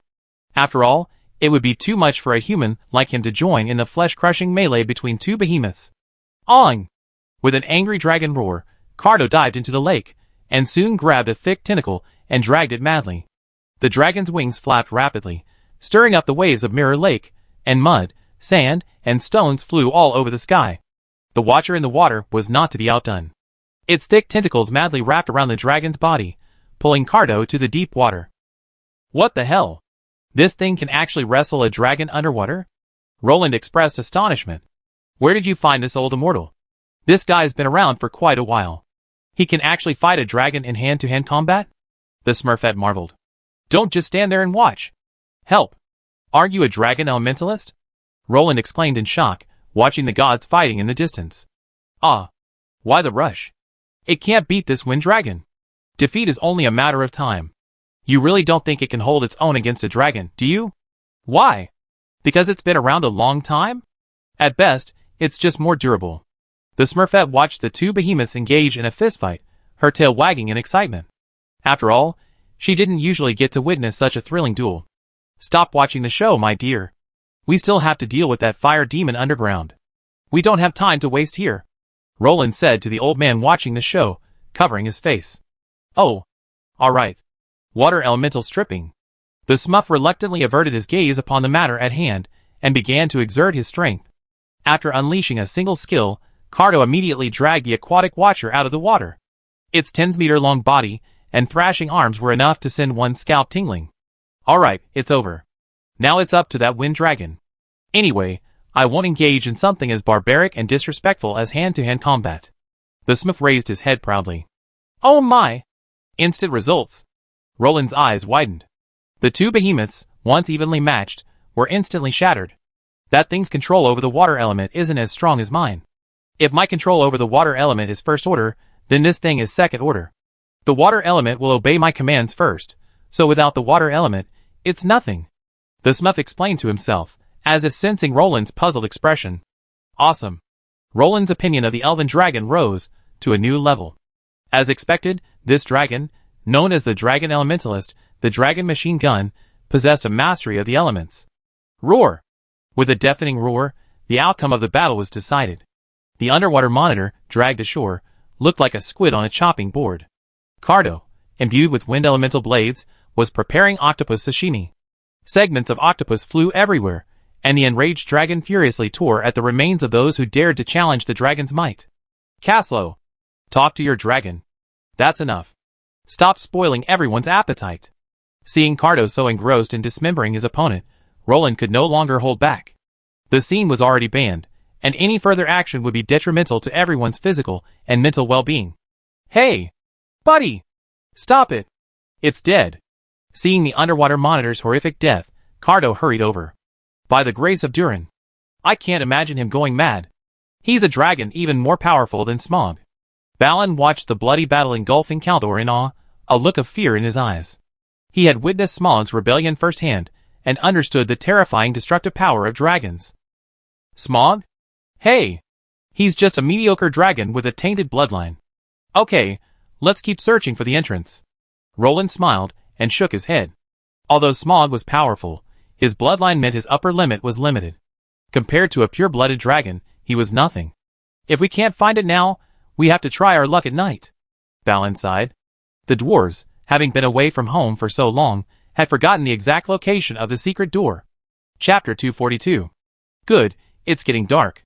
Brothers, move. Search for the glowing spot on the stone wall. After a busy afternoon, everyone finally reached nightfall. Children, move. We have to find our way home. Balin mobilized the exhausted dwarf soldiers. My God. So you're toiling all day just to find the door at night? Then why don't you take a break in the afternoon? The Smurf questioned these dim-witted humans and dwarves. That's a good question. Don't ask next time. Roland's mouth twitched, feeling extremely embarrassed. Sure enough, one shouldn't rely on luck. This afternoon, hoping for a chance, Roland and Balin led everyone to lick the wall, but still couldn't find the secret door. The moonlight will guide us home. Balin gazed resolutely at the full moon in the sky. Oh! Dragon God. If I'm not mistaken, maybe we found it.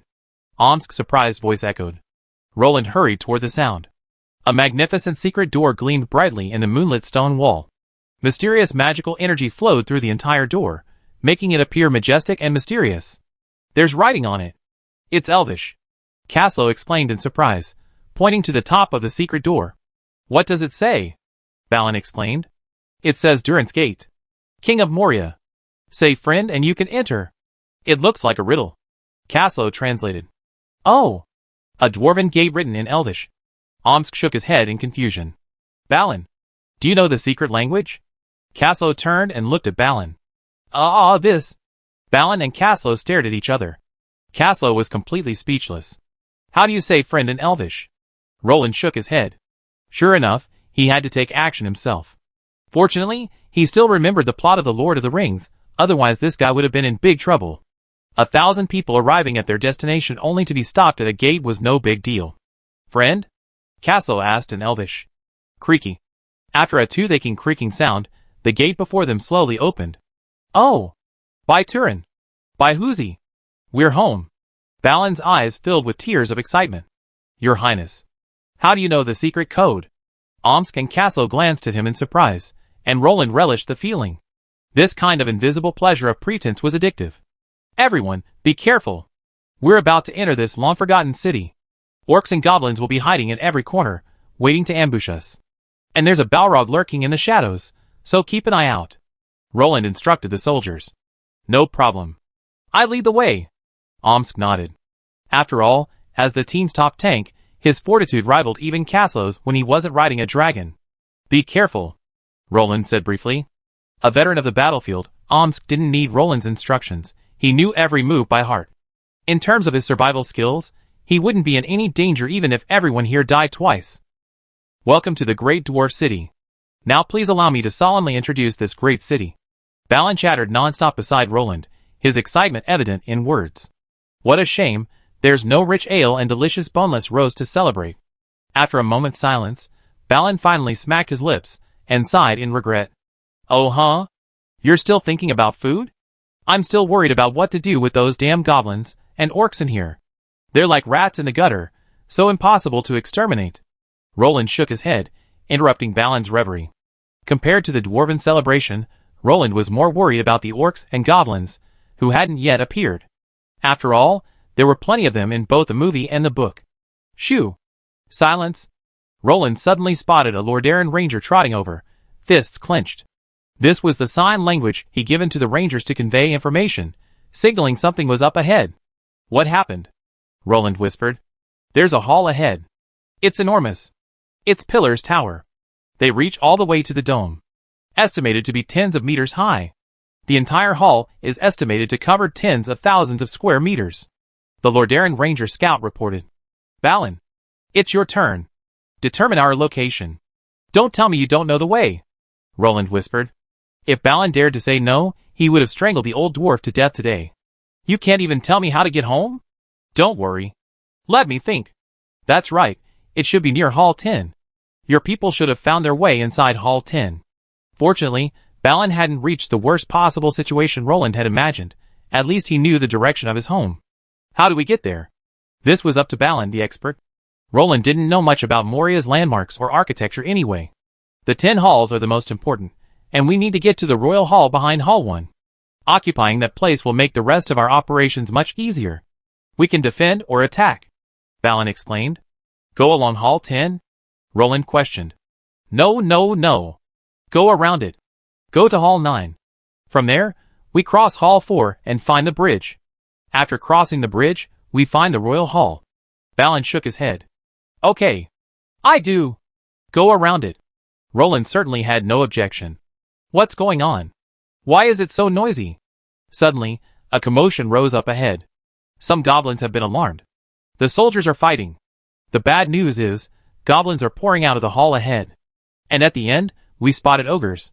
Omsk ran over and said, his body stained with dark green blood, clearly the goblin's blood. Damn it! I alerted them.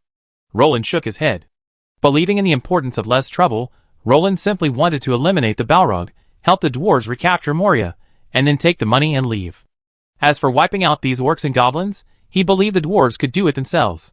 Sadly, things didn't go as planned. Children, take up arms. Let's fight them. These filthy creatures have occupied this place long enough. Now! It's time for them to leave. Balin, axe in hand, mobilized the dwarven soldiers. He hadn't even said. With just a few words, the sight of the goblins sent the dwarves into a frenzy. As the saying goes, when enemies meet, they become particularly jealous. These stout dwarves roared and leaped forward, engaging in a unique fight with the goblins' thin arms and legs. The gore was appalling. The visuals were so unpleasant that they would make even the most virgins spit and condemn them. It's unsuitable for children, so please don't look at it. Oh my god! The dwarves have gone crazy. Look, they're even biting them. Castle marveled at the dwarves tearing at the goblins with their mouths, as if he had discovered a new world. Naturally, after the goblins have occupied Upper Rapids for a few years, you'd be even more outrageous than they are. Omsk glanced with pity at these dwarves fighting for their homeland and their enemies, then glanced at Caslo. You? The thought of himself tearing the goblins apart with his mouth made Caslo freeze in his tracks. Chapter 243. Balin! Look out! Roland suddenly cried out, glancing around before grabbing a crude iron spear and hurling it behind Balin. Even the finest standard weapons forged by the dwarves couldn't escape the passage of time. These goblins must have dug this thing out from some hidden corner. Ouch! A piercing roar startled Balin.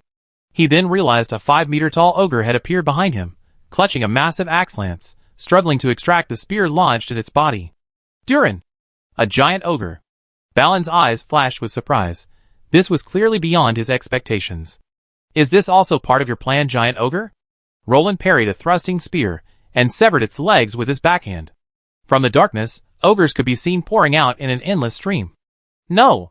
Honestly, I didn't even know they existed. Balin swung his battle axe, chopped off an ogre's arm, then smashed its skull with his chain hammer. It looks like we made a mistake. But it doesn't matter. Charge forward. Knights of Lag ran. Assemble. Roland's blood boiled, his fighting spirit instantly rising. He wished he could feast on the enemy's blood with his lance and sword. Puff. Caslo stabbed and killed an ogre that was approaching Roland. With all due respect, Your Highness, you haven't brought any knights with you. If you require a charge, Omsk and I are willing to assist you. Caslo said to Roland, arguing back in a dignified manner. Omsk. Roland. Balin looked bewildered. Well, it was an accident. Seeing them so closely packed together, I couldn't help but want to charge. Occupational hazard, occupational hazard. Roland laughed awkwardly, trying to ease the awkward atmosphere. Balin. Gather the dwarves. The goblins are burying your men. Roland suddenly caught sight of dozens of goblins crowding a dwarf. The dwarf was squeezed and unable to move, countless rotten weapons piercing him through the cracks. Roland knew that if this continued, the dwarf fighting alone would surely suffer heavy casualties. Ugh! The dull blast of a horn echoed in Hall 10. Although this would attract more enemies, it was the quickest way Balin could think of to notify them. Clatter, clatter. Upon hearing the horn, the dwarves fully demonstrated their military prowess.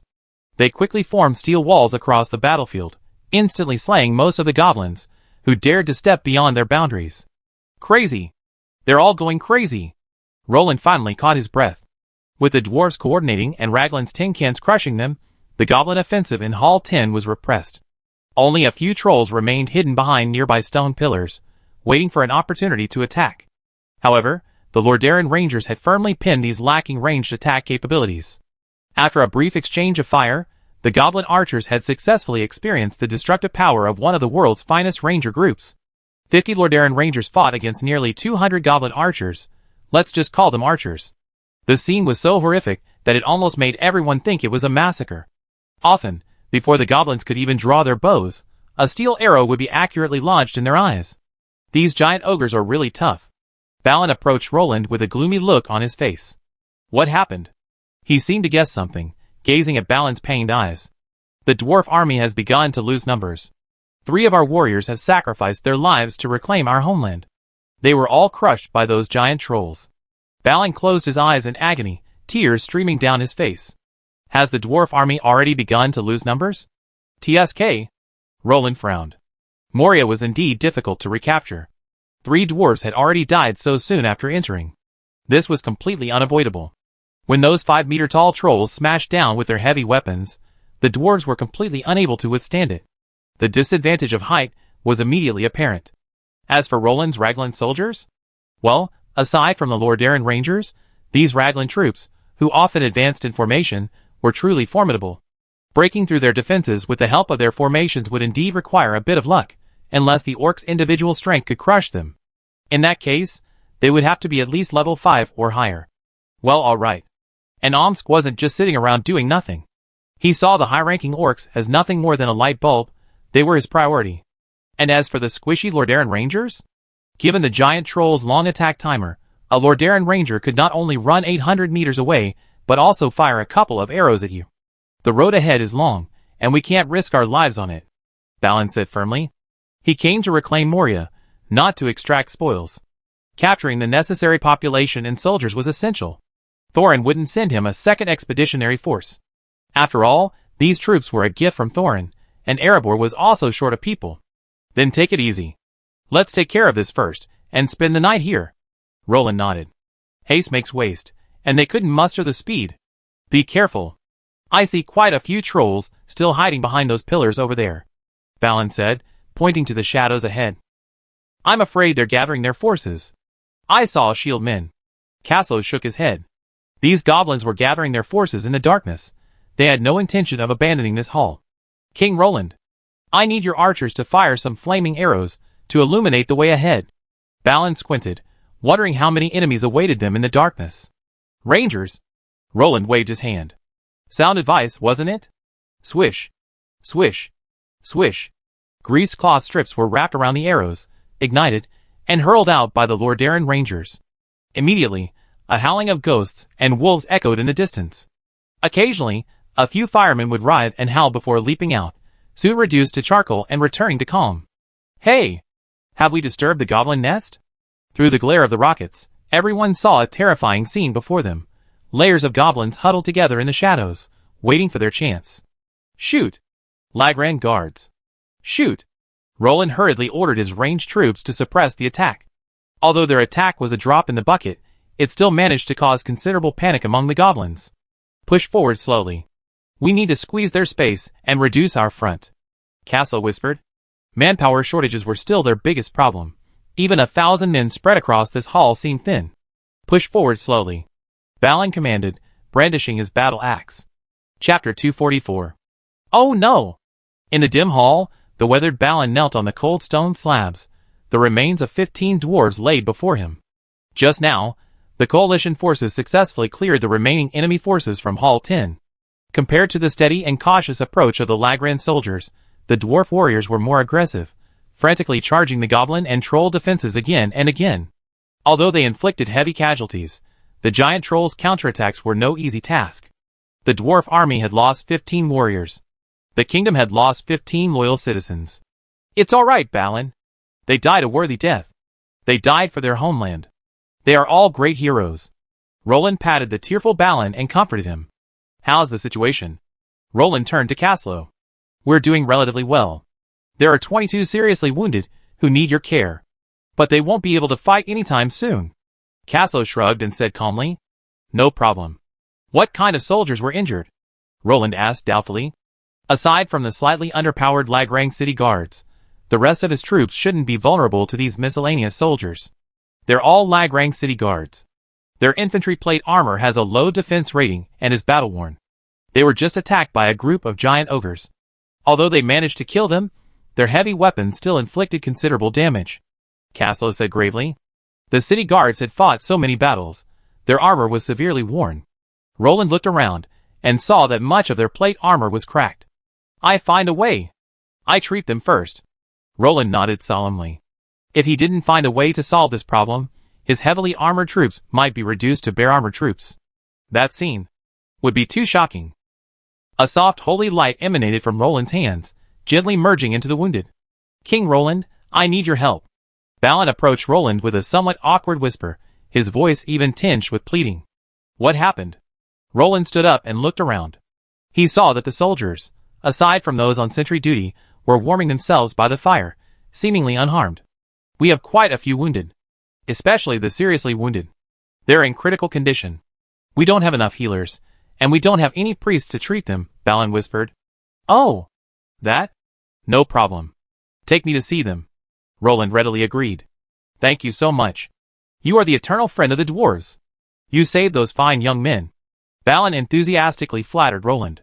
That's not necessary. I need your help with something too. Roland shook his head. Please tell me. Dwarves won't mistreat their friends. Balin assured him, patting his chest. It's not a big deal for you. Our soldiers' armor is badly worn, especially after the recent battle. I noticed many of their plates are cracked. I can't let them go into battle wearing this. It would be irresponsible to their lives. I hope you can help us. After all, smelting is your specialty. Roland told Balin his request. Ha ha ha. No problem. Where are we? This is the mines of Moria. The dwarf city of Khazad-dûm. There's an endless supply of ore here. There's a forge in the annex to Hall 10. While we can't yet produce a large quantity of armor, we can certainly refurbish yours. And there are plenty of dwarves here. Balin winked at Roland and smiled mischievously. Then I trouble you, Balin. I heal the soldiers first. Caslo, take Balin and find those of our soldiers who need armor repair. Roland ordered Caslo behind him. I will obey your orders. Your Excellency Balin, please follow me. Caslo bowed gracefully and led Balin towards the gathering place of the Raglan soldiers. God! Why are they drinking? Roland finished his work and suddenly noticed that the dwarves were all raising their beer mugs and quaffing ale. The dwarves had also set up all kinds of fragrant and greasy barbecues on the grill. Some dwarves even remembered their injured brothers and brought them boneless barbecues smothered in honey and mellow ale. Gudong! Onsk swallowed, his eyes fixed on the gleaming dwarf's wine glass. Seeing the greasy barbecue, tears streamed down his lips. Bang! Roland gave Omsk a light kick. What a shame! Where's your personality as a level 6 hero? Drooling with greed? People who didn't know would think Roland was mistreating his men. Roland really wanted to ask Omsk which meal he missed out on. Caslow. How the soldiers prepare the food? Roland shook his head. Looking at Omsk's pathetic expression and the soldier's envious eyes, he knew it was time for dinner. It should be breakfast, Your Highness. We've been fighting all night. I've been keeping track of the time, Caslow said. It doesn't matter what kind of meal it is. As long as everyone's stomachs are full, it's a good meal, Roland said nonchalantly. Soon, the rich aroma of bone broth and the burnt wheat aroma of toasted bread filled the air from the Lagran soldiers' quarters. The delicious dried fish was tossed into the broth, creating a delicious dried fish and bone broth, not only rich but also incredibly fragrant. Paired with a bite of toasted bread, the wheat aroma and the fresh aroma slid into the stomach. What a delightful experience! And to stumble upon a piece of stewed fish paste was even more blissful. Your Highness, this jerky is delicious. Honey-flavored. Sweet and salty. I love it, Omsk said happily, chewing the venison jerky he'd gotten from Roland. I don't like it. Nix made it just for me. How did you have the audacity to steal it? Roland rubbed his chin, puzzled. Hey! I see you're eating so slowly, I guess you don't like it. I was thinking of helping you share some of the food, Omsk said as he ate, his face calm and his heart steady. Caslow immediately cast a look of surprise, envy, admiration, pity, and so on. You're the one courting death, Omsk. That's called taste. How can you tell I don't like it? Roland's hands cracked. System check-in. Roland shook his head, trying not to think about the snacks being stolen. He was afraid that if he continued to think about it, he'd probably end up fighting with Omsk, but he couldn't beat him. The thought of that was too embarrassing, so he endured it. Check-in successful. Contribution to the host, 10 woodland warriors. The system had given Roland something useful, and it was the most practical type of soldier. Roland almost cried. Fuck. The troops have been released. In the past month, the system has been working. Only at this moment do I feel that you are still alive. What kind of messed up things did you give me before? And such outrageous things as vibrators? Who should I give them to? Roland cried in his heart. Chapter 245. System check for woodland warrior attributes. Roland scratched his head. While he had heard of this unit somewhat, he wasn't familiar with it. He only knew it was one of the few combat units specialized in jungle and tunnel warfare. Woodland Warrior, an elite unit from the Lagran Empire, 2nd tier, classified as heavy infantry. Their homeland is the Great Greenwood of the Romagnan region. They are proficient in jungle and tunnel warfare, equipped with heavy steel plate mail and thick leather armor, covered with dust-proof linen robes. They carry 2 types of shields, a half-length steel shield and a full-length heavy leather shield. Their weapons are a fine steel short-hook spear, an ironwood hand crossbow, and a mithril short sword. They are excellent heavily armored units, capable of handling most battlefields and worthy of the Lord's trust. The system introduction was very comprehensive, and Roland was drooling at the sight. This was the first time he had seen such a tanky front line. 2 types of shields? Is this a humanoid fortress? But judging by their armor configuration, their mobility seems quite high. Judging by the armor configuration of the Lagran troops, these soldiers wearing plate and chain mail wouldn't be any heavier than the Lagran city guards. After all, the mobility and weight of plate and chain mail are still lighter and stronger than the Lagran city guards' infantry plate armor. Omsk, do you know about woodland warriors? Roland, intent on asking an expert if he couldn't figure something out, approached Omsk. After all, as a hero, Omsk's memories were imbued with a wealth of knowledge, and the Lagran Empire's armies were just a drop in the ocean. Of course, Your Highness. They're a specialty of the Great Greenwood, now known as the Dark Forest. But, Your Highness, obtaining them isn't easy now. The kingdom has no territory, and no lord can mobilize these troops. Omsk shook his head and said regretfully to Roland. Tell me more. Roland, warming his hands by the fire, showed interest. Omsk certainly didn't know that a small group of woodland warriors had already rushed to River Rapids. The system could have chosen to deploy them near Roland, but considering that a small group wouldn't have much impact on the battle, they sent them to River Rapids anyway. Although the Holy Glory Knights were stationed there, Roland was still worried about River Rapids' defenses. After all, after he took the Moria Expeditionary Force, the remaining soldiers would be stationed at Lulung Fortress and River Rapids respectively, leaving them with a significant gap in manpower. No problem. How should I put it? Omsk rubbed his chin in thought. Tell me about this unit's fighting style. Roland was curious why the woodland warriors were hailed as the best heavily armored warriors in jungle warfare. After all, in Roland's opinion, in the complex and ever-changing jungle environment, only lightly armored classes like leather and cloth could operate with ease, while most heavily armored units would be stuck in it. Well, you could think of them as a bunch of eccentrics who aren't doing their jobs. Omsk smiled happily, as if he had thought of something interesting. Tell me about it. Roland hurried to listen.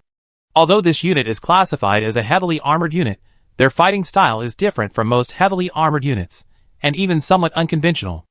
Omsk stoked the campfire, the flames illuminating his profile, making him look calm and handsome. They carry 2 shields, a steel half-shield and a finger-thick leather full-body shield.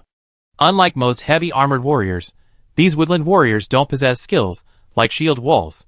They lean against cover and hold up their full-body shields to protect against rain of arrows. When engaging the enemy, they carry their full-body shields on their backs, protecting them from attacks from behind, while also making it easier to carry 2 shields. These woodland warriors are natural melee killers. Their short hook lances, combined with their steel half-shields, make them nearly invincible in single combat. Even knights have to be. They were afraid of being hooked off their horses, or having their legs chopped off. They were once the most hated type of soldiers by the cavalry. And thanks to their solid equipment, they could not be easily destroyed by the cavalry even if they were scattered. On the contrary, the woodland warriors squatting behind half-shields and holding short-sided spears were the nightmare of every charging cavalry. Unless an organized knightly order attacked them. Otherwise, of course, what knightly order would have nothing to do and go deep into the jungle? So these guys thrived in an environment where the knights could not go deep into it. Omsk said a lot in one breath, raised his water bag and took a swig, and continued. And the woodland warriors, equipped with mithril daggers, are no less effective at penetrating armor. Their billhook spears have slots on the back for the hilts, transforming them into short halberds. This allows them to counterattack heavily armored units, even when facing them. Furthermore, their ironwood crossbows provide them with a certain mid-range attack capability, making them suitable for a wide range of roles. Of course, their battle formations are still quite weak. In plains combat, they'd be completely overwhelmed by equally matched heavily armored units. Omsk shrugged. Why? They're quite versatile, huh? Roland asked, puzzled.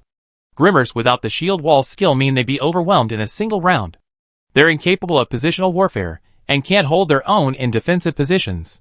This unit's greatest strength is probably offensive surprise attacks. Oh! And by the way, they also possess a speed that's out of proportion to their size. This is their greatest strength. With their immense endurance, they can often outrun light infantry. Omsk was quite impressed by their speed. After all, being able to outrun light infantry as a heavy infantryman is nothing short of a miracle.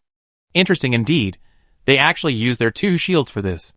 Roland smiled wryly, covering his face. He thought these double shield warriors had some special abilities, but it was simply used to block arrows and prevent backstabs. But it's certainly effective. The success rate of an assassin of the same level backstabbing a shielded grimmer is only a quarter of that of other heavy armored classes. Omsk exclaimed in amazement. Oh! My goodness! Roland exclaimed in amazement. But facing the charge of an organized knight order, the survival rate of a woodland knight is less than 1%. Omsk said awkwardly. And really unique. Roland was speechless.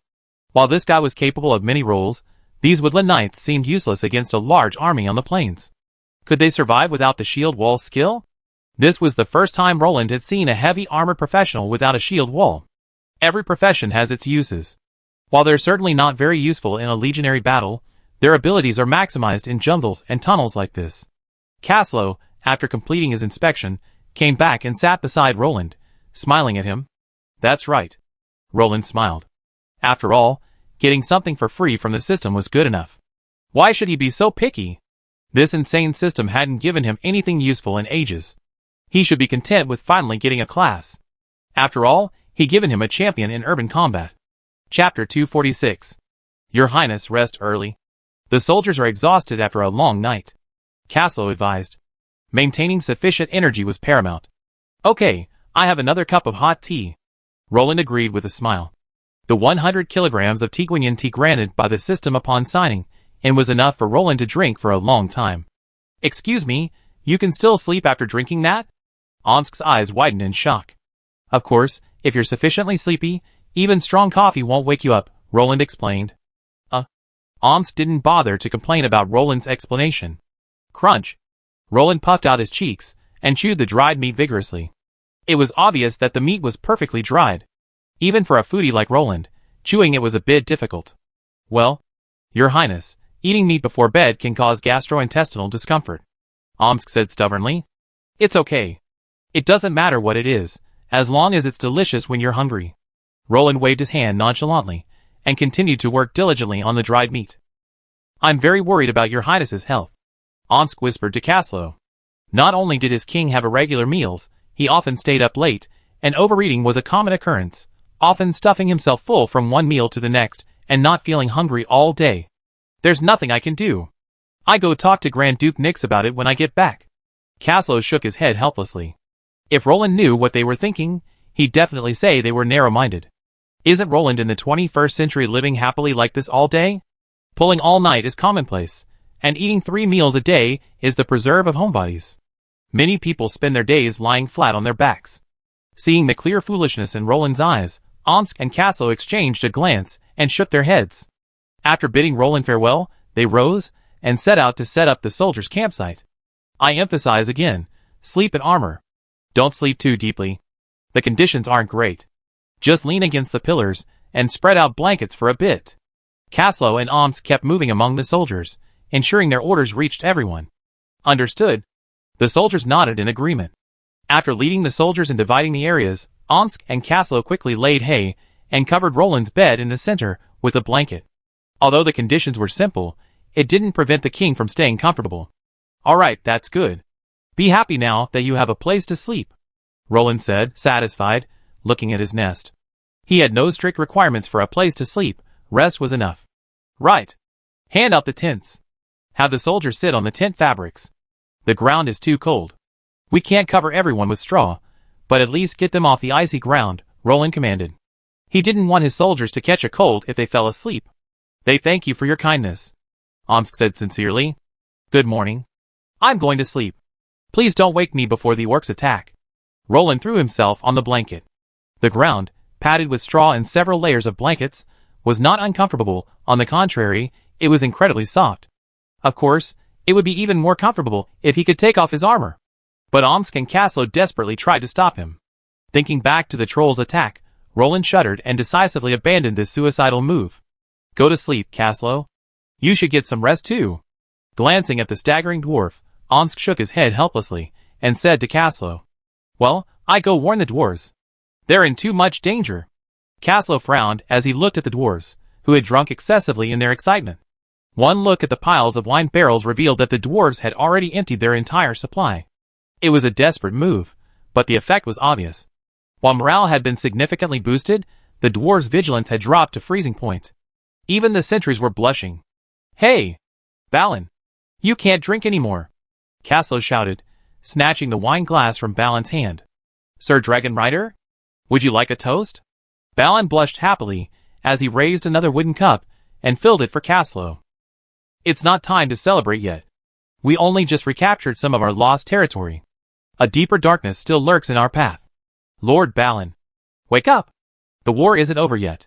Kaslo grabbed Balin's clothes and shook him. Perhaps it was Kaslo's voice that was too loud, but Balin shuddered and instantly sobered up. Roland, watching the nightcap from afar, exclaimed, It's a medical miracle.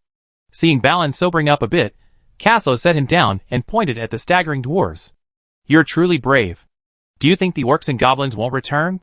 If they attack, I want to know how your men will resist them. The entrances and exits of the 10th hall were now guarded by Raglan sentries. The soldiers had brought stone blocks to the doorways, forming barriers and parapets. This would not only prevent a rapid influx of enemies, but also serve as cover. Sorry. I was inconsiderate. I make them stop. Balin's already blushing face turned even redder with shame. But it must be said that the dwarves are truly impressive. Even after drinking so much, they still managed to gather together, and they all seem to be sane. Amazing. Their alcohol tolerance is truly cultivated. If it were the Lagrang soldiers, they would have been drunken fools.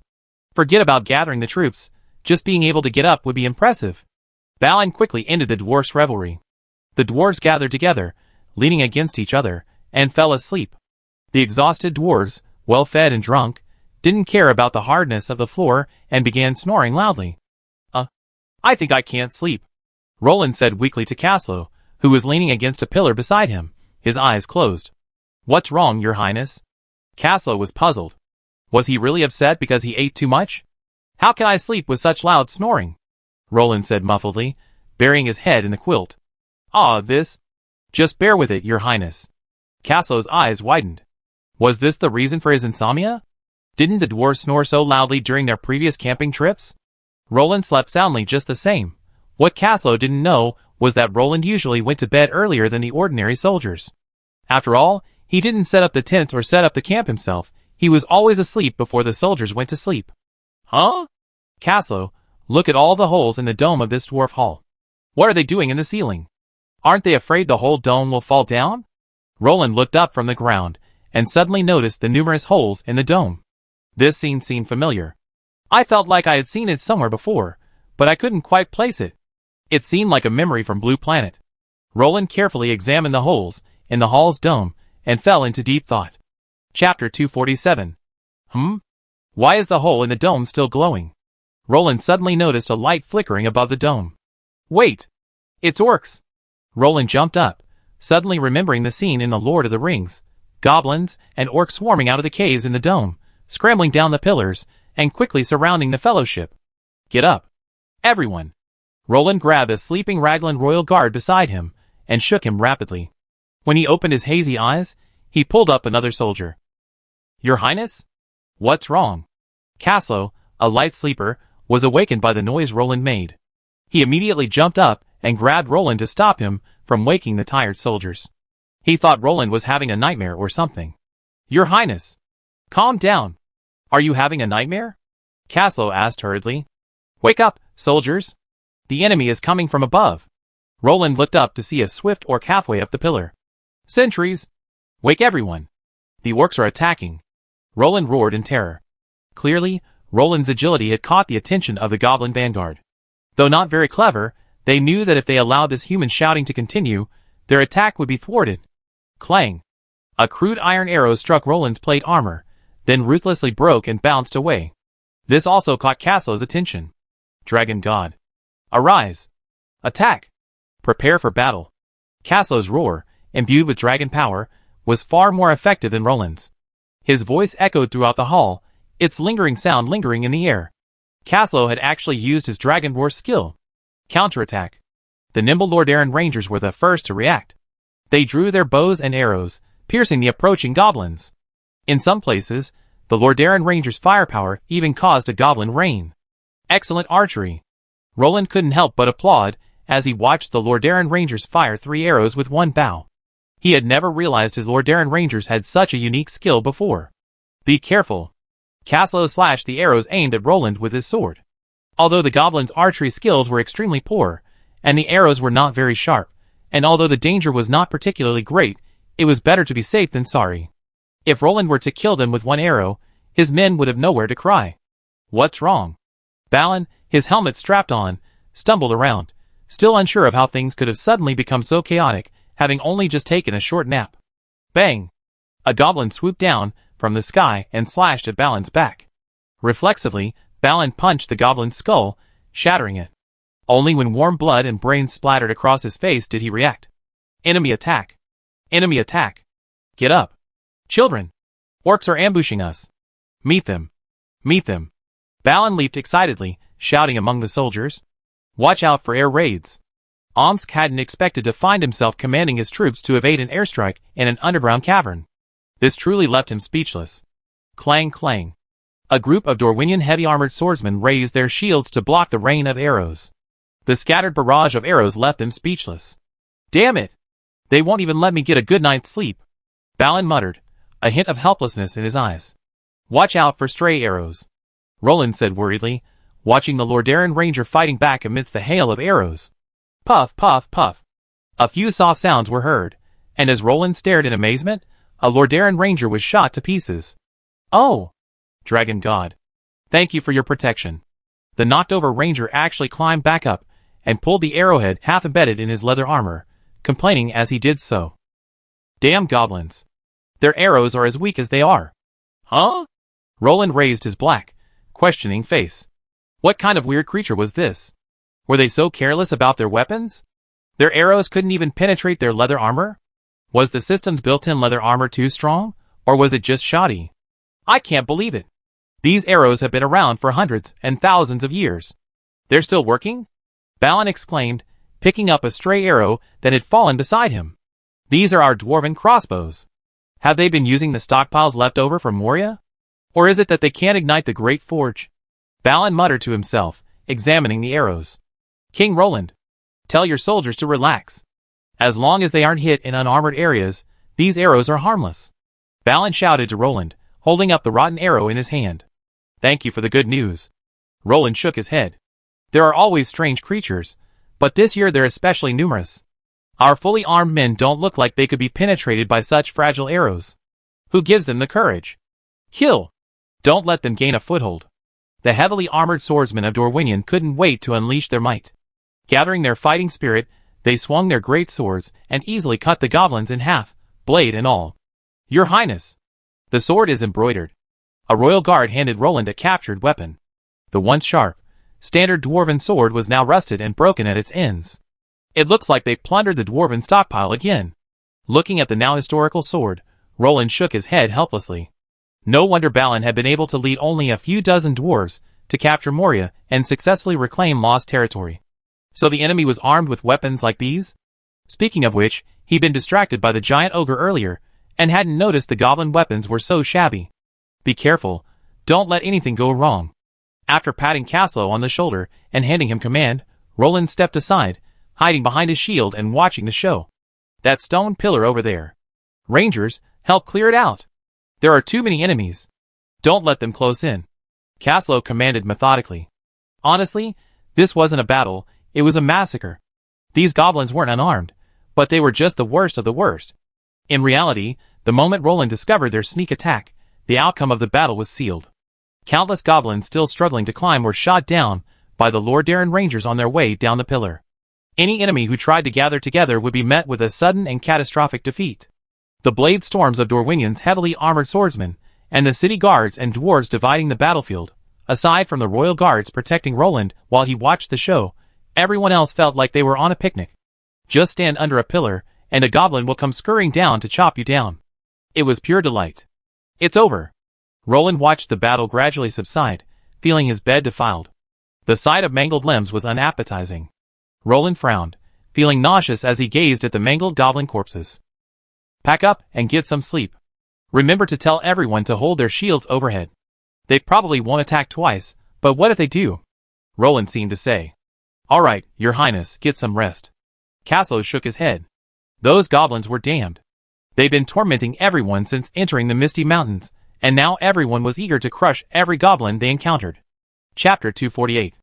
I wonder how things are going in Swiftwater City now. Does Nyx miss me? Is Yufeng taking care of home? Roland's thoughts drifted away with his eyes closed. System, check the territory information. Roland suddenly remembered that he hadn't looked at his territory page in a while. Since being away from home, he had to use the system to check on the development of Swiftwater City. Host, please check.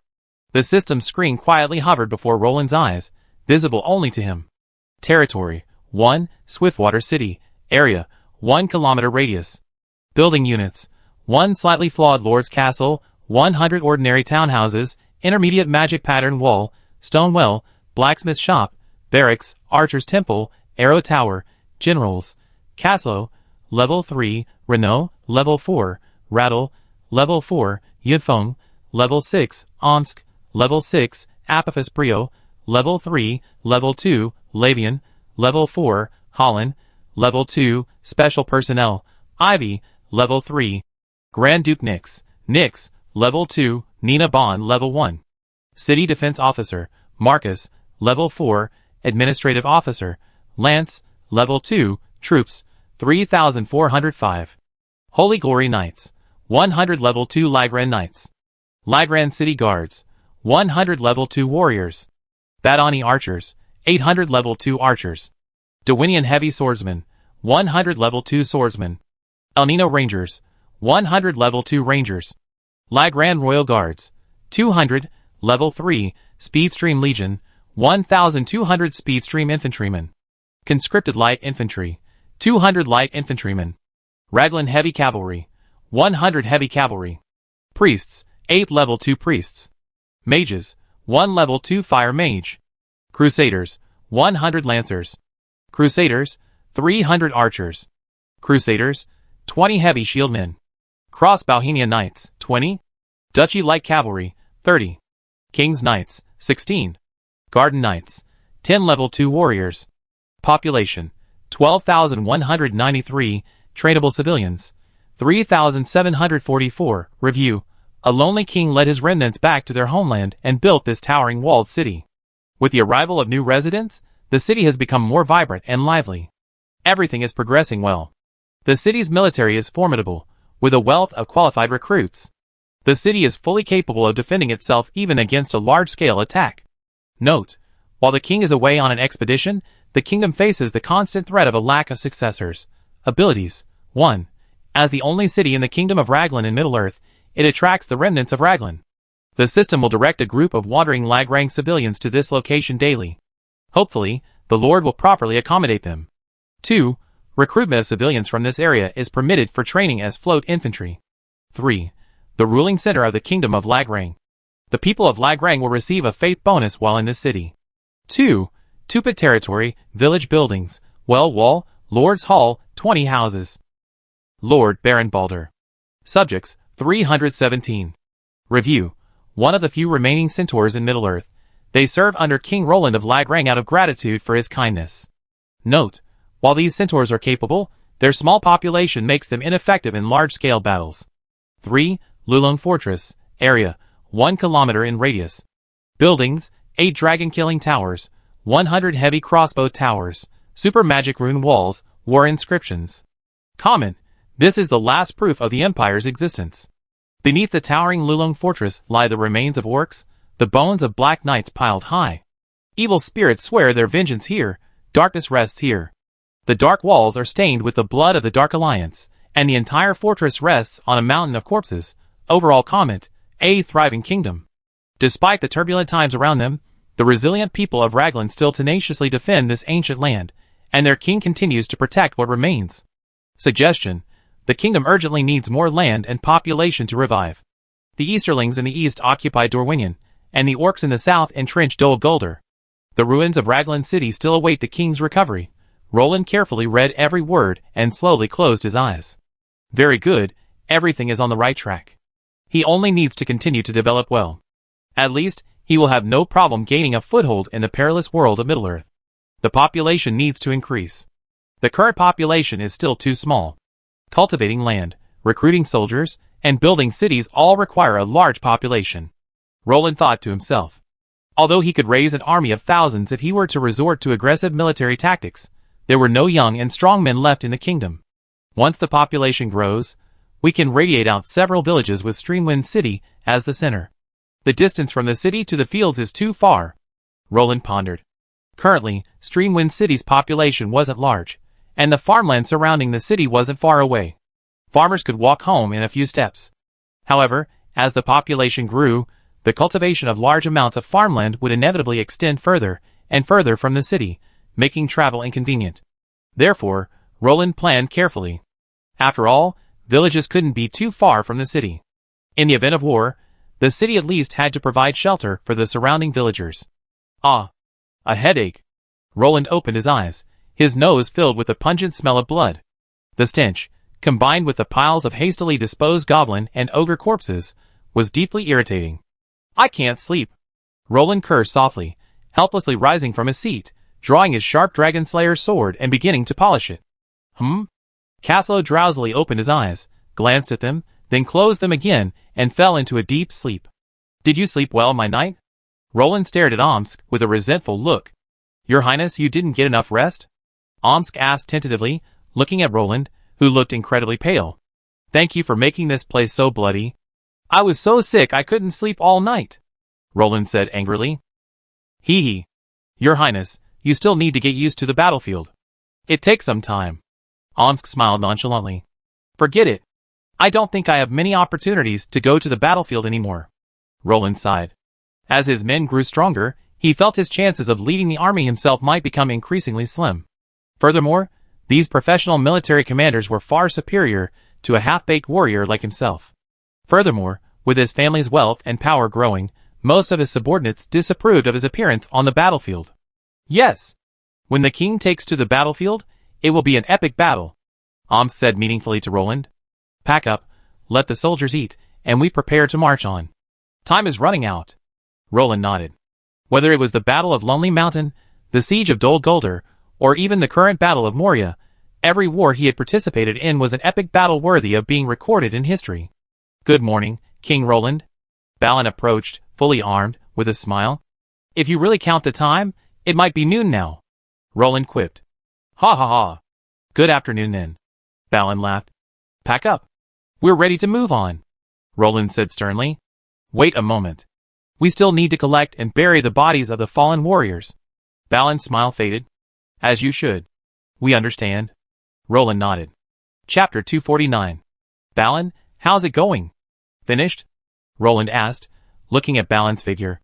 Well, we're almost done. We should head for Hall 9. Balin nodded firmly. One question. Do we need to leave enough people behind? Roland looked around with some concern.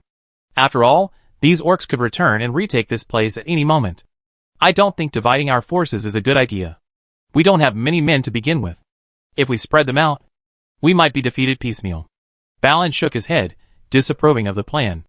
After all, while this plan would ensure the coalition forces captured every stronghold, it would also increase the probability of being defeated piecemeal. Forget it then.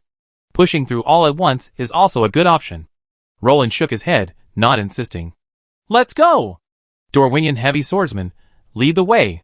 Balin, I need some dwarves to show us the way. Roland said. No problem. I lead the way myself. Balin patted his chest. After passing through several corridors and caves, they suddenly saw a light before their eyes. A faint flame flickered behind a stone door. We arrived.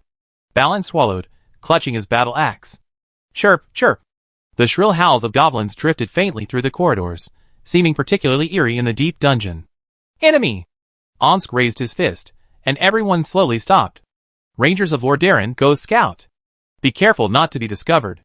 Omsk turned his head and whispered. Sir, I don't think that's necessary. A Lordaeron ranger twitched his lips, raised his head helplessly, and nodded towards a corner. Following his gaze, Omsk looked up and saw that the stone wall above the hall's entrance had been punctured with holes at some point, and judging by the signs of weathering, it must have been a long time since then.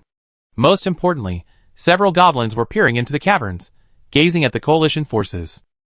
Upon being discovered, they immediately screamed at the top of their lungs. Fuck. Some lovely herb. Bad luck. Attack. Roland facepalmed. Swish, swish, swish. The Lordaeron rangers unleashed their bows, dispatching each goblin with uncanny precision. They're already alert. Break down the gate. Let's charge in. Omsk acted decisively, wielding his sword. A streak of black and white battle energy, like a streak of flame, flew out from the blade's edge, striking the half-closed stone door.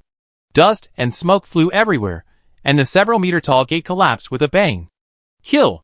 Roland drew his Dragon Slayer sword and shouted with all his might, then plunged headfirst into the dust. Your Highness! Wait! Caslow reached out to intercept him, but his reach missed. Bang! Roland flew back at a speed faster than his charge. Cough, cough! Roland coughed up a mouthful of blood, his eyes filled with shock. Don't be impulsive. There's a damn giant ogre inside, Roland said with lingering fear, looking at his pristine shield. Roar! A burly figure pushed through the dust, wielding a massive club. Bang! Several Dorwinian heavy-armored swordsmen united, blocking the powerful hammer with their swords. Open! They simultaneously exerted force with their wrists to lift the giant ogre's hammer and charge forward. Several sharp swords plunged into the ogre's abdomen. As the blades twisted and pulled out, the giant ogre's intestines spun, and it soon collapsed to the ground, dead. Move quickly.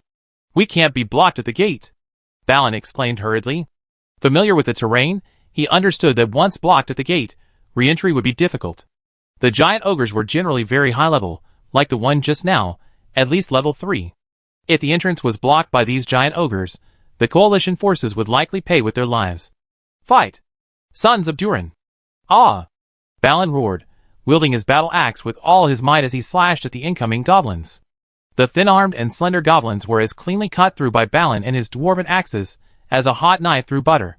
With one blow, their bodies shattered into dust. Seeing this, many goblins hesitated, intimidated by Balin's imposing presence. This gave the coalition forces an opportunity. A large number of soldiers quickly poured in, swiftly clearing out the surrounding enemies and occupying the gate. "We captured the gate," Balin panted, supporting his axe as he addressed Roland. "Well, prepare to clear this hall of orcs," Roland said to Balin, shield in hand.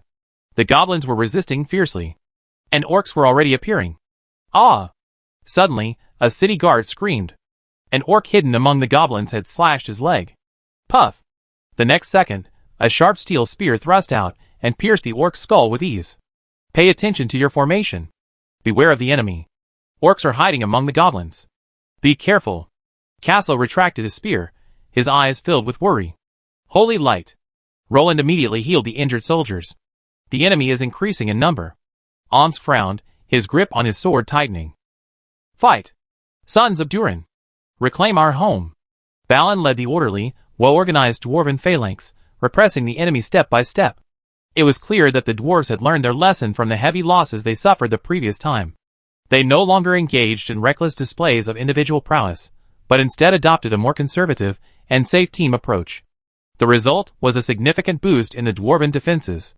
Countless goblins and orcs crashed against the dwarven phalanx like black waves, but the dwarves remained motionless like a solid shore.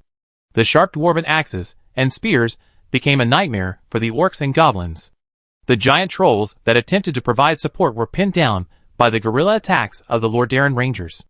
The cunning Lordaeron Rangers would often launch their arrows into the giant trolls' eyes, ears, and crotch, vulnerable areas. The Rangers sniped the giant trolls one after another, keeping them out of the front lines. The giant trolls, preoccupied with their own affairs, naturally had no time to care for the goblins and orcs being slaughtered by the combined forces of dwarves and humans. Ouch! A giant ogre, blinded by rage, shielded its head with its arms and charged fiercely at the shield wall of Dorwingen's heavy-armored swordsman. "Watch out! Get out of the way!" Roland screamed.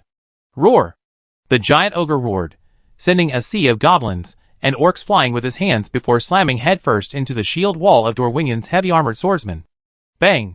With a deafening bang, a dozen Dorwingen heavy-armored swordsmen flew backwards, a gaping hole appearing in the shield wall as if gnawed by a dog. The goblins and orcs' eyes lit up, and they began to rush frantically towards the breach. "Seal the gap! Fight to the death! Hold on!" Omsk screamed.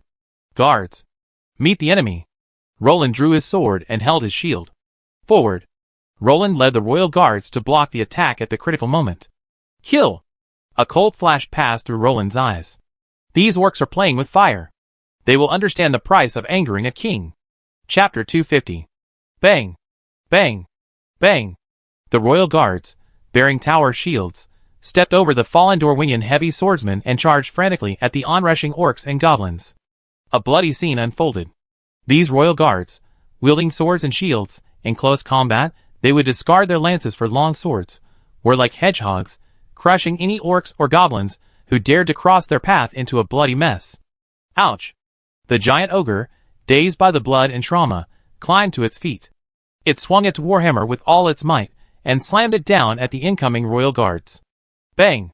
Seeing the situation was dire, the royal guards slammed their shields into the ground, holding on tightly. Bang! With a resounding explosion, the giant ogre's warhammer was now reduced to a mere handle. The iron and wood hammerhead exploded with a bang, sending wood chips flying. Puff! The royal guards, braced behind their shields, were also suffering, a mouthful of blood gushing out involuntarily. Clearly, the giant ogre's blow had inflicted internal injuries. Kill! Several royal guards rushed forward, their swords ablaze with war energy of various colors, leaving deep wounds visible to the bone in the giant ogre's body like a hot knife through butter. Heavy slash. A brilliant blaze of war energy shone. A royal guard raised his sword overhead, and as the skill activated, war energy extended several meters from the tip of the sword. Ouch! The sword light flashed and disappeared. The giant ogre blinked his eyes, realizing that one of his legs was gone. Bang! Like a golden mountain toppling a jade pillar, the giant ogre's massive body fell to the ground. The royal guards were no strangers to giving a downed dog a good beating. With a dozen long swords and spears stabbing at him, the poor ogre's forehead was now riddled with holes, blood and brain matter splattering everywhere. Get lost. Roland slashed off an orc's skull with his sword, then sent the orc who tried to tackle him flying away. Don't you even consider your own worth? How dare you dare to fight me? Who was Roland? A third-level paladin wasn't particularly powerful, but he wasn't someone a worthless person like you could provoke. Bad luck. After hacking away at several orcs and goblins, Roland cursed helplessly, looking at the arms and legs hanging from his body. Although most of the orcs and goblins were using the coalition's iron. Canned food can't do anything, but they can definitely disgust you. Roland felt a wave of nausea as he sniffed the orc blood seeping through the cracks in his helmet. He could have vomited up last year's New Year's Eve dinner, not to mention leftover dinner. Bang! Another reckless goblin pounced on Roland. Putting aside his race and background, the goblin's demeanor, like a fledgling returning to its nest, made anyone who didn't know Roland think he was a pervert. Is it okay for a goblin to throw himself into his arms? Fuck. Crack. Roland angrily grabbed the goblin, who was clinging to him tightly, and slammed its head against the stone floor. His muscles instantly unleashed their power. Fueled by his battle chi, the goblin's head exploded like a white-skinned, green-fleshed watermelon. Ugh! Roland couldn't help but dry heave. Careless. I didn't dodge. A ball of brains flew into my face. That was Roland's final thought. Ugh! Roland lifted up his helmet and vomited violently. It was so disgusting. It wasn't even so disgusting during the Battle of Lonely Mountain. Roland had always charged on horseback as a knight. This was his first time participating in such a meat-mincing hand-to-hand fight, and it was also his first time to have his face covered with brains. Roland wiped his face with his blood-stained hand, then looked down at it. Ugh! Ugh! Roland collapsed to the ground again. Your Highness? Your Highness! Caslow instinctively turned his head during the battle. He had to keep an eye on Roland. This was Grand Duke Nix's instruction and his job. It would have been fine if he hadn't checked, but when he did. Holy crap! Where's my king? Where's a king like me? Where's the king? Caslow demanded, charging like a bull in heat, grabbing Omsk, who was in the thick of the fight. Omsk. Where's the king? Omsk turned his head and glanced around, bewildered. Roland was nowhere to be seen. Fuck. Who am I asking you? Where's the king you're looking at? Where's your highness? Caslow grabbed Omsk's neck guard. Having been around Roland all day, he had learned Roland's love for certain plants and expressed it. I'm asking you, aren't you a personal guard? Where's the person you're looking at? A living being of that size? Omsk was also panicking. Stop fighting. Stop fighting. Find his highness. All Lagran soldiers, listen up. Find his highness. Seeing Omsk's bewildered expression, Caslow didn't argue but instead shouted at the top of his lungs. Stop fighting. Stop fighting. Stand guard. Find his highness. Omsk also shouted. Damn it! What if something happened to his highness? Omsk shuddered, afraid to think about it. At this moment, Roland was lying prone on the noisy battlefield. He finally managed to control his churning stomach and tried to stand. As he searched for his helmet and looked around, his heart pounded again. He was actually lying on a pile of corpses. The ground was densely covered with the corpses of goblins and orcs. These corpses had been trampled for a long time by Lagran's tin cans during the melee. The scene was truly a bit adult level. At this moment, Roland just wanted to say, thank you. Then, under the overwhelming smell, he lowered his head again and found a slightly cleaner place to pour out his bile. What's wrong? What happened to King Roland and his men? Balin asked, wonderingly, as he looked at the restless human army. For some reason, he had a bad feeling in his heart. He realized that the originally powerful attack was shorter than. The fierce Lagrang soldiers actually began to defend. They halted their advance and even retreated, exposing the dwarf's flank and making them look rather dazed. Ollie! Owen! Floy! You guys take command here. Come with me, some men, and take a look. Balin hurriedly asked. What had happened to halt the human army's advance? No way. No way. It couldn't be so unlucky, could it? Balin had a bad feeling. Besides external forces, the only thing that could halt an army's advance was internal factors. As for external factors, it wasn't that Balin looked down on these small fry. If Balin, the orcs from Gangbata Fortress, had even looked up to them, these small fry from Moria, then the only thing left was internal factors. The only reason for such a big commotion was that something was wrong with the commander. King Roland. What happened? Chapter 251. Hey! Where's King Roland? What happened? Balin shouted at Caslow amid the clamor. Hey! Your Excellency Balin, we have to wait. His Highness is missing. I'm afraid we can't attack with you now, Caslow said quickly before hastily leaving. Huh? Did I hear correctly? They lost the king? Balin's mouth dropped open, his snow-white beard trembling slightly. He glanced around at the dwarves who had followed him, dumbfounded. Balin, if we heard correctly, that's what he meant.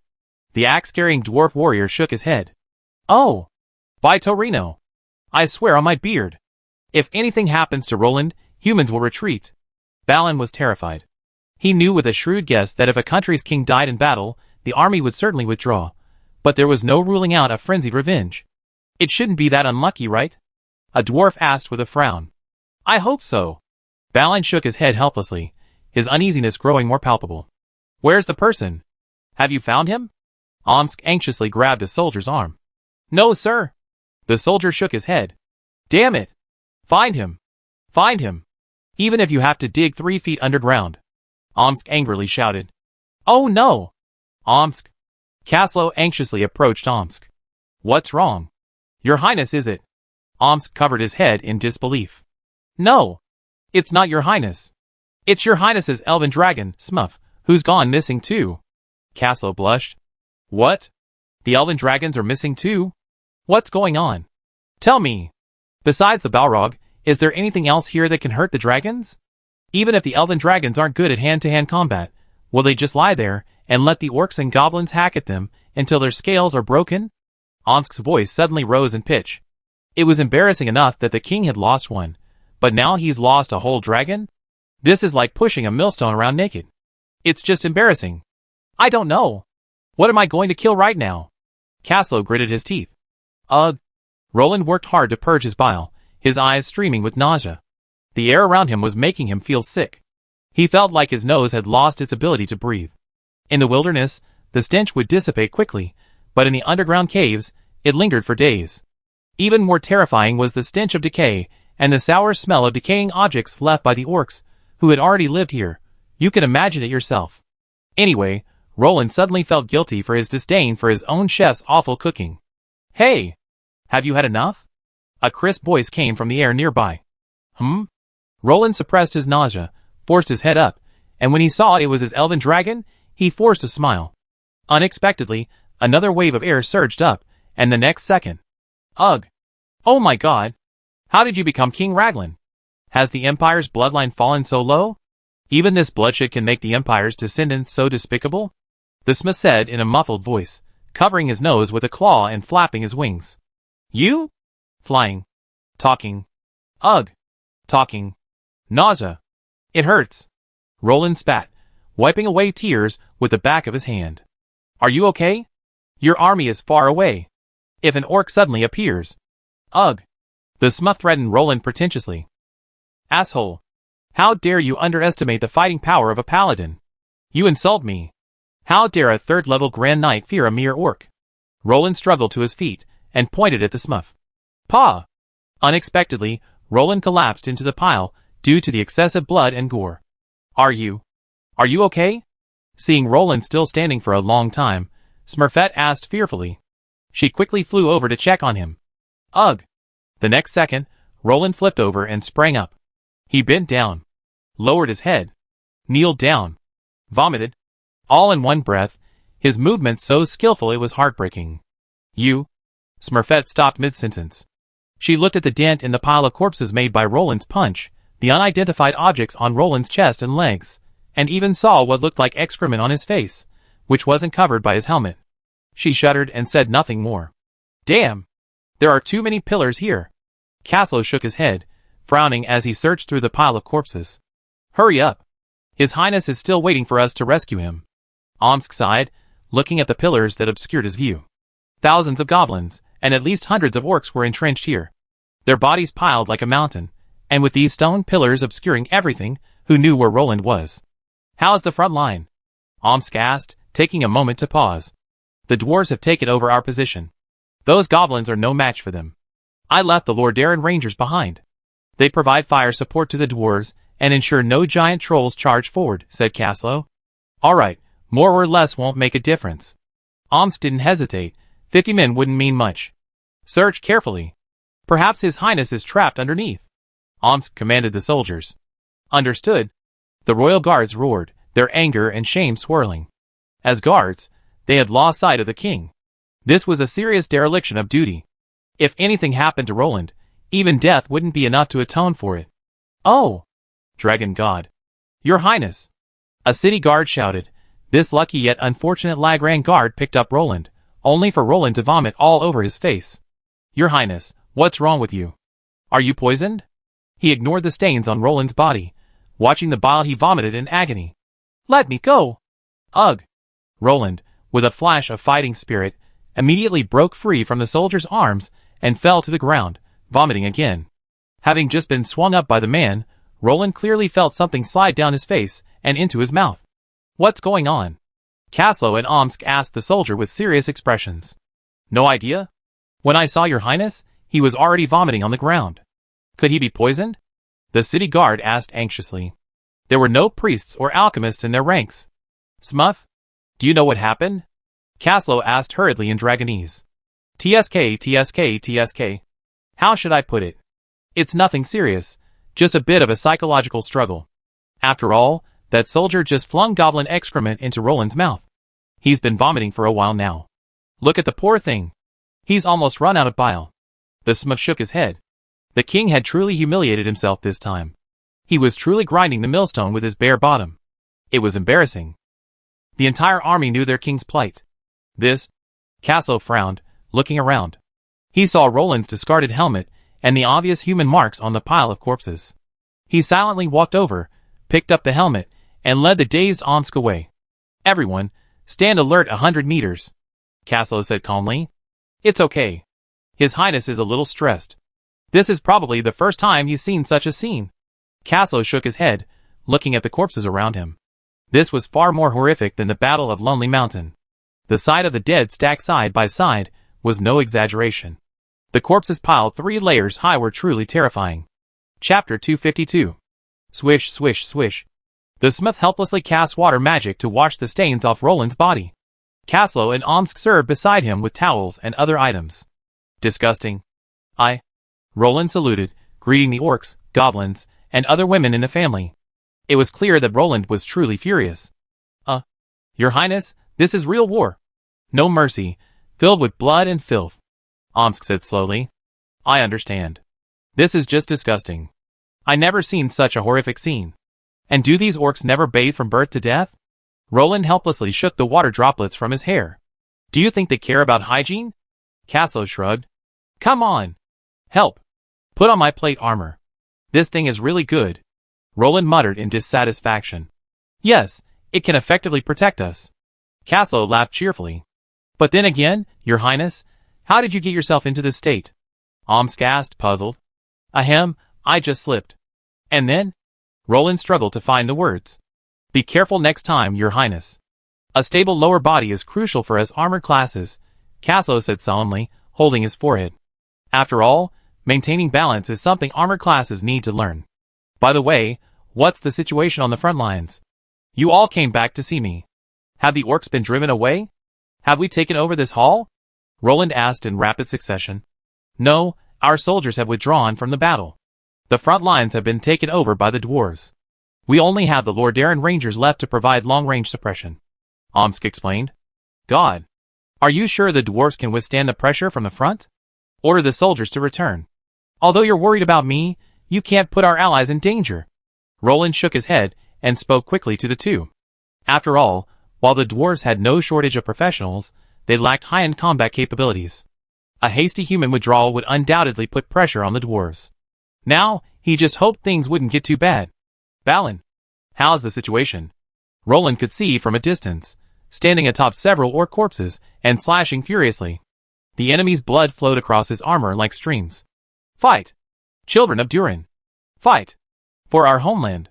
Balin roared with all his might. King Roland, are you alright? Balin looked up to see a neatly dressed Roland. It's okay. What's the situation now? I ordered my soldiers to join the battle. You can withdraw the dwarves, Roland said. Alright. Floy. Bring our children back. Balin raised his battle axe. I won't say any more. We talk about this after this battle is over. Roland observed the raging battle around him, and drew his dragon slayer sword. Thank you, King Roland. Balin expressed his heartfelt gratitude as he watched Roland healing the dwarf. Alas, it's all just tears. I should have brought a few priests along. Roland smiled wryly, and shook his head. When had he, a paladin, fallen into the trap of a nurse? This was a question worth pondering. All right. Rest for a day or two and you be fine. Roland patted the dwarf warrior's shoulder. The deep wound on his abdomen, which had been visible to the bone, had scabbed over and healed. It must be said that magic truly is a wonderful thing. Is the divine skill considered magic? Roland didn't know, and he didn't want to know. Anyway, the fact that the paladin could both fight and heal made him feel comfortable. Thank you for your trouble, King Roland. After we take this hall, we can descend the stairs to Hall 4. That hall is a tough nut to crack. Balin sighed. Tell me about it. Roland became interested. What do you think of halls 10 and 9? Are they magnificent? Balin smiled wryly. Of course. It's truly a miracle that you dwarves built such magnificent halls. Roland sighed. A glimpse of the whole thing revealed how many dwarves lived in Khazad-dûm during its heyday, and how many dwarves lost their lives in the turmoil of the intervening eras. Today, only a few dwarves linger in the mountains of Middle-earth. Hall 4 is larger than both of them combined. Balin sighed. Roland was speechless. The closer he got to the center, the more orcs and goblins gathered. One thing was certain. The larger the building, the more orcs and goblins could muster. That's going to be tough. Our forces are spread too thin inside, and your dwarven buildings are too easy to hide. Caslow held his forehead, pointing at the towering pillars. Wouldn't it be easy to hide a group of goblins behind rows of pillars? Those goblins, who climbed the pillars more skillfully than monkeys, could easily hide behind the pillars and cause trouble for them. That's nothing. I'm worried about the attack from the dome. God knows how those damn guys are destroying our home.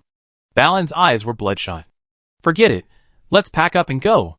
Roland shook his head. Talking here wouldn't solve anything. What needed to be faced still had to be faced. By the way, where did the Balrog appear? It seemed to be in front of the bridge? That should be Hall 4? Roland rubbed his chin, pondering.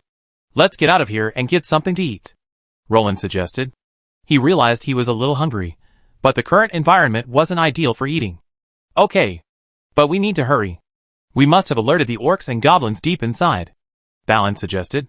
It was fortunate they had entered Moria through the west gate. If they had entered through the east gate. Thinking of the number of orcs in Moria, Balin shuddered. The east gate's entrance was much wider than the west gate, and the orcs were gathering at a much faster rate than here. Most of the orcs lived near the east gate, where there were more goblins. That was why they didn't encounter strong resistance when entering. If they had entered through the east gate, it would have been another battle for Moria. Well, a little bread and dried meat, along with some water, will do. Roland nodded. After all, the war was urgent, and there wasn't much time to cook. And so, our wicked king, munching on dry bread and dried meat, led a group of wicked minions up the rugged stone steps of Moria. My God! Balin, you dwarves are truly formidable. Roland looked up at the magnificent stone staircases that connected the various platforms in the Moria catacombs, forming a complex and magnificent underground transportation network. Oh! Dragon God. Caslow grabbed a Dorwinian heavy-armored swordsman who had slipped, almost plunging him into the abyss. Hey! That was close. Maybe you should have installed guardrails. Roland shrugged. There used to be some, made of wood, but they rotted away over the millennia. Balin shrugged helplessly. He couldn't expect orcs and goblins to maintain their homes. Chapter 253. Look! The bridge! Balin pointed excitedly to his right. Roland looked closely, and saw a lone stone bridge spanning the Moria abyss, connecting everything. Although it wasn't clear, Roland could clearly sense it was probably quite close. We have to capture Hall 4 before we can hold the bridge. There's no mining cable car now. This is our only way, Balin explained, as if sensing Roland's surprise. Don't you have any other options? Roland shuddered. Who knew if that thing was reliable? All he knew was that 60 years later, a poor wizard named Gondofu became a lost old man. We're all heavily armored. I don't want to die from a misstep instead of an orc sword. Roland shook Balin's shoulder and spoke slowly, each word clearly. Whether sold by pound or by weight, this group of people was definitely heavier than the Balrog. He doubted it could handle such a heavy responsibility. Oh no! Your Highness! You need to trust our dwarven craftsmanship. Our craftsmanship and quality are absolutely superb, Balin assured, patting his chest. No matter how good the craftsmanship and quality are, they can't be smoothed out after 1,000 years of lack of maintenance. Roland's face darkened. If he hadn't known it would eventually collapse, he would have almost believed it. We can temporarily reinforce it. Balin shrugged nonchalantly, a look that showed he had truly mastered Russian aviation. If Middle-earth dwarves didn't have aircraft technology, Roland had no doubt the engine would still fly even if a dwarf fell off. Roland shuddered and said nothing. This doesn't look like a long way to go. Why did it take so long? Roland watched the coalition troops move along the winding stone steps like ants. He stood on a platform, his hands folded, and looked at Balin helplessly. Ha ha ha, this is the dwarven capital. We spent countless years building it. 10 main halls connect countless buildings. Dwarves once lived and worked here in peace and contentment. We gathered here, mined here, smelted here, until the demons beneath the earth awakened, and we were unable to defeat them, so the dwarves finally retreated. During the Battle of Azanalbiza, I witnessed the fall of the king and the decline of our race. We didn't even enter the gates of Moria. Balin sighed, tears welling in his eyes. That's great. You successfully returned home. If we're truly unable to defeat them, we can destroy the passage here. Cut off half of Moria, Roland said. That's the worst-case scenario. Balin sighed. We take care of that Balrog. No. It should be the Dragon Clan. You have to slowly sort out the rest. Roland nodded to Balin. He still needed to lead his troops back to help with the autumn harvest. Having suffered from famine before, Roland had ordered the people to vigorously reclaim the wasteland and even implemented a system of military settlements. It was obvious that River Rapids wouldn't have enough manpower to tend to the crops. No problem, leave the small fry to us. Balin nodded gratefully. The orcs and goblins here could be dealt with if they fought tooth and nail, but that Balrog was more than the dwarves could handle right now. The dwarves had already lost the protection of the 6th level warriors, and even a regular 6th level warrior wouldn't be able to handle a full-grown Balrog. I wonder what's going on in River Rapids now. Are they encountering any difficulties? How's the reclamation going? How are the house repairs going? Tired from walking, Roland found a resting platform and sat down cross-legged. Don't worry, Your Highness. His Highness the Grand Duke and His Excellency Yinfeng will take good care of the kingdom. And with Renaud commanding Lulong Fortress, there won't be any major problems. Castle reassured him. I hope so. Balin, did you always go this way? It'd take forever. Roland sighed, rubbing his forehead as he looked at the still long procession. There used to be wooden bridges connecting. Here. Here and here. Balin glanced at Roland and pointed to several locations. Roland fell silent. It wasn't that there weren't other ways, but that they had disappeared over time. Roland looked up again at the massive stone staircase, which had a drop of at least 100 meters, and took a deep breath. It was hard to imagine how the dwarves had carved this out with pickaxes and hoes. The time it took was definitely more than a generation could handle. Let's go, King Roland. Don't stay here and be a target. The view is too wide. This city isn't safe yet. I can't take you to see its most magnificent glory just yet. Balin shook his head and tightened the leather strap of his helmet. Yes. Roland nodded. This wasn't the first time he'd been hit by an arrow. There were always those who wanted to harm him. It was making Roland miserable. As for the quietness at the moment, it was entirely thanks to the Lordaeron Rangers who were leading the way. They had already identified dozens of potential danger spots, and whether it was hiding orcs or sneaking goblins, they had thrown them off the cliffs. Spread the word. We're almost there. Everyone, gather in that square. Don't alert the scoundrels in the 4th hall. Balin whispered to the messenger, pointing to a large, clearly visible square in the distance. I see. What? That's the 4th hall? Roland asked curiously. No, no, no. Of course not. That's the plaza of the 4th hall. Balin gave Roland a deep, meaningful look. Roland looked at the vast plaza, and suddenly understood Balin's description of the 4th hall's size. It was more than just huge. Are we lost? Roland suddenly shuddered. Shit! A place this big, with 1,000 coalition soldiers thrown in, it's doubtful they even make a splash. Wait! Your Highness, I feel something's wrong. Have you noticed? The temperature seems to have risen quite a bit. Caslow's face was already covered in beads of sweat. Ha ha ha. There's magma in some places underground, so it's normal for it to be hotter. Balin smiled, accustomed to it. I'm afraid it's not the magma. Omsk frowned, unsure of what to think. I smell the sour stench of sulfur. I don't like the feeling here, the smith said unhappily, climbing onto Roland's shoulder. Perhaps we're close to the fire demon's habitat. Caslo's eyes were filled with solemnity. Your Highness, don't go over there yet. I go take a look. If anything happens, destroy the passage immediately. Don't worry about me. Omsk leaped away dozens of meters. A level 6 hero could already fly for a while using his battle chi. Even if the stone steps were cut off, Omsk could still return. Be careful. Halt the advance. Balin and Roland ordered all soldiers to stop. Everyone involved with the fire demon also became cautious. What if, just in case, the coalition forces were to deal a severe blow? A few lords and generals might be fine, but the ordinary soldiers would definitely suffer heavy casualties. Gazing into the distance, Caslo clenched his dragon flute. The blue elf bared his teeth, his dragon eyes gleaming with the surging dragon power. Chapter 254. In the gloomy dungeon, only the flickering torches of the soldiers illuminated the path ahead. The dilapidated Moria lay like a frail old man amidst the misty mountains. Crisis averted. Omsk returned, sword in hand. I haven't sensed the presence of the Balrog, but there are traces of its presence here. Omsk casually tossed the object in his hand to Caslo. What is this? Caslo casually caught the object Omsk tossed and examined it closely. High-temperature crystal. Only a few magical beasts can reach the conditions to form crystal. The Balrog is one of them. Omsk dusted his hands. Where it passes, molten rock cools and solidifies. And there's a path paved with crystal in that square. Omsk shrugged. Good stuff. It should be a very good alchemical ingredient, right? Roland took the so-called crystal and examined it. This fist-sized crystal was a dark red, translucent in texture. When illuminated by light, it looked as if magma was faintly flowing within it, a truly beautiful sight. Once processed and brought back to the former blue planet, it would have been a luxury item that the wealthy would splurge on. Quite a good material. Strictly speaking, it's a high-end material associated with Warcraft, and can be processed into fire-resistant potions or fire-enhancing items. However, the dwarves don't have alchemists anymore. Balin shook his head regretfully. I remember King Roland, you have an alchemist? Balin looked at Roland. Yes, there is one. Roland pondered for a second, then finally admitted the matter.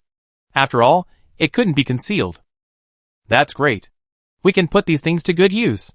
You can take whatever you want when you leave, and we mine the rest and exchange them for potions. Balin said sincerely. Even if the dwarves mined these things, they could only sell them to alchemists. Rather than dealing with unfamiliar southern humans, it would be better to exchange with the northern kingdom of Raglan. No problem. Any potion we have is available. Roland agreed immediately. He had long worried about Raglan's trade. Currently, trade in the north was limited to the few insignificant city-states at the foot of Lonely Mountain.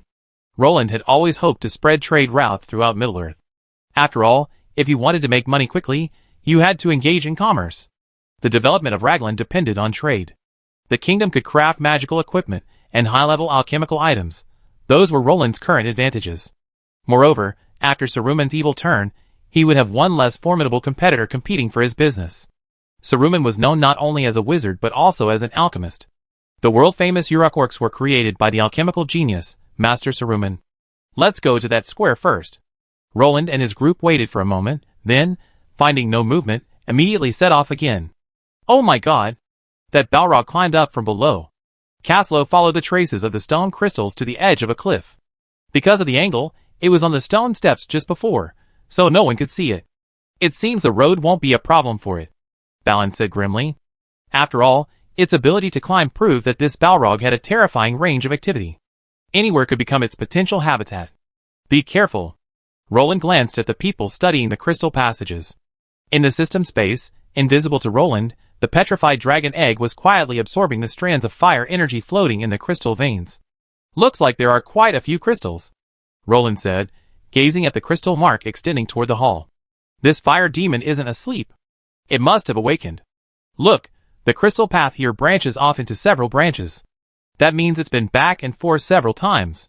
Omsk carefully observed this, and explained to Roland. Where's down there, Balin?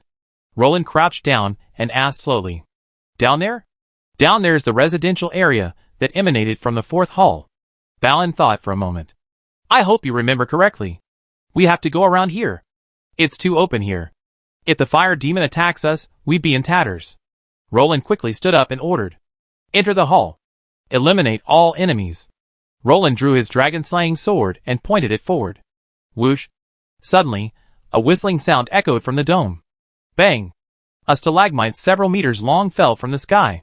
The immense force of its impact shattered it, sending fist-sized rocks raining down like raindrops. It's orcs! There are orcs above us! They're destroying the stone! The Lordaeron Ranger, with his astonishing eyesight, spotted the enemy. Everyone, quickly, cross the square and enter the hall. Heavy armored units, shields raised. Protect the Rangers! Caslow drew his dragon spear and lashed out a falling stalagmite. Go! Quickly! Balin urged, pulling the dwarf beside him. He hadn't anticipated that the stalagmite from the dome would become such a deadly weapon against them. Bang! Roland, holding the sacred artifact Ilir, was struck by a stalagmite over a meter long. His knees gave way, and he nearly collapsed. Balin! Can you guys clean up these dangerous items later? Roland quickly stood up and ran, complaining to Balin. Ah! The smurfs suddenly flew out. Brilliant streams of dragon energy condensed in the air, outlining complex dragon language. The next second, a semicircular barrier appeared over the square, enveloping it. Are you all idiots? You don't know how to use such a large dragon rider? When did the wind dragon become so shameless? The smurfs looked at these beggars holding golden bowls, puzzled. They could have just let the wind dragons cast a dragon barrier and slowly enter the hall, so why did they have to resist with their bodies? Roland turned his head and looked at Caslow. He couldn't hide his desire to kill someone. I forgot. Caslow touched his helmet, feeling a bit embarrassed. After all, most caves were confined, and the dragon's pressure was too overwhelming. Caslow had never considered summoning his mount before encountering the Balrog. Well done! Roland patted his shoulder unhappily, then entered the fourth hall with a sullen face.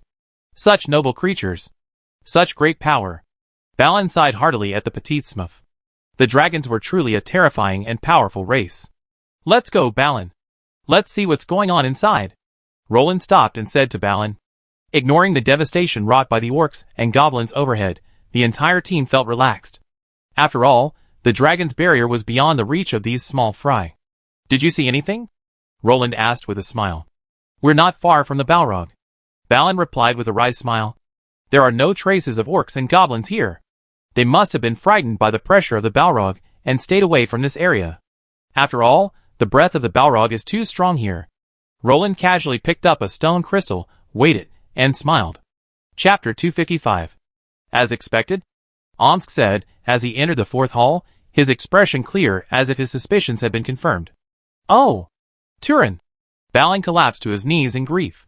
He saw countless pillars in the fourth hall tilted and collapsed, and the ground was covered with stone crystals melted by the Balrog's intense heat. What surprised Roland most was the large number of lumps of iron scattered on the ground, formed by the cooling of molten iron. Countless iron filings flew everywhere, and broken weapons, melted armor, and shattered bones were scattered throughout the hall. Beard. This is our ancestor. Ollie's eyes were red. Descendants of Turin. What have you been through? Floyd knelt on the ground, supporting himself with an axe, tears streaming down his face. Oh my God! This is a graveyard. Roland was horrified, deeply shaken by the scene before him. This must have been one of the Dwarven's most brutal battlefields. Countless elite Dwarven warriors fought here, risking their lives to stop the Balrog's advance, giving their families time to escape. This is the Dwarven Dragon Slayer's armor. Caslow sighed, as he dug a tattered piece of armor from the rubble.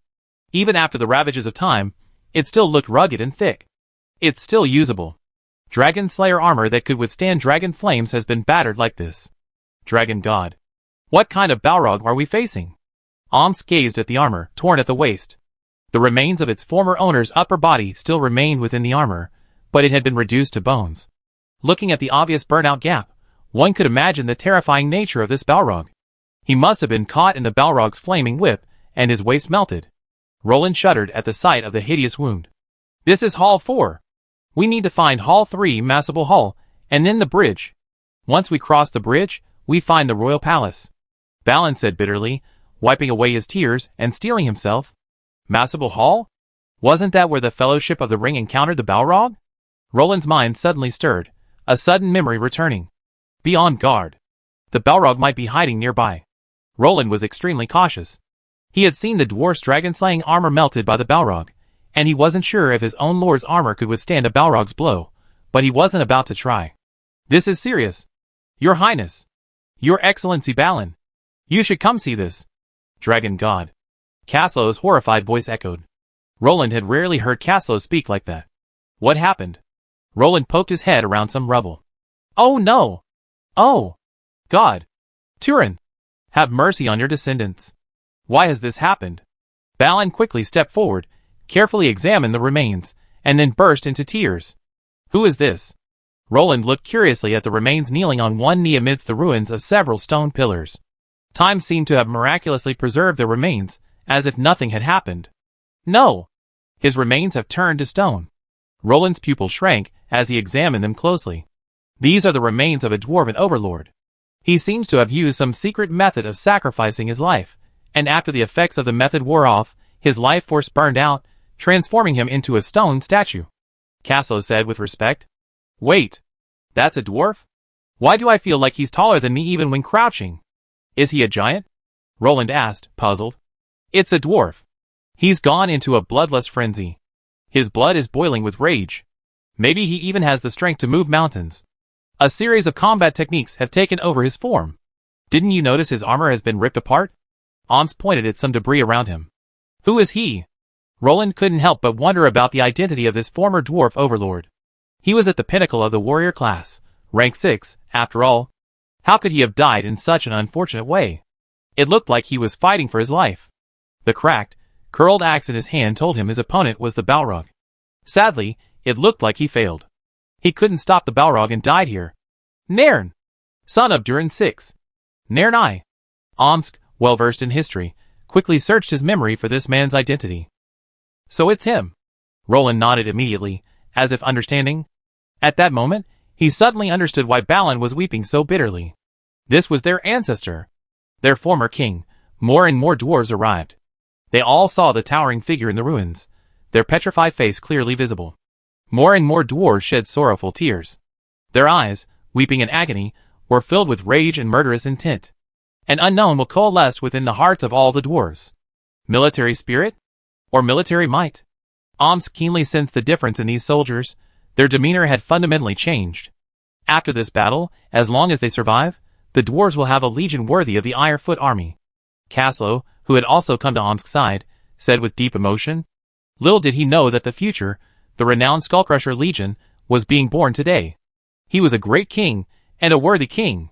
The human kingdoms to the south should take a good look and learn from him. Thinking of the rulers of Gondor and Rohan, Roland couldn't help but feel the veins in his head throbbing. What a pity. He couldn't stop that Balrog. Roland lamented. Looking at the weeping dwarf army, everyone in the kingdom of Raglan fell silent. They understood the dwarves' sorrow and felt their anger. I'm sorry, King Roland. I lost my composure. Please give us a moment. We need to collect the bodies of the warriors. Now that we're home, we can't let them lie here any longer. Balin whispered with red eyes, and left without waiting for Roland to speak. Let everyone rest. If you can, help the dwarves. They're all feeling so bad right now. Roland looked at the figure kneeling beneath the petrified body of Nairn I. For a moment, Balin seemed to have aged considerably, as if his energy had been drained in an instant. Is there a book here? Roland sat down, realizing something was amiss. After a few gropes, he found the culprit that had been propping him up. Caslow? Come! Take a look. Roland flipped through the pages for a few seconds, then gave up after realizing he couldn't recognize the dwarven writing. He decided to call in a professional. Is this a diary? Caslow took the dusty book in amazement. The parchment inside was mostly worn and tattered by the ravages of time, with only a few words still decipherable. We awakened. The demon of the earth. It blazed and wielded its long horn. The king has sacrificed. Today, the war horn is sounded again. The final battle is about to begin. Caslow stumbled over his translation. The handwriting is too blurry to make out. Ah, this. Caslow flipped a page, only to find the entire parchment shattered and scattered across the floor. Okay, I kind of understand what happened, Roland said in a deep voice, recalling some of the plot. Chapter 256. If I remember correctly, the dwarves mining for Mithril must have alerted the Balrog lurking underground. This Balrog killed Durin 6, and then his son, Nain I, the following year. It must have been him. Roland shook his head regretfully. This situation is a bit strange. Why would the dwarf king hold out here? Roland questioned, glancing at the stone statue of Nain, who remained unyielding until his death. Balin? Stop crying. We need to understand what's going on. Tell me, where does this hall lead to? Roland walked over and helped the tearful Balin to his feet. The third hall, also called Marsibool Hall. Beyond Marsibool Hall is the bridge. In layman's terms, it's called the Bridge of Durin, Balin said matter-of-factly, looking at Roland and the others. And what else? How did the dwarves escape from here? Roland demanded immediately. Your Highness, what do you mean? Omsk and Caslo exchanged glances, each with their own guesses. Some people crossed the bridge and evacuated through the east gate, while others headed for the endless stairs and climbed to the summit. Balin recalled the history of the dwarves. Snap! Roland slapped his hands. Yes! It's the endless stairs. Where is it? Roland became increasingly certain of his guess. Before the bridge, after the Hall of Marsibool, Balin said. It seems Nain I died fighting to stop the Balrog, buying time for the people to escape. Roland confirmed his guess. Look, the traces of stone crystal here extend up from the cliff. And underneath this cliff is a large mine. The Balrog must have climbed up from below. If I'm not mistaken, the Hall of Marsibool is probably not connected to the cliff. The Balrog can't enter directly from the cliff, so it can only attack the fourth hall, which is closest to the dwarves' retreat. Roland analyzed. That's right. The Hall of Marsibool isn't connected to the Great Mine, only the fourth and second halls are connected. Balin admitted immediately. The Hall of Marsibool is crucial for the dwarves' evacuation. But Durin Six and Nairn I clearly aren't the type to sit back and wait for death. They must have fought the Balrog many rounds here. The scattered crystal paths here show that. The Balrog has come and gone here numerous times. Roland pointed at the crystal veins radiating out into the mine. That's right. That must be the case. Balin's eyes moistened. Roland could already imagine the scene. The once thriving mithril reserves of Khazad-dûm were gradually depleting, and the dwarves, searching for it, were delving deeper into the earth. Perhaps that unfortunate individual had stirred up the Balrog, awakening it. And then tragedy struck. The already declining dwarfs were lacking high-end combat power. Initially, the dwarf king had led the dwarven soldiers in several counterattacks, but this awakened Balrog was no ordinary Balrog, but the scourge known as the Fire of Yudin. He had once been one of Morgotha's most favored men, one who had managed to survive the War of Wrath. Under the constant harassment of the Balrog, the dwarves were overwhelmed. They were no longer able to maintain the entirety of Moria, and the turning point that ultimately led them to abandon Moria had arrived. The death of Durin Six cast a shadow over the hearts of all dwarves.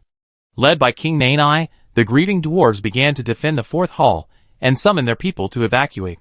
Groups of dwarf women and children crossed the Anduin River through the east gate to the Iron Hills and other places, while others took the endless stairs to the top of Mount Surok Sigil and migrated to the Blue Mountains and other western territories. The entire group. The scale of this migration was immense, and the effort wasn't accomplished overnight. King Nain stationed his elite dwarven guards here. Clad in heavy armor resistant to dragonfire, they wielded mithril shields and heavy axes, engaging in relentless battles with the Balrogs. The difference was that the Balrogs could descend into the abyss to recover from their wounds and recover from the lava, while the numbers of the elite dwarves steadily dwindled. It was unknown how long it took. Perhaps a day or two, or perhaps a month or two, but most of Moria was emptied, leaving countless dwarves stranded. They came to the lonely mountain and built a new home. Erebor. Meanwhile, Nain remained steadfast in his kingly mission. He held fast in the fourth hall, firmly blocking the Balrog outside the Hall of Mazabir. Another Balrog attack. Khazad-dûm now had no civilians left. A handful of elite dwarves gathered in the ruined fourth hall, along with King Nain. They gazed upon the fiery figure outside the square and felt the blazing heat. The Balrog wielded his flaming whip, lashing the void. Wherever it passed, the stone melted into crystal. The dwarves stood in resolute formation, awaiting the final moment. The elite dwarves facing the Balrog felt as if they were back on the battlefields of the War of Wrath. For the first time, fear struck them. They dreaded this unkillable monster, a force that even the overlords could not defeat. The last of the elite dwarves huddled together, anger and fear flashing in their eyes. But they refused to retreat. Kill! Nain roared, brandishing his axe. The king of Khazad-dûm would not abandon his lands, just as Durin would not abandon his people. When all the people left Khazad-dûm, this dwarf army would face only victory or death, double. The two sides collided once more. The massive Balrog crashed into the dwarven formation like a mighty army. Its scorching whip of flame swept up a hapless dwarven soldier, scorching the third-level berserker in two before he could even resist. The aroma of roasted meat wafted out, but no one found it pleasant, only nausea and anger. Armor strong enough to withstand dragon flames was easily shredded by the Balrog like thin paper. At that moment, the dwarves realized that this was no ordinary Balrog. This was Yudin's fire, a witness and survivor of the War of Wrath. Fight! For our homeland! Nairn's teeth were bleeding, but he still fought the Balrog with all his might. The king's battle axe, forged from fine gold and mithril, sliced through the Balrog's skin again and again, sending blood splattering like magma. Fight! Son of Durin! The blood-soaked Nairn was like a god descended from heaven. In that instant, the dwarves even overpowered the Balrog, pushing him back to the hall's door. At this moment, they felt victory was within reach. Ah! Roar! The Balrog roared in anger, a torrent of flame surging over him. Soon his wounds. The situation had almost stabilized, and the dwarves were stunned. They had not expected this. But what did it matter? Countless dwarves fell, and newcomers rose. The dwarves fought braver and braver. Stronger and stronger. Fewer and fewer. Nairn looked around, and saw the remains and corpses of his comrades. The entire hall was covered in destruction. Fewer than 100 dwarves remained. He blew the war horn. The dwarves spontaneously gathered around him, gazing at the Balrog dozens of meters away. Everyone knew the final battle had arrived. Chapter 257. For our homeland. For our people. For the descendants of Durin. Fight! Fight! Destroy the evil. Nairn's entire being surged with battle energy, a terrifying flame of battle energy emanating from his body. The sharp axe's flames quietly cast a shimmer of light upon it. Kill! His thigh muscles engaged, a powerful force flowing through the ground and into his legs. Bang! A mountain-like figure collided fiercely with the Balrog. Dwarf King Nairn unleashed a desperate blow. Bang! The Balrog swung its flaming greatsword, sending Nairn back faster than he had charged. The shambling Dwarf King writhed in the ruins, like a pitiful beggar. Ahem! The tyrant class and earth-based battle energy imbued Nairn with immense vitality. This immense vitality flowed through the earth and into his body. He spat out a mouthful of blood foam, then lifted his axe, and rose once again from the ruins. Get out of the way! He swung the Balrog's flaming sword, saving a dwarf who had nearly been dismembered. Be careful! Nairn warned, then rejoined the battle. Boom! Nairn was sent flying again, but unlike before, the Balrog was surrounded by fewer dwarves. The air was filled with the stench of burnt dwarf remains. How dare you! Kill my subjects! Assassinate my father! Destroy our home! Nairn roared, aiming his battle axe at the Balrog. Though bloodied and battered, Nairn was unharmed. His earth-based battle chi had endowed him with a formidable physique and vitality, granting him the unique ability to absorb the earth's energy to heal himself. After an unknown amount of time, the entire fourth hall was practically reduced to ruins. Leaning pillars, a collapsed dome, scattered debris, and the solitary Nain and Balrog. Fight! Dwarves of Khazad-dûm. Sons of Durin. Fight! Alone, Nair launched another attack on the Balrog. Though the king was alone, he was not fighting alone. Behind him were the countless descendants of Durin. The faith of the long-bearded dwarf sustained him. Fight! Fight! Durin. Nair wearily swung his axe once more. He was tired, weary. Suddenly, he remembered the dwarven roast meat, the enchanting aroma of rum. The magnificent Khazad-dûm, the smiling people, and the kind father. Don't even think about leaving. You butcher! You evil creature from the gutter! As the king of the dwarves, I curse you! You will be pierced by thousands of arrows, and reduced to dust. Nair swung the broken and chipped axe unsteadily. His armor had long since shattered, only a few strips of cloth still clinging to his body, barely covering his shame. Roar! The enraged dwarf king leaped up, and slashed fiercely at the Balrog's head. The axe, now smooth to the ground, cracked the Balrog's skull open. Ouch! The Balrog lashed out in agony, sending Nair flying again. Are you in pain? Are you afraid? Ha ha ha! I thought you were fearless. I thought you were invulnerable. I thought you crushed me like a bug. But you can't. Durin! Long live! Nair watched the slowly retreating Balrog. He saw the same fear in its eyes as his own, and tears of blood streamed down his face. This strike will decide both victory and defeat. And life and death, Nair said slowly, as if he had made up his mind. Bloodthirsty. Frenzy!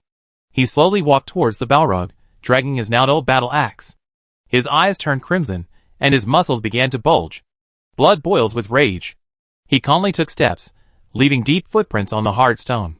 Veins bulged beneath the bulging muscles, and a large amount of blood rapidly flowed and evaporated from his body, forming a faint blood mist. Move mountains. He roared through gritted teeth.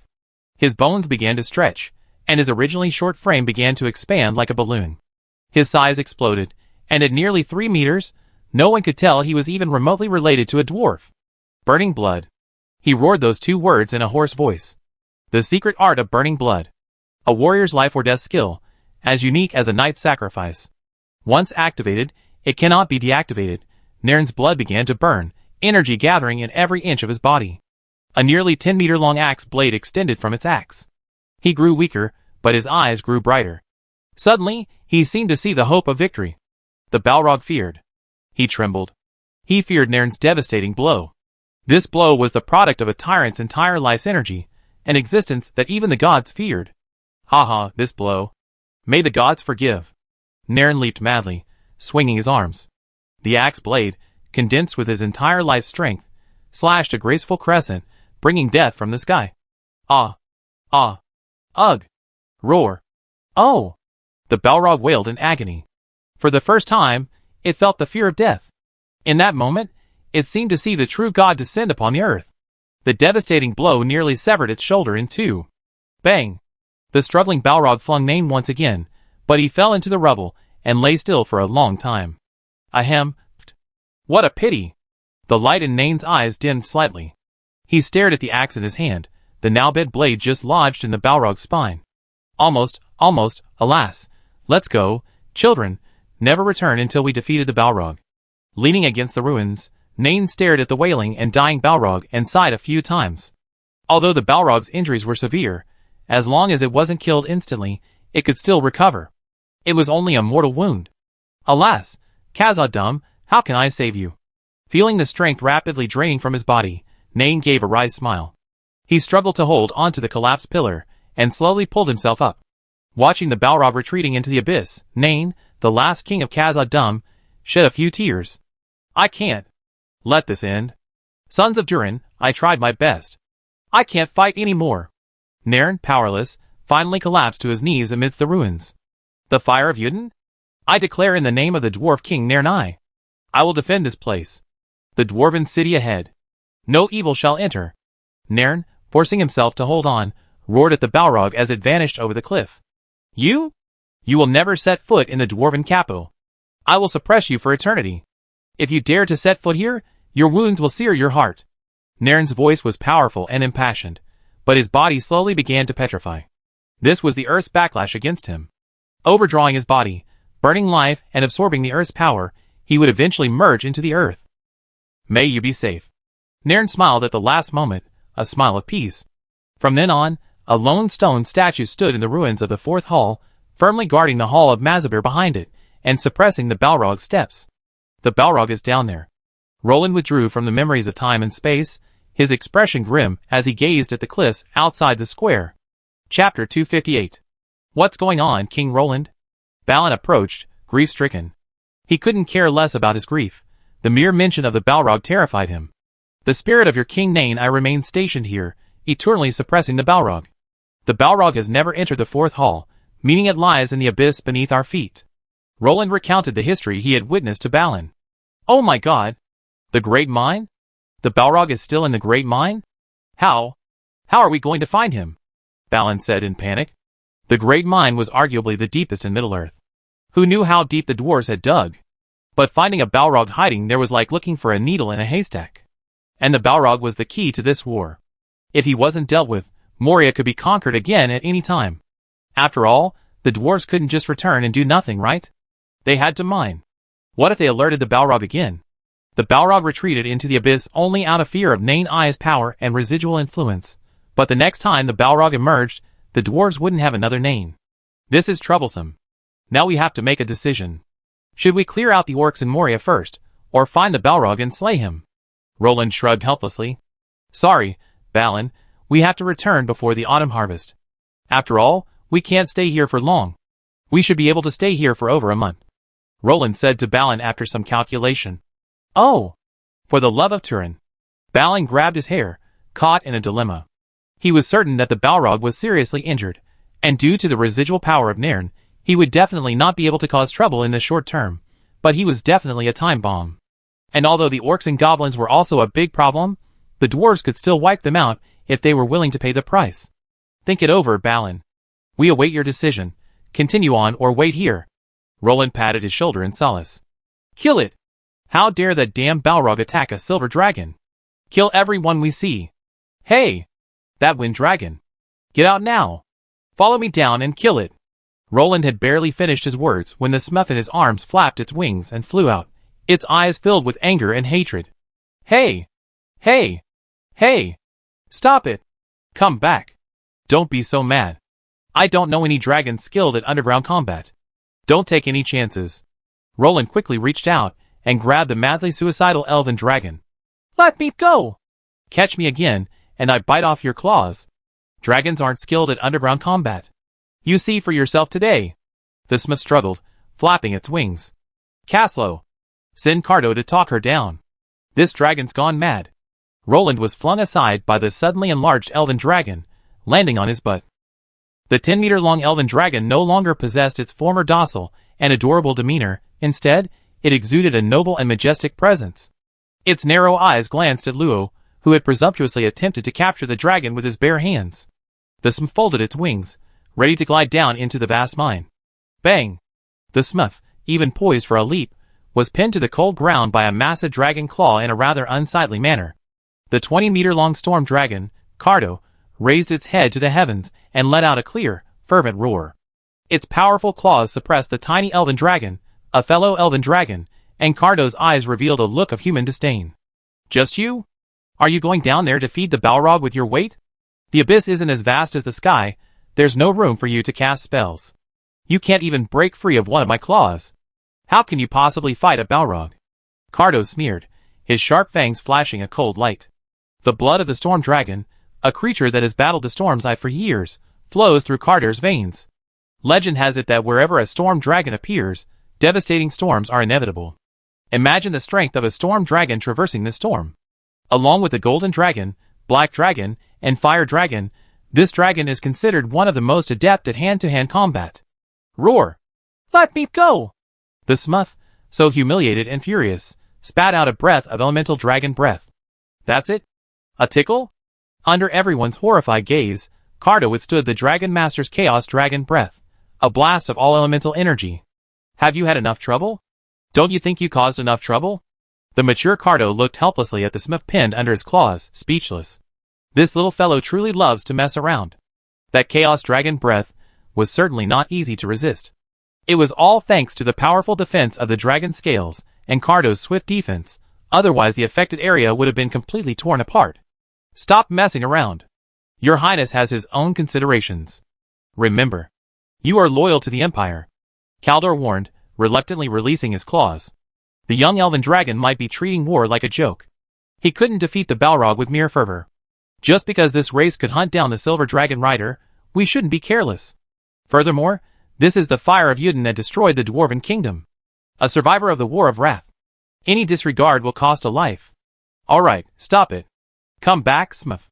We will exact our revenge, but I need to hear what our friends have to say first. Roland coaxed the smurf, while the pressure shifted back to Balin. What's your decision, Lord Balin? Will you quickly eliminate the orcs of Moria and become king of Moria, or will you resolve this historical legacy of the Balrog here? Roland looked at Balin, awaiting his answer. Balin gazed into the abyss, then at the remains of Nain, kneeling in the ruins. His eyes immediately crimson again. We stay here. Kill it. The dwarves need its head to give an account to their ancestors, Balin said coldly. The hatred between the Balrog and the dwarves of Moria is unspeakable. The two sides are at loggerheads, one disturbing their slumber, the other destroying another's home. They beat the crap out of them if they met. Very well, then, we camp in the fourth hall. Balin, have your men lead the way for us. The exit of the fourth hall is on alert. From Marsabur Hall onward, it's all orc territory. Roland sighed. He encountered relatively few orcs here, mostly goblins skilled in climbing, because the might of the Dwarven King of Nairn had stopped most orcs from crossing the fourth hall. But Marsabur Hall, Beyond the fourth hall was a different story. That was where Azog had established the Orc Kingdom. Although Azog had taken away a large number of elite troops in the Battle of 5 Armies, the Orc population of Moria was still significant. No problem. I take you there. Balin nodded. He didn't want orcs to appear from behind and steal while the coalition forces were engaged in a fierce battle with the Balrogs. That would be a blast. Omsk, lead the Dorwinian heavy swordsmen to guard the exit. They're skilled at fighting in such confined areas. Roland turned and looked at Omsk. As for Caslo, come and help me figure out how to fish out this big guy down there. Roland rubbed his chin and stared at the big mine, lost in thought. Chapter 259. Your Highness, what should we do? Caslo glanced at the abyss beneath his feet, and couldn't help but admire the dwarf. Digging so deep with just a pickaxe was truly remarkable. He must have been swinging it so hard it was sparking. Roland glanced at Caslo speechlessly. I know what to do, why would I need you? Roland chuckled in anger. I only have a little over 100 pounds. Throwing it all here would only be enough to give someone a meal or something. Do you think I can get the Balrog out? Roland was speechless. Maybe. After all, you're the reviver and heir of the Lagran Empire. It's normal for you to have some goodies. Who would have thought Caslo would actually agree with him in all seriousness? If you can talk, talk more. I don't mind. Roland rolled his eyes at Caslo and sighed helplessly. He wanted good things too. It depended on the system. Roland really wanted to ask if this system, which constantly gave him little umbrellas, was polite.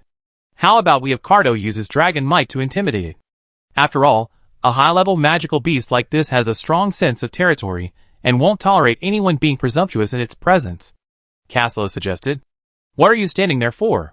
Get started. Roland shrugged, looking at Caslo, who was staring at him, furious. Oh! Come on! Cardo unleashed his dragon might. Press down. Caslo commanded. On! Cardo spread his enormous dragon wings and roared, his head held high. The surging dragon might press down, like a substance. Caslo. Cardo. Roland. After a long moment, Roland finally blinked and looked at the man and the dragon with a caring look. That's it? Roland grinned, looking at the vast mine pit from which not a single sound had been transmitted. Maybe it's too deep for the dragon's might to reach? Caslo scratched his head and asked his dragon, Cardo. No. Dragon's might is very penetrating. And it's easily sensed. If there really is a fire demon, it would sense it. The storm dragon Cardo said firmly, raising a claw and pointing at the coalition troops kneeling behind him. The Lagran soldiers were relatively safe, their faces pale, and their limbs unsteady. But many of the dwarves were indeed kneeling or slumped to the ground. Clearly, Cardo hadn't unleashed his dragon might on them, but a trace of its powerful penetrating power still emanated, and even that tiny bit nearly crippled everyone's fighting ability. It's hard to imagine how our ancestors fought the fire demon. Balin murmured bitterly. After all, Balrogs and dragons occupy the same ecological niche, both being scourge-level monsters, sitting at the top of the food chain. While Balrogs lack the dragon's unique might, they possess the considerable intimidating power of scourge-level monsters. Yet, Durin 6 and Nairn were able to contend with them. Most crucially, those dwarf soldiers were able to withstand the Balrog's pressure. Just imagine how powerful the dwarves were back then. I hope everything goes well. Balin prayed inwardly, gazing at Roland and Caslo's backs. Now, the only ones who could save the dwarves were these few humans. What's the situation? Omsk approached slowly, unable to help but laugh at the two kings and ministers staring at each other in the vast mine. Is it settled? Arrangements made? Don't make any mistakes. Have the soldiers guard that place. In case of any emergency, that's our escape route. Roland looked at Omsk solemnly. If they couldn't defeat the enemy, they couldn't just go back the same way, right? Those steep stone steps? By the time the army climbed up, the Balrogs would be right behind them and slaughter them all. No problem, the Dorwinian heavy swordsmen won't let you down. I already had them deployed in the corridor leading to the exit to Mazabur Hall. Omsk practically patted his chest in assurance. Okay. Be careful, it won't be a big deal. Roland nodded, continuing to lie on the edge of the cliff and discuss things with Caslo. Roland casually threw a stone down. After a while, there was no echo. Perhaps the depth of this place was beyond his imagination. He stood up, dusted off his hands, and for the first time, a look of bewilderment appeared on his face. What's wrong, Your Highness? Omsk asked in confusion, seeing Roland's face sullen and Caslo muttering to himself as he stared at the mine. It looked as if both of them were suffering from a serious mental illness. What else could it be? This thing can't be lured out. Not even dragons might could draw it out. Castle remarked before Roland could even begin. As you can see, that's it. Roland shrugged and spread his hands, feeling helpless. The mine was so deep, he couldn't really send a dragon down to find it, could he? It would be like looking for a needle in a haystack and coming back empty-handed, but if they were ambushed, it would be a disaster. How many methods have you tried? Omsk looked at the two curiously. 1. Have Cardo unleash dragon's might to lure it out. After all, a monster of his level has a strong sense of territory. Castle explained. That's true, but haven't you overlooked one thing? It's a severely wounded Balrog. Perhaps it ignored Kaldor's protests to protect itself. Omsk analyzed. No way. How many years have passed? And it still hasn't recovered? Roland looked at the two in disbelief. It's possible. Perhaps I was loyal to his origin? It might not have fully recovered yet. So this Balrog is probably avoiding battle. Caslo slammed his fist against his palm excitedly. Why hadn't he thought of that? If that were the case, his job would be much easier. After all, who would be easier to fight? A Balrog in its prime, or one still wounded? It's easy to pick on the weak. Not to mention a top-tier magical beast like a Balrog. There's always joy in beating a downtrodden enemy. Having said that, how do we find it? Or how do we lure it into a fight once we find it? After all, we can't go down and fight it, right? Roland said with a headache. Omsk was also worried. Finding this guy in the vast mine was incredibly difficult. As difficult as finding a needle in a haystack. Oh right. Your Highness, please send the Smurfs over. Caslo's eyes suddenly lit up. He had almost forgotten they had 2 dragons. What's going on? The Smurfs flapped their wings reluctantly, flying feebly in midair, drooping like a plant starved of water, clearly unhappy at the punishment. It seems like elven dragons have psychic attributes. Can you use psychic detection? Help us find that Balrog? After all, it probably can't completely conceal its presence. Caslo looked at the Smurfs excitedly. It was well known that elven dragons were the Dragon Clan's magicians, the only fully elemental dragons. Even the golden dragon lacked one dark attribute. Huh? That's it? The blue elf tilted her head, disdain flashing in Carslin's large eyes. She thought she was being asked to fight, and she was still thinking about what forbidden spell to use to teach the fire demon to become a beast. And now they asked me to be a dragon-shaped reconnaissance plane? It was so frustrating. Chapter 260. The Smurf was ultimately helplessly treated as a large radar by Roland. Roland happily carried the shrunken Smurf along the cliffside. Are you sure this is okay? Roland looked at the Smurf's casual demeanor, feeling it was unreliable. What else do you want? Your Majesty, the Great King. I'm just using my mental power to detect the location of the Balrog. Do you understand mental power? I just reach out with my mind. Roland's skeptical gaze deeply irritated the Smurf. When had the proud dragons become suspect to weaklings like humans? Is that so? Roland had always thought that this situation shouldn't involve the serious chanting of spells, and the use of magical materials to create an array. Why was it so easy for the dragons? Roland couldn't help but glance at the Smurf a few more times. Hey! Don't compare me with the weak mental power of you human mages, okay? I am a dragon. An elven dragon. A dragon clan known for its elemental abilities. These operations are just my instincts. Do you understand? The Smurf's dragon eyes revealed a deep disdain. After all, the total mental power of an elven dragon at birth is not comparable to that of a human 6th level sage. Dragons are the darlings of the creator. Elven dragons are even more the darlings of the dragon clan.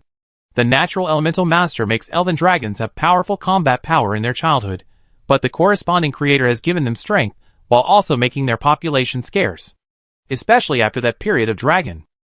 After forming an alliance with the elves, the dragons returned to Dragon Island, living in seclusion. Without the power of the elven well, the elven dragons found it difficult to reproduce. I'm sorry. I was wrong. Keep going. Roland decisively admitted defeat. Although the elven dragons recognized the empire in the memories granted by the system, that didn't mean their dragon nature was obliterated. Dragons have their own pride. To the dragons, they treat all intelligent races as equals. Any race that sought to enslave them against their will had already paid the price in blood. Roland naturally didn't want to provoke the Smurfs and get beaten up. While it would be embarrassing, he truly couldn't win. Move forward. No response here. So many holes. Are these dwarves rats? They hollowed out a perfectly good mountain. How am I supposed to find anything in so many nooks and crannies? The melancholic dragon helplessly clutched his face in his paws, his eyes filled with despair. Haven't you harvested anything yet? Roland asked curiously. Harvest? Of course. Do you want me to mark the vein I found for you? There's a lot of gold in there. Do you want someone to mine it? The Smith rolled his eyes at Roland in annoyance. This is dwarven territory. Roland curled his lips. This conceited little dragoness was digging a hole for herself. Mineral veins? Gold? Putting aside the question of whether mining a dwarven vein was even justified, the key was whether anyone could mine it themselves. What? Is this all the ambition of the descendants of the Raglan royal family? Isn't it enough to just seize it? Capture all those dwarves and let you mine it? The Smith blurted out. Oh my goodness, are all you dragons warmongers? Roland complained. Listen. Listen. What kind of talk is this? Instigating my king to attack his allies? Even if my desire for territory and wealth were perverse, I wouldn't attack the dwarves. He. The Smith, having successfully gotten under Roland's skin, expressed great joy. Huh? Suddenly, the Smith's narrow, long eyes widened. Just when Roland thought it was an illusion, the Smith in his arm suddenly exerted force and broke free, soaring quietly into the air. You can fly! Why did I have to hold you for so long? Roland watched the elven dragon flap its wings gracefully in the air, and suddenly felt internally injured. Something's wrong here. The Smith ignored Roland and flew to the edge of the cliff Roland had just passed, narrowing his eyes slightly. What did you find? Roland, observing the Smith's movements, immediately dropped his smile and turned serious. Is it underfoot? Oms quietly pressed the hilt of his sword. Gulp. Balin gripped his battle axe with some fear, a few drops of sweat on his forehead. Caldor. Armor. Caslow said succinctly, and instantly a layer of alloy dragon armor appeared on the storm dragon's body. This was a special treatment Yufeng had specially prepared for Caslow. The dragon armor, with its own inscriptions, could be retracted and reapplied at any time. If it weren't for Roland's miscellaneous items, Yufeng might not have been able to create this. Humph. Cardair snorted softly, the fighting spirit in his eyes growing fiercer. It's okay, it's just the presence of the Balrog. The Smith said awkwardly, looking at the people on high alert. Oms quietly loosened his grip on the hilt. Huh? Balin let out a long breath, a hint of disappointment in his voice. Smith, could you please stop talking and breathing heavily next time? Roland's eyes twitched fiercely. Thinking about the difference in their fighting power, Roland decisively gave up the idea of teaching Smith a lesson. Who knows? Why are you so nervous? The Smith looked at everyone suspiciously. She noticed that everyone was looking at her unkindly, including her own kind, the storm dragon. Cardo. Cardo was currently idly cutting stones with his sharp claws, glaring at the Smith with a stern look. My dear, I beg you. Thousands of people are waiting for you. We can't just sit here and waste our time. Roland was overwhelmed. It wasn't just at Sundra and somewhat rebellious little female dragon, but she was constantly absent from work. She felt sleepy after just a few steps. He found a clean spot and closed his eyes to rest. But I'm so tired. The Smith looked at Roland pitifully. She's just a weak elven dragon cub. You're illegally employing child labor. And you don't even pay. Those star-filled dragon eyes seemed to speak, and Roland's heart softened. After all, she was still a child. Was he being too harsh on her? Just as Roland was brooding with self-reproach, the ground suddenly shook. For a moment, Roland was stunned. What was going on? An earthquake? The smell of sulfur. It's those minions of Morgoth in the lava of the abyss. Cardo bared his sharp dragon fangs, and his claws flexed slightly. Dog, Prime Minister, I haven't offended any of you. The Balrog has awakened. The good news is that the dragon's might seems to be working. The bad news is that the Balrog hasn't damaged its origin as we predicted. Caslow gave a wry smile. When the Balrog emanated its aura and no longer hid, it meant it dared to challenge the dragons. When a creature dared to challenge a true dragon, it meant it must be powerful enough to defeat the dragon. Clearly, the Balrog was just that. Ong! Cardo's enormous wings suddenly spread. Supported by his membranous skeleton, one could clearly feel his wings covering the sky and blocking out the sun. He opened his mouth wide, and wave after wave of majestic dragon roars echoed down to the valley floor. Chapter 261. Roar! A towering column of flames rose from the bottom of the vast mine, causing even Cardair to instinctively duck. The fire of Yudin. The Balrog of Moria. Roland's expression darkened. Prepare for battle. Everyone prepare for battle. Be prepared to consume the ice blue potion. The Balrog is coming. Caslo shouted anxiously. Although Omsk and the dragons were the main force in the battle, ordinary soldiers could also be caught in the aftermath. Ong! Karda raised his slender dragon neck, and an angry roar echoed through the abyss. Ong! Not to be outdone, the Smurfs roared a clear, passionate roar. Roar! Even from a distance, Roland could hear the contempt and defiance in the Balrog's roar. Roland couldn't help but twitch his lips. How brave was this fool? Had he fallen asleep? He even dared to challenge the dragons? Caslo. Omsk. It's provoking, isn't it? It's challenging the dragon clan's dignity, isn't it? The Smurf bared his teeth, his face flaming with rage. Roar! Calm down. Kardo had somewhat failed to stop the Balrog from doing this. He restrained the impulsive Smurf. If he hadn't restrained her, who knew if she would dive in and fight the Balrog to the death in the next second? Damn! Omsk shook his head. He had foreseen the fate of this poor Balrog. He had finally escaped the Battle of Wrath, so wouldn't it be better to play dead? Wouldn't it be better to stay alive? Roland had no earth dragons under his command. If this Balrog had simply retreated, no one would have been able to deal with it. And now, this guy dared to challenge 2 dragons? Can't it tell the difference between a real dragon and a sub-dragon? Caslo, already a 5th-ranked dragon rider, laughed in anger. If he were still a flying dragon rider, he have accepted the Balrog's taunts and provocations. After all, their life levels were indeed incomparable. But he was now a true dragon rider. He rode a dragon. This trick made Caslo think he was riding a fake dragon. Don't be careless. This thing is an antique that has existed since the War of Wrath. We don't know how many tricks it has up its sleeve. Caslo, find a way to provoke it. Lure it out. Omsk thought for a moment, and said to Caslo, How do I provoke it? Caslo was at a loss. Order your dragon to attack the Balrog furiously. Whether it can injure it or not. At least make it angry. Omsk said. After all, proud races like Balrog and Dragon would never allow others to provoke them so recklessly. What he had Caslo do was like dancing on the Balrog's ancestral grave, and then taking a dump. Got it. Caslo smirked and summoned his dragon. My knight. What's wrong?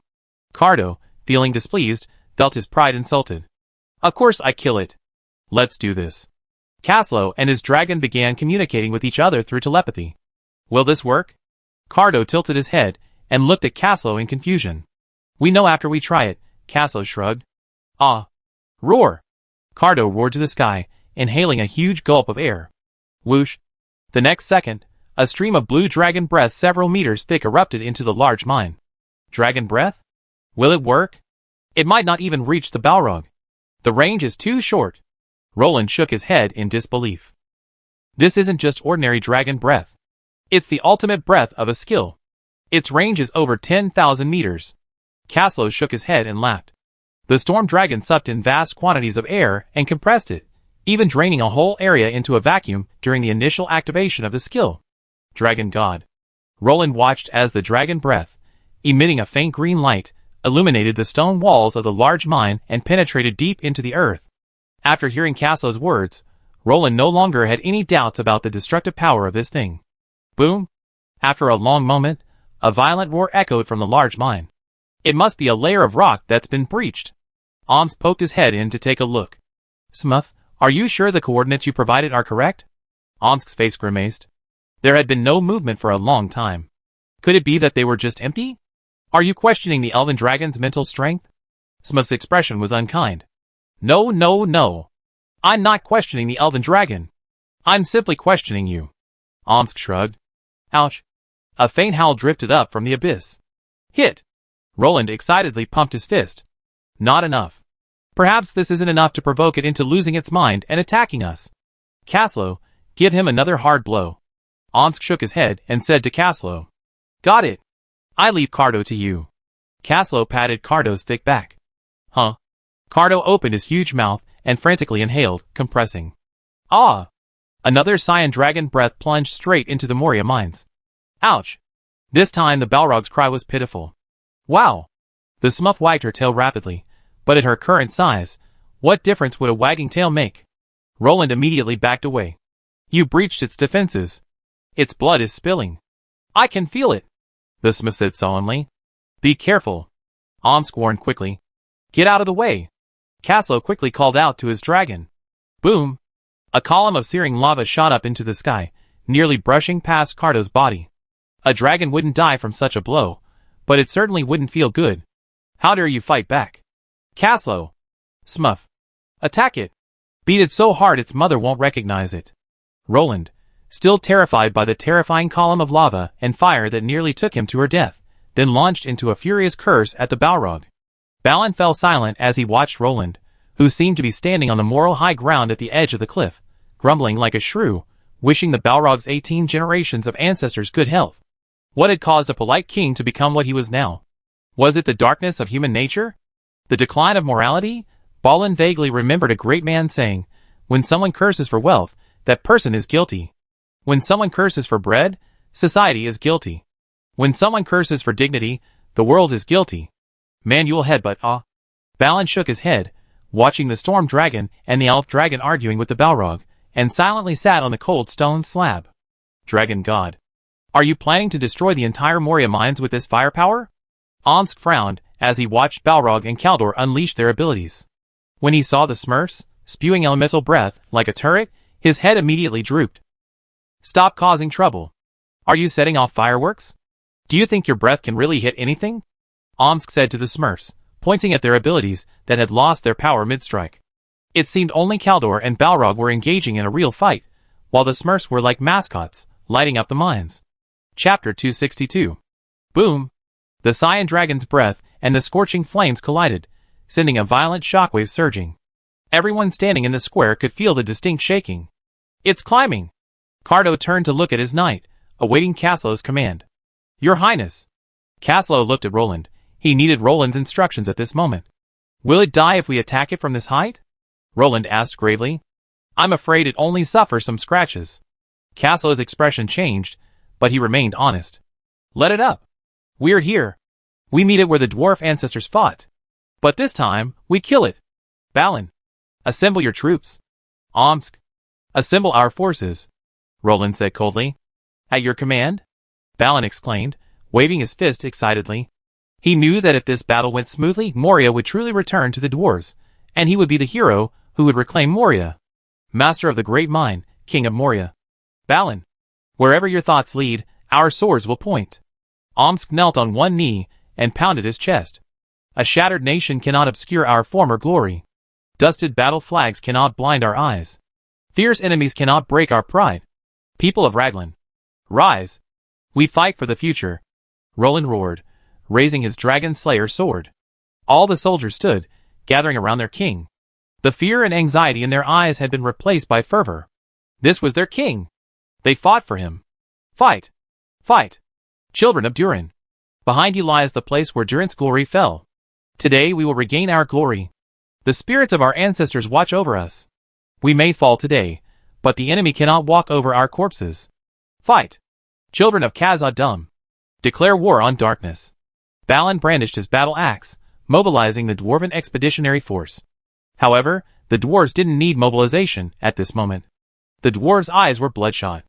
They slammed their weapons against their shields, creating a deafening roar.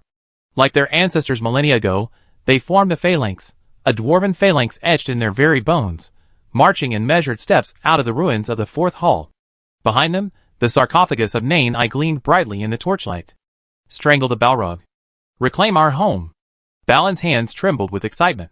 The dwarves behind him were practically decked out in the dragon-slaying armor left behind by the dwarves of Moria. The tattered armor, bearing the last wishes of their ancestors, accompanied them as they once again conquered this land. Unlike the dwarves, the Raglan soldiers remained silent. They silently took their positions, weapons clenched, ready to fight alongside their king. Roar! The Balrog clambered angrily up the stone wall, its rage seemingly oblivious to the dragon's terror. Roaring, it scaled the mountainside, its searing flames transforming the surrounding stone into magma. The drums of war were beating. Closer. Closer. The beast from the depths of Moria bared its savage fangs. Fire. Death. And evil. The deepest evil beneath the city was approaching. Crack. A massive, crimson, flaming claw emerged. If Roland hadn't known it was a Balrog, he might have mistaken it for a fire dragon's claw. Ouch. A massive head, topped with curved horns and blazing with flames, emerged.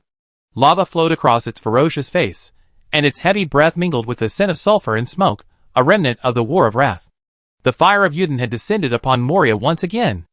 Ah! Kaldor struck first. Taking advantage of the Balrog's precarious position, he unleashed a burst of high-energy, compressed storm dragon breath. The compressed wind blades inflicted fine wounds on the Balrog's body. Roar! Under everyone's horrified gaze, the fire demon strode forward, braving Kardar's dragon breath. He slapped Kardar hard in the face. The immense force sent the ferocious dragon's head flying, where it slammed into the ground, leaving a harsh scratch. Roar! The elemental torrent successfully stopped the fire demon's attempt to pursue him. The fire demon stumbled, turned his head, and spotted the Smurf attacking him. Ouch! Oh! The Balrog howled, leaping forward, grabbing the elven dragon's slender neck and slamming it into the ground. Bang! A large slab of stone shattered radially from the spot where the Smurf had struck. The Smurf, clinging to the Balrog's arm, tried to resist, but the elven dragon, weak in melee combat, was powerless to break free from the Balrog's uncanny strength. Light and shadows slash. Omsk appeared where he should have been, his sharp spear slicing through the flesh of the Balrog's arm. The Balrog, overcome by the pain, gave up its desire to attack the elven dragon and instead engaged Omsk in a melee. Roar! A burst of cyan dragon breath sent the Balrog flying. A dragon saddle appeared behind Kardar, who had just scrambled to his feet. Kaslo sat on it, dragon spear in hand. Back off. The situation has changed. All soldiers leave. Kaslo roared, eyes wide. This Balrog's power was beyond his wildest dreams. Oh my god! Balin was dragged away by the dwarves. He stared blankly at the Balrog, seemingly a god descending, utterly horrified. Their ancestors had once faced a monster so formidable it could rival a dragon. This was a war of natural disasters. Only level 5 warriors could even challenge the enemy, while level 6 warriors would often face off against the beasts of the natural disasters. Charge! Kaslo roared, raising his dragon spear. Puff!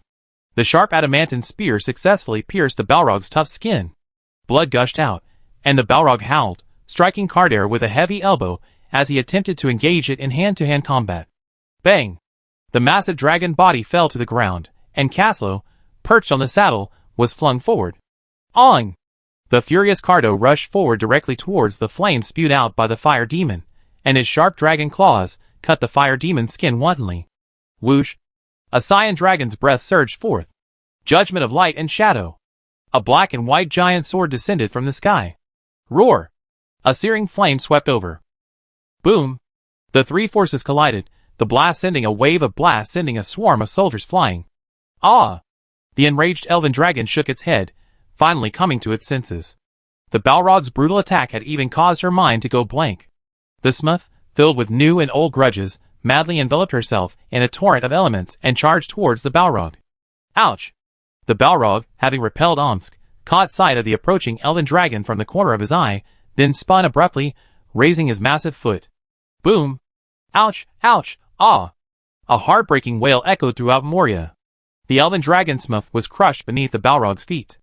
The sound of broken bones and tendons rang out, and it was clear that her body had been dented by the crushing force. Smurf! Bastard! Kill! Roland's eyes instantly filled with bloodshot. He drew his dragon slayer sword and charged forward recklessly. The royal guards behind him quickly tackled him. This was no longer a battle they were meant to be fighting. Bang! A dark green ball of light struck the fire demon's back, sending him tumbling forward with a wail. The storm dragon, Kardar, had been brewing the single target forbidden spell, Annihilation Edge, which had been successfully inflicted upon the fire demon. Instantly, a hideous bloody hole appeared on the fire demon's back. A true battle against the scourge. Floy sighed silently as he gazed at the horrific scene before him. The fate of Moria depended on this battle. Chapter 263. Boom! Blazing flame surged forward, slamming fiercely into Kardar's massive torso. Soon, the smell of scorched flesh wafted into the air. Even the dragon's vaunted hide couldn't withstand the terrifying fire of Yuden. The magic immunity and elemental attenuation granted by its hide and scales were as fragile as paper before the Balrog. You?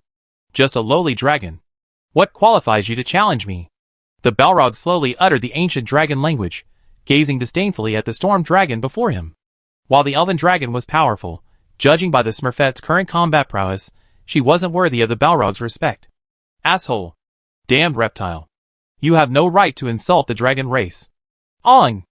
Smurfette, grappling with pain, scrambled to his feet again, breathing furious dragon breath at the Balrog. Bang! The Balrog shielded his head with his hands, stepped forward, and slapped Smurfette away. The wounded elven dragon fell helplessly into the ruins, looking particularly forlorn. Kaldor! Move away! Don't fight! Omsk unsheathed his long sword, which had been stabbed into the earth, and roared at Kaldor. The heat of the fire demon's body was like a scorching aura. Kaldor, in poor condition, would only exacerbate his injuries if he engaged him in close combat. Roar! Kaldor flapped his wings, and two streams of air, like two walls, slammed into the fire demon. This was the storm dragon's skill, wing smash.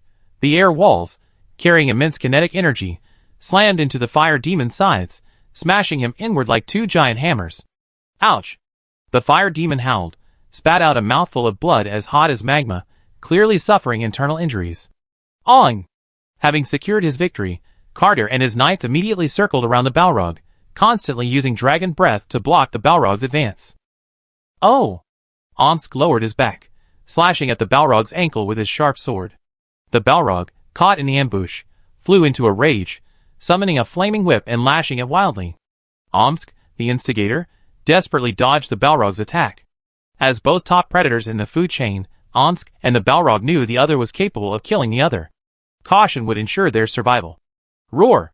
The Balrog summoned a flaming sword, using his left hand to suppress Omsk, who held it tightly.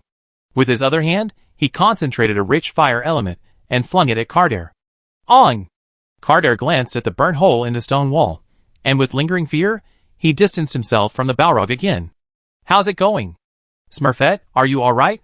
Roland gently embraced Smurfette, who was still spitting blood, surprisingly mixed with rare fragments of dragon viscera. You need healing. Roland frantically poured holy light into her body. The powerful holy energy successfully sustained Smurfette's breath. Lead the troops to retreat. Roland watched the battlefield approaching, his eyes narrowed slightly at the lava splashing from the aftermath. Baron!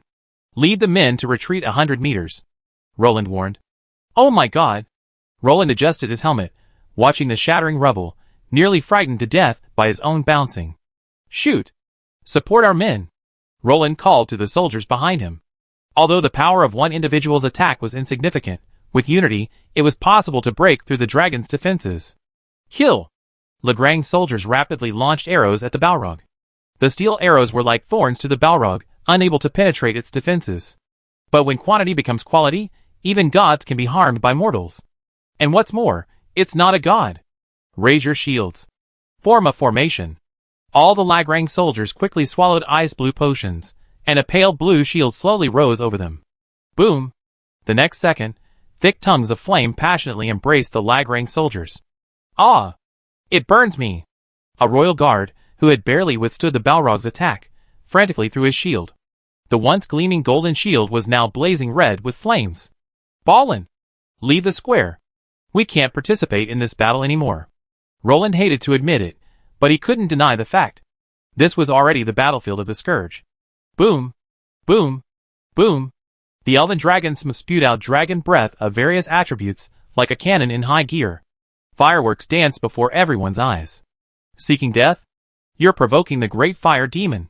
Yuden's fire was enraged by the Smith's actions. Bang!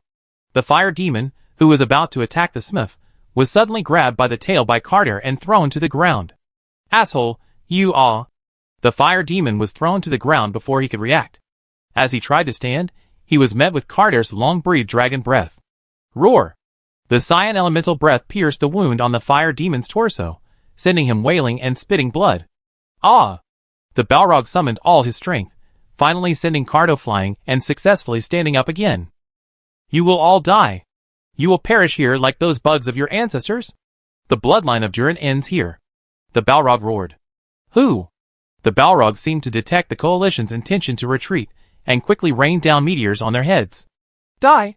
Taking advantage of the coalition's confusion, the Balrog swung out his flaming whip and charged directly at Roland. Get out! Caslo reappeared in his proper position and successfully protected Roland. With a single sword strike, he blocked the Balrog's flaming whip and rescued Roland from danger. Go! Your Highness! Caslo dragged Roland towards the ruins of the hall, now out of the Balrog's range. Fight! Descendants of Durin! Balin rallied his troops, ready to pour his blood on his ancient home. This shouldn't be. Roland's eyes widened as he watched the outcome of the battle with the Storm Dragon, Omsk, and the Balrog. Gandalf in the original novel could even go back and forth with him, and even slayed that fellow during his time as the Grey Wizard, so Roland had always been a bit dismissive of him. Omsk. Attack his lower body. Roland warned his teammate, who remained steady. The Balrog's ankles were arguably one of its few obvious weaknesses. Kaldor. Attack bottom lane.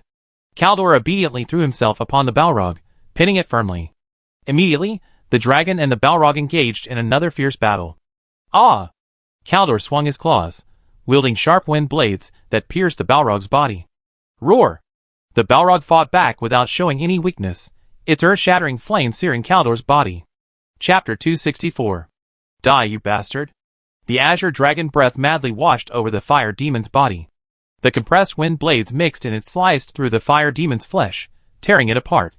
Crimson blood flowed, but this did not cause any serious harm. Snap! A deep, bone-deep whip mark appeared on Kaldor's back. The Balrog wielded its flaming whip, venting its fury.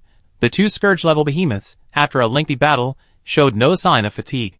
Their eyes bloodshot, they fought recklessly, their strikes deadly, their sole aim being to kill each other. Damn it! Omsk retreated, leaning on his sword. He was utterly exhausted. The Balrog's immense size made his attacks as weak as a tickle. As a hero, Omsk's abilities were more suited to group combat. His powerful single-target attacks were usable in open plains or forests, but in the catacombs of Moria, he feared causing a landslide. After all, Judgment's attacks were three-dimensional. When Omsk unleashed the Judgment of Light and Shadow at full force, the force could undoubtedly rip Moria's head off. Retreat! Omsk! Roland called to Omsk as he led Lagran's soldiers into a distant retreat. It was clear that Omsk wasn't gaining the upper hand in his struggle with the Balrog. Although he had the ability to kill it, the Balrog was far too cautious. Omsk was severely restrained by it. Unable to get close, Omsk's ranged energy attacks alone proved insufficient to threaten the Balrog. Your Highness, it's too much of a challenge. Omsk apologized. Take a break. I don't blame you. You're a survivor of the War of Wrath, after all. Those who survived must have some skills. Roland shook his head with a complicated expression. Two of his strongest men were either exhausted or seriously injured. Only Caslo and his dragon, Cardo, remained. With Caslo's roving attacks and Cardo's head-on attacks, they managed to evenly defeat the Balrog. Can we win? Roland regretted his decision for the first time. Indeed, according to the system's nature, a mission that rewards a dragon rider is a dangerous undertaking. He had naively thought it would be easy. Watching Gondofu slaughter the fire demons, he thought he could do the same. Facts had proven him terribly wrong. Even if we lose, we can still defend ourselves. Omsk shook his head. Don't be fooled by their miserable fight. The only ones truly hurt are your elven dragons. Their wounds are merely superficial. Omsk sighed. The Scourge-class monsters' terrifying resiliency gave them exceptionally long-lasting combat capabilities. Even though the two Scourge-class beasts were battered to bits, they weren't seriously injured. Bang! As he spoke, the fire demon grabbed the storm dragon's neck and slammed it into the nearby mountainside. Rocks of all sizes tumbled down, shattering it. Bastard! You pay the price. A muffled dragon voice echoed in the fire demon's ears. A cyan shockwave exploded violently, sending the fire demon stumbling and flying. Ouch! Suddenly, several flashes of cold light flashed. The fire demon let out a shrill scream. Several royal guards had seized the opportunity to draw their javelins and deliver a powerful blow. The war energy within the javelins quickly erupted within the fire demon's body. Although it didn't cause much damage, the intense pain still made the fire demon pause. Bang! Seeing his opportunity, Carder charged forward, sending the fire demon flying with a brutal dragon charge. He then opened his bloody maw and fiercely bit into the fire demon's neck. Rip! Ouch! With a low roar of pain, Carder's dragon head was ripped from his neck. Two deep wounds flowed with blood. Paw! Kaldor retreated, spitting the blood in his mouth with disdain, the murderous intent in his eyes growing more pronounced. You? I want you dead. Do you think the dragon race can do whatever they want? The Balrog angrily froze the wound on his neck with flames. At that moment, he truly felt the fear of death. If he hadn't ripped Kaldor's abyssal maw away in time, his neck would have been ripped in two by the dragon. Hiss! Roland's scalp tingled as he looked at the blood-soaked Balrog. The aftermath of the gods' fight alone filled Roland with fear, not to mention Caslow, who was roaming the battlefield and attacking. Caslow was frantically dodging the Balrog's attacks, inflicting wounds upon him. The sharp sword had already left numerous marks on the Balrog's skin. Kaldor. His hide is too thick. I can't kill him. Caslow mentally communicated with his dragon. Damn it! This guy already has stone skin armor and lava armor. Cardo exclaimed angrily. These 2 layers of armor attached to the Balrog's body are the Balrog's strongest defense. Even dragons can't stand it. How did you skin him? Cardo asked as he dodged a blow. A powerful attack. Beyond its capacity, Cardo said as he attacked the Balrog. Caslow's eyes widened.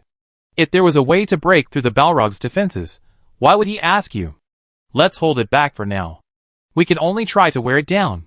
If that doesn't work, I cover the Imperial Army's retreat, Cardo said helplessly. Try to kill it. We need the treasure here. Cardo maneuvered between the Balrog and the dragon. I do my best.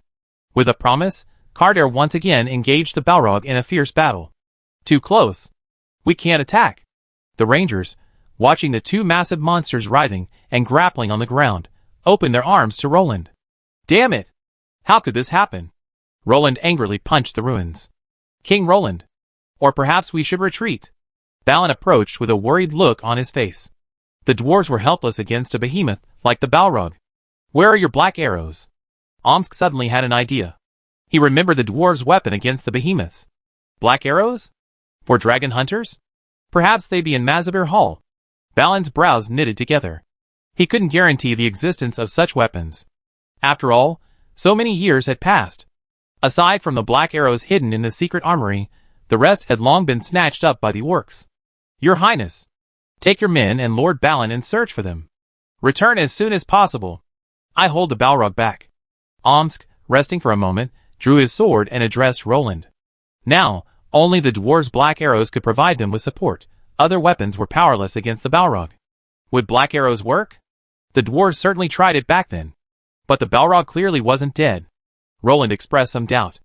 We don't need black arrows to kill it. Your dragon rider or I are both capable of ending it. All we need is a chance. A chance for the Balrog to show a flaw. Omsk's eyes gleamed with determination. Wait for me. Roland patted Omsk's shoulder and quickly turned away. Chapter 265. Ah. Wretch. I judge you in the name of the hero of Lagran.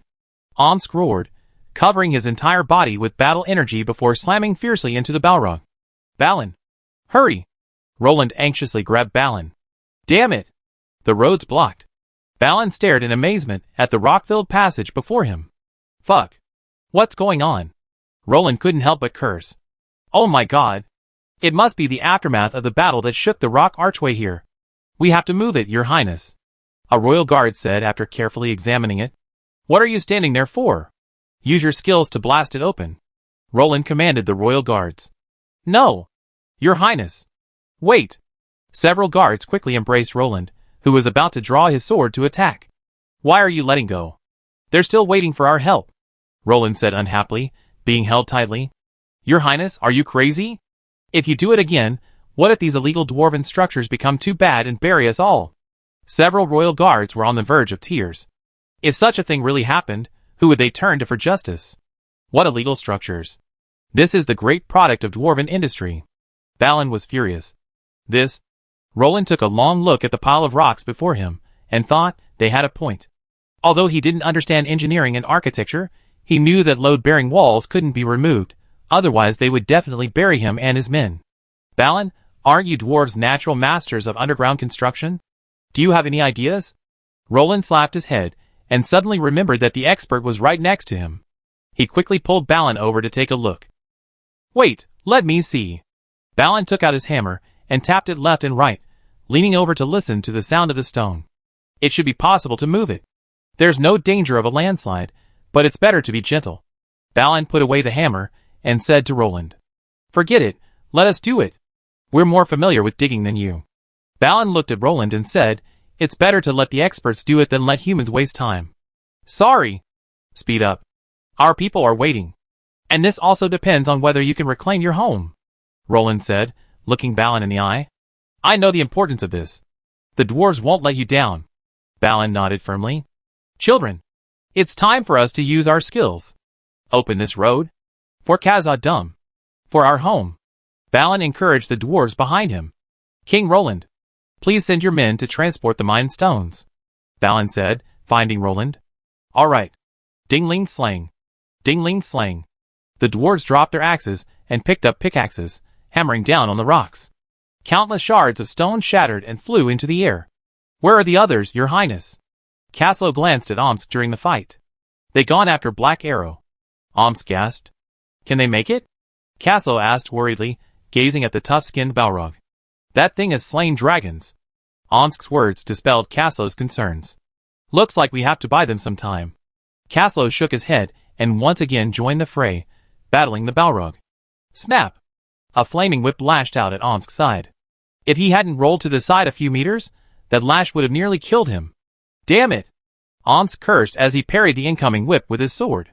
Perhaps it was his 6th level aura that frightened the Balrog, but the Balrog was incredibly cautious. He would rather take a blow from Cardo than give him a chance to get close.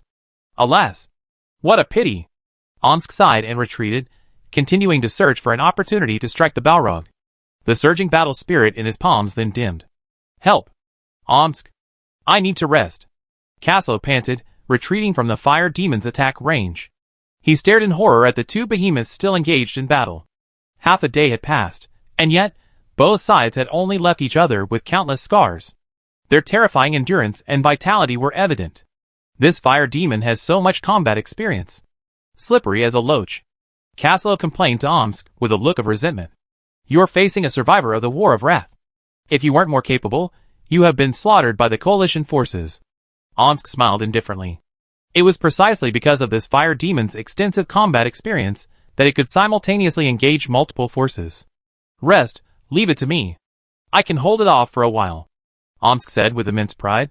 He was a 6th level hero of the Lagran Empire. He had the right to say that. Get out. After splitting the fire demon with a single sword, separating the two behemoths, Omsk arrived at Cardo's side. You won't be able to hold out for long like this. Cardo revealed the truth.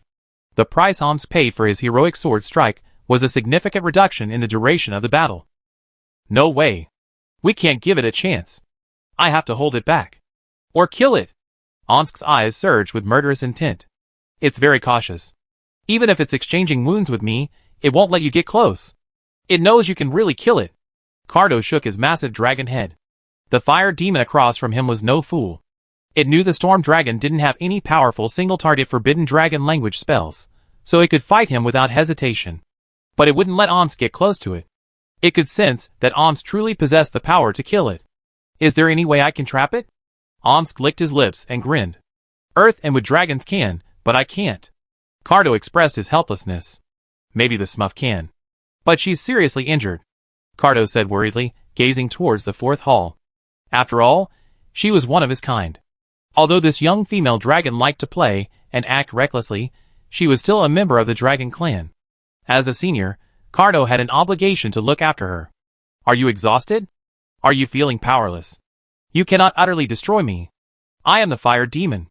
I am the fire of Yuden. I am the scourge. The fire demon taunted them with wanton laughter, extending his long, thick claws and yanking a stream of magma from the abyss. Stop it! Cardo was the first to charge. Die! Omsk and Caslo followed closely behind, slashing out with a blast of war energy. Boom! Cardo knocked the fire demon back, and the magma scattering to the ground, though some of it was still successfully absorbed into the fire demon's body. Damn it! This guy is healing. Omsk and Caslo watched the fire demon's scars slowly heal and disappear, nearly vomiting blood. Ah! Cardo roared, not to be outdone. A vast amount of wind elemental energy began to converge towards him, gradually forming a cyan tornado around him. Roar! The fire demon sensed something was amiss and tried to stop Cardo's actions, but to his surprise, the tornado dissipated the next moment, and Cardo reappeared before everyone in a completely new form. You're not the only one who can heal yourself. How about my skill, born in the wind? Cardo sneered at the fire demon. Chapter 266. Hurry up! Balin, wielding his hoe, encouraged the dwarves. Roland, helping them carry the excavated stones, found it rather amusing to see the dwarves suddenly transform from mighty warriors into groundhog-like gold miners. Balin! How much longer? Roland couldn't help but exclaim, gazing at the thick pile of rubble. Almost there. King Roland, give us 10 minutes. The dwarves will have you standing in the great hall of Mazabur, Balin declared emphatically. Huff, huff, huff. How come these two are fighting? Caslow and Omsk exchanged a glance. It turned out they were the ones who were exhausted. The two scourge-grade monsters possessed astonishing resilience, their energy seemingly inexhaustible.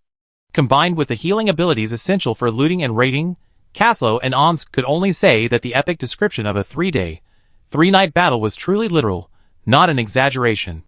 Can you still fight? Go up and hold on for a while. Caslow panted, propping himself up with his dragon spear. I can't. How about you do it? Omsk shook his head and knelt on one knee, exhausted. Your Highness, please come and save us. Caslow cried indignantly. He and Omsk could only stare blankly at their own depleted battle spirit, saluting the two scourge-grade fighters with their relentless blows. Clearly, without the human's restraint, Kardar was at a disadvantage. Its original offensive and defensive strategies were gradually shifting to a defensive stance. Wind. Sharp and fierce, but lacking in staying power. The power of wind comes from its instantaneous burst or brief burst of extreme destructive force, but its duration is far inferior to that of fire. Fire burns fiercely, but wind only dissipates slowly. The moment he engaged the fire demon in hand-to-hand combat, Cardo abandoned his greatest strengths. High-altitude attack and sudden attacks. Although the wind dragon lineage possesses exceptional melee prowess, they still lag behind the fire demon, also a leader in melee combat. Not to mention the fire demon's vast experience and insight. In no time, Cardo was covered in countless wounds. It's open. Reinforce the entrance.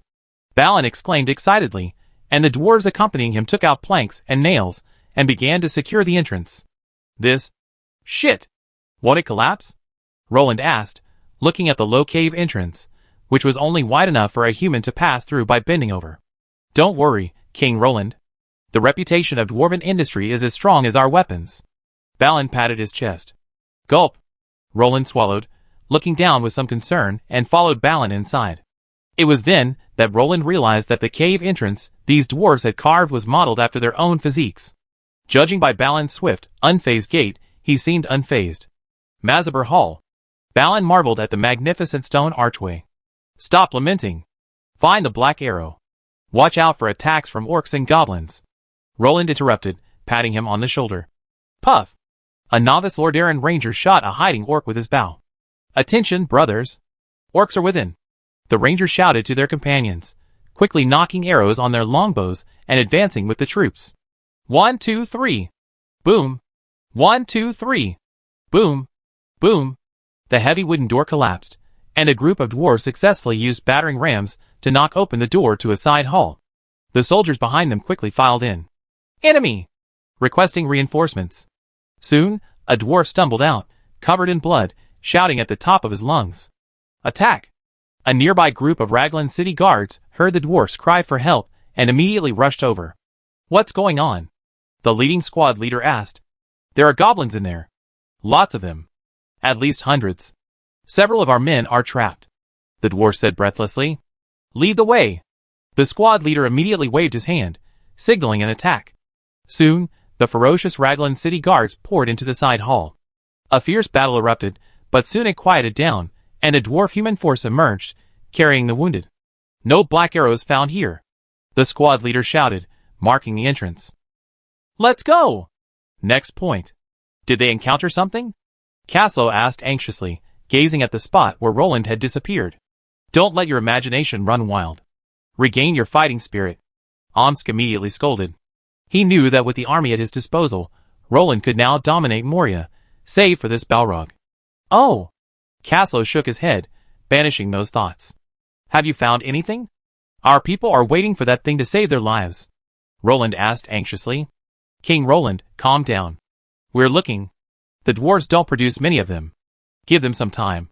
Balin rubbed his hands in relief, but his heart suddenly tightened. No way. No way. Have all the black arrows in Moria been used up? That shouldn't be possible. Every region should have a reserve of black arrows. Suddenly, Balin froze. He mechanically twisted his head to look towards the fourth hall, nearly crying with touched emotion. No way. No way. Could Nane have shot all the black arrows? Balin shuddered, a shadow cast over his heart. Roland, circling in circles, nearly polished the floor. Finally, a loud clamor rose from the distance. Found it! Found it! A Lordaeron ranger scurried out, clutching a dusty object. Your Highness! Black arrow. He presented it to Roland like a treasure. Just one? Roland took the black arrow, brushing the dust off with a surprised expression. The heavy arrow in his hand radiated the same chilling light as it had 1,000 years ago. No creature would dare be struck by it. Seeing the black arrow again, Roland felt a mixture of emotions. He felt a deep resemblance to Bard back then. Both had only one arrow, yet each had to hunt a massive beast. Luckily for Roland, he still had a last-hit player. He had 2 chances. 1. Balin's heart was at ease. Just having the black arrow was good. Wait. 1. What's one black arrow good for? Picking the Balrog's teeth? Search. Keep searching. There should be at least 50 spare arrows in this haul. Balin roared. One black arrow posed too little of a threat to the Balrog. Wait. Remember to find the dwarven spear launcher. Roland hurriedly reminded the soldiers. If they didn't have one, would Roland just throw it himself? Your Highness. It's right here. But I guess the string isn't working. A soldier pointed to the platform at the entrance, where the dwarven soldiers once stood guard. Ahem. Sure enough, it's not working. Roland shook his head in disappointment as he climbed up in a cloud of dust. Luckily, he could repair it on the spot. At that moment, Roland was incredibly grateful for the useful items the system had spawned, like the exquisite and durable bowstring. Chapter 267. Can it be repaired? Roland asked the busy rangers, tugging on the delicate bowstring. Of course. The environment here is dry enough. It's well preserved. The Lordaeron rangers gathered around the dwarven spear launcher, inspecting and repairing it while stringing and adjusting the bowstring. Calibrate it carefully. We only have 1 arrow, and I don't want it to go astray, Roland said solemnly. Now it's 4. A team of royal guards approached, looking dusty, but the objects they held in their hands made everyone's eyes light up. Beautiful. Roland's eyes were filled with unconcealed excitement. All right. Now all we have to do is find another spear launcher. And fix it. Balin looked at the 4 gleaming black arrows with immense excitement, his beard trembling as he spoke to the dwarves behind him. Hunk. Hunk. Soon, the group dug out a nearly shattered spear launcher from some corner. Roland's mouth dropped open, his eyes wide. He pointed at the thing in front of him. His pitiful brain simply couldn't figure out how this thing was supposed to fire a black arrow. Shoot it backwards? Your Highness, the main body of this thing is still intact. It can be repaired. And don't look at it as completely damaged, the parts are actually shattered. We'd be able to fix it in no time. Balin patted his chest with immense confidence. Balin fell silent as he looked at the spear launcher before him, which had just been wound and had already exploded into pieces. How about we look for it again? Balin's face flushed with embarrassment. Just as confident as his original promise was, so embarrassed was he now. Ahem, I think it's possible. Roland turned his head away, feeling deeply embarrassed. Damn it! He shouldn't have held out hope for this thing. When he saw Balin and the others quickly assemble and repair it, he couldn't help but admire the dwarf's craftsmanship. Who would have thought? The sound of the winding being wound would be followed by a teeth-grinding crunching sound, and then pop! The scattered parts even bounced off Roland's breastplate, as if mocking his presumptuous expedition. Hurry up! They're still waiting for us. Roland sighed, feeling the slight tremor under his feet. Oh! Dragon God. Where on earth have His Highness and the others gone? Caslow anxiously gazed at the distant entrance. Don't worry. Hold off the Balrog. His Highness never lets us down. Omsk shook his head. This was all he could do to comfort himself and Caslow. He watched the storm dragon Kaldor's movements gradually slow, and his brows slowly knitted together. Your dragon is showing signs of weakness, Omsk said solemnly, gazing at the battle. What a damned world. Why didn't the coalition kill this thing? Caslow roared, feeling his fighting spirit draining away. The coalition? They won't go to war over a stray dog. Omsk shook his head. We have to do something. Cardo can't hold on any longer. Caslow looked at his dragon, their minds connected, allowing them to communicate freely. My knight. Cardo weakly transmitted his message with telekinesis. Cardo, hold on. You are of the Wind Dragon clan. The blood of the Storm Dragon flows in your body. You are a proud dragon. You are no longer the flying dragon of the past. You have successfully advanced to become a dragon. Nothing in the world can stop you. Hold on. Cardo. The king is coming. Caslo communicated with Cardo with his mind. He could clearly feel the decline in Cardo's condition.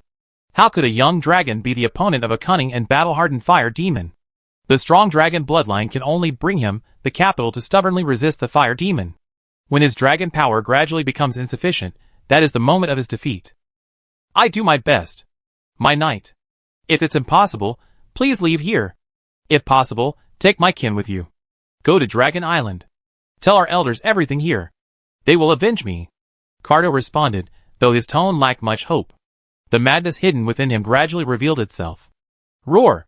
The dragon head, biting into the Balrog's neck, ignored the Balrog's flaming sword's blows. Even as scales splattered and blood flowed across the ground, he continued to fulfill his duty. A knight loyal to the dragon rider's contract, a knight who protected him. At this moment, he wasn't fighting for La Grande, not for Roland, but for his own knights. He was risking the honor of the dragon riders. Charge! Madman! After paying the price of half his neck being mangled, the Balrog finally shook off the equally wounded Cardo. Now, the storm dragon had lost all its former nobility and dominance. Like a defeated dog, bloodied and mad, he charged at the Balrog again and again. The demon launched a suicidal attack. This precisely intimidated the Balrog. He merely wanted to drive out and kill the invaders, not fight a furious dragon. A wise contempt flashed in the Balrog's eyes. He knew that if he could just hold out a little longer, victory would be his. The dragon was already running out of steam. While carefully blocking Cardo's attacks and continuously draining his blood, the Balrog had cunning ingrained in him. Cardo quickly felt a noticeable weakening under his rhythm. On! An angry dragon roared, and a blow from its thick tail sent the Balrog stumbling. Go! My knights! Take the elven dragons. Leave this place. Tell the elders. Avenge me! The dignity of the dragon race cannot be trampled upon. Cardo roared, and then his entire body ignited with cyan flames. That was his essence. He was burning his very life force to gain strength. This farce must end. Cardo looked coldly at the smug Balrog before him, and suddenly laughed. You don't even know you're on the verge of death. Cardo sneered. You lose. What gives you the right to kill me? The Balrog's voice was hoarse and raspy, like scraps of iron scraping against concrete. It wasn't me who killed you. It was the dragon race. Cardo sneered. The Balrog's expression shifted, as if a sudden thought struck him. He abruptly shook off Cardo and sprinted towards the abyss. A scene from 1,000 years ago suddenly surfaced in his memory. A ferocious silver dragon ripped apart the sky and earth, and the dragon rider, brandishing his dragon spear, descended like a god.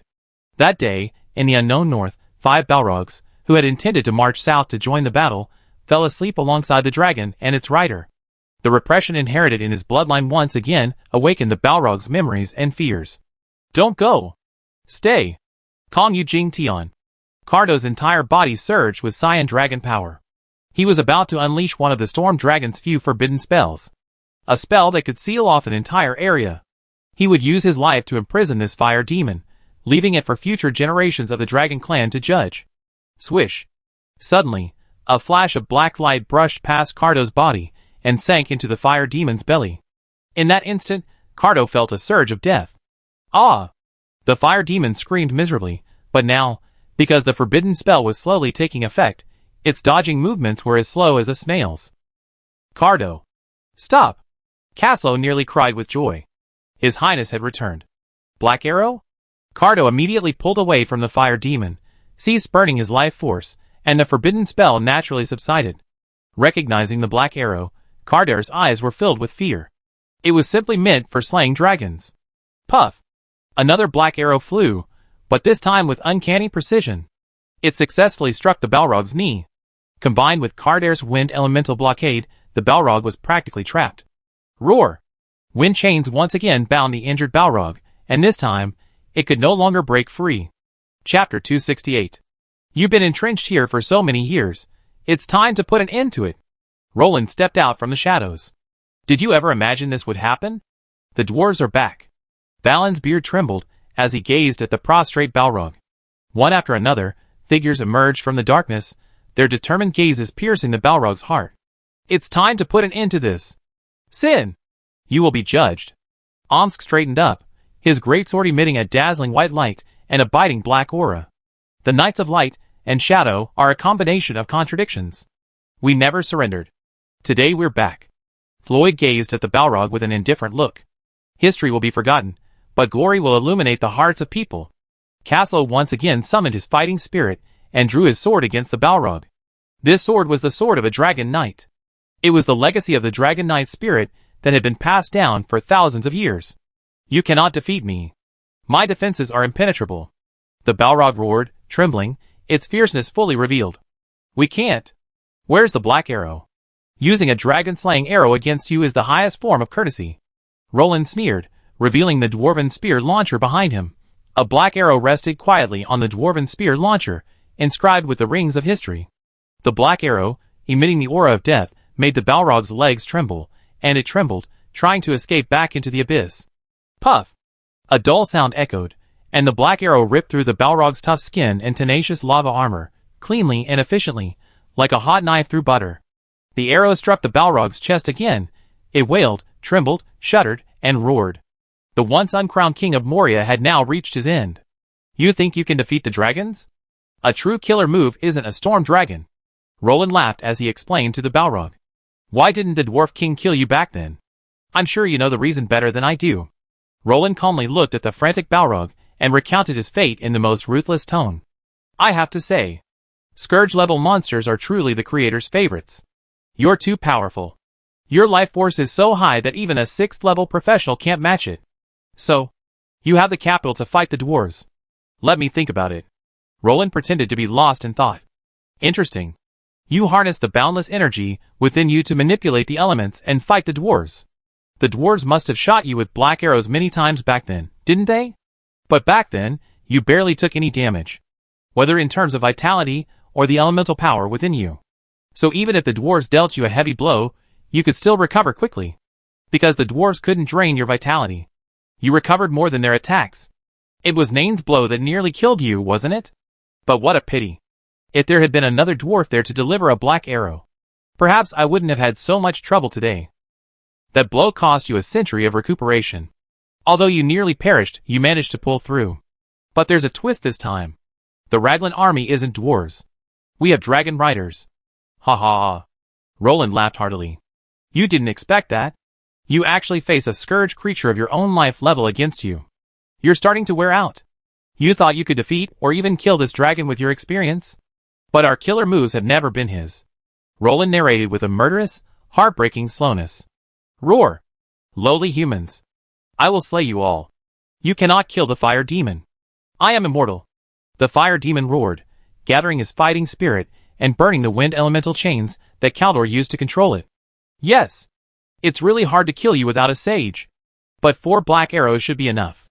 How much strength do you have left? Roland sneered at it. However, Roland had deceived it. From the beginning, the coalition's final destination for the fire demon was either Kaldor or Omsk. Roland needed to distract the fire demon, as the final black arrow had been a constant threat. Roar! The fire demon frantically attacked Kaldor's wind elemental chains, attempting to free himself. Judgment of light and shadow. Finally, Omsk flashed, using his ability to move through shadows, and successfully arrived behind the fire demon. He swung his great sword and slashed down fiercely. Crack! Ouch! A massive broken horn crashed to the ground, stirring up a cloud of dust. Roar! The raised claws nearly struck Omsk, but at the last moment, Omsk slipped into the shadows and emerged from another location. Missed. Roland curled his lips in dismay. This fire demon was truly formidable, having managed to dodge that fatal blow. It can't be helped. It took too long to initiate. I didn't have a chance to change the trajectory of the slash. Omsk shook his head regretfully, feeling deeply sorry. I can't fight anymore. The rest is up to you. Omsk smiled wryly. This time, he truly couldn't muster a single drop of fighting spirit. Not a single drop left. Caslo! Let Cardo prepare. It seems he have to finish the fire demon off. Roland shook his head. Plan B had to be implemented. Hang! Carter increased his force to block the Balrog's movements, and a series of tough wind chains swooped down on him frantically. Wait! We can talk! Let me go! I give you the wealth of the dwarves. The Balrog was furious. Although the dragon couldn't attack him while he was restrained, the humans had the black arrow. Seeing himself immobilized, the Balrog panicked. As for why Carter didn't block the Balrog from the start and then let Omsk finish him off, it was because the Balrog had been cunning from the beginning. He deliberately reserved his combat power, so that he could deploy Carter's control skills at any time. Moreover, he wouldn't give Omsk a chance to get close. But this time, the Balrog was injured by the black arrow, and didn't notice Carter's movements for a moment. After all, Carter had originally intended to use the divine forbidden spell. That thing couldn't escape. The Balrog had already prepared to seal him with the dragon's ward, but who knew he would suddenly stop using the divine forbidden spell and directly imprison and suppress him. Combined with the attack of the black arrow, it cut off the Balrog's escape route. Oh! Dwarven treasure? Roland was stunned, then burst into laughter, a brilliant one. Is there a possibility that after you die, they all belong to me? With a smile on his face, Roland looked like a demon in the eyes of the Balrog. Kill! Roland waved his hand, and the last black arrow leaped across space and pierced the Balrog's abdomen. Ouch! Ouch! The Balrog wailed in agony. If he hadn't twisted his body with all his might, the black arrow would have pierced his heart by now. You don't have any black. The Balrog grinned, about to mock Roland and his companions. All it needed to do now was wait until Carter was exhausted and unable to block itself, so it could return to the abyss to save itself. Unfortunately, the Balrog's words died in his mouth. Carter appeared before it without a trace, flapping his wings and accelerating towards it. Before the Balrog could react, he yanked out the black arrow that had been lodged in its leg like a toothpick and stabbed it into its chest. At that moment, crimson blood, like a volcanic eruption, instantly bathed the Balrog's chest and gushed out. What a shame you met us. Roland shook his head. Had he truly saved Don Dofu's life? Ah! Stepping on the Balrog's remains, Carter spread his massive dragon wings and roared to the heavens. The clear dragon's roar echoed throughout Moria. This cry let every living being in Moria know. The Balrog had fallen. The Balrog was dead. The journey in Moria was drawing to a close, and the focus would return to the north. Chapter 269. It's over.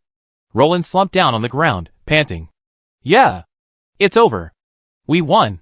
Balin also slumped down on the ground without any ceremony. Tell me what you're going to do next, Roland said quietly, gazing at the Balrog's massive remains. Of course, it's to reclaim all of Moria. Balin found a bottle of wine and gulped it down. You know what? I'm still feeling so empty now that the Balrog is dead. I don't even know what to do next. Balin was so excited that he seemed at a loss, his legs kicking unconsciously as he sat on the ground. Let everyone rest. Our dragon needs to rest too. She's badly injured. Roland looked worriedly at the Smurfette, who was protected by the royal guards. She had shrunk to the size of a house cat. Is your dragon all right? Balin's expression changed. After all, the elven dragon's injury was caused by them. So, how much compensation should a dragon receive? Waiting online. Urgent. It's not fatal, but the injuries are severe. It won't be able to fight for a long time. Roland sighed. The smith had been trampled by the Balrog's war blow, suffering several broken ribs and internal bruises.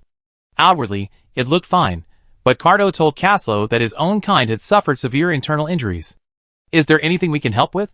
Balin asked quickly, looking at Roland with a hint of guilt. It's okay. It'd be fine after a while of recuperation. There's no need for it to fight right now anyway. Roland waved his hand dismissively.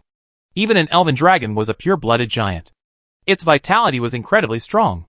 As long as it survived, it would be back to full strength in a few days.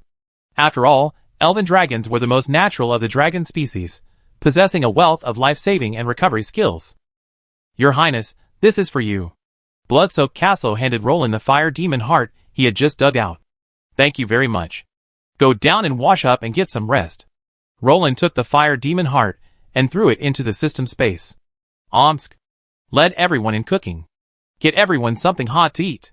Roland swallowed, feeling the hunger growing in his stomach. No problem. Omsk's eyes lit up. He had just fought a battle and had expended considerable energy. Nothing could be more comforting than a warm meal. Your Highness?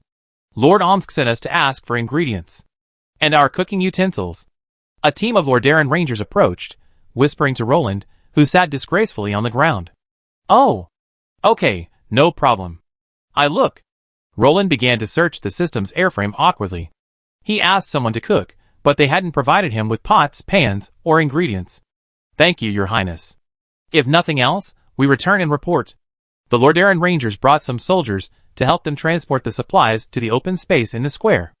Oh! Turin! You're actually using a space ring to store vegetables? Balin was shocked by Roland's extravagance. Ha ha. It's an heirloom, so it has a lot of capacity. I try to make life better for everyone out there.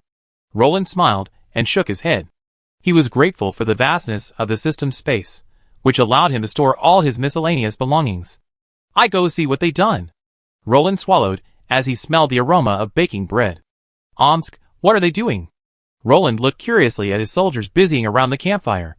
Toast, lettuce wraps, grilled meat, salted fish soup, and some grilled meat scraps. Omsk smacked his lips. Not bad, not bad. I'm looking forward to dinner. Roland patted his shoulder. Why didn't I realize before? Our rangers are such skilled cooks. Roland shook his head in amazement. Ha ha. These rangers have been living in the jungle for years. Self-sufficiency is their survival instinct. They are one of the few half-elven armies in the Empire. I can only say they are so lucky to have been able to pass on their skills. Omsk sighed. Your Highness, dinner is ready. A ranger ran over and said to Roland. No problem. Please notify Caslow. He should be asleep. Don't let him miss his meal, Roland instructed. Balin! Dinner! Roland tapped the silver bowl in his hand with his chopsticks. Oh! King Roland, your tableware is so unique. 2 sticks? Balin looked at Roland's chopsticks curiously. Haha, just the tableware from back home. Roland shook his head, but inexplicably he began to miss that blue planet. It's not bad here either. At least I'm a king, right? Roland consoled himself. Hey! Caslow! Time to eat. Wake up! Roland shook the drowsy Caslow. Ah! Your Highness! I'm so sleepy. I fought that Balrog for so long, and my muscles are sore. Caslow began to complain to Roland. Eat well, then go to sleep. If you go to sleep now, you wake up hungry, and there won't be any hot food, Roland said. That makes sense. Caslow unceremoniously picked up a piece of toast, about the length of his forearm, and the thickness of his palm. He broke the crispy crust and sandwiched the vegetables, and grilled meat between them. Huh? You learned from me? Roland teased. It seemed like Rigiamo, a Chinese Rigiamo, truly had no regional boundaries. Hamburgers are practically indistinguishable from Rigiamo. As expected, the soldiers of Legrand all began to imitate Caslow's way of eating it. This all started when Roland started eating it this way. Compared to everyone else's method of eating bread, grilled meat, and wine, this method was significantly more time-efficient and labor-saving. Plus, it wasn't greasy when paired with vegetables. It was suitable for everyone, young and old, men and women alike. It soon became a hit throughout the entire River Rapids region. Don't just eat. Come and take a look. We're almost through Moria. I want you two to refer to the route ahead. Roland munched on his otherworldly Rigiamo as he pulled out a map and spread it on the ground. Wow! This map is incredibly accurate, Balin exclaimed in amazement. Well, it's just SOSO, Roland said, dismissing it. After all, it was given to him by the system when he signed in not long ago, and it was much more detailed than any other map available today. Look, you two.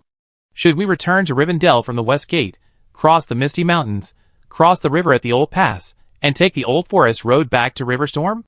Or should we go through the East Gate, pass through Lorien, and take the Anduin River north to the Old Pass? Roland asked, pointing to the map. Of course, we take the East Gate. Wouldn't returning the same way be a roundabout way? Caslow shrugged. I'm mainly worried about accidents along the way. After all, we've never been to this part of the eastern foothills of the Misty Mountains before, and we're not very familiar with the distribution of forces, Roland said worriedly. Puff! Omsk laughed out loud, nearly choking. After swallowing his food with difficulty, he said to Roland, No matter what happens, I believe our army will handle it. Under the sword, truth is determined by us. Omsk's eyes flashed with murderous intent. If there were truly blind beings, whether human or orc, Raglan's heavy infantry would tell them, never. Do not block the Raglan soldiers' way home. Chapter 270. That's settled. We go through the East Gate. Roland took a bite of bread filled with fragrant roasted meat, and sighed with relief. A full stomach was more satisfying than an empty one. Balin, we're not far from your goal of restoring your country. Roland gazed toward the bridge, his eyes deep and far-reaching. Ah!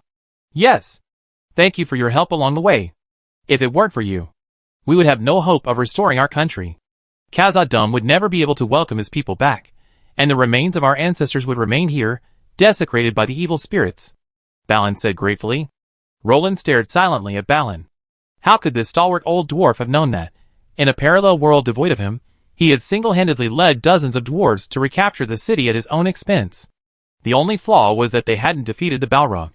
Bless you, Roland said silently in his heart. These tenacious dwarves thrived endlessly in Middle-earth. They had fought against the elves. They had vanquished the darkness. They worshipped Durin. These were the Longbeard clan of the dwarves. The rulers of Khazad-dûm. The owners of the kingdom under the mountain. The lords of the Iron Hills. They were the descendants of Durin. Get some sleep. We only have one final battle left to recapture this place. Roland patted Balin's shoulder. Balin, still gazing at the Balrog's fallen remains, was overcome with emotion. Thank you for your concern, King Roland. Balin quickly wiped the tears from his eyes and smiled. That's all. Get some rest. If we win this next battle. Roland offered an encouraging look. King of Moria. Balin. I will witness you as king of the kingdom of Raglan. I will personally crown you, Roland said with a smile. Thank you. Thank you. Balin trembled. He had never dreamed of this throne. But now, it was within his grasp. Just think. The virtuous Thorin Oakenshield sits atop the lonely mountain. He rules the kingdom beneath the mountain. And you, Balin, the brave and fearless restorer. You will return to Moria as a descendant of Durin and inherit the throne here, Roland said solemnly. I believe Thorin will bless you. After all, he doesn't have the ability or time to rule such a vast territory. Whether in terms of seniority or achievements, no one is more worthy of this throne than you. Don't put too much pressure on yourself. Roland smiled and patted Balin's shoulder, trying to calm him down. Can I really do this? Balin's trembling beard betrayed his excitement. Of course. If you don't go searching for the 7 rings of the dwarves alone. Roland said the last sentence to himself. Balin, take my advice. Do not leave your territory alone, and do not seek the 7 rings of the dwarves left behind by your ancestors. It will do you no good. Sauron continues to search for the 7 rings of power. If you do not want to bring another catastrophe upon Moria, Roland solemnly warned Balin. I will. Balin pondered for a moment, then nodded firmly. Roland breathed a sigh of relief. After all, Balin had promised him, and he would keep his promise. The dwarves' credibility was as strong as their stubbornness. As long as Balin did not seek his own death, Moria would surely be a significant force in the coming War of the Ring. Never again would the North and South, blocked by the misty mountains, be forced to support each other. The crisis facing the North was even more dire than that in the South. We arrived at Marsible Hall, Roland said. This was his second time here, after all. Yes, after crossing here we see the bridge, Balin said. The Bridge of Durin is one of the wonders of Moria, Roland told Balin. It was the Bridge of Durin that had killed the Balrog and Gandalf, but it was also the bridge that had given Gandalf a new life. It's safe. Carlos came to Roland's side, sword in hand. He had just checked the surroundings and found no danger. Let's get out of here. Quickly cross the bridge and capture the Hall of Government. Roland shook his head and said to his men. If I remember correctly, the Hall of Government should lead directly to the East Gate, right? Roland thought for a moment. That's right. The Hall of Government does lead directly to the East Gate. Once you pass the Hall of Government, you can exit through the East Gate. Balin nodded. Let's go! Cross the bridge first, Roland said to Balin. Oh no! Your Highness! Something's happening on the other side of the bridge. The orcs are gathering. They're actually gathering there. Omsk suddenly rushed over. What's going on? How did the orcs know? Roland asked in surprise. Our advance team has alerted the orcs. They left sentries on this side of the bridge. Omsk clenched his fists. He had come to call for reinforcements. He had originally planned to go alone and clear out the orcs on the other side, but he discovered that large areas of the ground at both ends of the bridge were covered in fine cracks. These orcs hadn't maintained the bridge at all. If they were too forceful, it would collapse. Omsk suddenly felt like dying. What? Quick! Get everyone in charge. We can't let them destroy the bridge. Otherwise, we won't be able to cross, Balin said anxiously. While the bridge wasn't the only way to the other side before, so many years had passed since Khazad-dûm, and the original wooden bridges had long since fallen into disrepair and deteriorated. If the bridge was destroyed, they would have no choice but to descend from the mines, find the endless stairs, and climb the mountain to the East Gate. Quick! Rangers! Stop the enemy! Roland left and dispatched the Lordaeron Rangers to intercept them. After all, these lightly armed Rangers were faster and more agile. Buzz! Buzz! Ding dong! When Roland and his men arrived, At least dozens of bodies were piled together on the other side of the Durin Bridge. Help! City guards! Shoot them! The rangers shouted at the top of their lungs. While the short distance of a few dozen meters didn't allow for full use of their javelins, the Raglan city guards' hand crossbows were well within range. Puff! Rows of crossbows rapidly unleashed their bolts, instantly halting the orc surge. Cross the bridge. We provide cover. Stop the giant ogres. A ranger captain shouted, drawing his longbow and striking down a giant ogre. The sight of the giant ogre filling everyone's sight plunged them into fear. If the bridge didn't crumble under the weight of its warhammer, Roland vowed to share the same fate as the orcs. Kill! A group of dwarves scurried over, axes raised, quickly dispatching the approaching orcs and throwing their bodies off the cliff to prevent the bodies from crushing the ground around the bridge and causing a landslide. Royal Guards, separate a team. Cross the bridge quickly. Stop the giant ogres for me. Roland was furious as he watched the giant ogres knocking the dwarves away. Chapter 271. Hold the bridge. Fight! Fight! Don't retreat. Reclaim our home. Balin roared, mobilizing his dwarves. These innocent dwarves were enraged when they saw the orcs and ogres attempting to destroy their Durin Bridge. Swinging their battle axes, they swiftly crossed the bridge and engaged the orcs. Watch your step. The bridge is about to collapse. Go up a few at a time. Be careful. Roland anxiously stopped the dwarves as they rushed upwards, like a swarm of bees. If he didn't stop them, the dwarves would probably crush the bridge. Damn it! Why didn't I bring Old Man Rattle this time? Roland gazed at the cracked bridge, lost in madness. If there were an earth mage present, why would Roland even bother with this? It wouldn't be a problem to simply have Old Man later conjure up several broad stone bridges out of thin air. Even more unfortunate, the only elven dragon that could help Roland was still slumbering, recuperating. Be careful. 2 at a time. Roland ordered the royal guards. Thanks to their heavy plate armor and tower shields, everyone's heart trembled as these tin cans stepped onto the bridge. But it was all worth it.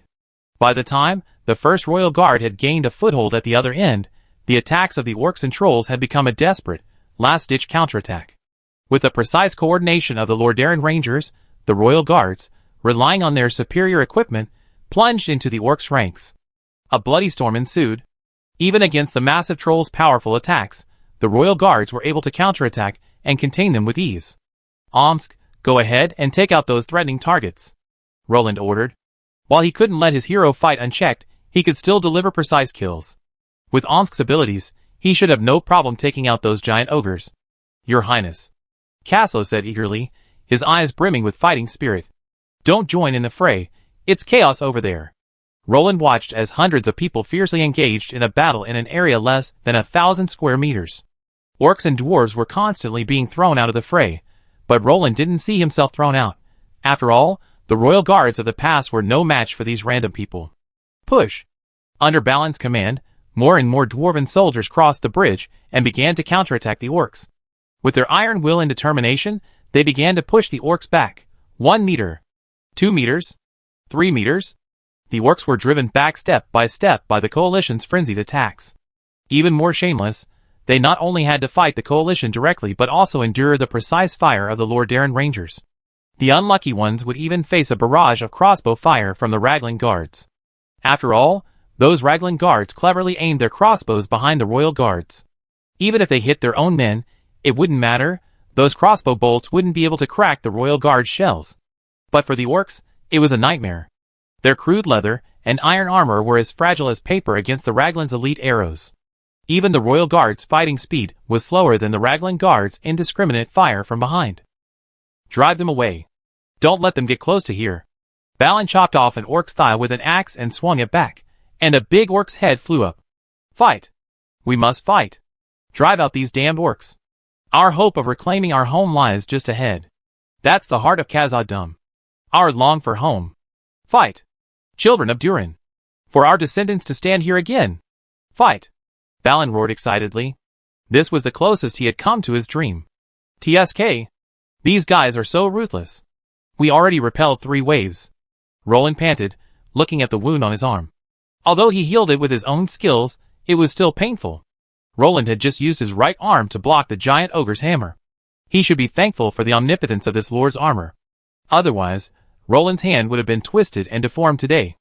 I'm sorry for the trouble. And for causing you harm. King Roland. This is my fault. Balin felt incredibly guilty. He blamed himself, believing he hadn't properly cared for Roland, causing his injury. It can't be helped.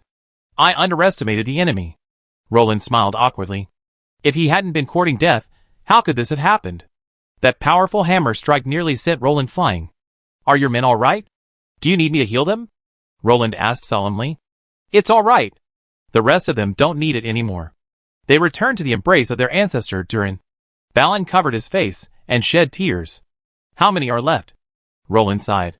467 men left. We already lost 33 brothers. Balin shed bitter tears. Those dwarves had sacrificed their lives to recapture Moria.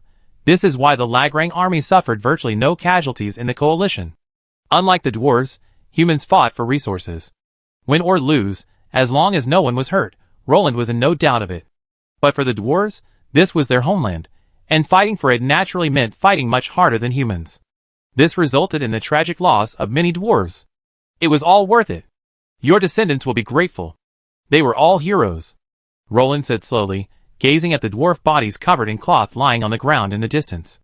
Balin, don't put too much pressure on yourself. There are always casualties in war. I was just as good back then at the foot of Lonely Mountain. Roland paused, the image of the Torrent infantry lingering in his mind, unforgettable. You're right, but I don't know how I face their families in the future. I said I'd bring them home. Balin sat on the ground, aggrieved like a child, staring blankly at the fallen dwarves. They didn't deserve to die. These orcs shouldn't have killed them. It was they who abandoned their defenses. They could have avoided many fatal injuries. Balin was heartbroken. If it weren't for the urgency of the situation, why would these dwarves be willing to exchange their lives for the orcs? They didn't deserve it. They didn't deserve it. The Hall of the King. Roland finally saw the most magnificent place in all of Moria. With the help of torches that the orcs had slanted into the pillars and stone walls, Roland could clearly see the entire hall. The exquisite carvings and the rough lines all showed the characteristics of the dwarves. That's... Roland's attention was suddenly drawn to the golden light radiating from a high platform in the distance. The throne of Turin. Balin muttered, gazing at the golden throne and falling silent. Chapter 272. One day later. Ahem. Thank you, King Roland. Balin rubbed his bruised chest and said gratefully to Roland. You're welcome. I'm just fulfilling my part of our contract. Roland smiled and shook his head. After all, the blood and sweat of the dwarves could not be ignored. While Roland's men had lost no less, the dwarves had already lost 61 warriors. 439. Sigh. I didn't expect so many children to leave us. Balin sat down, rubbing his still aching chest and sighing helplessly. It's not your fault. You done your best. Get some rest these few days. May 21st is a good day. You should ascend the throne on that day. Roland encouraged Balin with a smile. Balin was overcome with excitement, yet at the same time, he was worried about what the dwarf King Thorin and the other great lords would think. Are you worried? You deserve it. When Thorin gave you this, he tacitly agreed to it. The other lords' opinions are irrelevant. What matters is that you have legitimately reclaimed the mines of Moria, and no one can interfere. Roland explained to Balin. As for whether Thorin might be wary of Balin becoming the dwarf king, Roland thought it was unlikely. He knew Balin's goal was to reclaim Moria. Thorin himself understood the influence and appeal of a dwarf who had reclaimed his homeland. He knew the consequences of Balin's successful reconquest of Moria, but he still resolutely gave Balin 500 dwarf warriors. This was a complete dwarf army. The significance of this move was self-evident. As for the remaining dwarf lords, they had no right to make irresponsible remarks. After all, Balin himself was a descendant of Durin, and had the right to inherit Durin's throne. Moreover, he had built his own kingdom, so why should anyone interfere? Thank you for your guidance, King Roland. Balin suddenly understood. All his previous confusion immediately cleared up. He immediately realized how perfect his current situation was. Any descendant of Durin who successfully recaptured Moria could become its master. By the way, how are your injuries? Let me heal you again. We can't let our king of Moria fall before he's even crowned, can we? Roland teased with a smile. Nothing serious. Aside from some pain, there's no other impact. Balin shook his head. Why would a dwarf with such tough skin care about such things? Toughness is a dwarf's hallmark. What's the current situation of the troops? Can you tell me? Roland looked at Balin. After they successfully recaptured the royal hall a day ago, in order to more quickly eliminate the remaining enemies, the two of them decided to combine the soldiers and assign them to different locations. Under the dwarf's leadership, Raglan's elite troops could more quickly eliminate the orcs, ogres, and the like. Progress is going smoothly, with no casualties reported. After all, those giant trolls perished yesterday. The remaining ones are either bloated orcs or scrawny goblins, easily dealt with, Balin said confidently with a wave of his hand. Then I be waiting for your good news. By the way, your coronation is in 4 days, and you be successfully ascending to the rank of king. I hope you can eliminate the remaining enemies before then, as you wouldn't want any mishaps during the coronation, would you? Roland used the honorific. After all, Balin would be crowned His Highness in a few days. As for whether he could become His Majesty, currently, only 2 people in Middle-earth have the potential to reach that level, Aragorn and Roland. Roland, needless to say, is a complete jerk. Aragorn is the undisputed Emperor of men. Huh? That's right. Legolas should have met the wandering human emperor by now, right?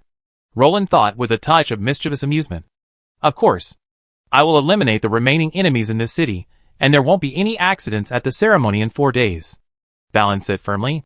After all, he had finally been crowned, so old, and if orcs interrupted his joy, Balin would probably regret it for the rest of his life. So, to avoid any regrets, Balin decided to ask the remaining orcs in Moria to die. Alas! What kind of dragon rider will he give me? Roland swayed in his hammock, his thoughts already wandering far away. He was still looking forward to this dragon rider he had never met. After all, unlike Caslo, the late dragon rider, this dragon rider would definitely not be a flying dragon evolved into a giant dragon. How powerful is a pure-blooded giant dragon? Take Peter Grove's star dragon for example. Sky. I want fire or wood. Fire for combat. Wood for support. I need both. Roland fantasized inwardly, his lips curled up almost to the sky. Your Highness. It's time for dinner. Caslo casually approached, a wide wooden tray laden with a bounty of food, grilled steaks, honey-glazed barbecue, vegetable soup, crispy bread. There were even a few bright red wild berries. Huh? Where did the berries come from? Roland curiously lifted a bright red berry and examined it. It looked a bit like a cherry, but the size of a strawberry. Aren't we at the East Gate? Just pick whatever you want outside. There's a valley right next to it, Caslo said casually. Thank you. Roland grabbed the food without pretense and devoured it. Your Highness, Caslo called softly. I'm listening. Roland mumbled, his mouth full of roast meat and bread. Look, we've been out for so long. When are we going back? Everyone's getting a little homesick, Caslo said stubbornly. After so much time on the road, many soldiers had grown war-weary. After all, they'd been slaughtering orcs and goblins until their hands were weary. Caslo spoke only to remind Roland that, after all, his family was so powerful now, he couldn't afford to have internal problems. Huh? Didn't I tell you? Roland asked, puzzled. Caslo looked confused. What exactly did you tell me? Caslo carefully recalled their conversation over the past few days, and found nothing wrong. Look, I'm going to witness Balin's coronation in 4 days. After that, we rest for a day and then leave. Roland slapped his head and said to Caslo. Perhaps he'd forgotten because he slept so well these past few days? Roland turned away awkwardly. Should we inform everyone about this? After all, telling everyone would help reassure the troops. Caslo asked. Of course, tell everyone. Let everyone know we're going home soon. Roland said nonchalantly. That's fine. Enjoy. I go inform everyone first, Caslo said immediately. Watching Caslo's hurried departure, Roland couldn't help but rub his hands and take a deep breath. The smell of money. Roland was curious. How much was 1/5 of Moria's wealth? Roland had no idea, but when Balin promised him the contract and signed it, even someone as thick-skinned as Roland was amazed by the details. What did it mean to have 1/5 of wealth accumulated by countless generations? Slurp. Roland couldn't help but drool as he imagined dragon knights flying through the sky and mountains of gold and silver. Chapter 273. Congratulations to the host for successfully completing the mission. Recapture Moria. Reward, 1 random dragon rider. Note, the dragon rider will arrive at your side at the right time. Roland, rubbing his sleepy eyes, was no longer sleepy after waking up from a nap. Then, upon seeing this message, he felt no more sleepiness. When you mention the dragon rider, our Roland is no longer sleepy. He instantly perks up. The reward has been issued? This damn system is finally a little more reliable. But on the other hand, Moria's remaining enemies have been wiped out. I wonder what this dragon rider will look like. After all, there are female dragon riders in the Empire. Roland pondered to himself. Oh my god! Dragon god. Why are we out hunting? A group of Raglan guards, crossbow-toting, groped their way through the valley with displeasure on their faces. The story began this way. Omsk and Caslo decided to improve everyone's meals, and drew lots to determine who would be responsible for procuring the food. Unfortunately, these unlucky Raglan guards had drawn the best lot. Damn it! Damn those Lordaeron Rangers! I can even see their smirking faces. The guards grumbled, but their wariness remained undimmed. After all, they were unfamiliar with the area, and this place was close to the Misty Mountains. Who knew if there were any stragglers of orcs? Puff! The sound of a bowstring twitching was heard, and soon a guard emerged, carrying a hare. Wow! So fat? Rabbits are really plump in the summer. How fat will they be in the fall? The city guard grabbed the rabbit's ears and shook it a few times, realizing it weighed a full 7 or 8 pounds. Stop chatting. Keep hunting. If there's really no prey left, just go to the river and catch a few fish. The captains of the city guards started talking one after another. If they were allowed to continue chatting, who knows what would happen? They probably wouldn't even have enough prey by tomorrow. Huh? It's dark? A soldier asked, looking at the shadows on the ground. Just a moment ago, the sun was shining brightly. How could it suddenly be dark? Hide. Dragon. It's a dragon. Someone suddenly roared, a cry that made everyone's heart tighten. Everyone's eyes followed the voice. Shit! Dragon. It's a dragon. Scatter and hide. Evacuate the area quickly. Is this dragon territory? The city guards, though panicked, remained composed. They retreated orderly into the woods, hoping to minimize their presence. Damn it! It's coming for us. Oh! Dragon god. Damn it! Fold your flag. Are you trying to kill everyone? Suddenly, a squad leader turned around and saw a red flag with a golden dragon fluttering in the wind. The presence of this thing in dragon territory was no less dangerous than running into a dragon. It was as arrogant as slapping him in the face and spitting in front of the dragons. After all, dragons have a strong sense of territory. Normally, dragons would ignore city guards like ants passing through their territory. After all, humans don't argue with ants. But carrying a banner into dragon territory is tantamount to declaring war and seizing territory. The dragons will be furious and kill these ants who dare to violate the dragon's territorial power. As the saying goes, I destroy you, what's your business? Run! Split up. Everyone alive is safe. All officers above the rank of squad leader, step out. We will intercept the unknown dragons on the spot. Draw their attention.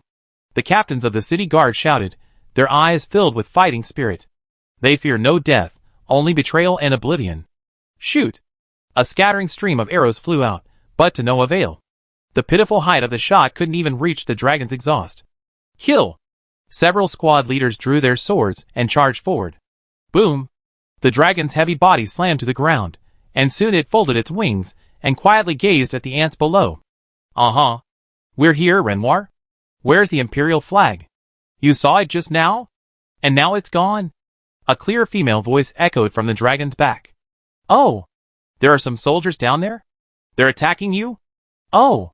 Please don't be angry, we must have scared them. You are a noble scorching wing fire dragon. The soft female voice sounded incredibly soothing, like a spring breeze. Hello, I'm from Lagrang. The girl who had just jumped off the dragon's back was stunned, rubbing her eyes in disbelief. What was this?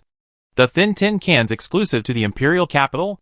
But this type of soldier should have disappeared after the capital's fall. Why were they here?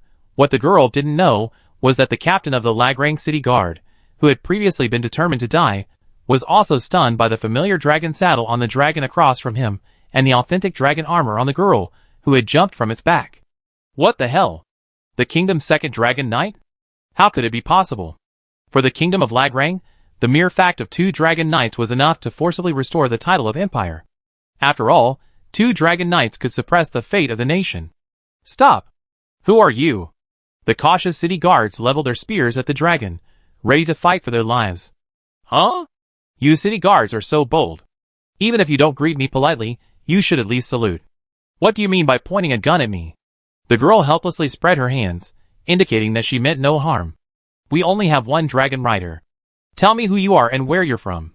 The city guards surrounded the girl with their spears, as if they would poke holes in her if they weren't satisfied with her answer. Dragon rider? Now the Empire has a dragon rider besides me? The girl immediately became excited. Renoir. You soon meet your kind. And I meet my comrades fighting alongside me.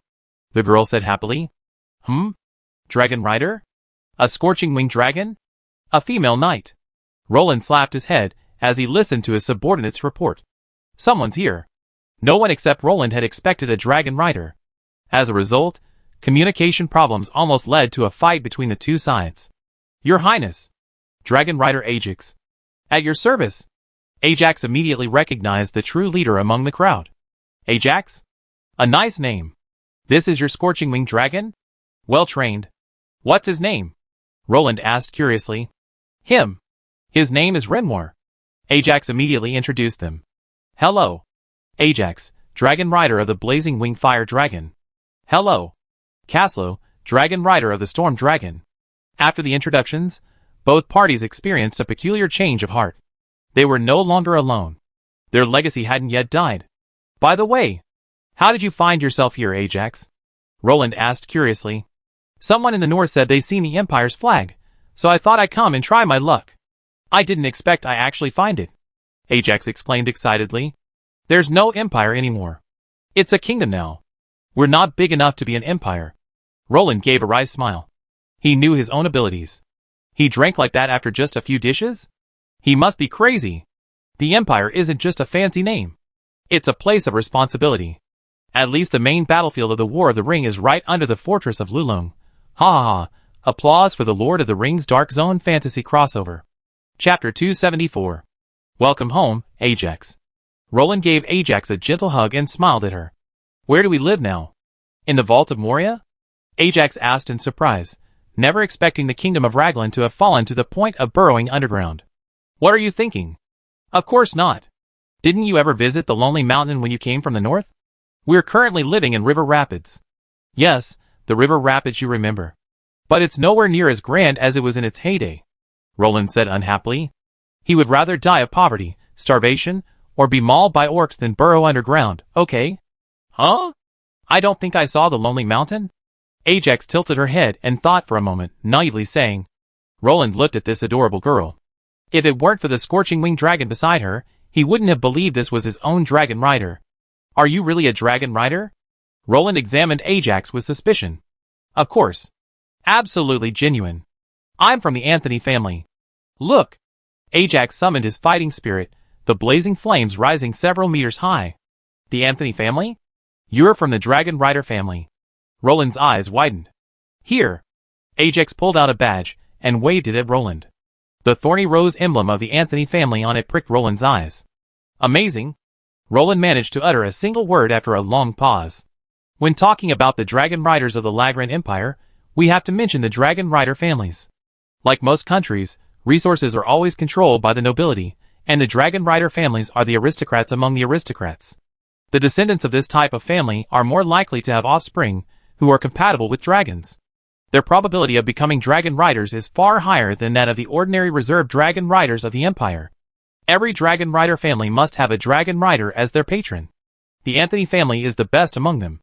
At its peak, the Anthony family once provided half of the Empire's Dragon Riders. The Thorn Rose has always flourished in the Empire.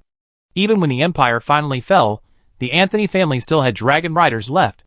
They even have their own space channel to Dragon Island. Hee. Your Highness, what's wrong with you? Ajax asked, looking at the dazed Roland. Are you the only one left in your Anthony family? Roland said, looking at her with a strange expression. Of course not. Ajax raised her head proudly. Huh? Now it was Roland's turn to be shocked. I have a younger brother, Dos, but he's off to Dragon Island to seek his own dragon. I don't know when he'll be back. Ajax's face twisted, clearly filled with worry. Don't worry, he'll be safe. Roland patted her shoulder soothingly. I hope so. Such is the fate of the Dragon Rider family. Ajax's face darkened. After all, the journey to Dragon Island was treacherous. It required a long journey by ship across the ocean. Okay, let's go. Put away your dragon, Roland said to Ajax. What for? Ajax stared at Roland curiously. To witness the birth of a king. Roland smiled mysteriously. Huh? Ajax looked bewildered. What's this about witnessing the birth of a king? What nonsense. A great dwarf king. Let's go! Let's see the magnificent dungeons of the dwarves of Moria. Roland strode towards the east gate of Moria. The soldiers and 2 dragon riders hurriedly followed behind him. Interesting. The kingdom doesn't have a single dragon rider now, but there are 2 dragon riders. Roland thought to himself, then smiled and shook his head. If the successive Lagrang emperors knew about this, they would definitely find it outrageous. After all, the Lagrang Empire once had a complete system for training dragon riders, forming a reserve group of dragon riders, primarily composed of dragon rider families, supplemented by civilians. This system was based on a large number of dragon riders, a small number of dragon riders as commanders, and 1 or 2 dragon rider generals to maintain the national destiny. At his peak, he couldn't be described as a massacre thrower in Middle-earth. Even gods would have taken a beating. However, with the current scale of the Kingdom of Lagrand, Roland possessed, having 2 dragon riders was already a feat. If it weren't for the system's mercy, Roland wouldn't have even managed to acquire a single dragon rider in his lifetime. After all, the proud dragon race rarely agreed to a contract with humans. Your Highness, are you okay just now? Who is this? Omsk asked doubtfully, gazing at the unfamiliar Ajax. Then, upon seeing Ajax's identical adamantine dragon armor, Kaslos, his pupils suddenly shrank to the size of a pinpoint. Dragon Rider Ajax. Greetings? Respected hero. Ajax touched his chest and saluted. Through his dragon rider's perception, Ajax could clearly discern the immense energy within Omsk's body and the pressure unique to a 6-tier hero. Even though he had restrained his own pressure, it was useless to the dragon rider's keen senses. Light and shadow hero Omsk. Greetings? Respected dragon rider. Omsk nodded in a friendly manner, his pupils trembling. How could his king have kidnapped a dragon rider? How could he have just found one when he went out? Alright, Ajax is from the Anthony family. From now on, you all be colleagues. Kaslo, please brief Ajax on our current situation. Roland said casually. The Anthony family? There's actually still anyone in this family left? Omsk was stunned by the cockroach-like vitality of this dragon rider family. The empire was gone, yet this family survived. Truly worthy of the name of the Anthony family, a family that survived even when the nation was annihilated. They truly can resist. Ajax cast a stern look. Ahem, sorry. Slip of the tongue. I was so excited. Omsk, realizing his gaffe, immediately apologized. King Roland, what do you think of this outfit? Is it suitable for tomorrow's ceremony? Balin, clad in brand new light armor, approached Roland. Unaware of the coronation process, Balin could only seek help from Roland, now king. Ahem. Don't you have any other clothes? Why are you wearing armor? Roland's eyes widened. Hey! You're just talking nonsense. Time is so tight. Where am I supposed to get new clothes? You can't expect these grown dwarves to be my tailors, can you? If they can make them, how can I wear them? Balin said angrily, pointing at the busy dwarves. Huh? Why is there a woman? King Roland, you're actually bringing women with you on your march? Why didn't I see them a few days ago? Balin suddenly spotted Ajax, and immediately asked questions, like a curious baby. He wanted to know if Roland was one of those human kings in novels, who proclaimed something in broad daylight.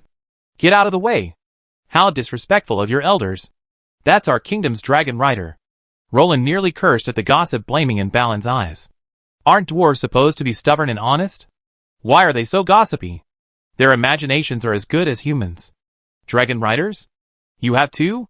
This time it was Balin's turn to jump up and down, startling the old dwarf so much that he jumped 3 feet in the air. Chapter 275. Oh! Turin!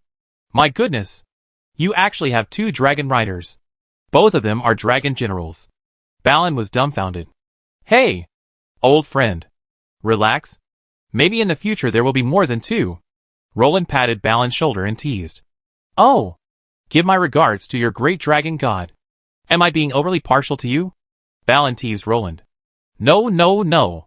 Partiality doesn't reflect my nobility at all. I should be called the illegitimate child of fate. Roland said half-jokingly, half-seriously. Ha ha ha. King Roland. How dare you lie to a dying old man like this? Balin laughed heartily. Ha ha ha. Roland laughed along with Balin. Balin probably wouldn't have guessed that Roland, a time traveler, was practically no different from Fate's ***** child. After all, not everyone can become a king. Wash and pack. Tomorrow, you will be crowned King of Moria, Lord of the Dungeon in the Misty Mountains. We will all witness your arrival, Roland said sincerely. Thank you for your help to our dwarves. Raglan will always be our friend. The Longbeard clan will never forget their benefactor. Balin looked at Roland with immense emotion, tears welling up in his eyes. He couldn't imagine how they could have cleared Moria and slain the Balrog without the help of Raglan's soldiers. It's all about the contract. Since we signed it, we must abide by the rules, right? Just like you kept your promise to Bilbo Baggins. Roland smiled nonchalantly. After all, if the dwarves weren't wealthy enough, why would Roland have boarded their pirate ship? What did the dwarves' lives have to do with him? In Middle-earth, a saint wouldn't survive more than 2 episodes. It's precisely because everyone gets what they need that we can find balance and a win-win situation. Of course. We all keep our promises, won't we? Balin grinned. While the dwarves may be ill-tempered and stubborn, they are undoubtedly loyal and trustworthy allies. If Roland had to choose his closest ally, he would definitely choose Thorin over Thranduil. Long years have dulled the elves' passion, and the reclusive elves are no longer the elves of the War of Wrath. But the dwarves are different. These stubborn, fleshy creatures are incredibly loyal. This is evident in the history of the dwarves of Moria. Many times, when unable to defeat the darkness, they have emerged from the depths of Moria, a hard-to-defend Moria, to attack the rear of the Dark Alliance and inflict heavy damage on Sauron's forces. Are there enough supplies? Tomorrow is auspicious day, and running out of food and drink will be a problem. Roland reminded with a smile. Ha ha ha. Plenty of rum. The dwarven-made boneless roast will make you swallow your tongue. Balin laughed, stroking his beard. Moria has been recaptured. This chess game is finally over. Roland muttered to himself, gazing at the stone ceiling adorned with crystal chandeliers. From the map, Moria's location is crucial. To its west lies the Shire and other scattered human settlements. To its east lies Lorien. To its north lies Rivendell and the Lonely Mountain region. To its south lies Fangorn Forest. It's no exaggeration to say it's the hub of the entire battlefield. If Moria were in the hands of the Coalition, the benefits would be obvious. At least the various armies wouldn't have to cross those damned misty mountains. With support from the Moria Caves, the Coalition could quickly assemble, which would surely be beneficial in the upcoming War of the Ring. At the very least, they could mobilize a group of Western humans to support the northern battlefield. As for Gondor in the south? Sorry. I'd rather die than die with my friend. And Aragorn, the Emperor of Man, wasn't that weak, but the northern. It was tragic. The north had been decimated in history. Both kings of the Lonely Mountain were gone. Those easterling armies were completely annihilated, regardless of whether they were on the mountain or on the ground. So the people of the north paid the highest price in the War of the Ring. As the saying goes, even King Thorin was showing off. Only the Lonely Mountain was taking a beating. Didn't you see how the dwarves of Dale and the Lonely Mountain nearly wiped out the Easterlings? As for the Woodland Kingdom? Roland remembered that Thranduil didn't seem to take any action. But it's okay. Roland had gotten used to Thranduil's conservative approach. After all, the Battle of the Last Alliance had hurt the Woodland Elves so much that they even lost their father. Now Roland could only hope that the Star Elves of Singrid and the Kingdom of Ecovia would be more reliable in the future, and not end up fighting and leaving the 3 kings of the Lonely Mountain on the receiving end of the beatings. Honestly, given the number of Easterlings who had defected to Sauron, Roland felt that even if he did join the battle, it would only end in a miserable victory. Historically, those northern humans had retreated to Erebor with the dwarves. Even a dwarven fortress, easily defended and impenetrable, barely protected these unfortunate creatures. Furthermore, the powerful kingdom of Lagrang had truly reached a point of no return. Roland, without a word, simply demolished River Rapids and retreated to Fort Lulung. Come on. Hurt each other. Ah! A nationwide military campaign. Roland just couldn't believe it. If the Dongi had the guts, they'd just come and pile up the war fortresses. If they could truly tear down a fortress garrisoned by an entire nation, Roland would be absolutely convinced. He was just afraid that even their entire population wouldn't be enough to fill it. Although Roland wasn't afraid of the catastrophe that would sweep across the north, he couldn't really live alone in the north, could he? What good would it do to be isolated? Besieged on all sides, he couldn't just stay huddled in a fortress forever, could he? So Roland had to prepare for a rainy day. At least, he had to ensure that reinforcements from the west could reach the north quickly. Crossing Moria was much easier than crossing the old pass. Roland rubbed his face, feeling rather grim at the thought of the dark war that would engulf the entire north. How about, after I go back this time, I should consider an expedition to the Rune region.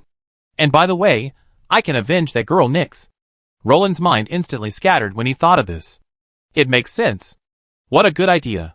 Since it can't be prevented, then let's solve this problem from the source. Conquer all the Dongi people. Incorporate them into the rule of the kingdom, and see what Sauron, the troublemaker in Middle-earth, will use to harm the north in the future? The Gangbada fortress? The northern orcs? Roland said that he would even use his feet to hit them. But the nomadic peoples in the east are not easy to deal with. They are all cavalry with high mobility. Such a covetous force will drive you crazy if you fight guerrilla warfare every day. It is well known that the kingdom of Lagren is a country that plays with infantry, at least. Now, a certain poor king is unable to organize a complete knight system. Let alone a fully fledged legion of 10,000 knights. That's just a dream. Dong! Dong! Dong! Amid the humming of the morning bell, Balin, donning brand new armor, slowly entered from the east gate of Moria, accompanied by Floy and Orioin. Golden sunlight shone on Balin's armor, making it gleam. The red carpet beneath his feet stretched all the way to the throne in the depths. The time has come, Balin. Go! It's time to take your proper place, Roland said sincerely, his hand resting on his chest. From today onwards, Khazad-dûm will once again welcome its own king. Balin will also transform from an ordinary dwarf general into the king of the dwarves. Chapter 276. In the deep caverns of Moria, a red carpet, clearly out of place among the dwarves, stretched across the ground. Balin walked slowly along the red carpet, his gaze fixed on the combined forces of dwarves and humans arrayed on either side. Seeing the encouragement and admiration in their eyes, Balin saw the traces of time on the ceiling of the Moria caverns. He saw the glory of the past. Click! Click! The crisp scraping sound of iron boots against the red carpet pierced Balin's mind, lost in memories. He walked aimlessly, his thoughts already wandering. In the year 2763 of the Third Age, a dwarf was born in the Lonely Mountain. His father was Findin, his brother Dwalin. They were both descendants of Nairn, children of Durin. He spent his childhood in the Lonely Mountain. In 3A 2770, the giant dragon Smaug from the north invaded the Lonely Mountain. With the mountain's fall, the last dwarf kingdom was shattered. That year, Balin escaped the Lonely Mountain with Thorin. In 3A 2799, during the Great Battle of Azanal-Bizar, his father, Findin, was killed. The defeated dwarves followed Thrain and Thorin into exile, settling in the Blue Mountains. In 3A 2841, at the call of King Thrain, Balin, Dwalin, and his companions left the Blue Mountains, their first attempt to reclaim the Lonely Mountain. In 3A 2845, they lost their king. At the same time, the last ring of power was lost, and this time, their quest was unsuccessful. 3A 2941. On April 26th, he first met a knight named Roland. He approached Thorin and wanted to join the expedition because they were in great need of money. For the next few days, this army accompanied them throughout their journey. Until, outside Rivendell, they lost Roland and his knights. Year 2941 of the Third Age. October 19th. Balin would never forget that day. They returned to the Lonely Mountain. He remembered. That day Lake Town was engulfed in flames. He remembered. The black arrow that soared into the sky struck the dragon. He remembered. The dragon's bloodshed was finally shed.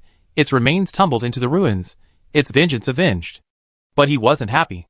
Because he saw the weeping, hateful eyes of the inhabitants, he remembered.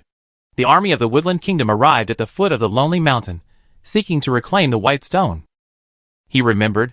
Bard, Lord of Dale, was turned away by Thorin. Men and elves joined forces, and war was imminent. He remembered. The brave thief Bilbo Baggins stole the heart of the Lonely Mountain to prevent war. But Thorin, cursed by the dragon and driven to greed, nearly killed him. He remembered. The appearance of the Ironfoot army, and the entry of Dane Ironfoot made the battle more complex and escalating. He remembered. That pale orc used his giant earth snakes to break through the mountain. Orcs from Dol Guldur Fortress poured out in large numbers. Humans, elves, dwarves, and orcs engaged in a chaotic battle. He remembered. The dwarves were defeated, the humans retreated to Dale, and the elves suffered heavy casualties. At that moment, darkness fell. He remembered. The loud war horns resounded through the sky, the deafening clatter of horses' hooves spurred them on. It was a torrent of steel. It was humanity's greatest fighting force. The orcs were trampled wantonly. The dead and wounded were in a mess. Their allies had arrived. The man who called himself King Raglan kept his promise and led his troops into the battle. He remembered. The orcs from Gumbalder Fortress crossed Raven Ridge, and the battle spiraled out of control once again. He remembered. That Cyan torrent on the battlefield. That neat phalanx that single-handedly pinned down the orc reinforcements, leaving none alive. He later learned these soldiers were called the Torrent Infantry. He remembered. A man named Roland, who playfully agreed to his request. He remembered. A man named Roland, leading an elite force, who had stood with him through thick and thin, marching forward every step of the way. 3rd Age 2942. June 1st. They had successfully wiped out the remaining enemy, and here he stood. He remembered. He remembered. He remembered everything. He understood that it was a mutually beneficial situation. He knew the man's honesty, and he understood this even more. What help had the man given him? Behind the fallen wreckage of the Balrog lay the blood and sweat of a dragon rider and his mount. The exhaustion of a hero. The grave wounds of a mighty dragon. At that moment, the heavy sunlight couldn't penetrate the dark caverns of Moria, but it shone into Balin's heart. Balin walked slowly, observing everyone on either side of the road. Whether human or dwarf, each face was filled with encouragement and smiles of joy for the new king's coronation. In stark contrast, their armor was covered in scratches and patches. Purple bloodstains, whether from the enemy or themselves, lay scattered across their rough hands, their wounds still seeping blood. Tears silently streamed down his face. He understood the hardships and difficulties of this journey. Whether it was the army Thorin had forged, or the army Roland had led himself, they had fought their way through the Mirkwood. They had overcome the dangers of the Misty Mountains. They had fought bloody battles in the caves along the way. Finally, everyone stood here today, but some dwarves slept forever underground, never to witness today's glory.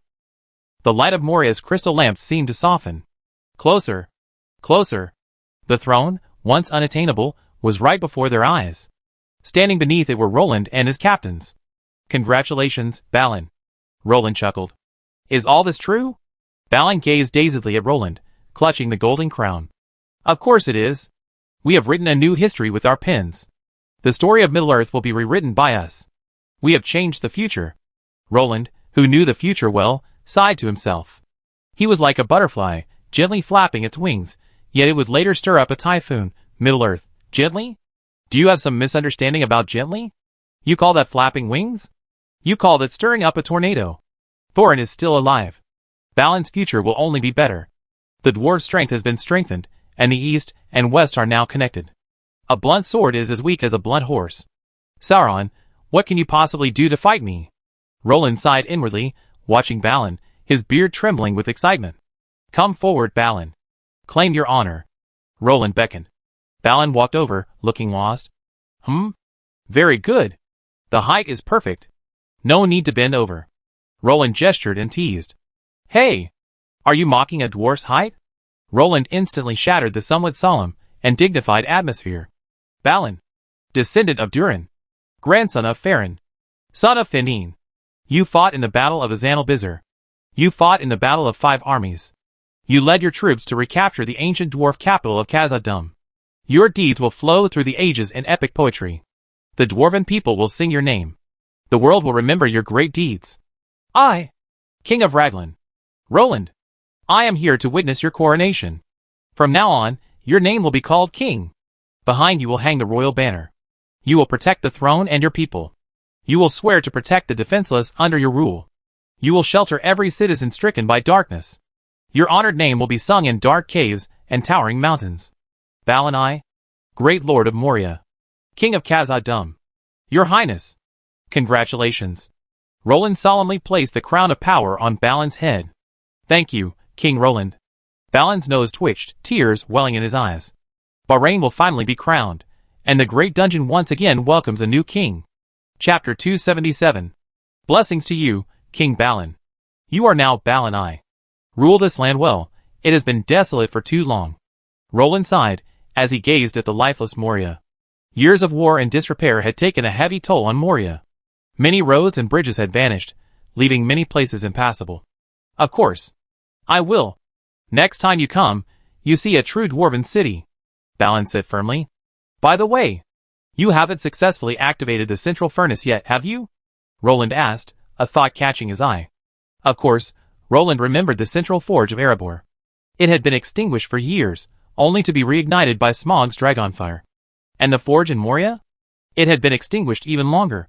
Not yet. That thing requires an extremely high-temperature flame.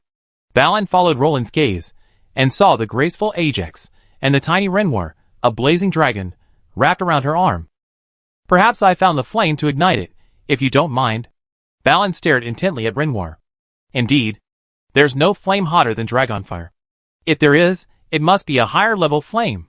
Roland nodded in agreement. If he didn't have Ajax as his dragon rider, he really couldn't help. After all, you could have Carter of the Caslow family fan the flames, but starting the fire would require a more professional, authentic fire dragon. Do you agree? Balin raised his head, and looked at Roland cautiously.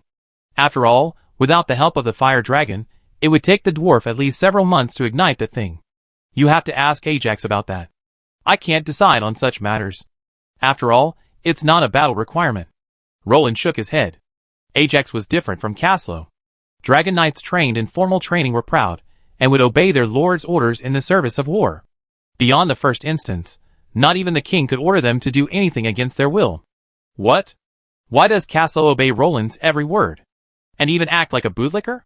Hey! I suggest you go back to chapter 99. Without the wind dragon blood Roland bestowed upon him, Caslow is still a flying dragon knight, and Cardo is just a four-legged flying dragon at the bottom of the dragon ecological niche. Not only does Caslow obey Roland's orders, but Cardo also obeys Roland's orders, as Roland proved when he stepped on his back. A proud dragon won't allow anyone other than its contracted knight to climb onto its back. Because that's the only part of the dragon that's vulnerable. Anyway, Renoir. He definitely wouldn't let Roland climb onto his back. At most, he used his claws to carry him away. As expected, a dragon knight I bred myself is more considerate. Roland couldn't help but mutter to himself at this thought. While the dragon knights rewarded by the system were excellent, they weren't as good as the ones I raised myself. Look at that big guy, Cardo, so obedient and adorable. As for Renoir, Roland hadn't even gotten to grips with him yet. Friends, enjoy. Let's sing and dance. Don't stop until we're drunk. While Roland was still pondering, Balin raised his glass to the group. Is the banquet starting? I want to sit at the children's table. Roland suddenly said excitedly, for no apparent reason. Balin, Ajax and Renoir, Caslow and Caldor, Omsk, the dwarves. Ah. Ha ha. King Roland still has a childlike innocence. Ha ha ha. Balin chuckled, giving Roland a way out. Otherwise, Roland would have been burned to a crisp if he had continued. This is embarrassing for the dwarves, Caslow said in anger, covering his face with his hands. In fact, his trembling shoulders betrayed the beautiful smile beneath his hands. I'm so miserable. Omsk's face flushed red, and he quickly lowered his head, his whole body trembling. Ahem, who's that? Hey. That's right. Those two over there. Just you two. Don't hide it, laugh if you want to. It's okay, everyone has a dark past, right? I wonder who nearly got caught in a 4-on-1 situation. From now on, sarcasm has become a very vivid expression in Middle-earth. Your Highness, I'm just asking, is there any story behind sharing a table with children? Ajax quietly raised her fair hand and asked Roland. Is Roland trying to say this means small side dishes? Or that it's easier to grab food with children? Well, King Roland, there are no children in Khazad-dûm right now. Can I arrange for you next time you come? Balin quietly leaned over and asked in a low voice. I'm tired. Destroy it. Roland looked expressionlessly at the face approaching from below and spoke nonsense seriously. The problem is, just say it, why are you turning down the volume? Subwoofer?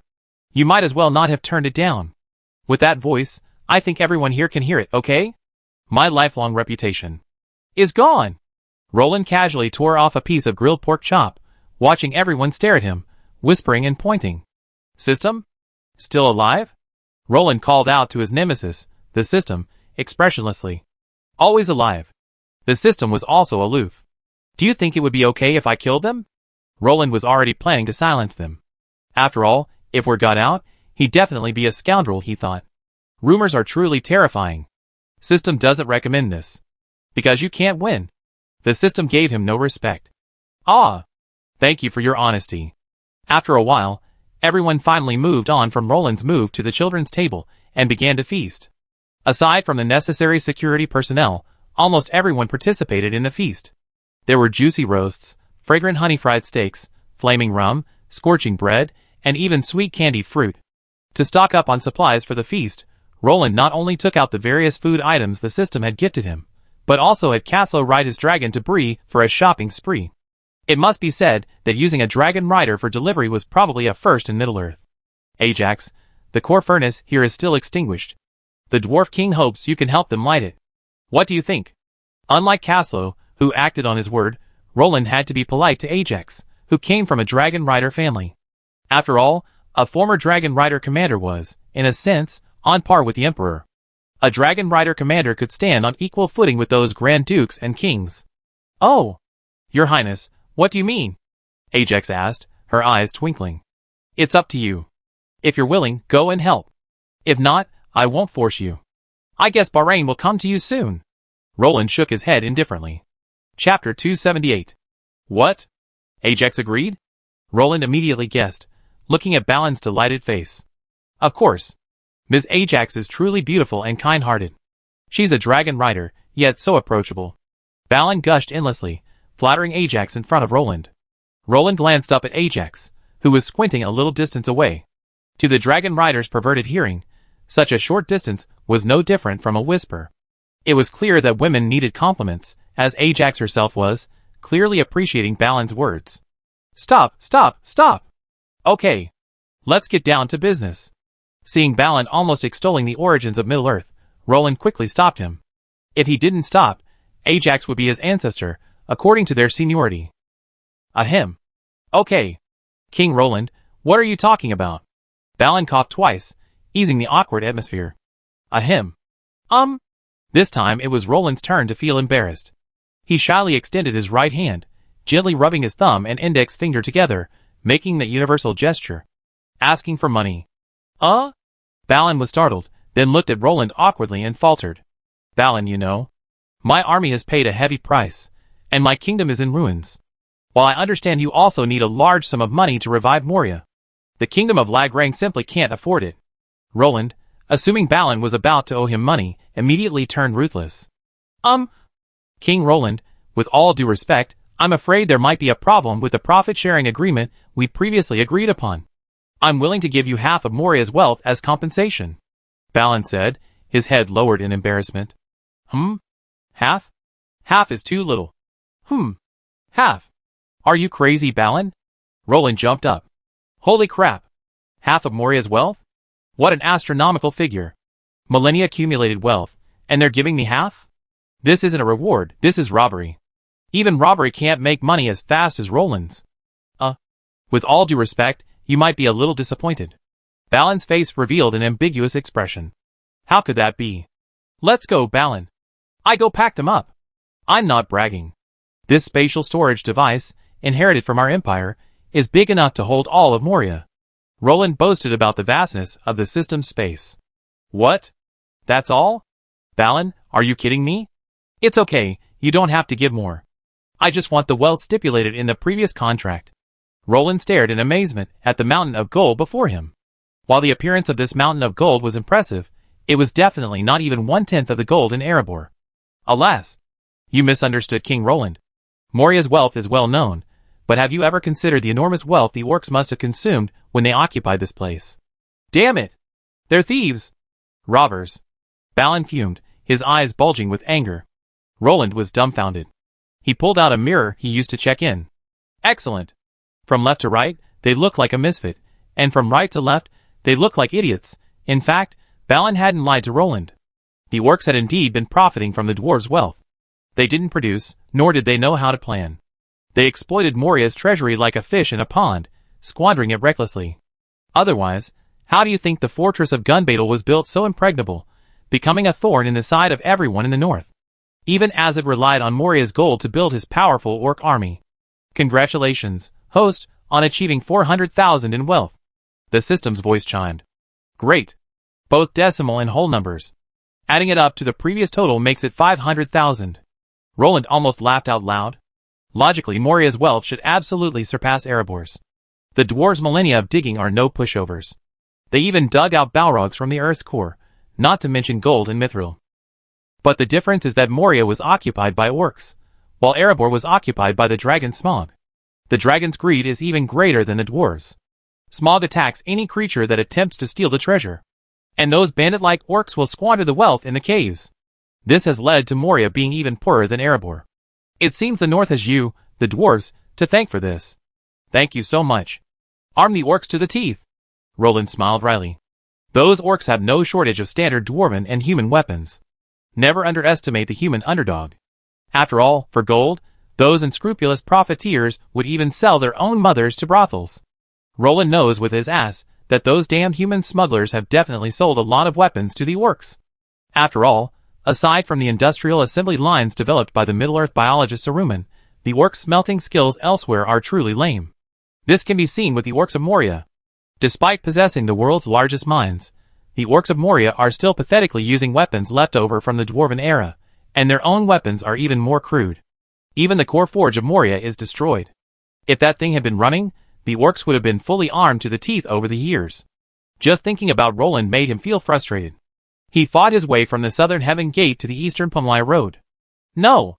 He fought his way from the dark forest to the misty mountains. In the end, he only got a dragon rider and earned 400,000 in wealth. Was it worth it? Roland led a huge army all the way.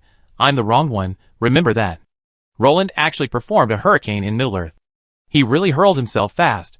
He led a group of 10 cans on a forced march to destroy Moria. The dwarves were happy, but Roland cried. It's not that he didn't make any money, it's just that the psychological gap was too great. Roland had originally thought he could at least add a 100-man knight this time, but now he looked at his pitiful wallet. Wouldn't it be better to just stick with the flood infantry? They're durable and tough. And best of all, they're cheap. Thank you, beautiful Lady Ajax. Lyn bowed. The scorching wing fire dragon Renoil's breath of dragonfire had indeed saved the lives of the dwarves of Moria. They had initially restored their industrial capacity, and were able to forge weapons and armor. Most importantly, they could now accept scattered dwarves from the western world. After all, not all dwarves had gone to Erebor. Those unwilling to make the trek could also choose Moria. After all, the dwarven capital was very accommodating. Balin, remember to buy more food. You're isolated here. Beware the orcs in the misty mountains. Don't push on when the odds are against you. Go to Lorien and seek help from Queen Galadriel. She's not an elven king like Thranduil, who would leave you in danger without a second thought. Remember, Moria must not be lost. Roland whispered, grabbing Balin after the banquet. Don't worry. I protect her with my life. Balin promised firmly. Beware of orc attacks. Never travel alone. I have a feeling Sauron is coming. Stay here. Aid from the western world can quickly reach the north through the misty mountains. Roland explained. You mean the north is in danger? Balin sensed something unusual. The Easterlings could arrive at any moment. How long do you think the kingdoms beneath the Lonely Mountain can hold out? This is a tough battle. We need you to guard the lifeline. Roland whispered. Roland couldn't help but recall the tragic history of the future Lonely Mountain twins. Chapter 279. Balin, do not underestimate the orcs of the Misty Mountains. This is my final advice. Defending Moria is victory. Roland said to Balin solemnly. I understand, King Roland.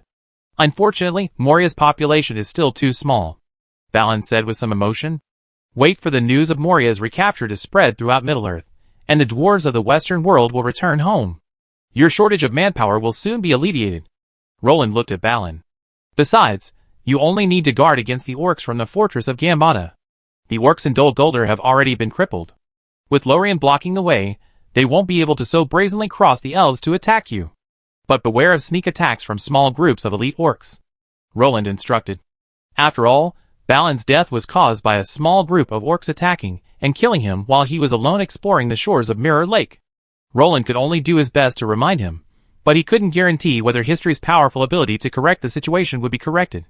However, he reasoned that if Moria still fell after all he had done, then there was truly no hope. At least the situation in Moria was much better than in the original history. Without the threat of the Balrog, the quality and quantity of the soldiers had improved, and with his own instructions, Roland couldn't imagine how much of a loser it would take to ruin such a lucky start. It was clear that Balin wasn't a loser. As one of the few wise men among the dwarves, his IQ and EQ were arguably the highest among the protagonists. King Roland, are you planning to leave? Balin asked, looking at Roland with a touch of sadness. Of course. After all, this isn't my home. My people are still waiting for me to return. Roland confirmed with a smile. Roland understood Balin's feelings. They had walked all the way from the Shire to the Lonely Mountain. From the Lonely Mountain to Moria, and today, finally, it was time to part ways. No need to be sad. Balin, you need to adapt to your current position as quickly as possible and become a qualified dwarf king. Roland patted him on the shoulder, unable to help but sigh at the fickleness of fate. Look at what a mismatch the dwarf kings are these days. Thorin, the arrogant and impulsive king under the mountain. Dane, the king of the Iron Hills, even more difficult to talk to than Thorin. Balin, a dwarf king who wasn't yet ready to be king. God! Roland now wondered if the dwarves had ultimately driven themselves to their own ruin due to extreme social anxiety and xenophobia. Look at the battles of the Lonely Mountain. Besides King Bard and his grandson Brand, who else outside the kingdom helped the dwarf kingdom? What? Thranduil? That was a forced move. Look at the battlefield of Lonely Mountain during the War of the Ring. TSK, TSK, TSK. What a tragedy. In the entire north, only the two wretches of Lonely Mountain bore the relentless bombardment of the orcs and Easterlings, while the woodland elves simply closed themselves off from the world. Alas! I just cowered. Just played. And the result was that Dale was lost once again, Erebor was beaten half to death, and the poor people of the two wretched realms desperately defended Erebor Castle. In the south, Rohan and Gondor advanced triumphantly, pulling their minions with them to push back from Gondor's territory to the Black Gate of Mordor, even holding a victory parade. The entire southern battlefield, supported by various war gods, was fought with great fanfare. Treemen and elves surrounded the orcs and laid waste to them, the Lonely Mountain in the north. Never mind, it's too tragic. Roland even wondered if the south and west even knew about the Lonely Mountain battlefield in real history. It was as if Rohan and Gondor were showing off, while the Lonely Mountain was the only one getting beaten. How about finding a way to go back and have Thranduil kill him? At least Legolas is much more courageous and ruthless than his father. Roland secretly plotted in his mind. It actually seemed quite feasible. Damn! It was a heart-pounding feeling, but Roland thought about it. There were 4 great enemies beneath the Lonely Mountain now. And there was also an elven kingdom of the wicked in the Mirkwood. Thinking of the fighting power of the Thingri Star Elves, Roland drooled. It was safe to say that in the future battle for the Lonely Mountain, the Star Elves would be fooled. As for the Woodland Kingdom, never mind, let that damn Thranduil fend for himself. King Roland, can you teach me? Balin said cautiously. Teach you? You just need to follow your heart. Roland was bewildered, but he could only make up an excuse. After all, he still didn't know how to be a good king. After all, the gap between being a 3 good student and a 5 good youth was a bit wide for a king. Inner heart? Balin pondered the words, nodding thoughtfully. Welcome to visit us next time. The hospitable dwarves won't let you down. Balin stood at the east gate of Moria and politely saw Roland off. He had wanted to see him off again, but Roland, concerned that the orcs around him hadn't been completely cleared out, declined Balin's offer. After all, he had worked so hard to help Balin seize control of Moria, not to have him ambushed by the 6th orc. Of course. I come back if I get a chance. Stay safe. Take care, Balin. Roland waved to Balin from his horse. Behind him, Caslo held Roland's royal banner, a red flag with a golden dragon and golden tassels fluttering in the wind. Take care, King Roland. Have a safe journey. Balin waved his short, stout arms, tears welling in his eyes. Omsk? How do we get there? Roland hadn't walked far when he was at a loss. What the hell was he doing? He didn't know the way. Omsk, Caslo, and Ajax fell silent behind him. If you don't know the way, what the hell are you doing? Omsk and the other 2 gestured with the map for a while, and Caslo summoned Cardo, who soared into the sky and quickly disappeared into the clouds. Boom! A moment later, Caslo returned, his massive dragon body slamming down to the ground in a cloud of dust. Are you sure? A strange look crossed Omsk's eyes. Confirmed. Caslo's face darkened. What's wrong? Roland asked anxiously. Nothing.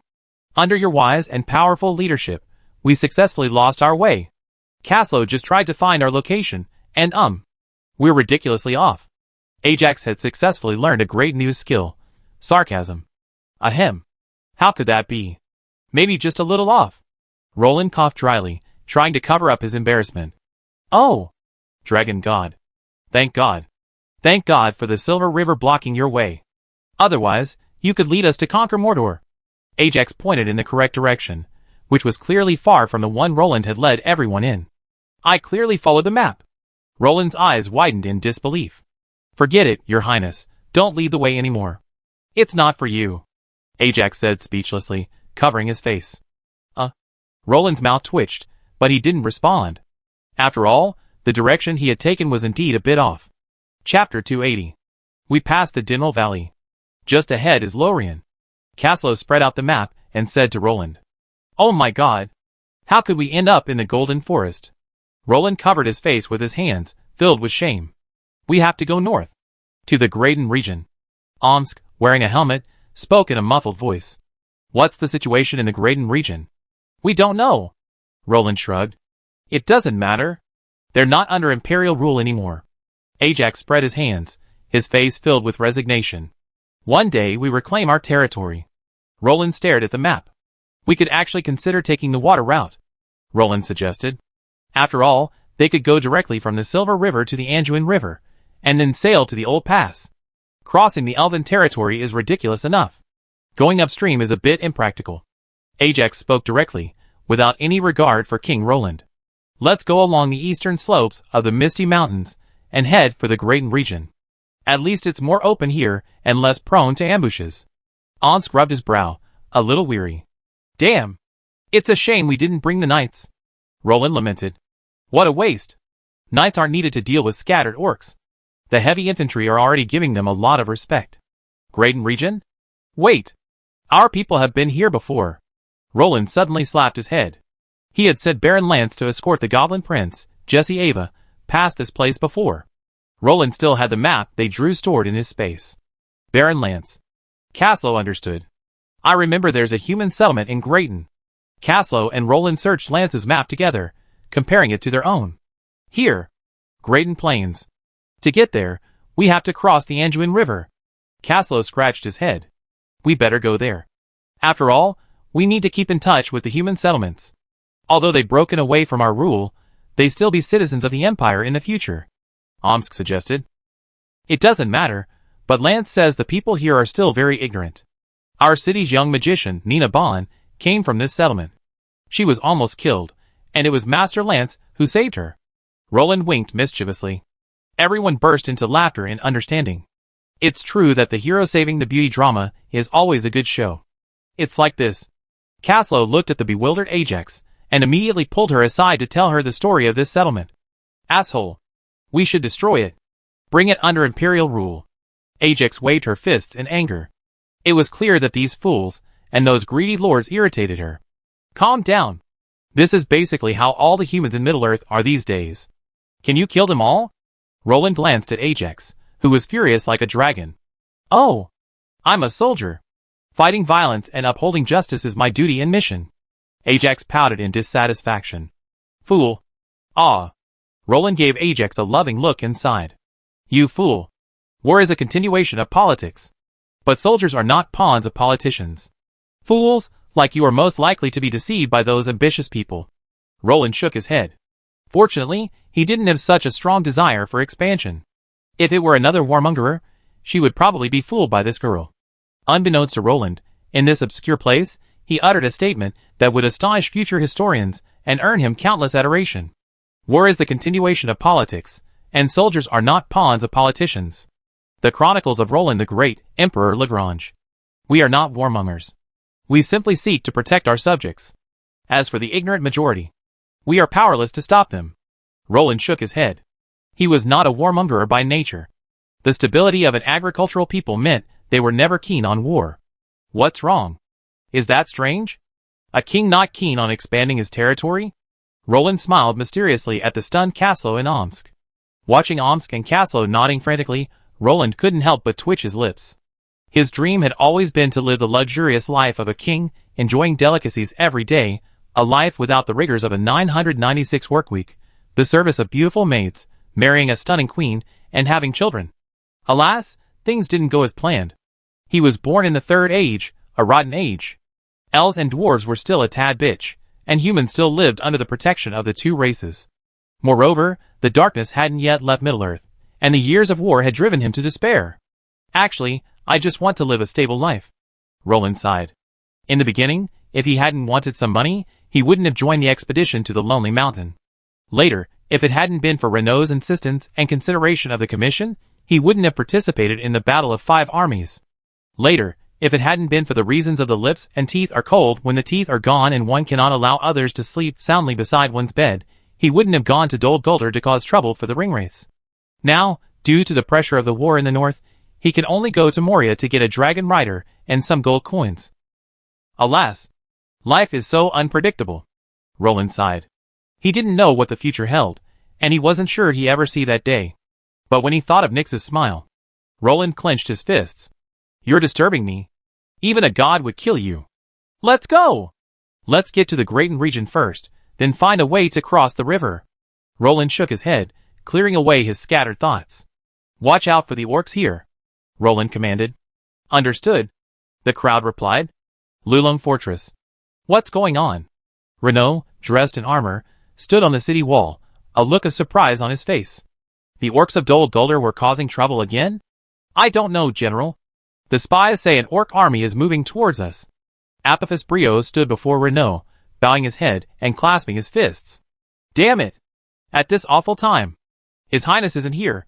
Go! Send a horseman to River Rapids to deliver the message. Tell them to gather the people and prepare for the orc invasion.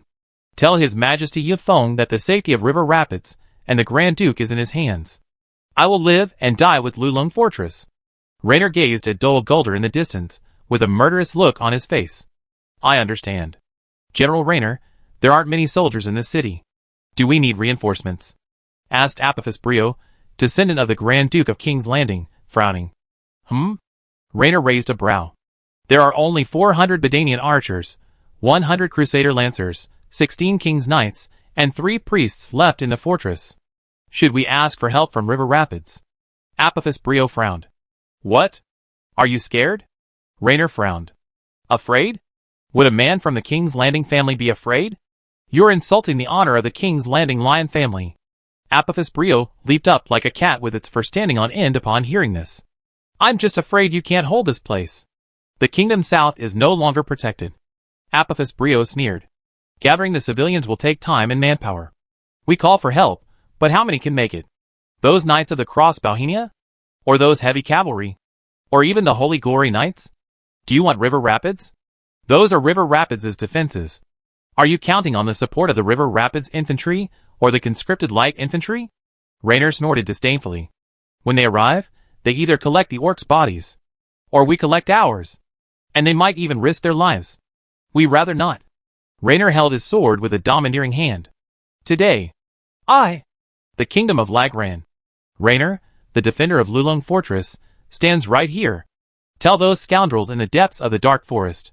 Raynor took a deep breath. Lulong ahead, dark and forbidden.